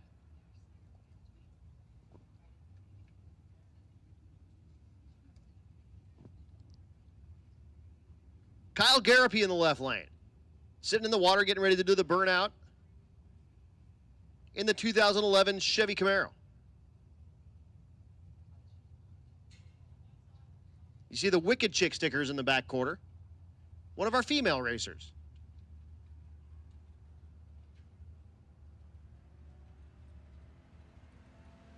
Mark Cooling in the right lane, the F-150.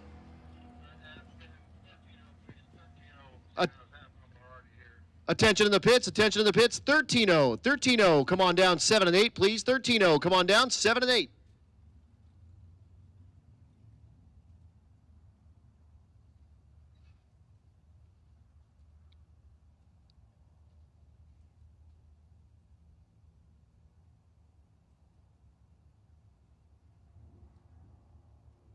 And again, racers, we're going to go one more full round here. So I just called 13-0. 14-0, you guys are on deck, and then we have Junior Street, and then we start it from the top.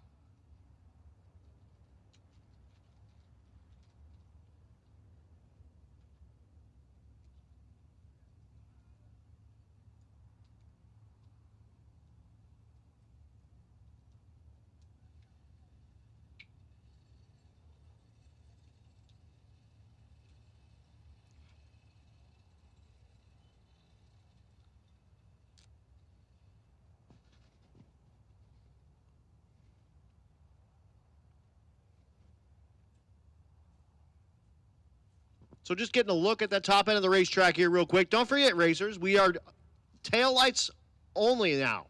Well, not only, but taillights all the time. So when you're making your passes, make sure you have the taillights on for us.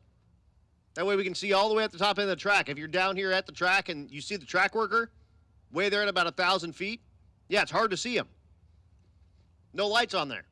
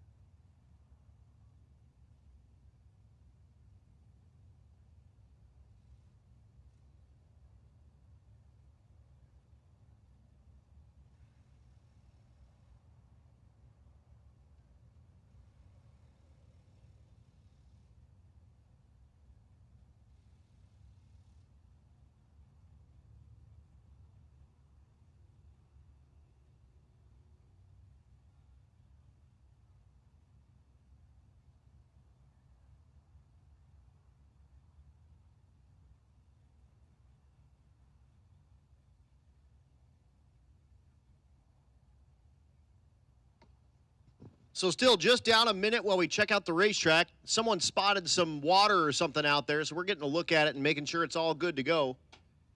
Getting thumbs up from everything along the way so far. So hopefully it's all good to go.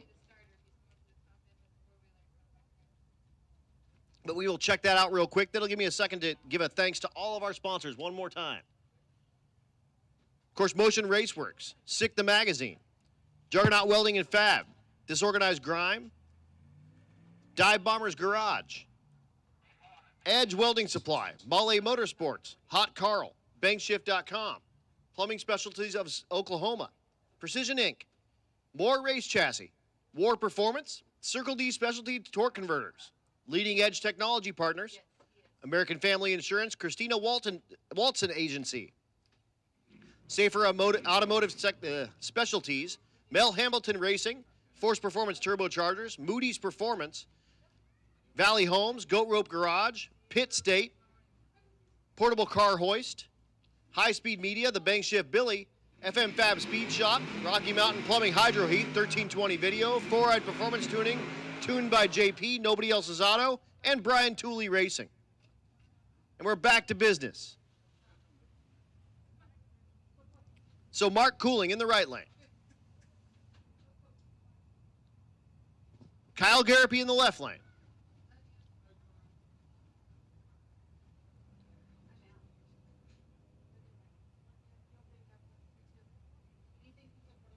We do have the reds going. We'll get those turned off, and then we will stage up these cars, and we will go racing.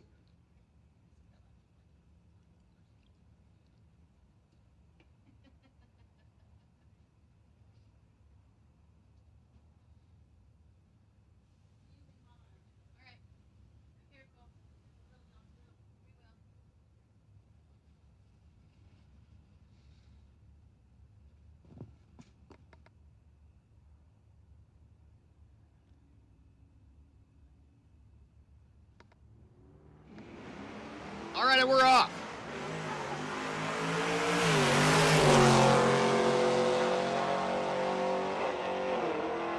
One of those rides searching for a third and second and third and second and third and second and fourth and third and fourth and third.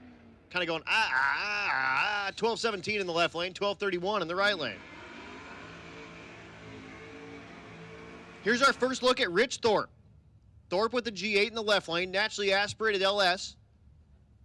Under the hood of the blue G8. Right lane is David Winnett. Winnett the F-150.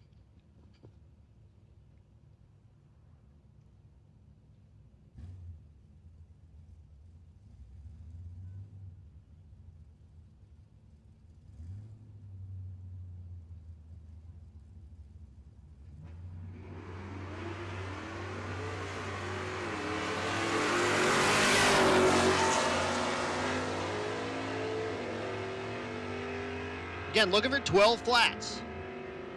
1253 and a 1234. No help for either.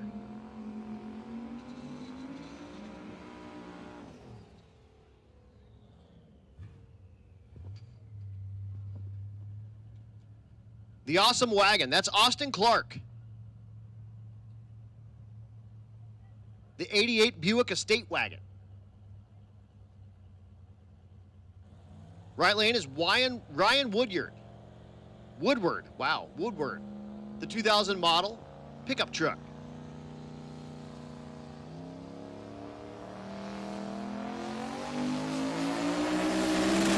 Still working through the 12-0 category.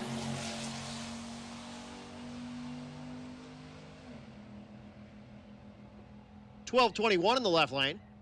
$13.03 in the right lane.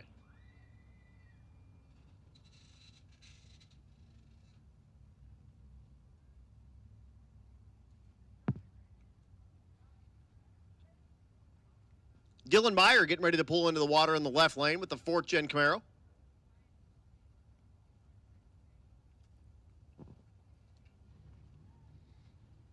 And the Turbo Tahoe. That's Robert Young. Out of Force Performance Turbochargers. Again, a stop along our route is at Force Performance, and he's out here competing as well, and he got himself a rookie sticker from me here earlier at the driver's meeting. You'll see rookies have a green R sticker somewhere on the front of the car. Young guns all have Young Gun on the sides, one on each side. So rookies never done a drag and drive at all, ever. 3-day event, 5-day event, doesn't matter. Young Gun is 21 or younger as of our last day of competition. 1236 and a 1237 in that 12-0 category.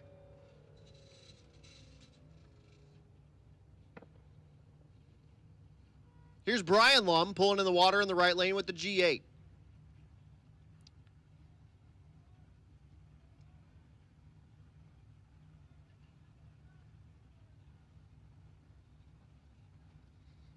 Left lane is Tony Latimer.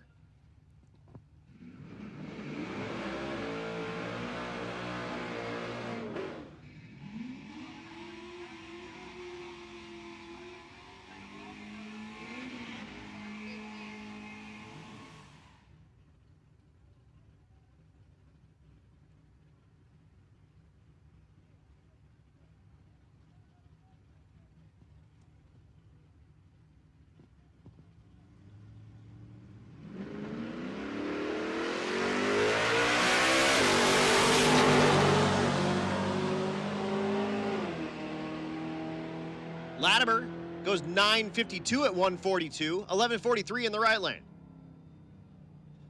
Luke Newwolf, the Sick the Mag Hellcat, that's a Charger in the right lane. It's 4-door variety. Our presenting sponsor out here, Sick the Mag, he flew up to Detroit and drove this thing 900 miles down to Tulsa. Competing in his first drag and drive, he's got a rookie sticker on the front of that as well. He's lined up against Josh Tweehouse, looking for 12 flats in both lanes.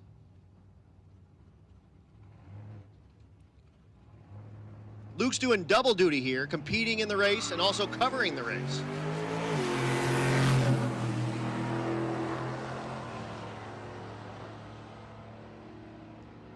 Tweehouse goes 12:14 in the left lane, 12:22 in the right lane for Luke.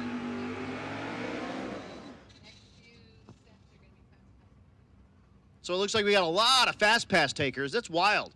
I've never seen that on the first day. Everyone using their fast passes up. I think it's cool. I like it. Y'all are wild though, for sure. Danny Tellman, the 70 model Chevelle in the left lane. He's lined up against the naturally aspirated small block entry of Matt Coating.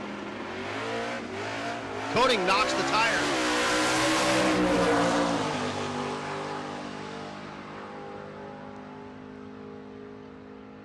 $10.12 in the right lane, 12:08 in the left lane.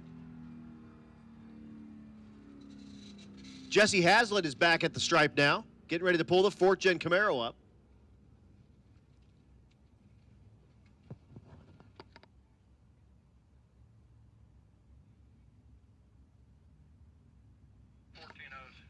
Attention in the pits, attention in the pits, 14-0. 14-0, come on down 5 and 6, please.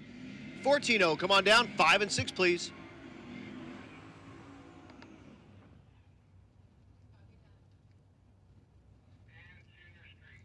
And let's go ahead and get Junior Street. Junior Street cars, come on down 3 and 4, please. So again, 14-0, come on down 5 and 6. Junior Street, come on down 3 and 4.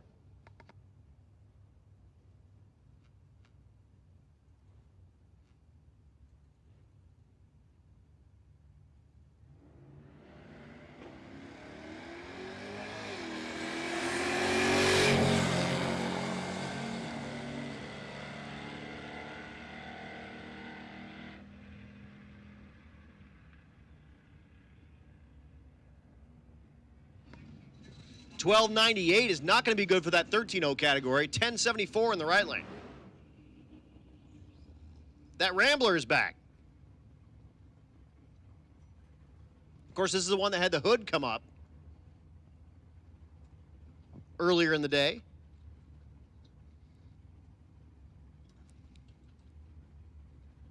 It's Dan Van Galder.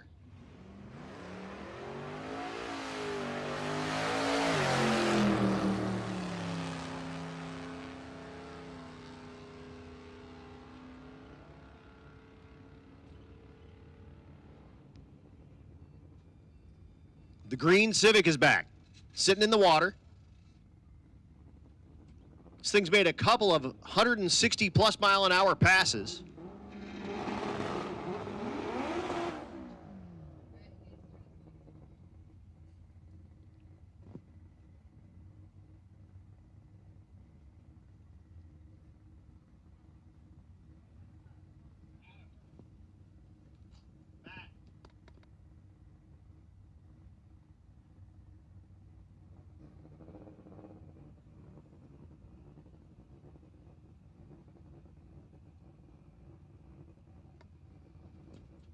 Also, folks, we are going to do one more round. So I just called 14-0 and Junior Street, and we're going to start from the top and do one more round. But first, the Civic from El Salvador. At least the plates are.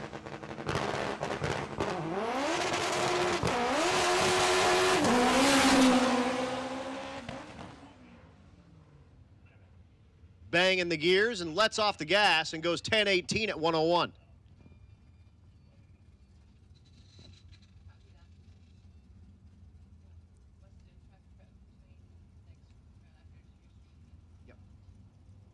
Here's David Rexwinkle is back.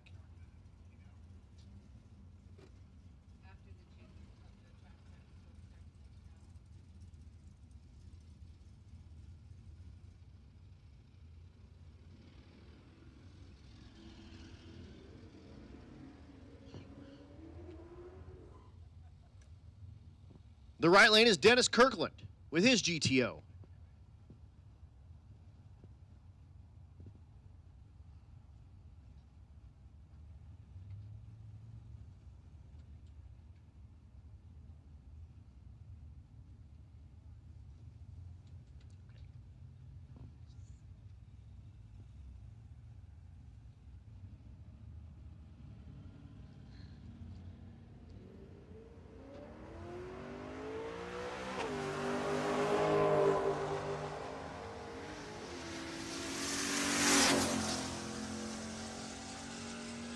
Scoreboards light up with 12:27 in the right lane and a 12:54 in the left.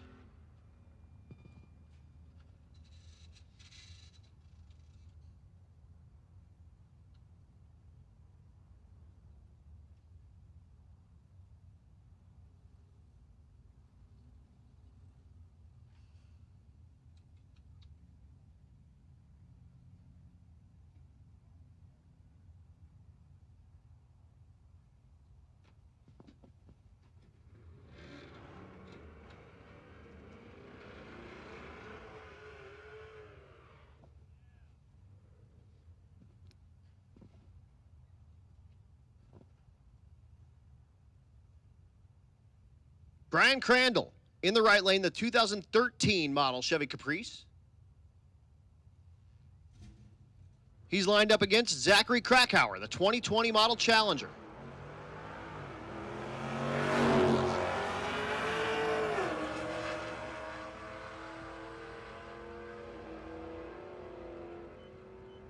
(13-13) at 89 in the left lane, 12.96 at 107 in the right lane.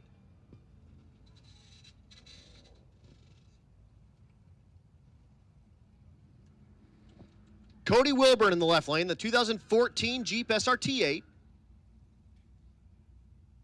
Pulls it in the beams. He's up against Jaden Gush. Gush, the 2010 model Chevy Camaro.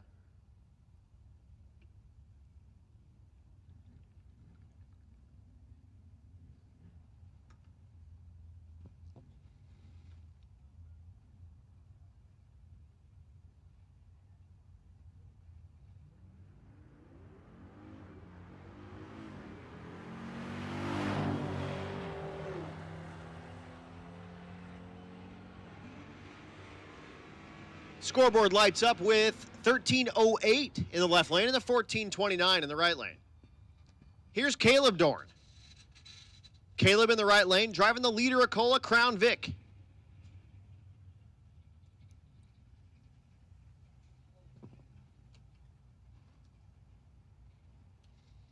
Left lane is Donald Harmon.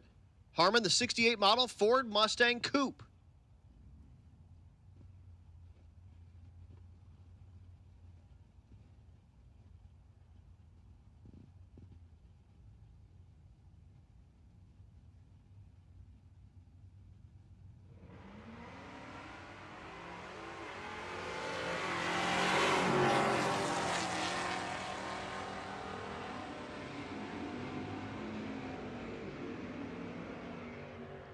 1284 in the right lane. 1403 for that Mustang. He'll love that.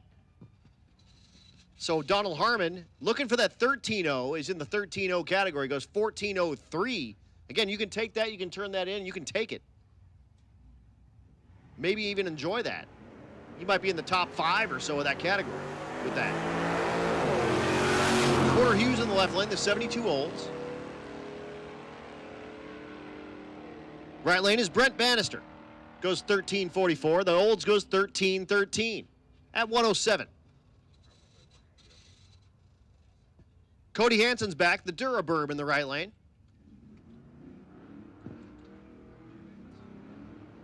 Landon Chance in the left lane, the 65 Mordor Chevelle Malibu.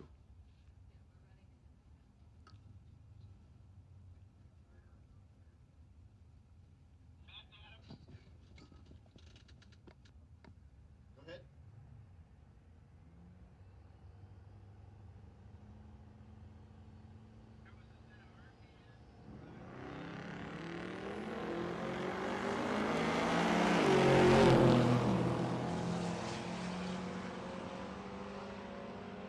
This pair makes their way down the 1320 here at Tulsa Raceway Park. 1314 in the left lane, 1312 in the right lane. Racers, check your fire gear. Check your fire gear. If you are missing your fire gloves, we have those at the Rocky Mountain Race Week bus. So check your fire gear. If you are missing a set of gloves, we have those at the Rocky Mountain Race Week bus for you.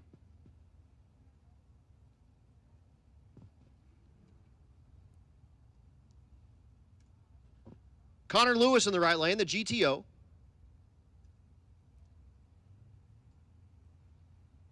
Left lane is Rob Moody, the 73 F1.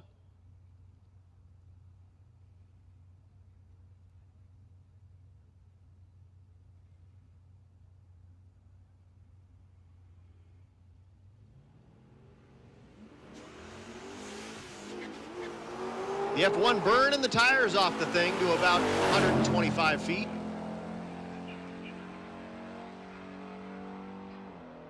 $13.71 in the right lane. $13.76 in the left lane.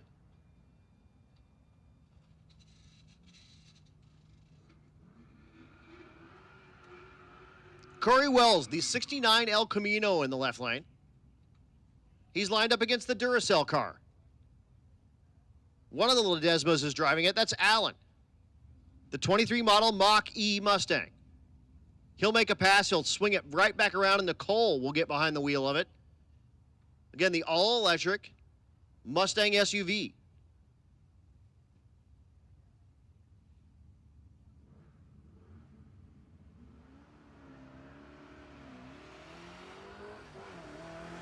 The stick shift El Camino, I dig on that.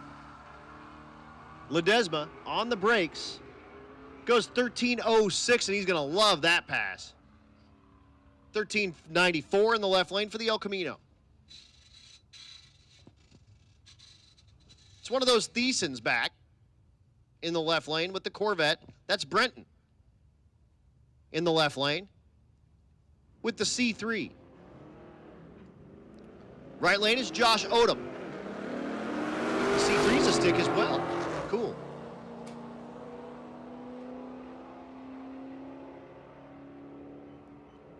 $13.02 in the left lane and $13.91 in the right lane.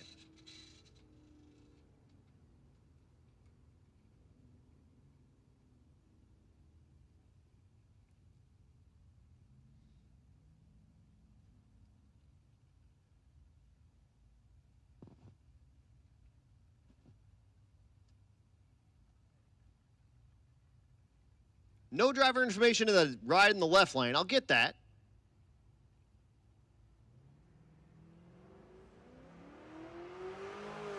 Right lane is Mike Dorn, the Ford Taurus SHO. $13.13 in the left lane and $13.39 in the right. It's beautiful second-gen Camaro. I like this car a lot. Beautiful green color, that Sunoco hood. I dig on it. It's a cool car. Stevie says we can take that one home too. Cody Van Winkle, the 72 model. And that's Sean McGuigan in the right lane, the Duramax diesel pickup truck.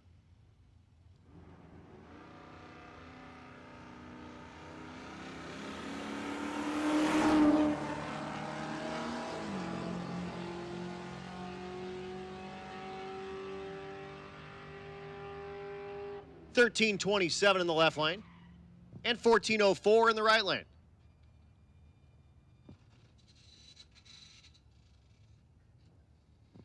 James English, the 2008 model Colorado, in the left lane. Right lane is Dan Willoughby.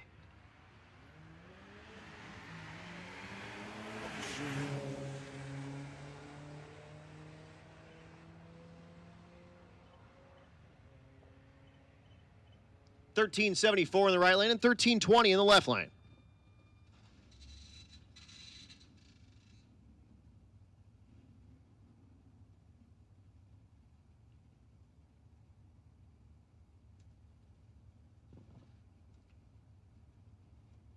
The Datsun's back. That's Ernesto Ruiz, the 73 model, 620 pickup. Left lane is Katie Jones, the G8 GT.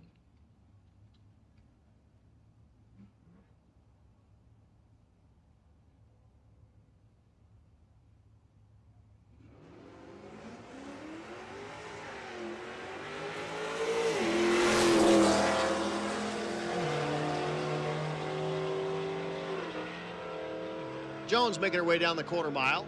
Goes 13.07. Ruiz goes 15.44. Here's Alex Rops back.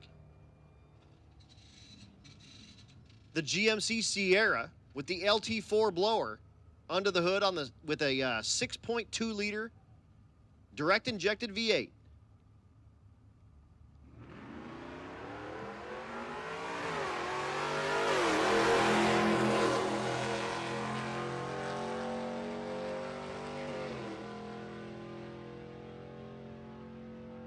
$13.02. He's going to love that in that 13.0 category.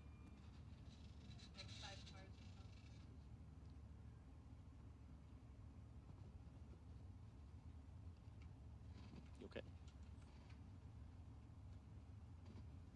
Here's Theodore Pearson is back. The Impala SS in the right lane.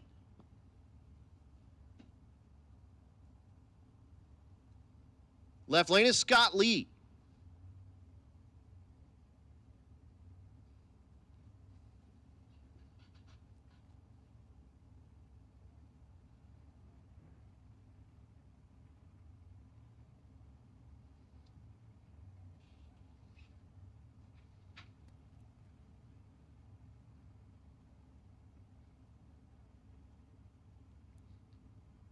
And these are all fast pass folks. And again, that's a strategy. We'll see if that pays off. A lot of folks are holding those in their pockets, but a whole bunch of people have used them here on this very first day. We'll see if that pays off or not.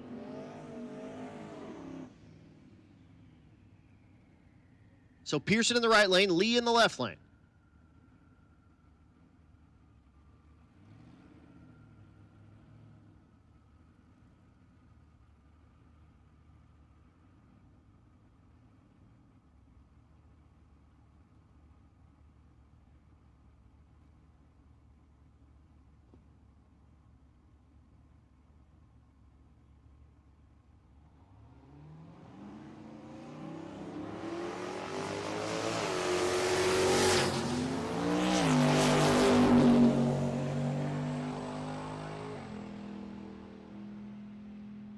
Lee goes 12.38, 11.18 in the right lane for Pearson.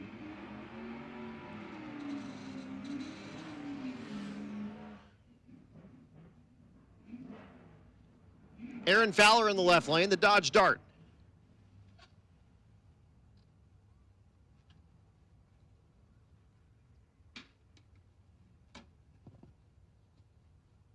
The right lane, the pick-em-up truck. That's Carter Snell, the OBS truck.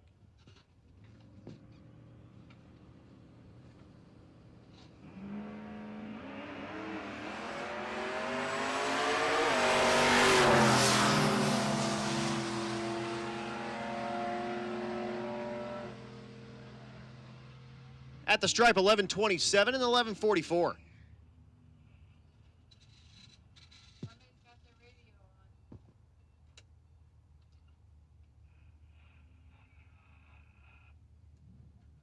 Here's Greg Jones back in the Nova.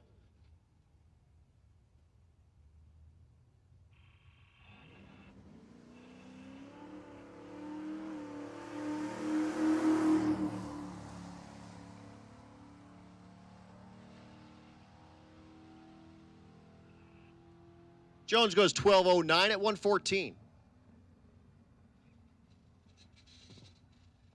The Mach-E is back, and that means it's got to be Nicole Ledesma. It is. So her husband put the thing on the number, like a 13-0 something, and we'll see if Nicole can do the same.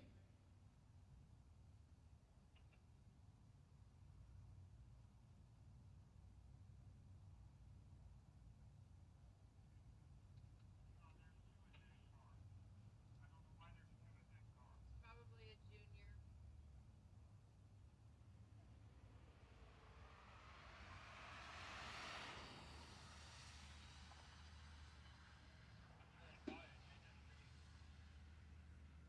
Nicole goes 13:01 in that 13-0 category.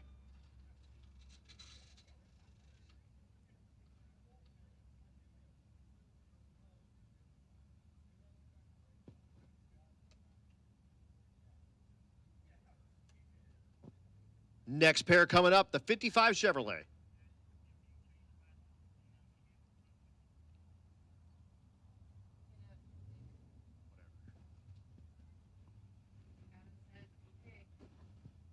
So Red Bailey, the 55 Chevy Bel Air.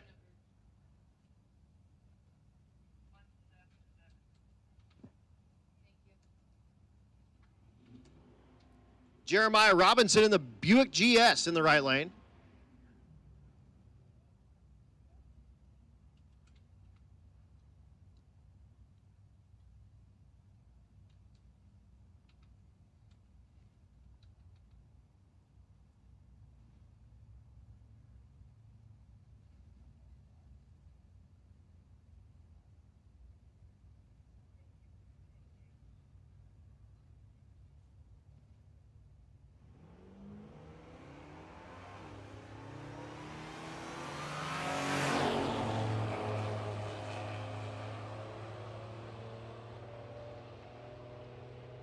Scoreboard says 14:37 and 14:19.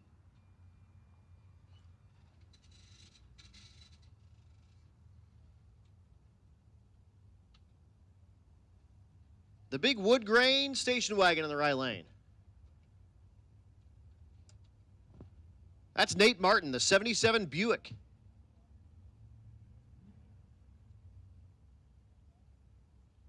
The left lane is Dominic Gonzalez.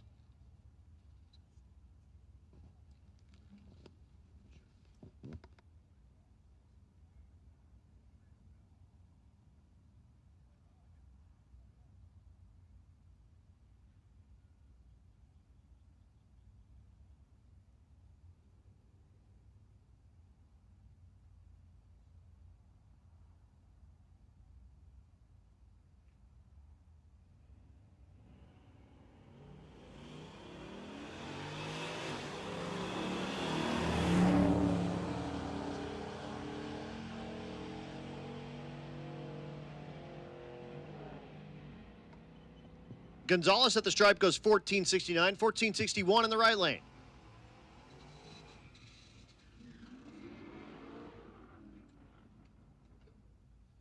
Here's Dominic's dad. That's Mila Gonzalez. Oh, that might be his mom. Pretty sure that's his dad. I might just have that mistyped in here. The Turbo Tahoe in the left lane. Daryl Cole in the right lane. The Z06 Corvette.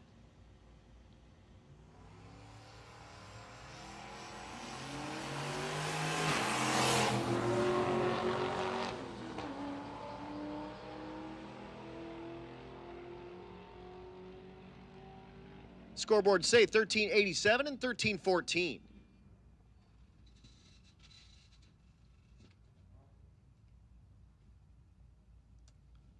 Left lane, the beautiful 4th Gen Camaro. That's Anthony Watson, the 02 model. Right lane is James Farrow.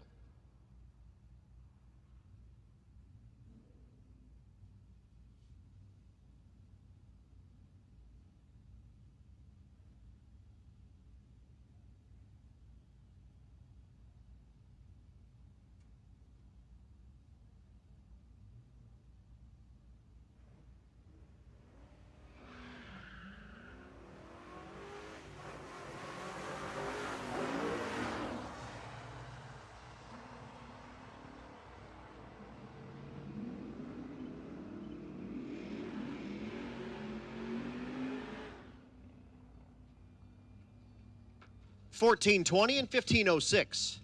Here's Martin Ranker with the left turn signal on, the Shelby GT350 clone. Looking for a 14 flat out of that ride. And Corey Meyer in the right lane.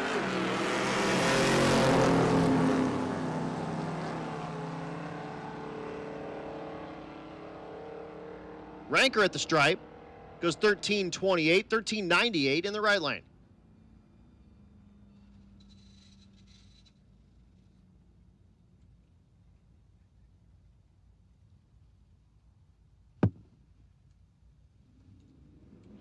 Hunter Schwartz in the left lane, the 72 model C10.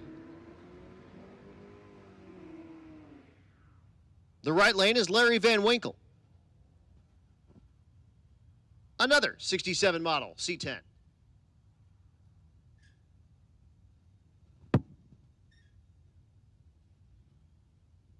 So 72 versus 67. Getting ready to do battle here at Tulsa Raceway Park.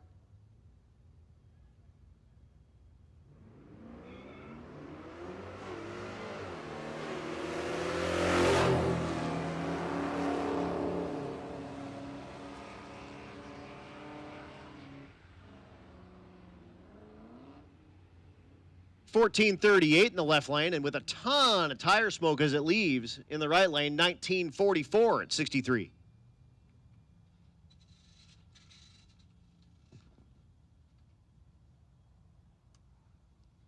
Dale Farley in the right lane, the 16 model Ford Focus. He's lining up against Travis Boltman with the 2010 Camaro.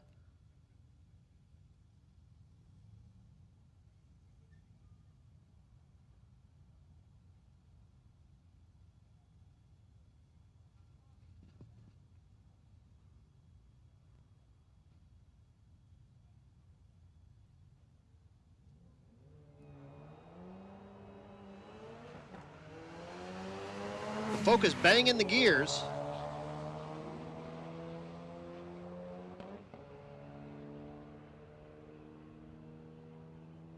$14.13 in the left lane, $14.16 in the right lane. Ernie Riley is back in the right lane. Big block Chevy power under the hood of that awesome hot rod. Ethan DeFalco in the left lane, the OBS truck.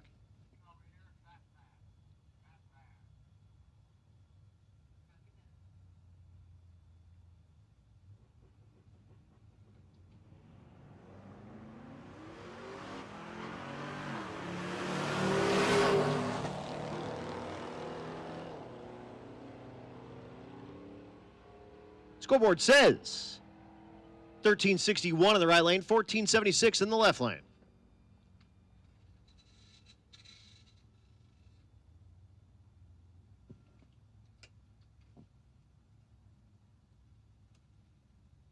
Joshua Willows in the left lane, the Fox Mustang GT.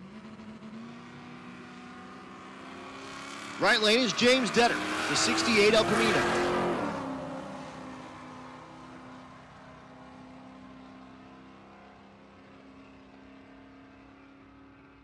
$14.36 and a $15.04. Hold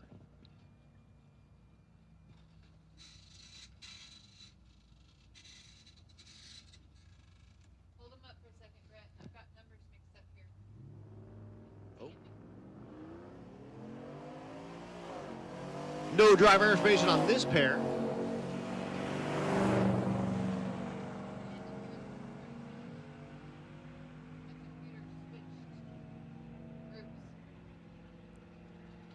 And 14-14 in the right lane. And no quarter mile time in the left lane, unfortunately. So Larry Armstrong is back, the 39 Ford Coupe.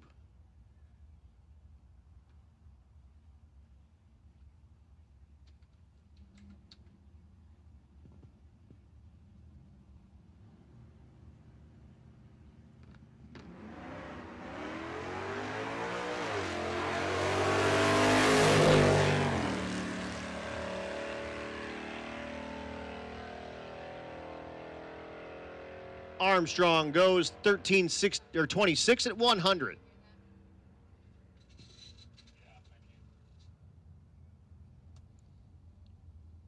And here's Christina Walton.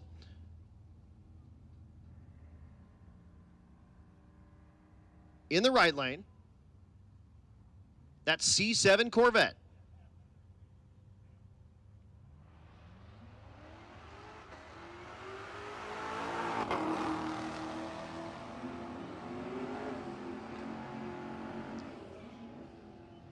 Walton goes 11:56 at 122, and that'll bring up Vince Rui and Luke Newolf. Luke out of Sick the Magazine, the cool Hellcat Charger. Vince Rui, the Chevy 2 Nova.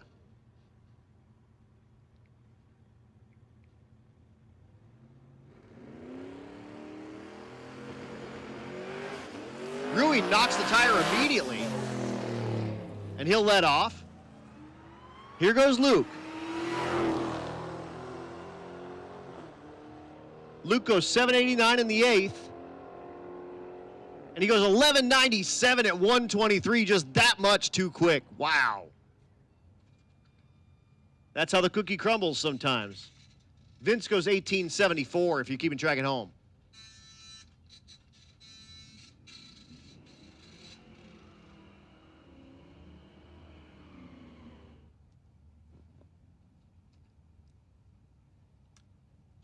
Here's Evan Urey.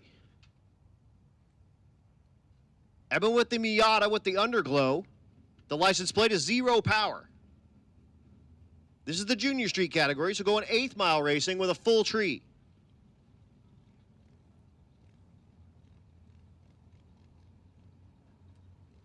No driver information in the dart in the right lane, and we'll get that. But they have to go slower than 9 flat in the 8th mile.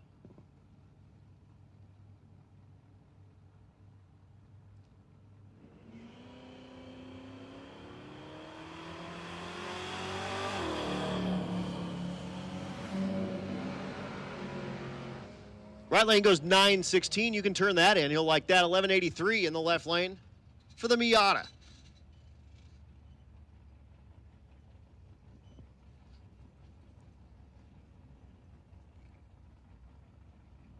No driver information again out of the S10 in the right lane. And again, we'll have that set up as we get going through the week. And that's Austin Alsop in the left lane, the 91 Mustang.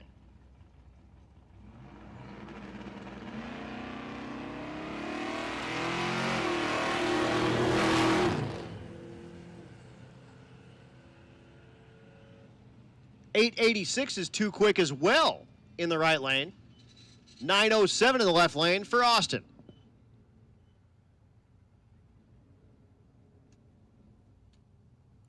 No driver info in the left lane for that New Edge Mustang. The right lane, the Silverado.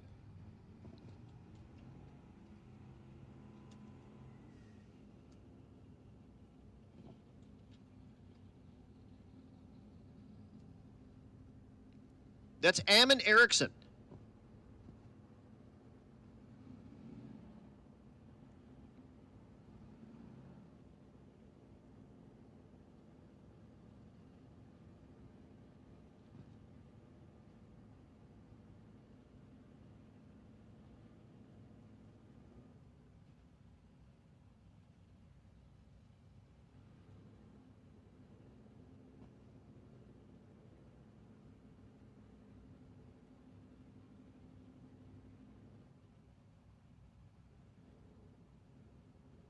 Again, running the 8th mile. You'll see that full tree come down. Ooh, red light time in the left lane. We'll back him out and give him a fresh shot.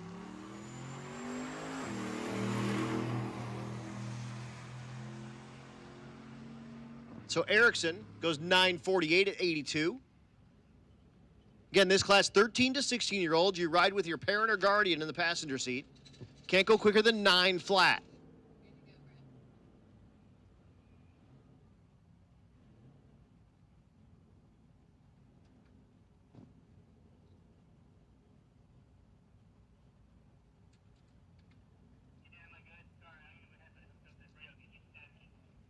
Yes, you're good to go.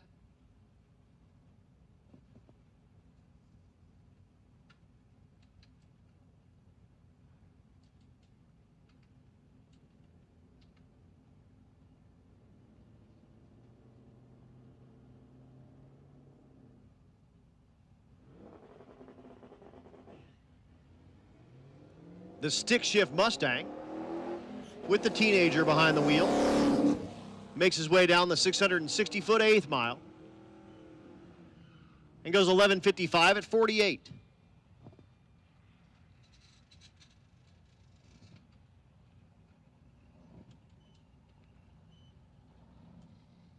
Here's Hunter Hay, the 03 model GMC Sierra in the right lane.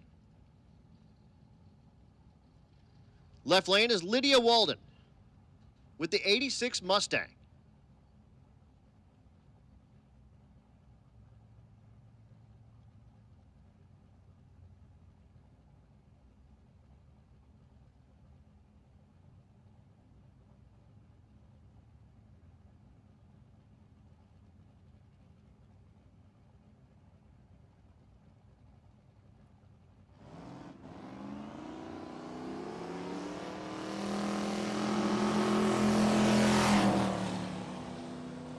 Both guys making their way down to mid-track, both rides, I guess. 909 in the right lane. That's just as close as you can get pretty much, and 960 in the left lane for Lydia Walden. Here's McKenna Lipinski-Gwynn in the left lane, the old yeller gasser.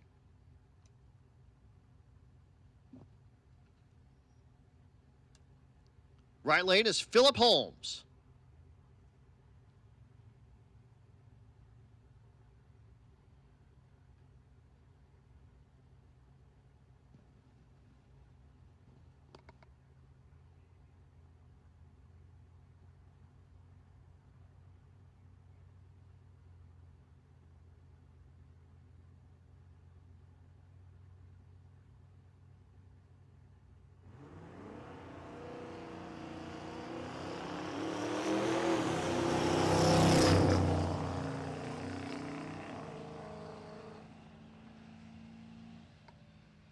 .985 in the left lane and 939 in the right.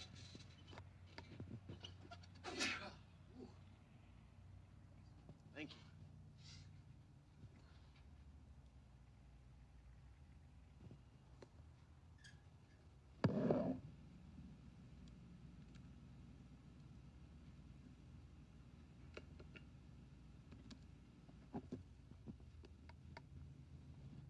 Lillian Jensen in the left lane, the Disco Nova. Adam Odom in the right lane with the Magnum.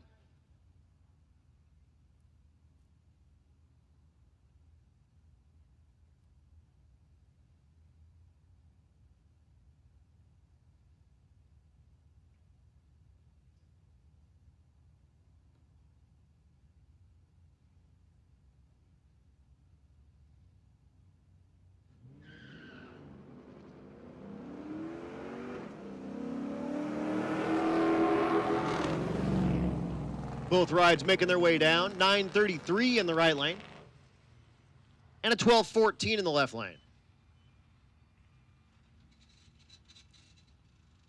Race Meyer, the 4th gen Camaro.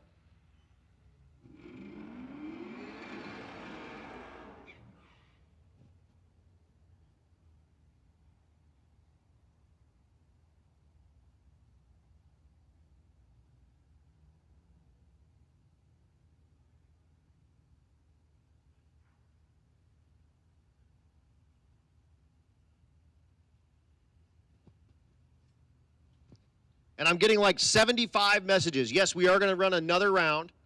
So we're finishing up this last Junior Street. We're going to do a quick track prep, and then we are going to bring cars up. So we are going to do one whole full round.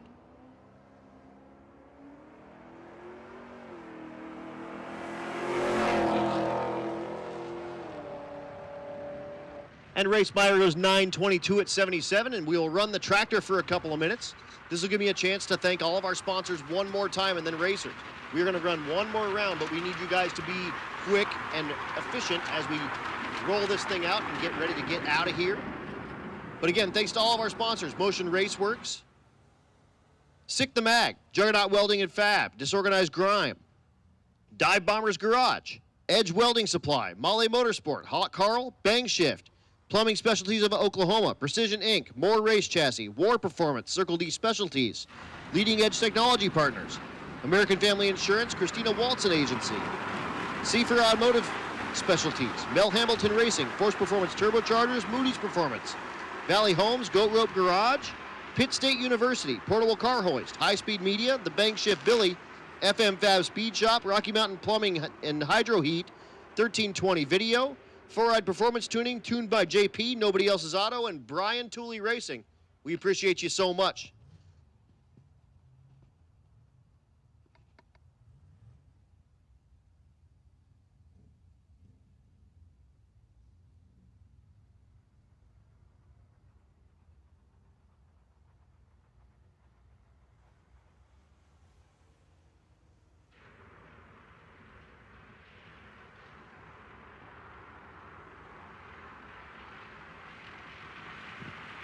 All right, attention in the pits, attention in the pits. For your final pass of the evening, Rowdy Radial, come on down 7 and 8. Ultimate Radial, come on down 5 and 6. And Unlimited, come on down 3 and 4. Once again, Rowdy Radial, come on down 7 and 8. Ultimate Radial, come on down 5 and 6. And Unlimited, 3 and 4.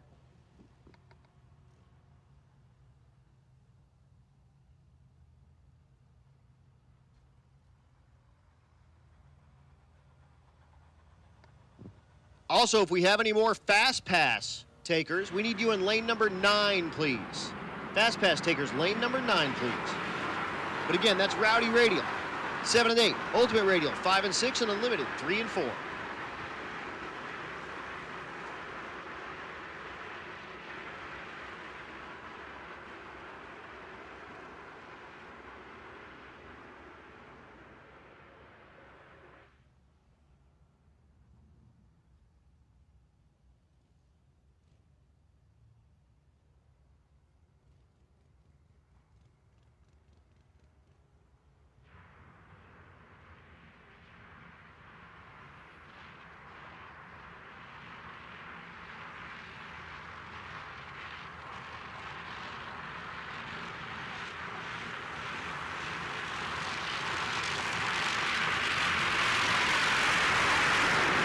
So again, working on just tightening up this racetrack, and we will bring you one more round. This will be your last shot at this racetrack, folks, so make sure it's a good one. Also, this will probably teach you for sitting on your hands when it's hot. You got to make passes all day long.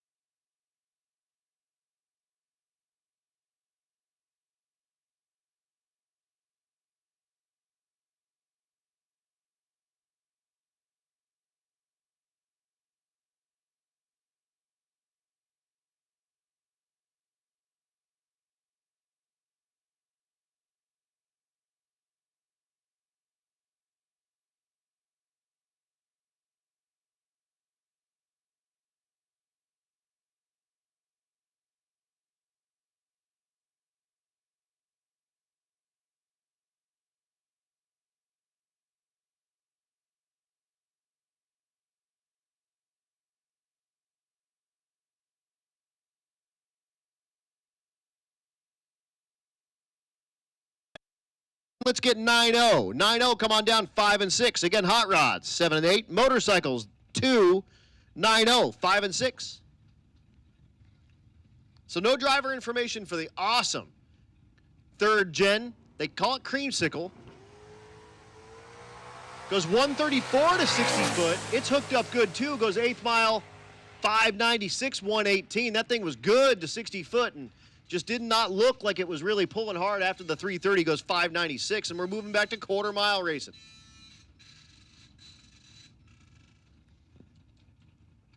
This is our ultimate radial category. Jason King in the left lane with the Fox.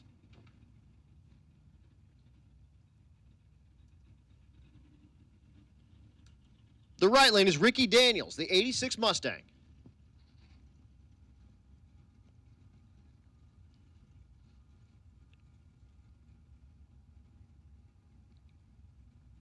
King, the nitrous-assisted small block Ford under the hood of the Fox Mustang.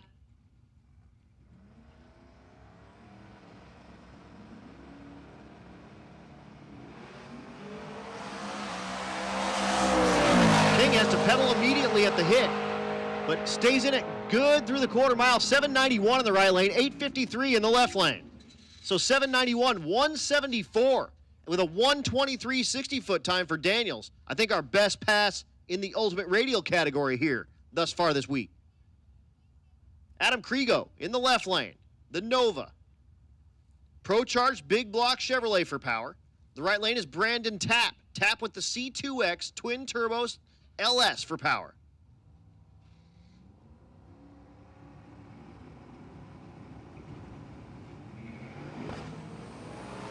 Tapp bangs the tires, Krigo making its way out there with a 130 60-foot time. Goes 794, 177. 917 in the right lane for Brandon Tapp.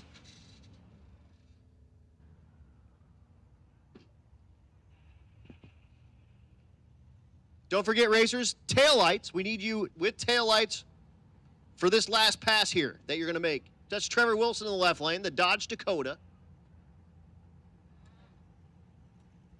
Right lane is Clay Meyer.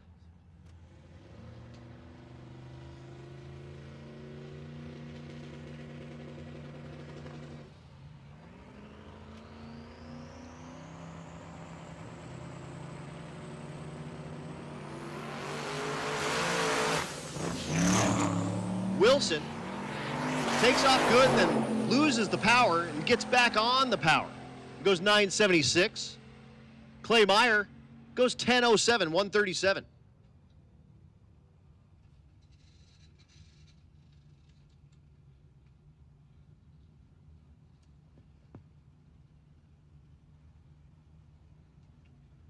The G8 in the right lane.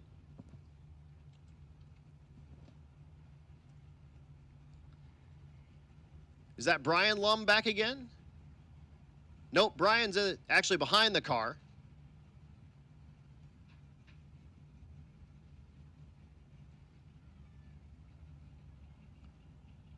So that'll be Crystal Lum. And our first look at the Meltdown Firebird, Jason Hurley. This is our overall champion of last year with that Meltdown Firebird third gen Camaro. Twin turbo big block Chevrolet for power, and he's going to make his first lick here at Tulsa Raceway Park and hope it sticks.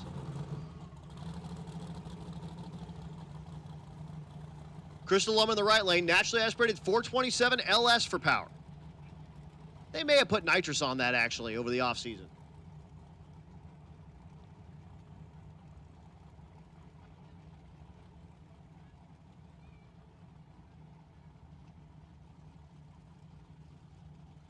Jason Hurley, this car should be in the high 6-second range.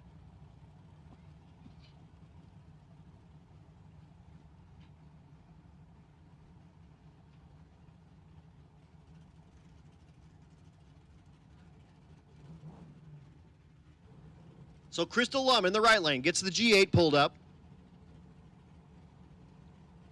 Left lane, Jason Hurley, your defending champion from Rocky Mountain Race Week with that third gen Firebird.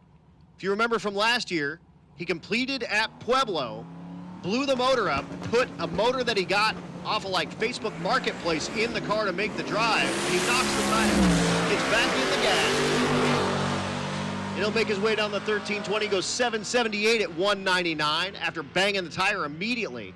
But again, he put like a motor he found off of Facebook Marketplace in that car to make the drive back to, I believe, Great Bend, Kansas, or something. Made the drive and entered the shootout, and the thing ran like in the 12s.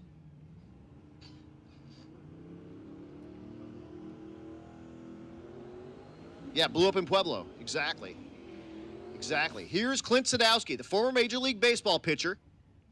They call the car Dirk Diggler. The right lane is Bernie. Here's something weird with Bernie. This thing typically Cummins powered, but it has a turbo LS in it now. Unfortunately, hurt the Cummins, couldn't get parts and stuff in time, and couldn't get the diesel and stuff set up, so put the easy button turbo LS in the Bernie truck. Again, going against Clint Sadowski.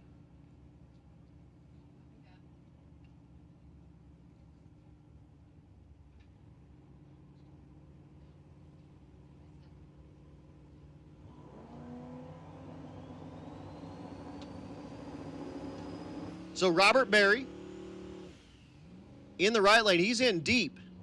Clint Sadowski is like, hey, what are we doing? And he's like, go ahead and just stage it, man. He's going to go ahead and just be deep staged. So we're going to make it happen. Sadowski will get it up on the chip. He's got that thing stuck good. 136 60 foot, goes 533 to the 8th, and goes 816 at 172. That Bernie truck on the brakes goes 1186 at 109. Here he is, Bryant Goldstone, back in the Javelin. Again, his average at 6 Summer was in the mid 6-second range. It ran as quick as 640 on 6 Summer.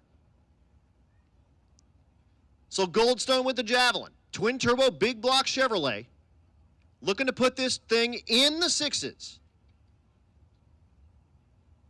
Also, your defending world champion drag and drive racer by points. That was a deal that Mike Narks put together.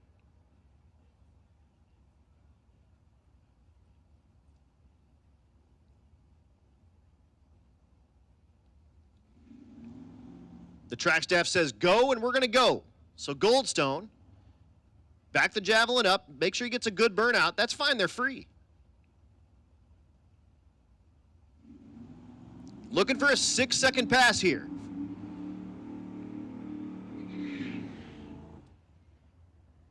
In the quarter, this car went 640 2 weeks ago. And it's a street car. It's got license plates. The license plate says you'd lose. I believe it was 240 miles an hour on 6 Summer. And it's a street car. You see the license plates, you see the tail lights. It's got turn signals, it's even got a horn. We checked it.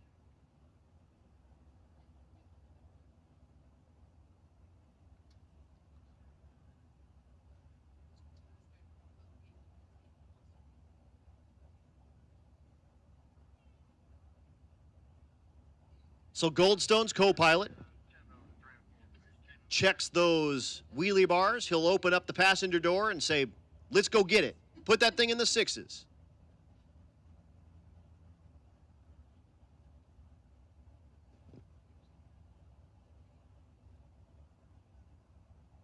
He'll pull the Javelin up.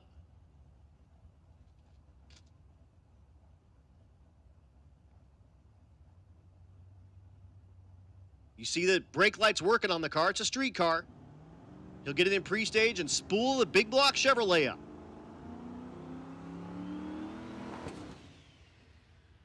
Not what he was looking for. He had some problems like this at 6 Summer as well. It would kind of shut off. He would get the thing refired, and then it would go 650.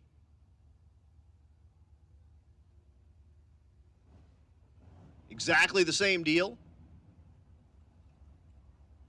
He'll just keep it pre-staged.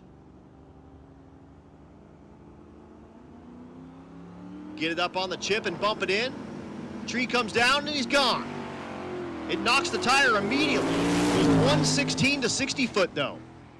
It's 571 in the 8th, Still kind of trucking along. It goes 9:04 at 151, nowhere near what that car is capable of running, but that's his final pass. He'll take it, and he'll turn the thing in. More fast pass takers. I cannot believe how many people are running fast passes on the first day. This is wild to me. Absolutely wild. But again, it's folks that probably weren't wanting to run in the heat, and now they're trying to get a pass in when it's nice. But it's going to be hot all week, so you're going to have to play that game all week, and you don't have any more fast passes. So we'll see how that works out.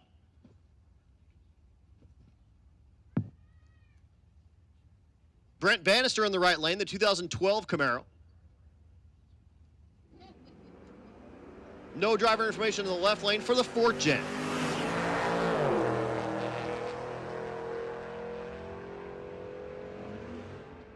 At the stripe, 1207 and 1273.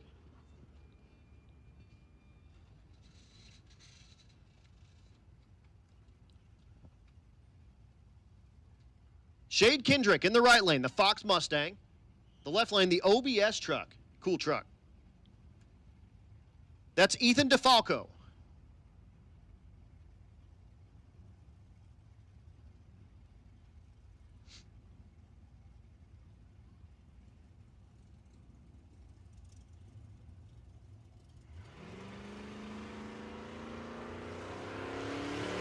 The OBS knocks the tires immediately.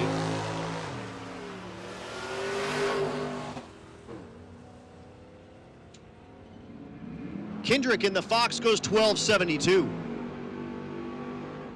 And 1502 in the left lane if you're keeping track at home. Scott Guthrie's back. The Vets Unlimited car in the right lane. He's going to race his buddy Jason Schaefer. Schaefer with a chicken coop in the left lane. Blown big block Chevrolet in the left lane. Blown small block Chevrolet in the right lane.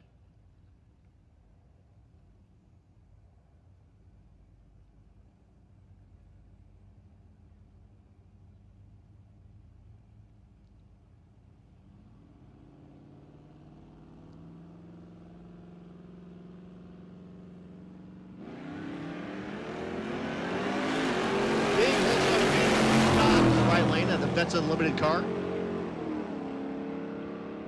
Schaefer trying to run him down. Can't get there in time. 11:26 in the right lane. 11 flat, though, in the left lane. Again, that'll be a deal. He can take that time slip, turn it in, and switch to the 11.0 class if he feels like doing that. And he'll be in the top probably 1 or 2 in that category. But he's a hot rod dude kind of through and through. I think he'll stay in that class. Galen Knowlton in the right lane. The 68 model Camaro with the flames all over the side of it. Awesome car. Left lane is Dane Thompson. That's not Dane Thompson. Press the wrong button. There we go. Paul Peel, the 65 Barracuda. Thompson goes 10:48. Peel goes 16:27.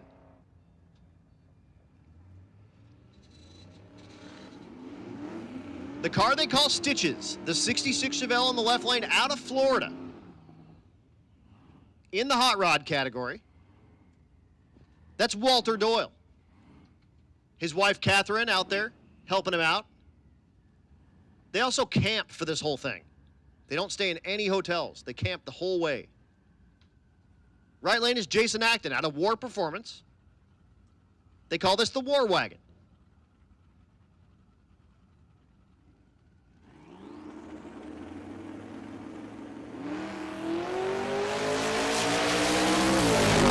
Doyle 147 to 60 foot and then starts really pouring the power on about 300 feet and goes 924, 147. Acton with the War Wagon goes 1714 way off the pace. Here's Dane Thompson in the right lane, the car they call Malibu. The left lane, Danny Romansky.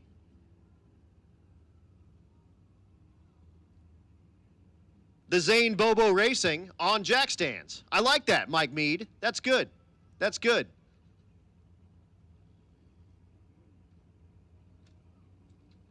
Shout out to Zane Bobo for, buying cars that will sit on jack stands for years and years and years. So Romansky and Thompson.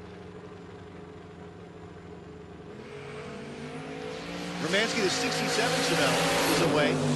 The early Chevelle Malibu in the right lane for Thompson is away. Romanski goes 972, 958 for Thompson. And we move into the bike class.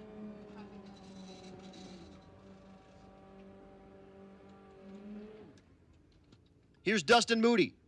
The ZRX 1200R with the turbocharger. You see the air-to-air intercooler hanging out right in front of where his left leg is. The right lane is Chris Baker, the 08 Hayabusa.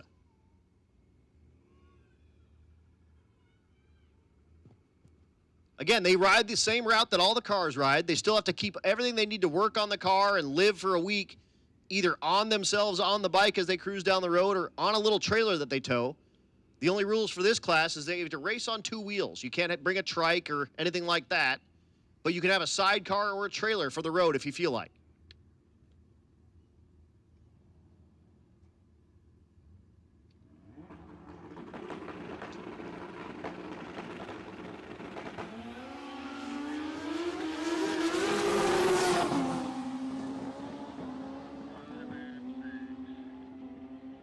At the quarter mile stripe, 9:26 in the right lane and 10:11 in the left lane. Attention in the pits, attention in the pits. Let's get 9-0. 9-0, let's get you guys into 5 and 6. 10-0, let's get you into 3 and 4, please. Again, 9-0, 5 and 6. 10-0, 3 and 4, please.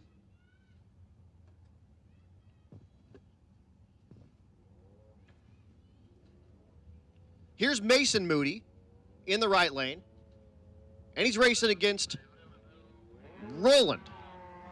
Roland is his dad, and Roland told me that Mason is single, ladies. Attention in the pits, attention in the pits. Let's get 11-0. 11-0, come on down 7 and 8, and NA small block, come on down 5 and 6. So the very eligible bachelor goes 10:45 and 11:34 in the left lane.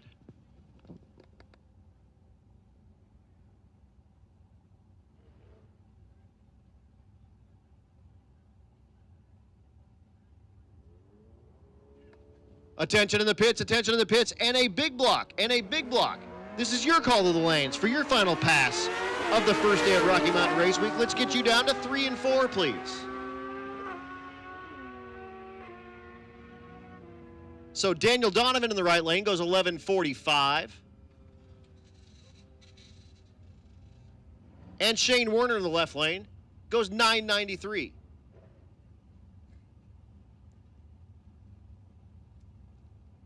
Here's Jeremy Wilson, the 72 Nova in the left lane.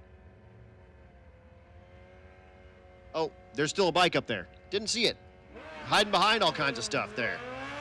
That's Pete Changus, the 01 GSXR 1000.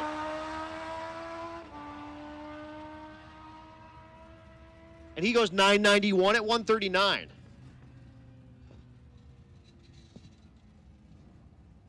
Now we're back. So the Nova.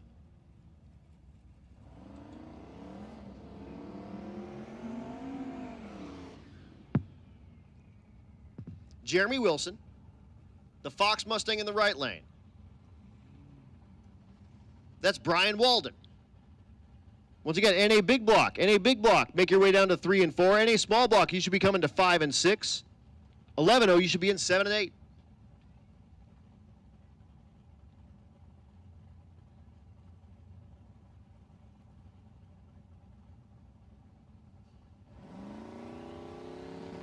Looking for a 9-0 in the right lane.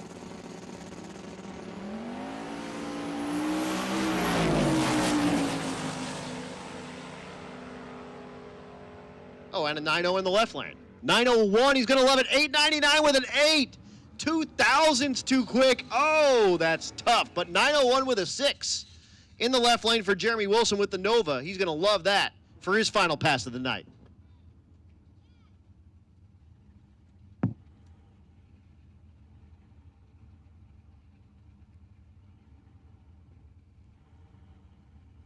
The Super Sport, like Impala, rear-wheel drive version.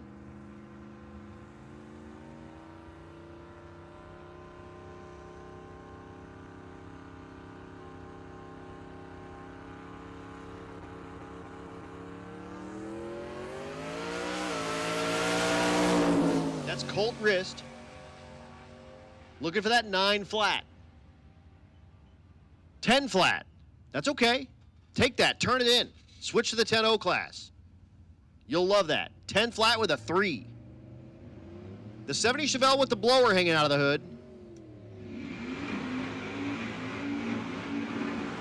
Sounds what a 70 Chevelle should sound like with a blower hanging out of the hood. It's Tom Nelson. Nelson looking for a 10 flat. I've got Ari Myers up here. What's up, Ari? Hi. And Dustin Cottle in the right lane. Cottle with the Isuzu truck. Or Love. Basically the same thing.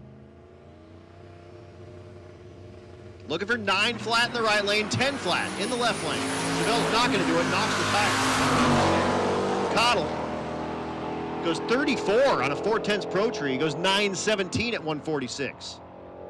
And that'll bring up, 1050 in the left lane, by the way. That'll bring up Vince Rui. Rui looking for the 9 flat in the Nova in the left lane. The right lane, that's Kyle Calkins. Calkins looking for a 10 flat with the Ford Fairmont.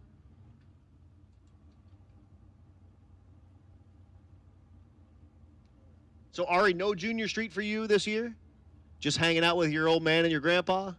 Awesome. Awesome. Typically have 3 generations of Myers out here racing. And, you know, this time we have 3 generations of Myers at the track, but just 2 races. You did one in 2.0, yeah. You won Junior Street, and you won that in your dad's G8, or his truck, that's right. That's right, you kept going too fast with the G8. So Vince Rui had some issues. The thing didn't look like it was going to shift. Real good in first gear, and then just nothing. 1008 in the right lane. He'll love that. Let's see here. Oh, gosh. Is that Mike Mead? It is. Mike Mead out of the Zane Bobo Race Shop, which is basically just everything on jack stands. And Brandon Coddington. Coddington, the Spin Dr. Camaro, 1968 model.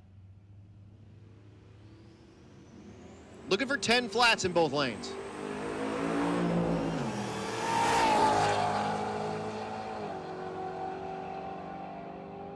$960 is way too quick. 10:01 though for Mike Mead. He'll love that. And he'll turn that one in. And they'll head back to the hotel to obviously have parking lot beers, because that's what the Zane Bobo team does. It's parking lot beers and it's nipple holes in your shirts. If you know, you know.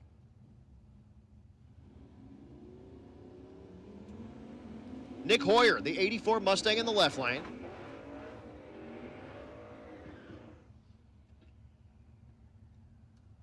The right lane is Ryan McFadden, the G-Body Monte Carlo.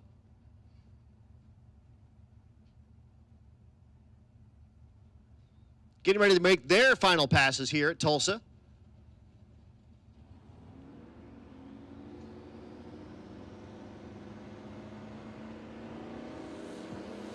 Looking for 10 flats.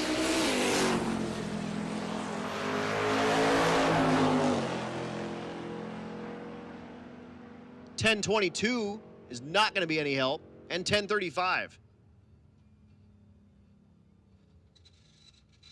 Here's Rebel Driver Garage favorite car, the 66 Caprice in the right lane. That's Dave Weeks.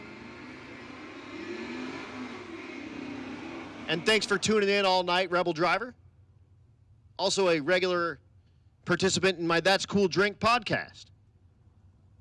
He's up against Chris Fetcher, the 18 model Mustang.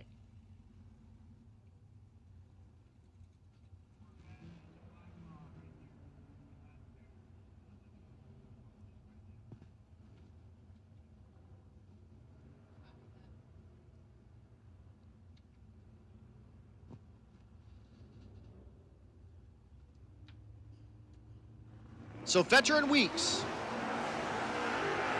looking for 10 flats.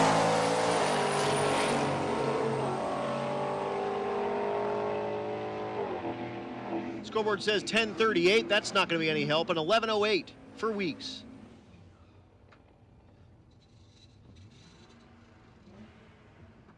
We're just finishing up with the 10-0 category, and then we're going to move into the 11-0 category, and that's where your grandpa is going to be. And your dad. Both of them. James Chance, the 84 Regal in the left lane.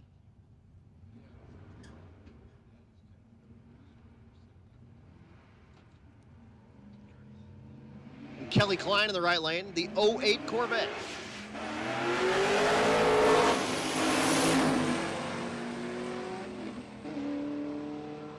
Banging gears, too. That's awesome. 1073 in the right lane, 1017 in the left lane. So, yeah, I'm hanging out up here. I got Ari Myers. He's watching. He's hanging out and doing the thing. What's funny, Steve and I used to race with your grandpa when your dad was like your age. It was yeah, even littler than you, actually. It was pretty good. So, yeah, we've been racing with your family for a real long time. It is cool. It's really cool. Oh, yeah, it's both of them. They're going to race each other. That's cool. So Lance Walken in the right lane, the S10. Left lane is Josh Rom, the C6 Corvette. Looking for 11 flats. 1096 is just that much too quick, and 1112. And here's a father-son duo coming at you. So Curtis Myers in the left lane. That's Ari's dad, who's sitting next to me. And Bob Myers in the right lane. That's Ari's grandpa. The ZL1 Camaro in the right lane and the G8 in the left lane. So a pair of Myerses on the track, and I got one up here in the tower for 3 generations of Myers. Again, Bob, I raced with for a long, long time, and he had like a small tire, like 74 or something like that, Chevelle. Curtis was into Hondas for a long, long, long time. And his old man got him into V8 stuff, and we'll see where Ari ends up at. So Curtis trees his old man. Bob drives out of his life. Showing him the taillights of that ZL1, and he goes 1085, and Curtis goes way off the pace at a 1273. Look at the 60-foot, 212, 60-foot. That G8 just, unfortunately, super unhappy. But you guys drove that out, right? From Colorado, so you drove the G8 out. So you have to make it back, or else.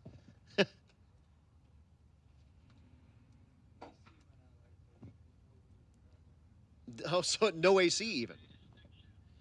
Attention to the pits, attention to the pits, stick shift. Come on down, lanes 7 and 8. Here's Holly Rops, the Artemis car in the right lane. That's one of those Caprice SS's. Goes 1099 with a 3 in that 11-0 category. Just that much too quick. Alex goes, dang it! Sitting on the starting line. 1127 in the left lane. Here's Tom Bagley, the Knapsack. Again, from the UK, you see the flag. He flew over, bought this car sight unseen, and brought it on Rocky Mountain Race Week last year. Stored it in the Los Angeles area. Had a little bit of work from Danny Grubaugh and some other folks done on that thing. Flew out to the Los Angeles area, drove it to Tulsa the last few days. And here he is competing. Kevin Mays in the right lane, the Shelby GT500.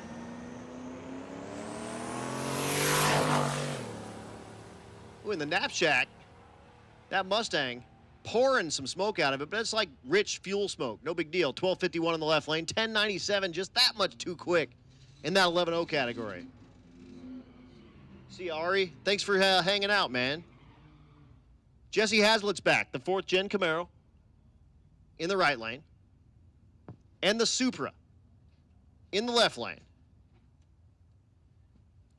Jordan Conwat. Once again, stick shift. You should be making your way down to 7 and 8, please. Stick shift, 7 and 8.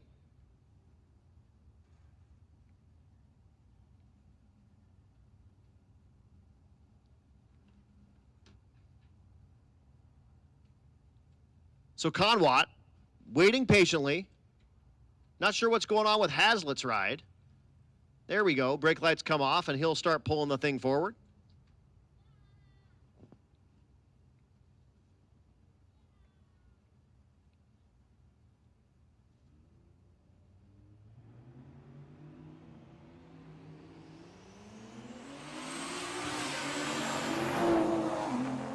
Both rides are away. Looking for 11 flats on the scoreboards. 1098 is just that much too quick for Hazlitt. He's going to hate when he gets that time slip and be like, just that much. Cameron Thorpe's back in the Volvo wagon. 1127 in the left lane, by the way, for the Supra. Thorpe's back, the Volvo wagon. Right lane, the Silverado. Go ahead and drink. That's Zachary Fletcher, the 2016 model.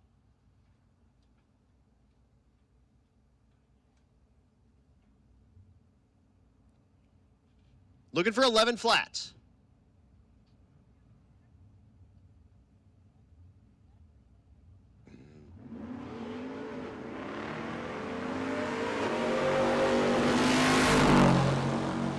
And all these index racers are going to end up being in the bracket race shootout on the last day, 11:06 and 11:39. To throw them a little bit of a monkey wrench in the deal, we make them run on a 4/10 pro tree all week, and then that last day at that shootout bracket race, they run a 5/10 full tree. So they'll spend all week practicing on a 4/10 tree, and then we throw a little monkey wrench at them and make them run a full tree. Jessica Warner back, the 3 Dirty 5. BMW in the right lane. Looking for 11 flat with that BMW. Alex Arquette in the left lane with the Dodge Ram. Again, looking for an 11 flat.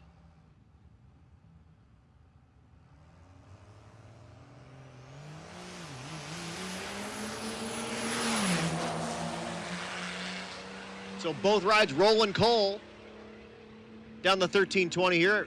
Tulsa Raceway Park. 1079 is way too fast for Jessica Warner.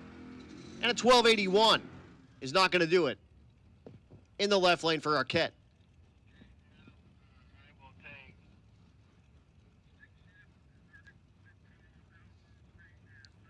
Attention in the pits, attention in the pits. Outlaw Street, come on down 5 and 6 for your final pass. And Limited Street, come on down 3 and 4 for your final pass of the evening. Here's John Gilman, the 74 Nova's back.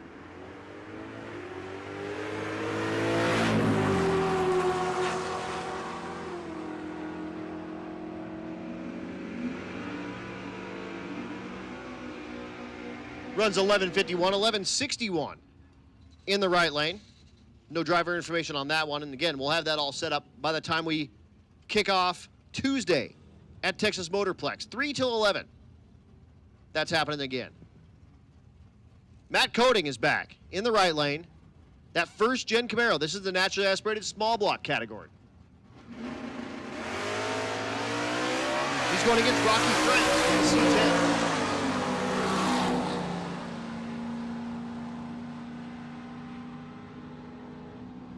.981 in the right lane. And Franks goes 1682.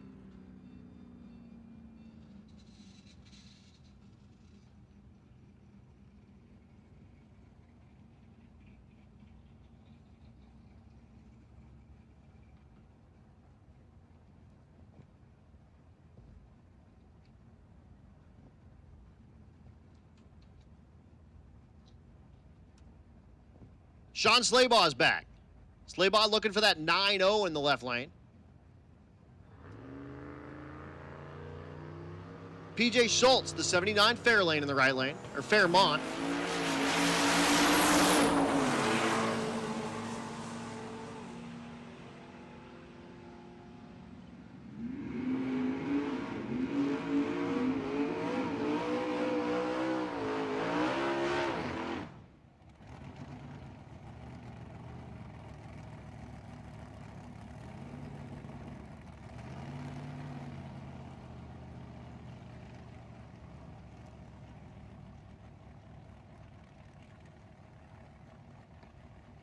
Carlos Astor does his big long burnout, and he'll back that G-body Cutlass back into his hot tire tracks. Naturally aspirated big block entry.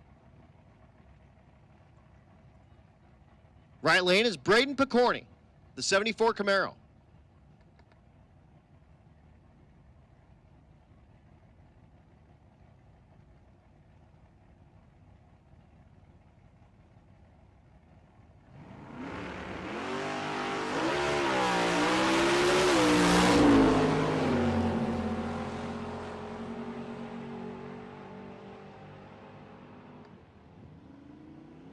Carlos Astor goes 9:43 at 146, 12:54 in the right lane.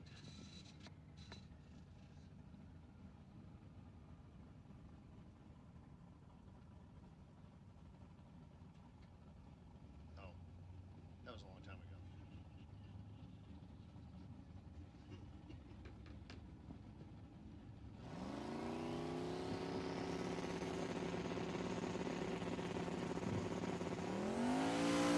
Fox Mustang in the right lane. Corny. Oh, I'm sorry, that was earlier. Lose my mind. That's Brian Walden. The 86 Mustang, 906 147. And that'll bring up Big Block Bob. Bob Ruppel in the left lane. The Winter Mint Green Nova. You can find him on YouTube. Big Block Bob. Right lane is Sean Stanford, the 20 model Camaro.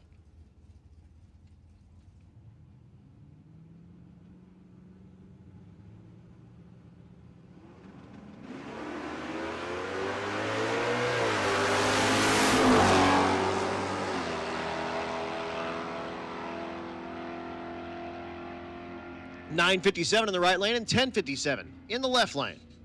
That'll bring up the Shelby GT500. This 5.4 liter dual overhead cam with a an Eaton supercharger under the hood. That's Kevin Mays.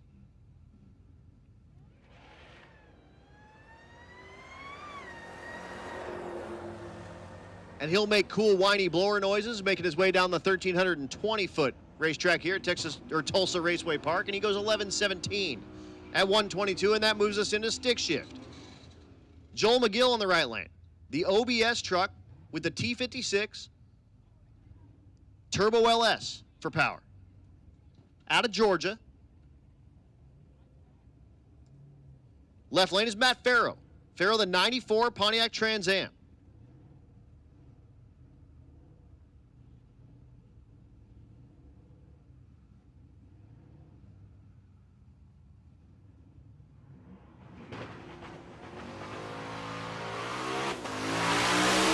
Banging the gears,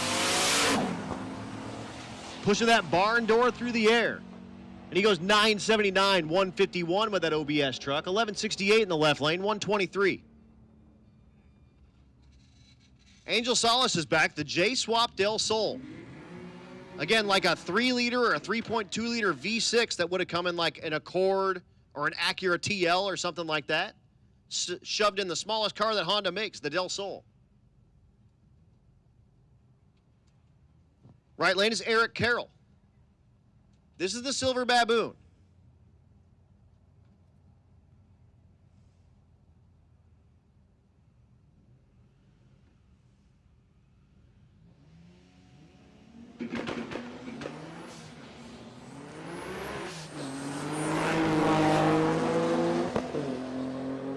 Solis showing Carroll what the back of a Del Sol looks like. Says it looks like this, 1095. 1249 in the right lane for the IS.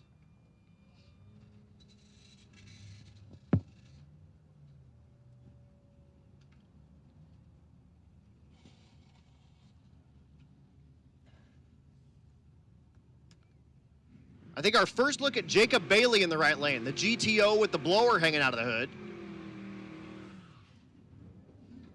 Still running through stick shift.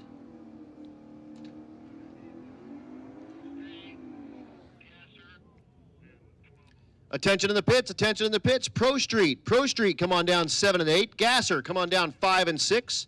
And 12-0, come on down 3 and 4 for your final pass.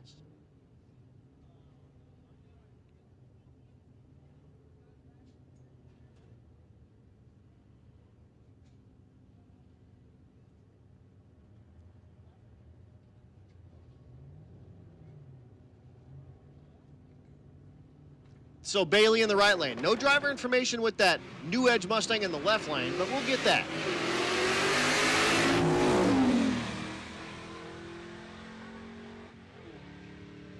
Bailey hits fourth gear and goes through the clocks at 11:11 at 126. The Mustang goes 1996 at 45. Phil Balmaceda in the right lane. The ZR1 Corvette. The left lane, Nate Curran, the brand new stick shift ride. Again, this thing is running the mid 5-second, low 5-second range in rowdy radial with a little 235 radial in the 8th mile. Put a stick in it, put a 275 under it.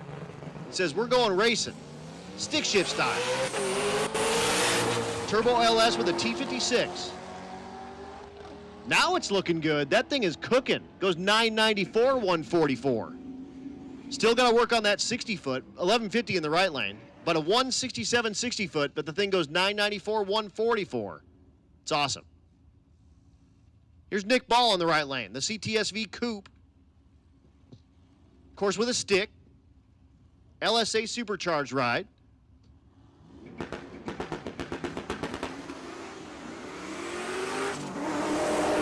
see on the live stream.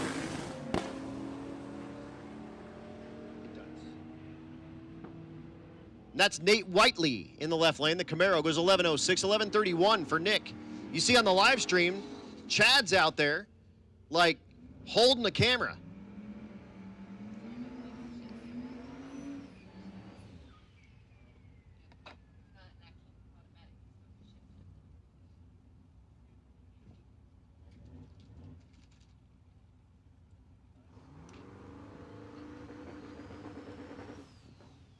Brady Davis in the left lane, the Silverado. Right lane, Stephen Willingham. The limited street entry.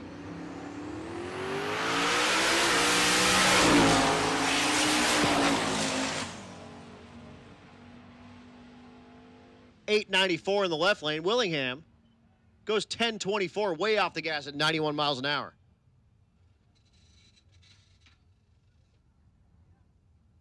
And again, that's Chad standing there in the center of the racetrack, giving you that, like, shoving the car right in your grill there on the live stream. Good job, Chad.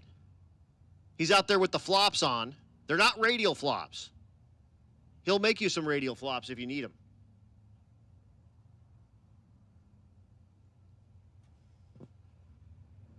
Timmy Two Turbos, Tim Meyer, the 69 Le Mans.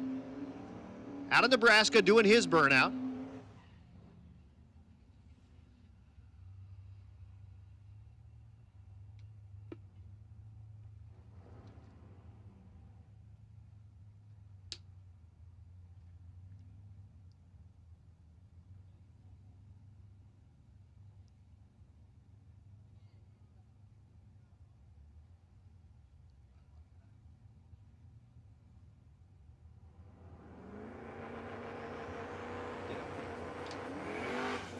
Tim knocks the tire immediately and gets right back in. Making his way down the 1320. And he'll go 955 at 150.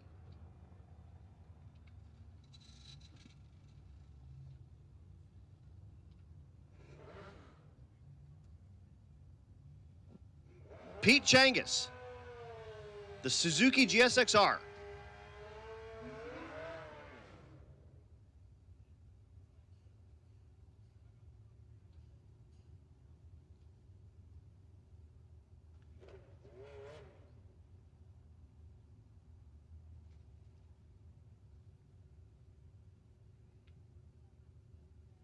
Looking at the route real quick,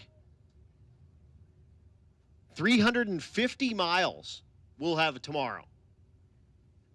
So a big, long drive day. It's like 10 pages of directions. 350 miles we'll have tomorrow, and then back again Tuesday. Texas Motorplex in Ennis.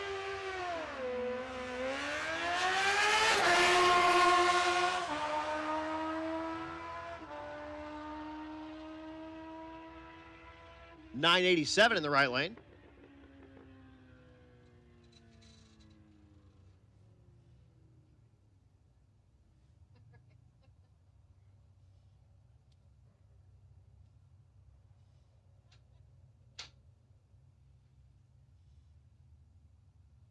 So down just a moment. That'll give me a time to plug these sponsors one more time as we get cars ready to go. Motion Raceworks, of course, Sick the Magazine, Juggernaut Welding and Fab, Disorganized Grime, Dive Bombers Garage, Edge Welding Supply, Molly Motorsports, Hot Carl, Bangshift.com, Plumbing Specialties of Oklahoma, Precision Inc., Mower Race Chassis, War Performance, Circle D Specialties, Leading Edge Technology Partners, American Family Insurance, Christina Walton Agency, Safer Automotive Specialties, Mel Hamilton Racing, Force Performance Turbochargers, Moody's Performance, Valley Homes, Goat Rope Garage, Pitt State University, Portable Car Hoist, High Speed Media, The Bank Shift Billy, FM Fab Speed Shop, Rocky Mountain Plumbing Hydro Heat, 1320 Video, 4-Ride Performance Tuning, tuned by JP, Nobody Else's Auto, and Brian Tooley Racing.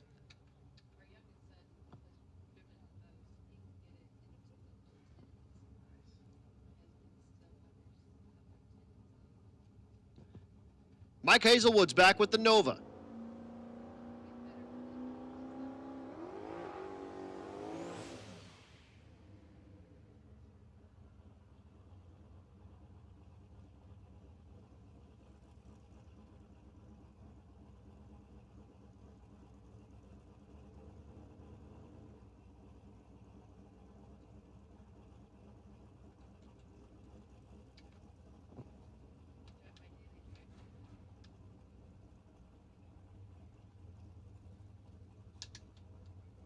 So Hazelwood will back that Nova into the hot, sticky rubber he just laid down from his burnout.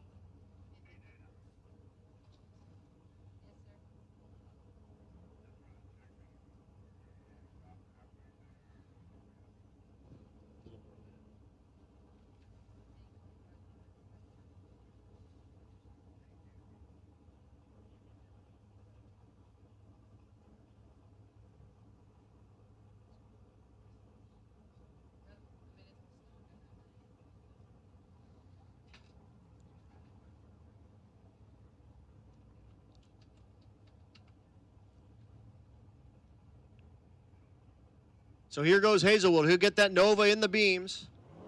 Tree comes down. And he's got the thing hooked up pretty good. Goes 135 to 60 foot.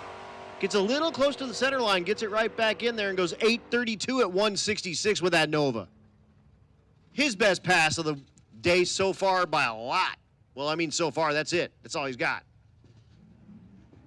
So he'll turn in that time slip. They'll put that thing on the road, and 350 miles they'll do tomorrow.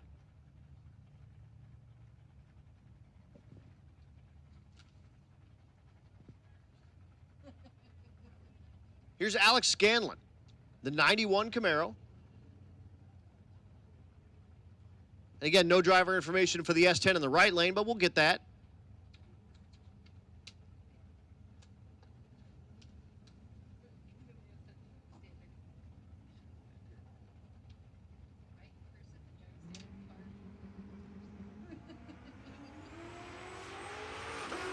So William Alex Scanlon makes his way down Tulsa Raceway Park here for his final pass. And he'll go 1165.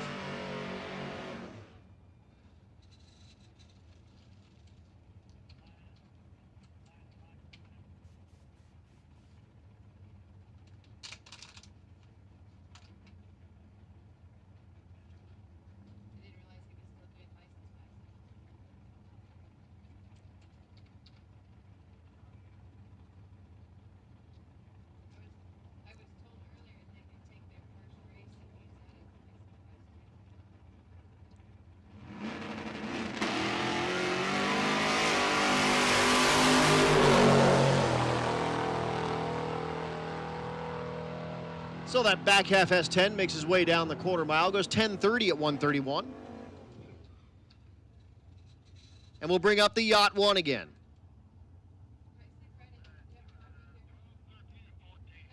Attention to the pits, 12-0, 12-0, we need you in 3 and 4, 13-0, we need you in 7 and 8, 14-0, we need you in 5 and 6. See, pal.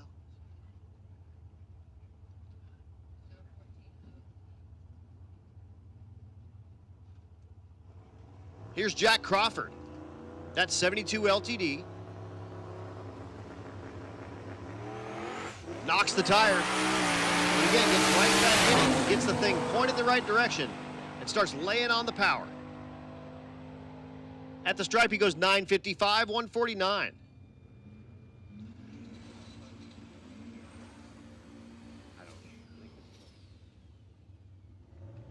Here's Eddie Wilson back with the Pontiac in the left lane. He'll line up against the square body of David Bell in the right lane, the 78 model C10.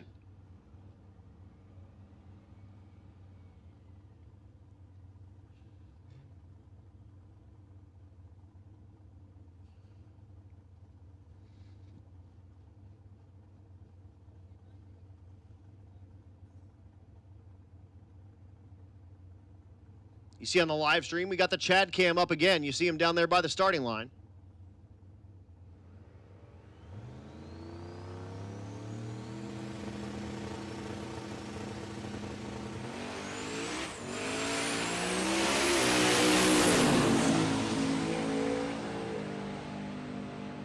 David Bell at the stripe goes 936, 151, 1094 for Wilson in the left lane. The old Yeller Gasser's back. It's Rob Lipinski.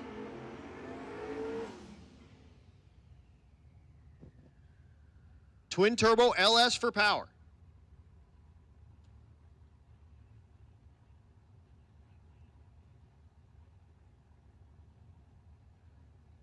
It's a 54 model Chevrolet 150.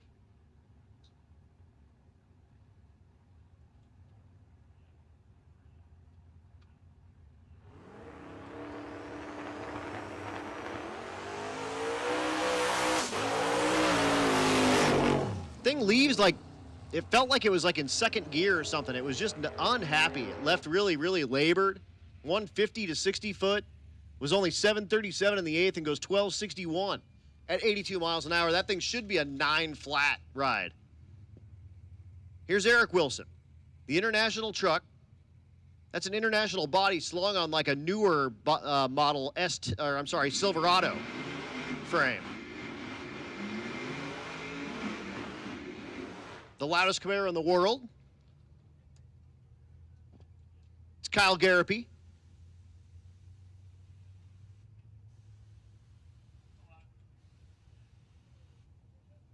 Purging the nitrous in the left lane. You see that on the live stream with the Chad cam. We got Chad Mouth and we got Chad cam.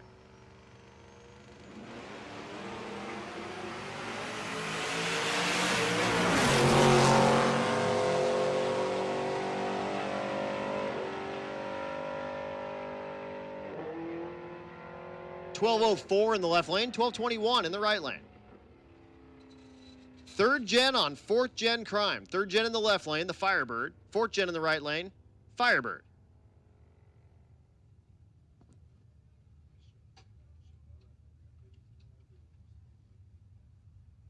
No kidding.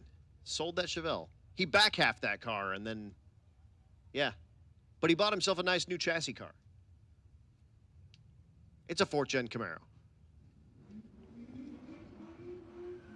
So Dan Gosha with the brand new T-top in the top of the fourth gen Firebird in the right lane. He lost that earlier in the day.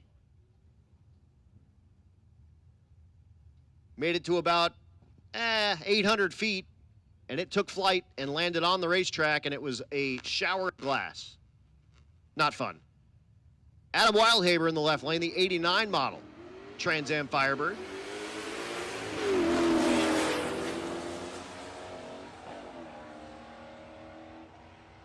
Banging gears, Wildhaber. Goes 1224, 1232 in the right lane. Here's Steven Thompson in the left lane, the Monte Carlo.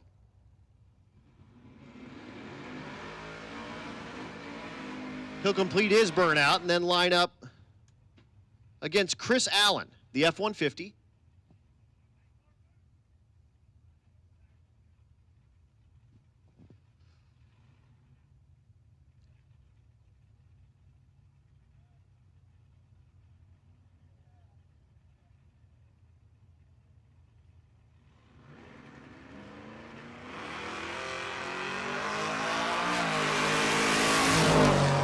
This is the 12-0 category, so looking for 12 flats. 11:33 is way too quick. 12:12. Yeah, you can turn that in.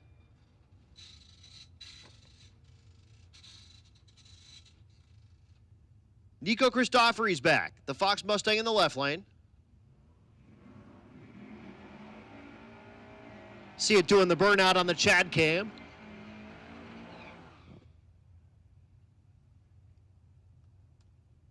Right lane is Derek Keeler, the Silverado. Chad, you're getting 2 fine, enthusiastic thumbs up on the Chad cam. People love the Chad cam on the live stream.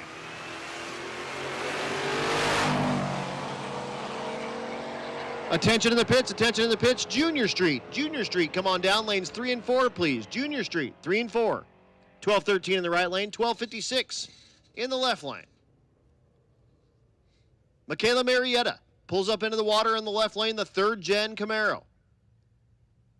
Danny Romansky up in front. Hi, Danny. My latest That's Cool Drink podcast guests, Danny and Michaela.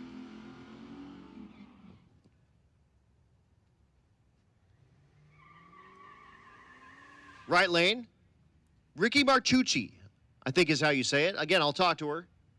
It's actually in here spelled wrong, Marcurci. That's not it. It's like got way too many R's or something.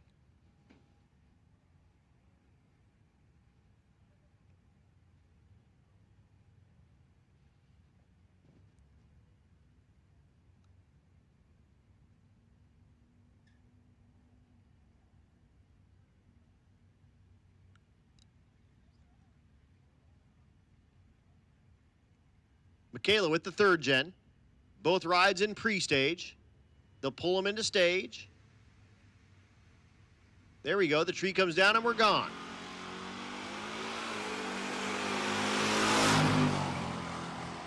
Ricky versus Michaela. Wicked Chick on Wicked Chick coming at you. 11:81 in the left lane, 12:02 in the right lane.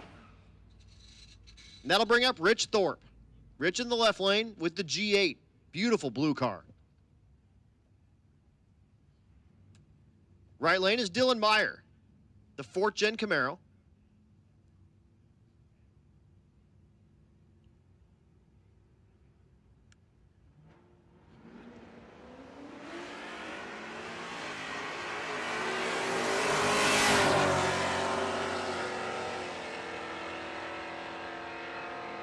Scoreboards light up with 12:21 in the right lane and the 12:24 in the left lane.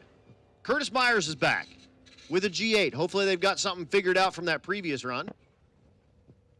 Ari says, chew. Or as Nick Ball would say,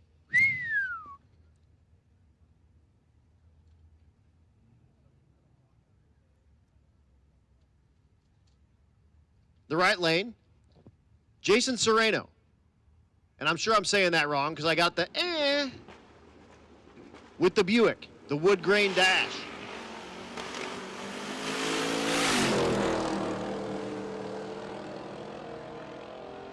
Both rides making their way down. Curtis looks like he's on a full pass there. It's not as quick as typical, but goes 12:42 at 107. But it didn't look like it was bucking or jamming or doing anything weird, which is nice. 12:04 with the cool Buick wagon in the right lane. Left lane is Clint Cantu, not in a Cadillac. I'm not mad, I'm just disappointed. It was the Cadillac, right? That was his car. I don't know where the Cadillac is. It's not here. It's probably in Kansas. Danny Tellman in the right lane, the 70 Chevelle.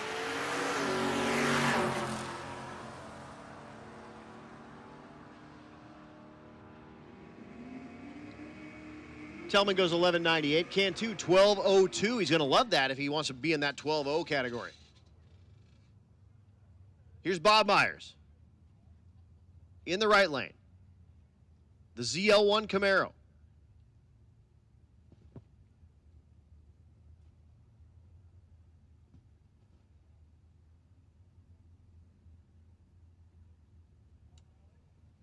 He's lined up against Chase Scholl with the Kia Stinger. Again, Junior Street, you should be making your way down to 3 and 4, please. Junior Street, 3 and 4.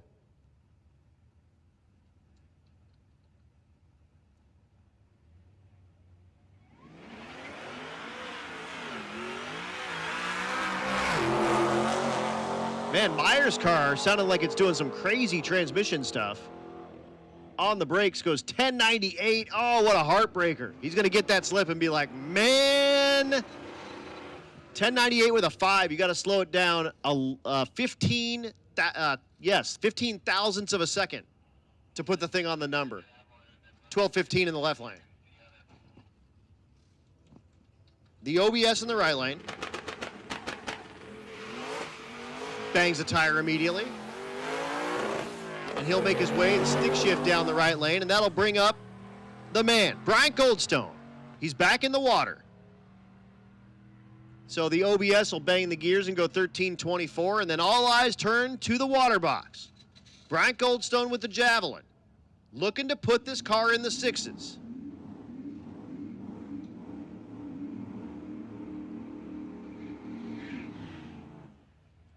Once again, fresh off his 6-summer win, where he averaged in the mid 6-second range, yes, quarter mile, and did run as quick as 6:40 in that event.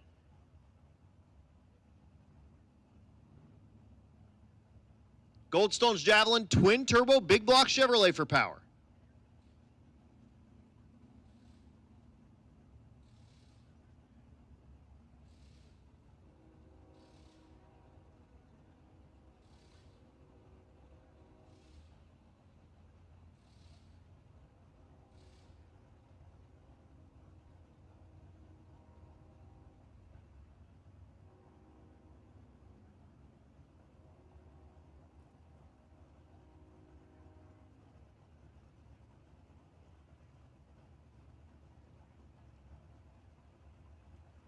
His co-pilot slaps on the hood. He puts it in the pre-stage. And he'll get that big block Chevrolet spooling those turbos. Gets it staged. Lights come down and he's gone. The thing is hooked up 117 to 60 foot.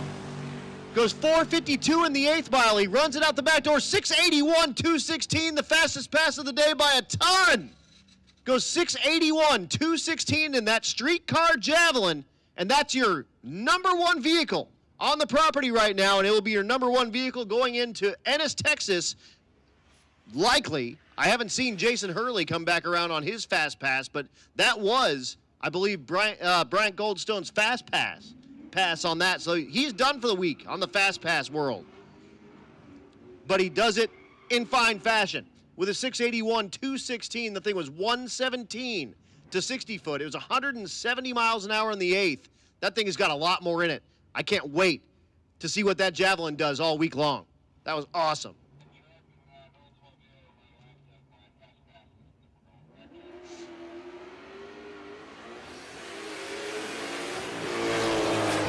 Adam Wildhaber in the left lane, the Trans Am.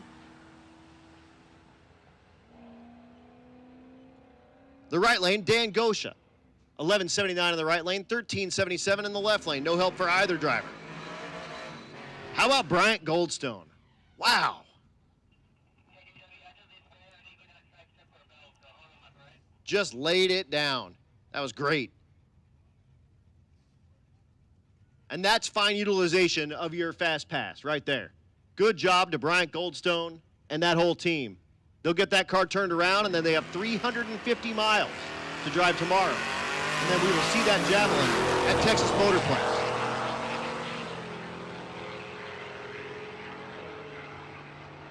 At the stripe, 1205 in the left lane, 1347 in the right. Oh, sorry, left lane, 1205. Hi, Adam. Radio. Oh, you got your radio on in there? Yeah, he does.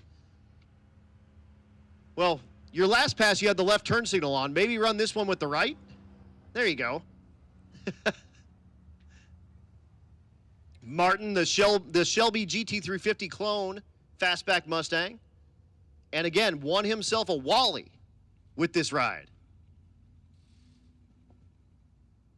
So he is looking to do it again. We're going to go check and see if there's like maybe a belt or something in that right lane real quick, and then we'll bring you Martin Ranker and Alex Rops. Rops out of the Rops Racing stables. The Silverado, a supercharged 6.2 liter. That's got like the LT4 blower under the hood. So like what you would get on like a, supercharged ZL1 Camaro or something like that. He throws it under the hood of the truck and basically built it for towing duties, and it's spicy. So why not come out here and throw it on the racetrack? His wife Holly walking behind and videoing for the Rops Racing channel. And there goes Martin. The left turn signal on. Oh, he turned it off because he's got the radio going.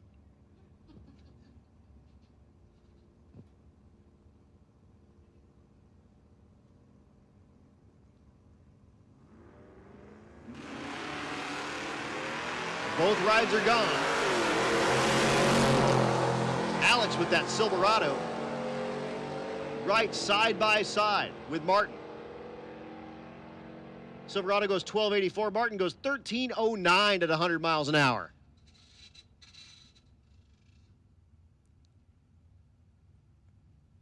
That'll bring up Cody Hansen, the Duraburb, in the left lane. Again, they didn't sell this 3/4 ton Suburban with a Duramax diesel engine in it. He swapped it in. You could get a 6-liter V8 or an 8.1-liter V8, both gas, but not the diesel. He's going against Josh Odom in the Magnum in the right lane. Magnum goes 1412, 1296 in the left lane for the Duraburb.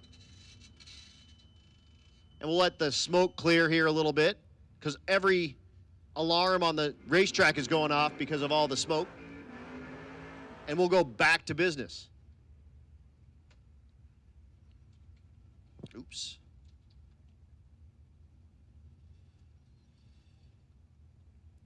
Mike Dorn, the 16 model Ford Taurus SHO in the right lane. Left lane is Brent Bannister.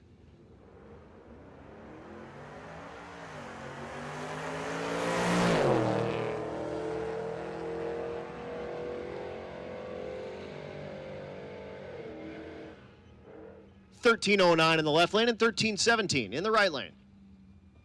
Another Disco Nova coming at you here in the right lane. That's Zach Armstrong, the 77 model. It's also number 77. How about that? Cody Wilburn in the left lane, the Jeep.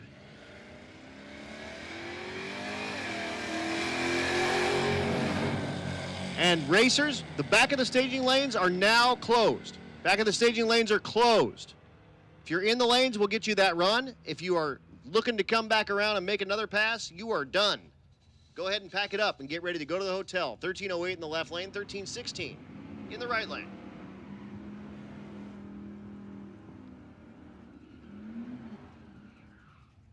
Your aunt's Oldsmobile in the right lane. That's Porter Hughes, the 72 Olds.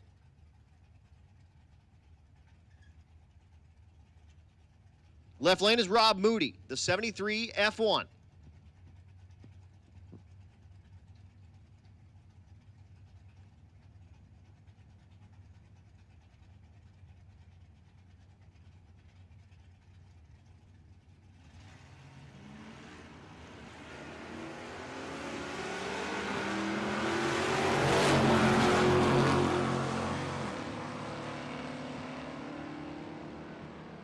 Both rides making their way for their final pass here at Tulsa Raceway Park here on Sunday. And he goes 12:59 in the left lane, 13:06 in the right lane. Michaela Marietta's backup in the right lane, the third gen. Left lane is Nico Christofori back.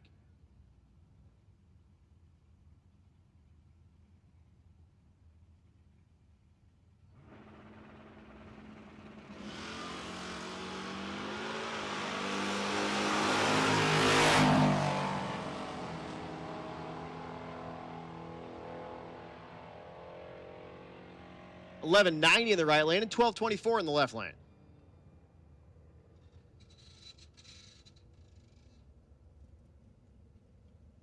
Here's Travis Boltman in the left lane, the 10 model Camaro in the 14.0 category. Working our way right through. We're in the 14.0 right now, and then we've got Junior Street, and then we are done for the night. Jordan White in the right lane, the 09 Dodge Charger.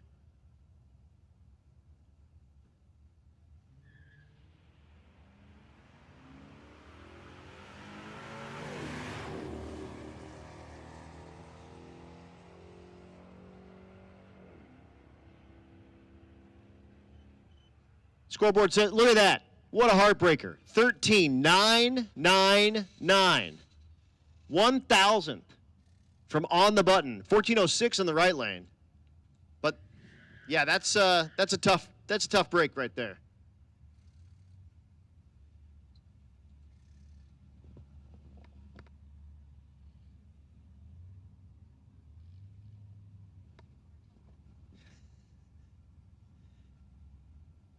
Here's Mike Gonzalez in the right lane. The Turbo Tahoe.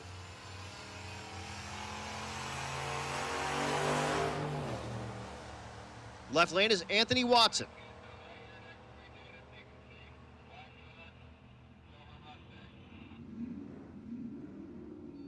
$13.97 in the right lane, $14.22 in the left lane. That'll bring up Ernie Riley. Riley in the hot rod in the right lane. Big block Chevrolet for power.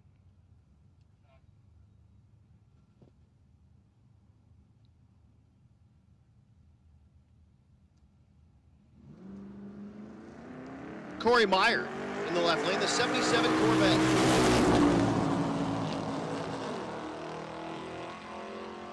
Man, one of those things was on the rev limiter for about 5 seconds. I'm not sure which one. 1467 in the left lane, 1450 in the right lane. The Focus RS is back. The stick shift ride in the right lane, that's Dale Farley. Typically runs in the top half of the 14.0 category. We'll pretty much see him in the top 10 throughout the week would be my guess. He's lined up against James Daly, the F-150.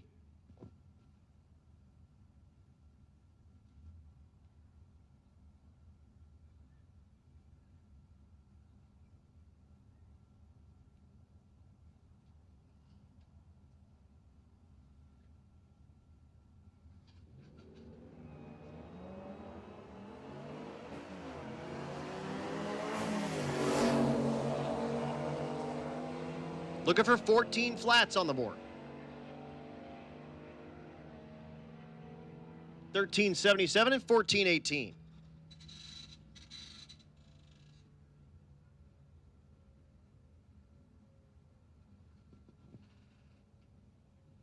Mustang GT in the left lane.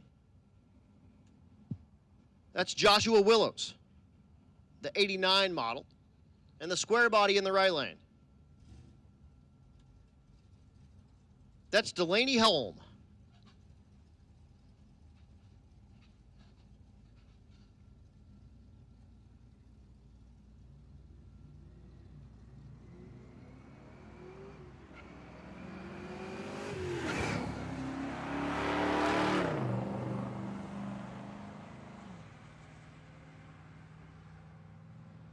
Scoreboard says 1440 in the left lane. Home goes 1857.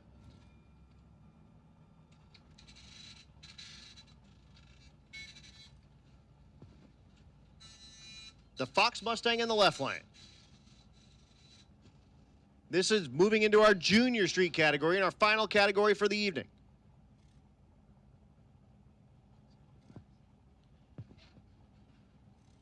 The right lane. That's Ammon Erickson, the Silverado. Left lane, I believe is, yes, Lydia Walden, the 86 Mustang, going 8th mile racing. You'll see the full tree come down. You just can't run quicker than 9 flat.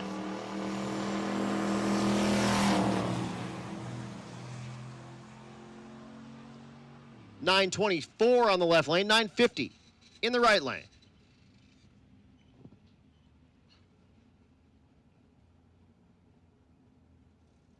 Again, no driver information for that S10.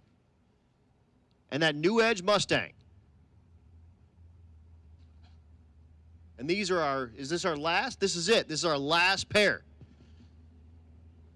So on behalf of Bankshift and Chad and Neil over there, you guys are killing it, and you guys did a fantastic job out there in the heat. On behalf of those guys, on Bankshift, and all you folks tuning in, man, thank you guys so much. So much. Big shout out to all of our sponsors, Motion Raceworks, Sick the Magazine, Juggernaut Welding and Fab, Disorganized Grime, Dive Bombers Garage, Edge Welding Supply, Malle Motorsports, Hot Carl, Bankshift.com, Plumbing Specialties of Oklahoma, Precision Inc., Boar Race Chassis, War Performance, Circle D Specialties, Leading Edge Technology Partners, AmFam, Christina Walton Agency, Cypher Automotive Specialties, Mel Hambleton Racing, Force Performance Technologies, Moody Performance, Valley Homes, Goat Rope Garage, Pitt State University, Portable Car Hoist, High Speed Media, The Bankshift Billy, FM Fab Speed Shop, Rocky Mountain Plumbing and Hydro Heat, 1320 Video, 4-Eyed Performance Tuning, tuned by JP, Nobody Else's Auto, and Brian Tooley Racing. This last pair, 892 is too quick, and 1179 is too slow. But that said, like I said, everybody, thank you so much for tuning in on that live stream. Thanks so much to everyone that came out and suffered through the heat with us here at Tulsa. Drive day tomorrow. We'll be at Texas Motorplex on Tuesday at Ennis, Texas, after a 350-mile drive. That said, on behalf of Rocky Mountain Race Week, on behalf of the entire track staff here at Tulsa Raceway Park who worked their tails off all day long, and all of the Rocky Mountain Race Week folks, me, Bankshift, everybody else, we appreciate you guys so much for checking this out. First day of Rocky Mountain Race Week is coming to a close for 2024. Again, drive day tomorrow. We'll be at Texas Motorplex on Tuesday. Tune in on that Bankshift live stream, and if you're within a stone's throw of Texas Motorplex, make sure you're there at the racetrack. But again, that said, on behalf of Matt Frost, June Allison, I'm Adam Dorian. We are done.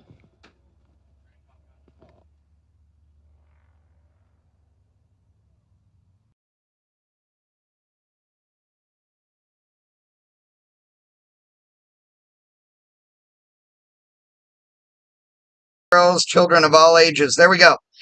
Thank you so much for joining us today. We appreciate it. Neil is already heading down to the quarter mile to pick up our finish line camera. We were testing that thing out today. We'll have it all week long, but it's really going to be awesome when we get to the finals on Friday for that big shootout. We know you're going to want to see the finish line stripe. Shoots out, crossing the line together. It's going to be rad. So big thanks to Tulsa Raceway Park. You know how much I love this place. Jimmy Bowles and the crew are epic. Jimmy and I have been friends for years. I've been streaming here for like a dozen years or longer. All the throwdowns in T-Town and Midwest drags and all the stuff, and just love these guys. And Jimmy takes care of us and really helped out, not only with us, but all the racers. They were delivering cases more water than everybody had here to make sure all the racers were taken care of. I cannot explain to you how hot it was today. 100 degrees. Out at 109 or 10 with the heat index. I mean, just dripping. It's horrible. Everybody stayed good. Everybody stayed safe. We really do appreciate everybody taking care of themselves. I want to thank MacFab Performance Beadlocks for sponsoring the van and helping us out. We have a big MacFab contest that we're going to talk even more about tomorrow for all the competitors here. Of course, LJ1 Oil Products. If you don't know LJ1, check them out. They got everything. Gear oil, wheel bearing grease, engine oil, trans fluid, diff oil, brake clean, carb cleaner, all the things. Everything you need for your shop, they've got it. And if you need racing oil, of course, they're part of Extreme Racing Oil. So you can get that there too. Want to thank Holly EFI, Jimmy Bowles, who I said nice things about. Yeah, making fun of me over here. Holly EFI and Holly, we really appreciate you guys. Of course, Motion Raceworks and Sick the Mag. Couldn't do it without you. Wouldn't do it without you. We appreciate you guys. We will be live tomorrow on Facebook and YouTube from the road. But wait until Tuesday. We're going to the Texas Motorplex. It's my home track, or one of my two, because it's there in XRP. Love Cheeseburger and DeMarcus and the entire crew over there at Texas Motorplex. And we got lots of great drag racing coming to you. Me and Neil, we're going to be on the road tomorrow with a ice cream freezer full of ice cream that we hope refreezes, because damn, it was hot today. But again, appreciate you boys and girls. Have a great day. Stay out of trouble. We'll see you on Tuesday.